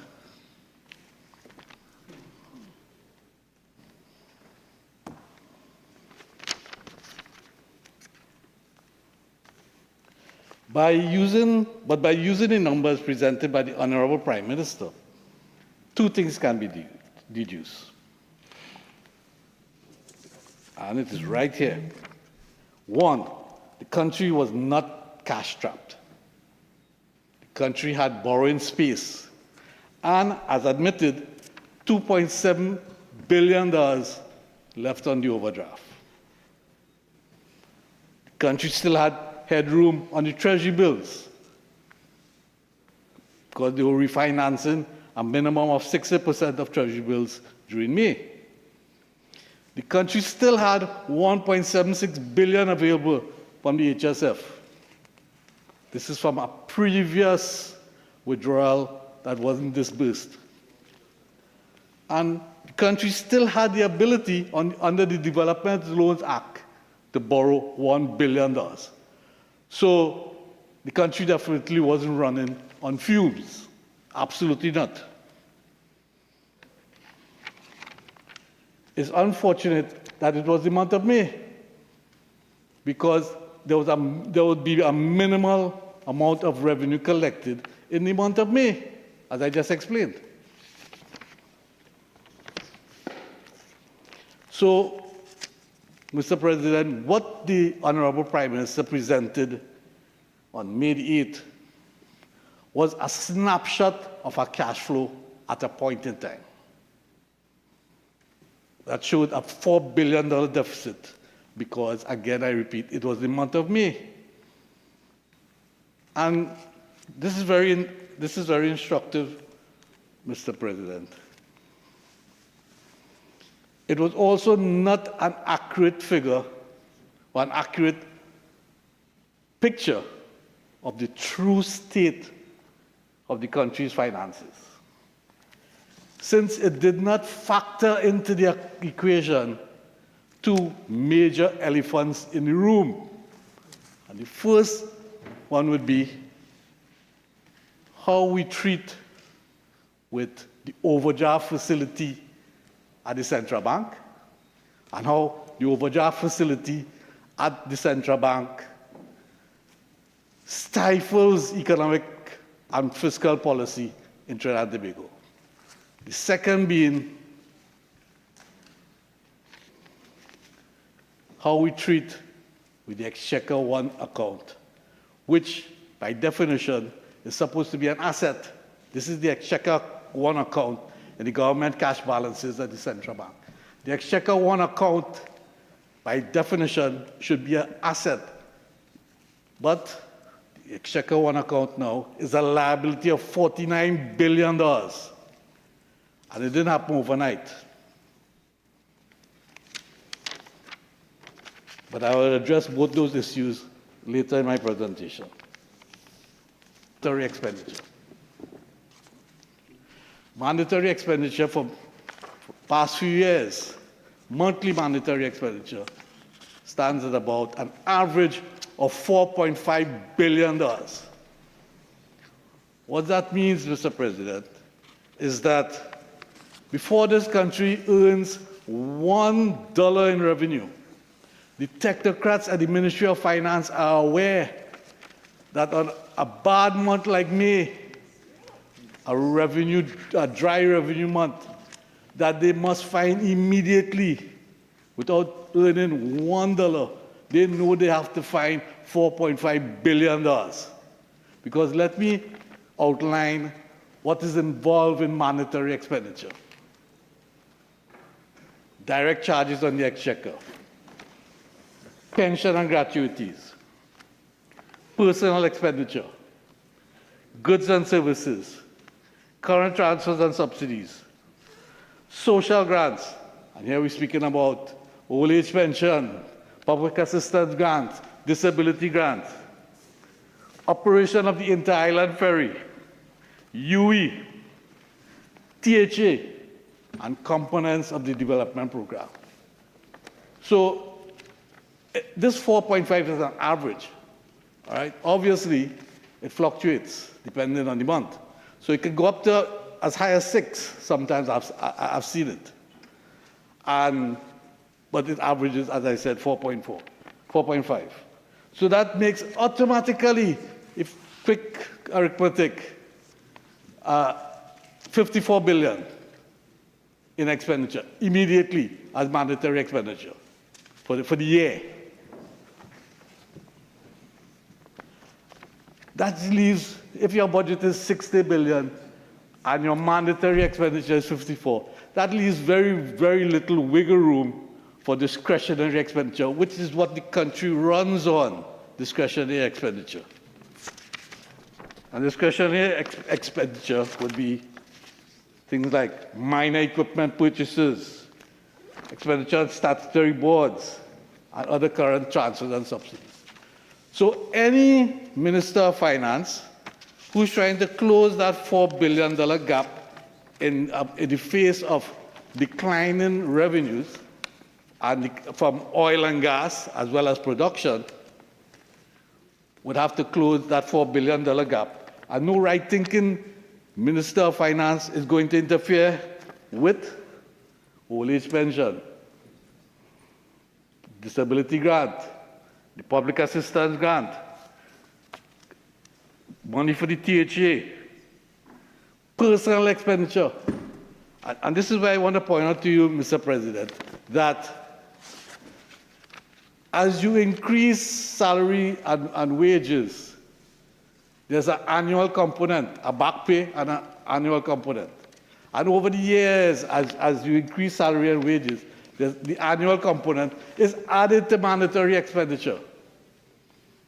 And that is where the problem comes in. So while you would love to, any Minister of Finance would love to run a surplus on the fiscal accounts, he is strangled, or she is strangled by this mandatory expenditure, which over the years, because of different measures like increasing old age pension, and nothing is wrong with that, increasing public assistance grant, again, nothing is wrong with that, but it adds up over the years. They add up over the years, sorry. And that is where the problem comes in, Mr. President. And then you find yourself with a very reduced capital expenditure program, and you're using your capital expenditure in your fiscal accounts as a residual, which is not good because your capital expenditure is where you drive your investment and your employment creation.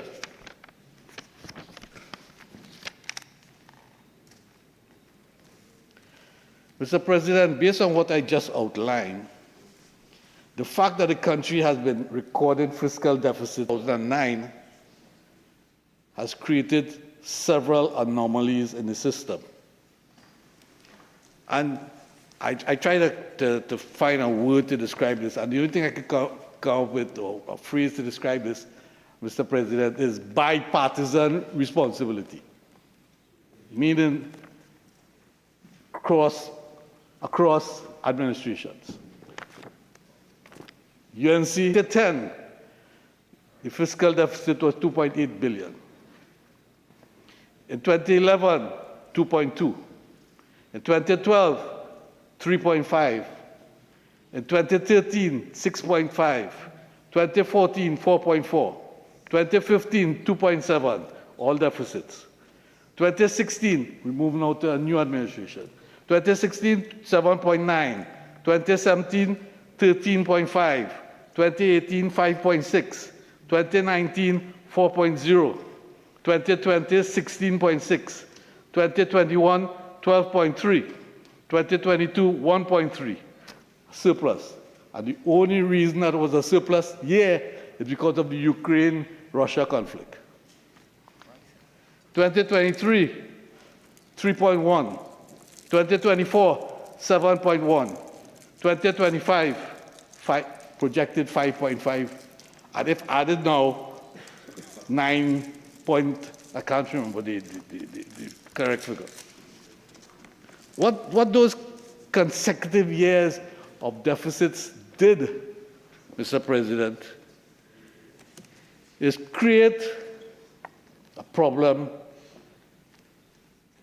at the central bank.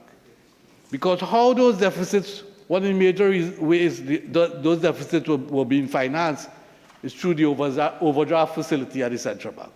And how it worked. The overdraft facility at the central bank is legislated at 20% of government's budgeted revenue, not revised, budgeted revenue. But if you don't pay off all for one particular year, it is minus in the incoming fiscal year. So you have even less. And that's the problem. How you use that overdraft. In 2010, and this is where I come back to bipartisan responsibility. In 2010, the use of the overdraft was practically zero. But because we already started to record fiscal deficits, the Exchequer One account started to move from an asset to a liability because we weren't paying into the central bank, but we were drawing from the central bank. And just to let you know, Mr. President, the interest rate charged on the overdraft is equivalent to the repo rate. And because of that, the central bank makes a nice profit from the overdraft, but they pay it back into the fiscal accounts through profits from the central bank, a line item to the Ministry of Finance. So in 2010, the Exchequer account was 11.7 billion already going into overdraft. This is May 2010. New government comes in.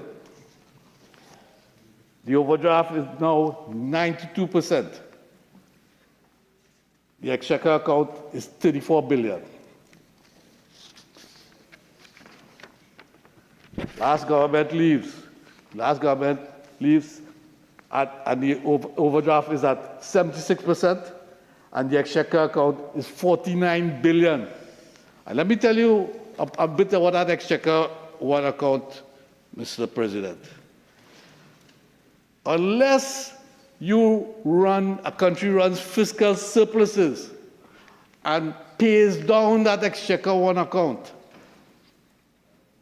you have no access to the other accounts and the government cash balances at the central bank. In other words, all the other accounts are literally mortgaged by that Exchequer One account. So you cannot use the green fund. If you use the green fund, it impacts the overdraft. You cannot use the infrastructure development fund because it impacts the overdraft. You have to pay off the 49 to get access to any of these accounts. So the financial situation in the country is that unless we run fiscal surpluses in the next few years, so where we can pay down that $49 billion, we'll be in serious fiscal problems.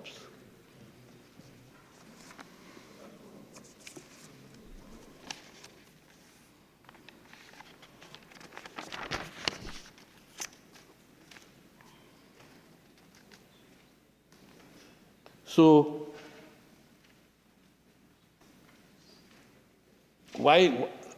people would ask, Why not run a fiscal surplus? Why not do something?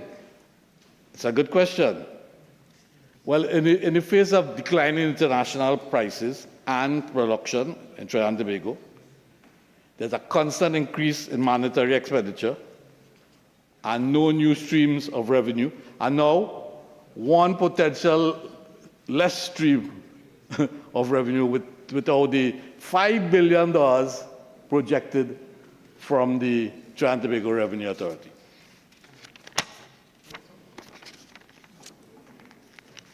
The only thing that the government can do, and this is, if I had to advise, we must start recording fiscal surpluses to pay down the liability at the central bank on the exchequer account. So, the Honorable Minister of Finance, the substantive Minister of Finance, has a deficit, he has projected a deficit of $9.67 billion. And he said he's going to fund the increased deficit principally via borrowings on the local capital market, as well as by drawing down on existing multilateral facilities. That's commendable. I noticed he didn't mention anything about the Heritage and Stabilization Fund or even the overdraft, using the overdraft. But he has a lot of room to maneuver because he has room on the Development Loans Act, he has headroom on the External Loans Act, he has headroom on the Treasury Bills Act, if he so desires. But I must say that I don't agree with one major thing the minister said in his presentation on the economy, and that the economy has crashed. Now, Mr. President, I'm an opposition senator, and the one thing you will not hear from me is anything about painting Trinidad and Tobago in a negative light. Because we are not the only people listening. We have bondholders, we have institutional investors, we have credit rating agencies, we have the International Monetary Fund, other multilaterals listening. So you won't get that from me. But I understand the minister's situation. Every minister I've ever worked with, that was the narrative. I've heard it so many times. The economy crash, the treasury empty, standard cliche behavior. So let's review some of the independent views. This is not Vishnu Dhanpaul. The independent views on the economy. And I'm not going to mention anything about credit rating falling and devaluation. I'll let the minister, that's what he's been paid for, to defend.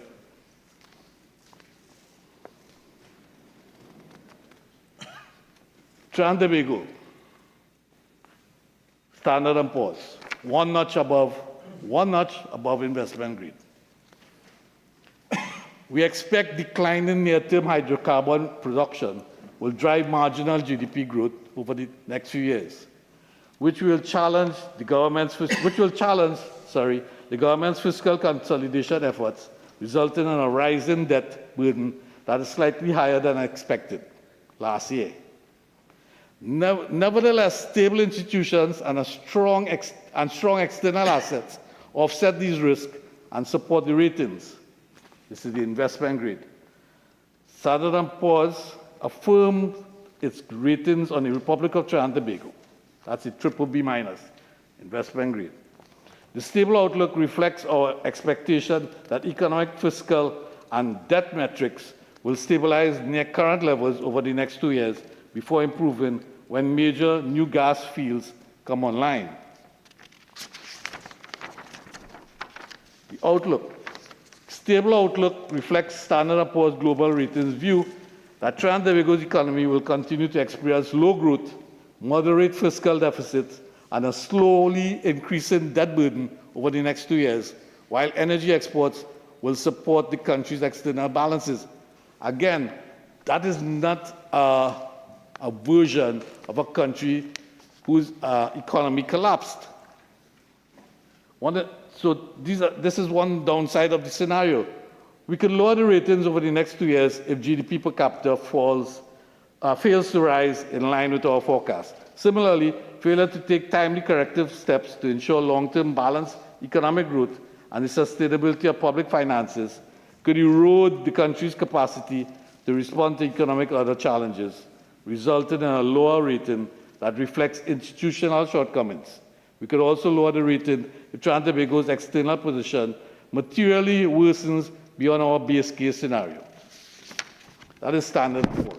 And just to let you know, if I remember correctly, Trinidad and Tobago is just one of, I believe, 2 countries in the Western Hemisphere outside, in the Caribbean, sorry, with investment grade status from Standard & Poor's. Again, let's go on with Moody's. On December 16, 2024, Moody's affirmed Trinidad and Tobago's rating at BA2 with a stable outlook. BA2 is 1 notch below investment grade. This affirmation is underpinned by the country's return to sustained growth, primarily driven by the non-energy sector. Despite lower than projected energy revenues in fiscal year 2024, which have increased the fiscal deficit to 4.8% of GDP, Moody's recognizes the government's fiscal revenue diversification efforts as evidenced by the operationalization of Trinidad and Tobago's Revenue Authority in 2025.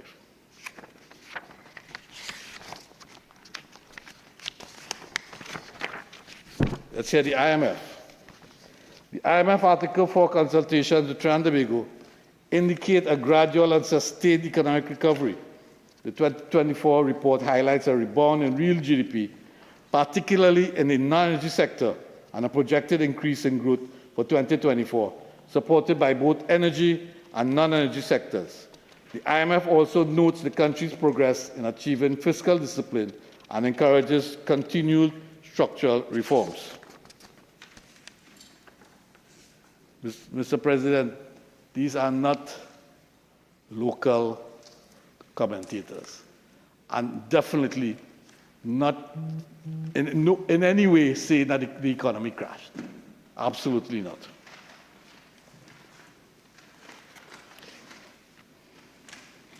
I'd also like to use now 2 local indicators of confidence in the economy. Local indicators. We don't use them very often showing confidence. And one is called credit to the private sector. The source is the central bank. This is how much money is lent to the banking system to consumers, businesses, etc., to purchase products and improve business performance.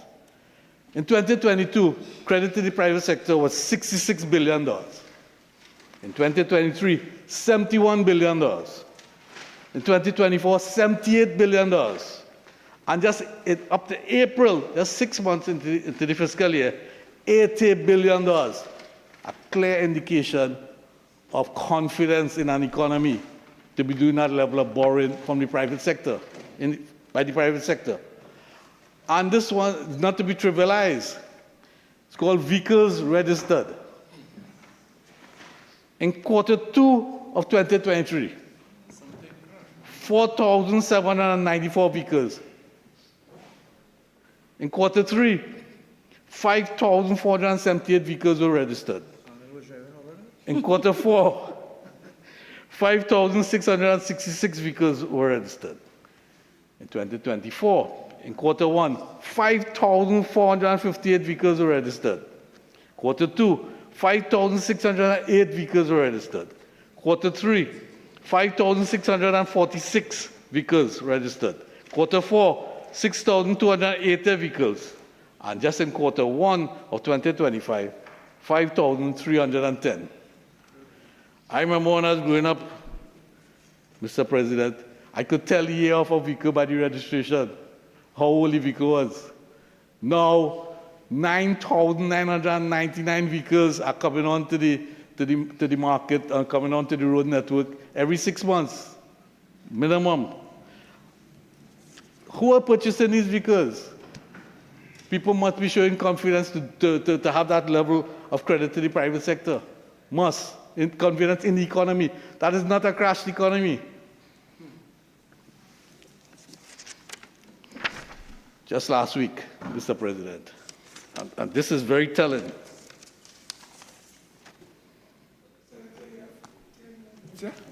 Yeah, then. The Trinidad Generation Unlimited, reported in Trinidad Express, raises US $525 million on the external market. For the first time in nearly a decade, TGU has returned to the international bond market, raising US $525 million to help refinance its existing debt and improve its financial footing. Mr. President, the issue was 3 times oversubscribed.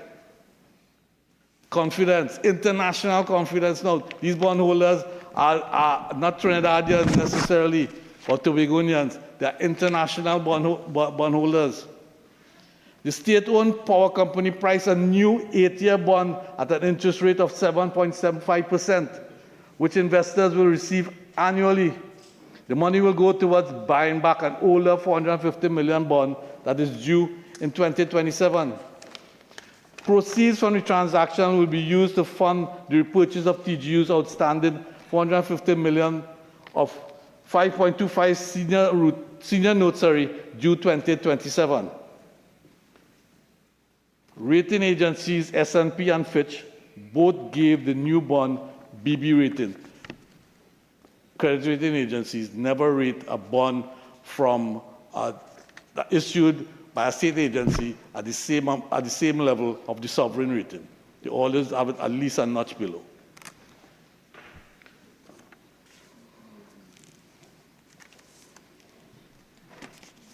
So just before I go, I close up, Mr. President. I just want to say a few things on some issue about loans taken before the elections. There were some loans that were taken before the elections, and I will use as a parallel September 7, 2015, and then I'll come to loans taken by this administration.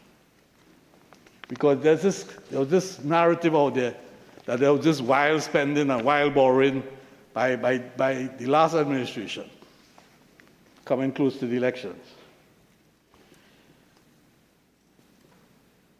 A loan agreement dated July 27, 2015, EMBD $400 million, fully disbursed. The Human Capital Development Company, August 6, 2015, $12 million. HGC, $300 million, August 16, 2015. Remember, elections were September. NIPDEC Pure, $300 million, July 23, 2015. NIPDEC Pure, $400 million, July 9, 2015. NIPDEC Pure, $100 million, September 3, 2015. But I'll tell you the difference between the last borrowing of the previous administration, PNM administration. All the borrowings were approved by Cabinet in February 2025, long before the election date was announced.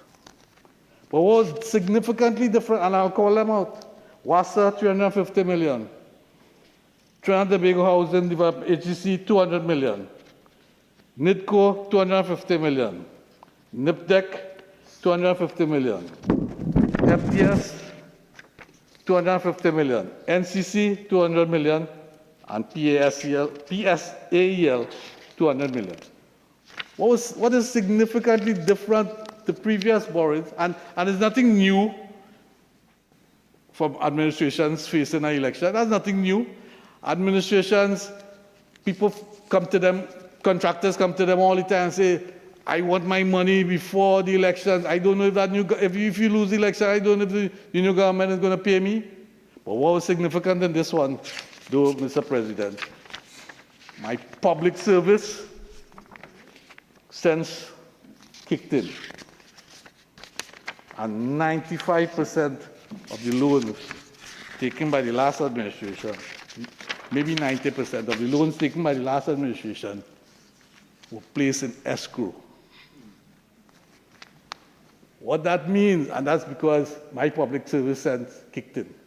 What that means, and I heard in the other place, the member for Sama Bata, calling out Dhanpaul, giving out loans, and Dhanpaul, he was talking about PSAEL.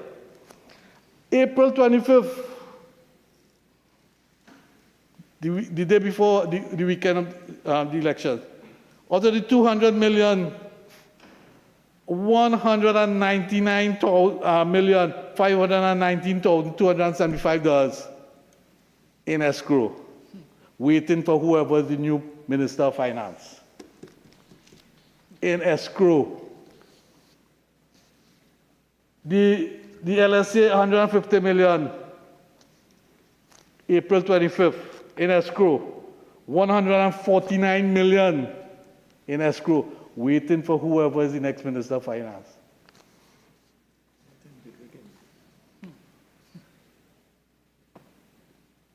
The only one that was used to any great extent, and that's because you had to pay off the carnival bans and all that, was the 200 million for NCC, all the contractors and band leaders and winners and all that. So, as I was saying, I want to mention one other.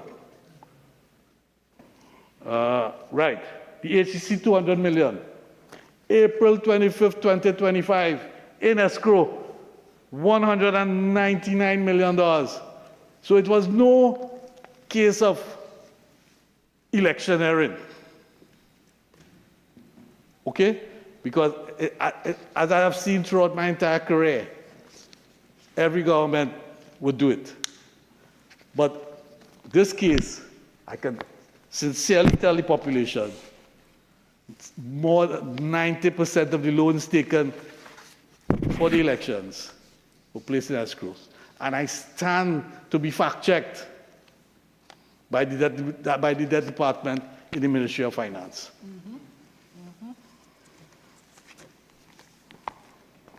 Another thing before I wrap up, just 1 minute. The Minister of Finance would have also found out from the technocrats at the Ministry of Finance there's absolutely no $2.6 billion missing. Absolutely none. You have any idea how difficult it is, Mr. President, to loot the central bank of $2.6 billion? It's almost physically impossible. I am not going to ask anything about where's the money coming from. I am not going to take a negative light on this at all. But all I will say, Mr. President, in wrapping up, we will find the money is not a financing strategy. And I'm just putting out a warning.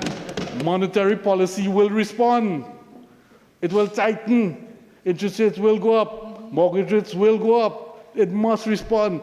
The balance of payment will also respond, especially on the trade flows. It must respond. I'm not mentioning anything about the valuation, anything about the IMF. But all I'm saying is that Vishnu Dhanpaul, opposition senator, is not sending any wrong signals on my country. That's not happening. All I can say, Mr. President, thank you very much for the opportunity, and have a nice night. Senator Teemal, please.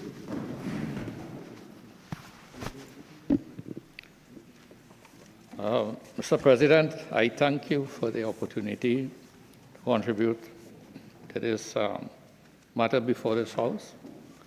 And first of all, let me express my appreciation to the person moving this bill, the Honorable Minister of Planning, Economic Affairs, and Development. It's a long one. And on a lighter note, I was trying to put an abbreviation to that, but under the standing orders, it may not stand up. And the abbreviation to that, or the acronym for it, was MOPED. And I don't think it's charitable and appropriate acronym. So I appreciate the effort of the Minister, Honorable Minister, in outlining the strategic policy approach of the government within the time they have had, that it shaped this appropriation bill and would go into shaping the 2025-2026 budget that will be coming in the next session. Mr. President, in the Senate, with regards to money bills, we are constrained, really, because with the order paper that came with this bill, there were some explanatory notes. But we have been instructed that we are not to quote from those explanatory notes in the debate. So in itself, it's a limitation. And if we are just to stick with the broad headings of the respective increases that are being requested, well then, another disadvantage being in the Senate and having to debate a money bill like this would be you run the risk of debating in a vacuum, because we also don't have the benefit of the work of the Standing Finance Committee of the Lower House, where the detailed breakdown and all of those things are made available to members. And even if it's made available, that we can have the liberty to use that information in what we contribute during the debate. So in light of that, I just did a rough check of the proposed increases over the recurrent expenditure in the 2024-2025 budget. Because in what came to us, there is no division or breakdown between what comes out of the Consolidated Fund for Recurrent Expenditure and the Development Fund. So just to get a sort of guide, a rough idea as to the level of increases, you know, I just did some rough calculations. And I note here that just a general percentage increase based on what is being proposed. And I only mention those that cross 10%, which I consider to be, if I'm using 10% as the benchmark, for significant increases. But in context, it could be even 5%, depending on the amount of the initial budgetary allocations for some ministries. Well, I'll stick with the 10% for the purposes of my contribution. The Office of the Attorney General and Ministry of Legal Affairs, there's a 19% increase over recurrent expenditure. Ministry of Health, 11.5%. Ministry of Digital Transformation, 64%. Ministry of Works and Transport, 12.3%. Ministry of Public Utilities, 16.5%. Ministry of Public Administration, 56%. Ministry of Digital Transformation, 68.5%. Ministry of Labor, 13.7%. Now, in the presentation, the Honorable Minister of Planning, Economic Affairs and Development would have alluded to, not alluded, did state directly that the supplemental budgeting necessary, the appropriations necessary as a result of under-budgeting. But I felt that it would have been informative for the Senate that if we were, just a rough approximation, Honorable Minister, in terms of whether or not there's an element of increasing budgetary allocations due to policy decisions of the new government. And if we can be given a sort of ratio in that regard. So we can, realistically assess what was under budgeting, omissions, and what is being added on due to policy decisions of the incoming government. Now, the Honorable Minister also mentioned, in the strategic policy approach, he mentioned about the green economy, blue economy, and about sustainability. And I agree with it because it is the direction, has been the direction, consistent direction for some time as we seek to align our expenditure and our development goals with the sustainable development goals that as a country we have adopted. But in my contribution, I would just like to probably focus on certain aspects of expenditure that we incur every year regarding our infrastructural development. And I've made a point in previous debates about our approach to dealing with our drainage challenges, stormwater drainage I'm talking about in this particular case. And what has developed as a culture in Trinidad and Tobago over decades, it's not now, in that there is what I am not trying to be uncharitable to what has developed over the years. Probably it's out of necessity, and I'm sure there were valid reasons for it. But it's a culture I refer to as a desilting culture, as an approach to solving the extensive problems we have with drainage and flooding on an annual basis. Now, desilting, in my view, is not sustainable spending. And if we are to add up, I haven't added it up, but if we are to add up over the decades, how much money as a country we have spent in desilting and cleaning our river channels and our drains, it would run into billions of dollars. And we are still in a situation because the cycle associated with desilting is relatively short. We desilt something today, maybe the cycle would be a year, 2 years, maybe 3 years max. We have to come back and desilt again. So in terms of sustainability, whilst it may, don't get me wrong, it is necessary, but we have landed ourselves in a situation, unfortunately, where a substantial chunk of our money is in this desilting. And we all know we could desilt every river in Trinidad on a regular basis. We could clean all the rivers, and we're still going to get flood. Desilting and cleaning does not guarantee avoidance of flood because we are dealing with the ravages of climate change, and even before that. Desilting and cleaning would only address short-term measures in the context of long-term storms and would cater for 1 in 5 year storms and all of those things. But when we get into the regions of 1 in 15 year, 1 in 25 year storms, and for major infrastructure, 1 in 50 year storms, desilting and cleaning, we're just touching the tip of the iceberg.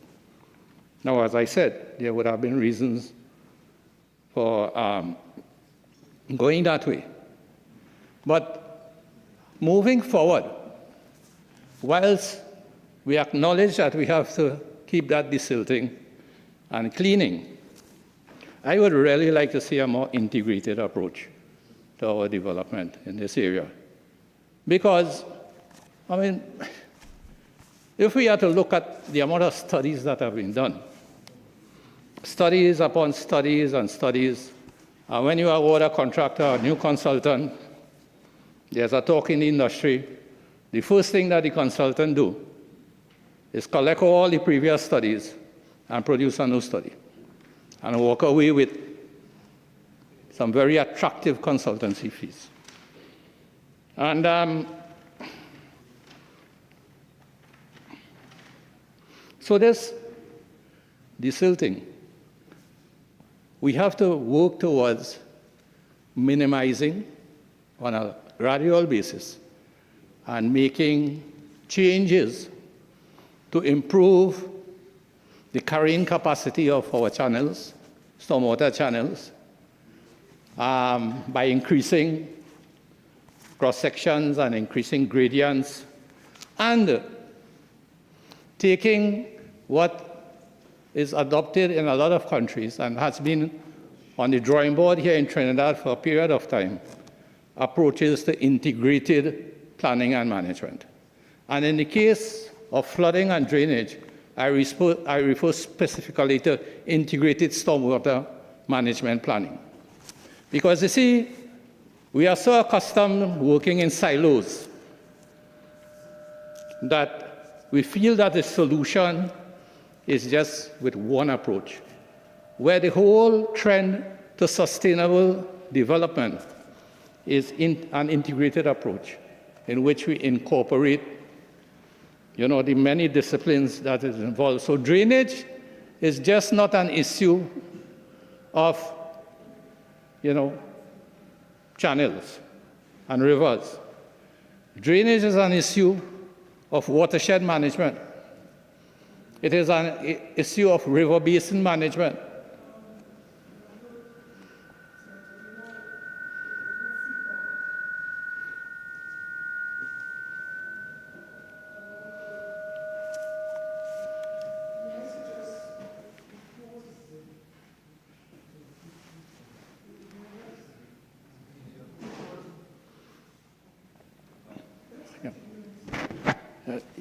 Thank you, Mr. President. We are talking about watershed management, river basin management, addressing issues of erosion, land degradation, land rehabilitation, all within an integrated stormwater management system that also addresses water security. Because the whole issue of stormwater and managing stormwater is just not getting rid of it, but seeing that how it could be constructively harnessed and harvested to boost water security. So integrated stormwater management planning, Honorable Minister, as we move forward into a new budget, I am hoping that we can look at these, and I'm sure it's on the agenda, but I just thought I'll issue a timely reminder to you on it. The same would apply to our road rehabilitation and our road networks and road improvements. And sad to say again, there's another culture that has developed over the decades.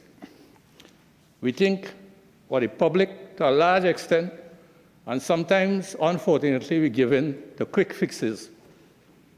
There is a culture that to fix a road, you must pave it. Paving a road is not necessarily sustainable spending. We all know, we have seen it. Yet still we continue the practice, we pave a road, and sometimes if it lasts for 6 months, if we are lucky, it goes. And I remember there was a joint select committee, or the Land and Physical Joint Select Committee, where we had an inquiry into road rehabilitation. And we drilled down, we went into depth by engaging all stakeholders.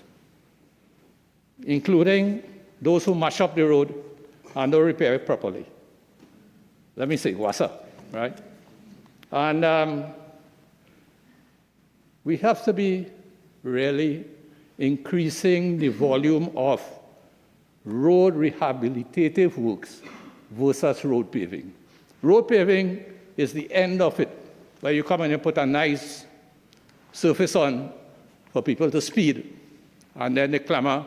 After they clamor for the road to be paved, they clamor for humps to be put on the road, right? But again, it's an integrated approach. And road rehabilitation cannot exclude roadside drainage.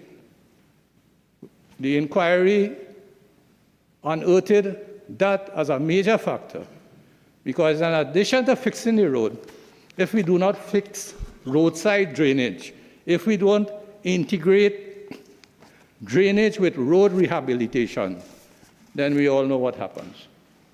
Road mash-up. So we have to be looking at the integrated approach. So I'm reassured that the Minister of Planning and Economic Affairs and Development will be taking those on board. And also in terms of our Minister of Transport is here, in terms of integrated transportation planning. We can't look at transportation in a vacuum. It is multifaceted. It depends on users, destinations, and other than just, fixing a road, widening a road, putting these miserable little roundabouts in our interchanges, decreasing the capacity. As soon as you come over the interchange, there's a bottleneck in a roundabout that only has the capacity. Hundreds of cars coming across the interchange. And at the end of the interchange, you have a roundabout with a capacity for just 20. We seem to have gone that direction with compromising interchanges. And these are some of the things when I say integrated transportation planning. We have been talking years about the soft side of the transportation challenge. Multi-passenger usage, reducing cars with just one single person in it, driver heading into Port of Spain or wherever. Encourage policies to encourage people to pool. There has been talk about a bus transit lane or a commercial vehicle lane in some of our major roadways that would encourage commercial use during the night.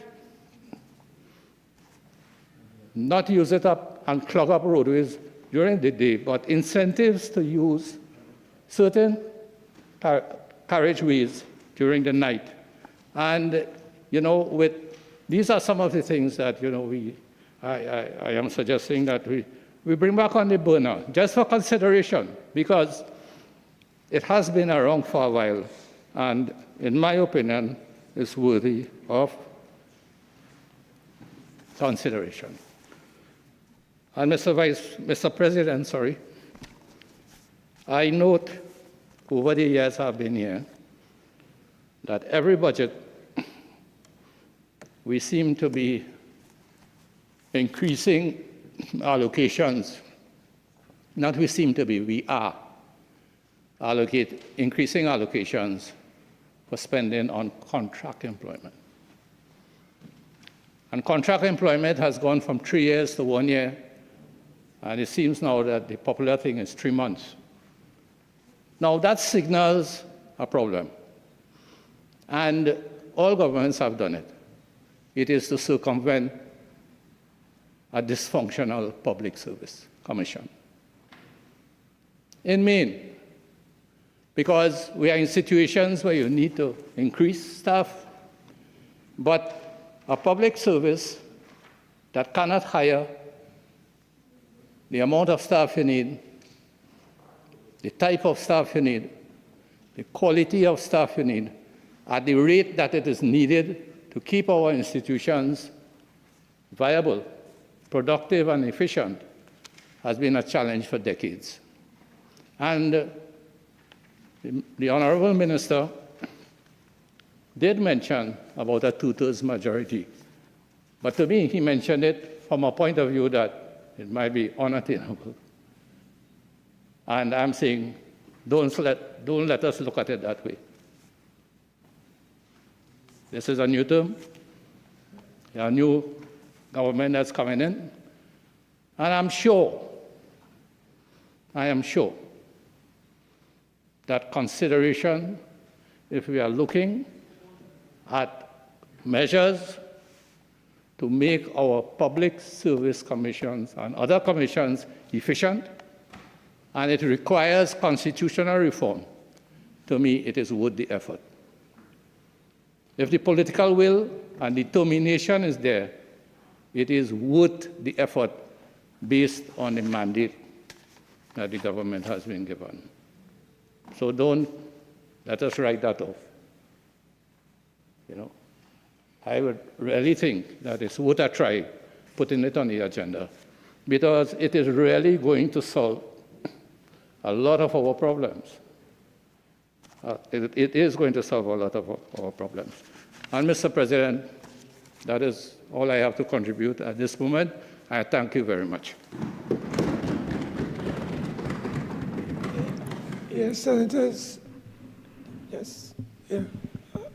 I would like us to take a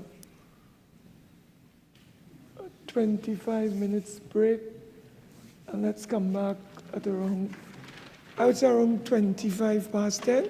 Let us stretch our legs, get something to eat, and we'll come back. So this Senate is suspended until 25 minutes past 10.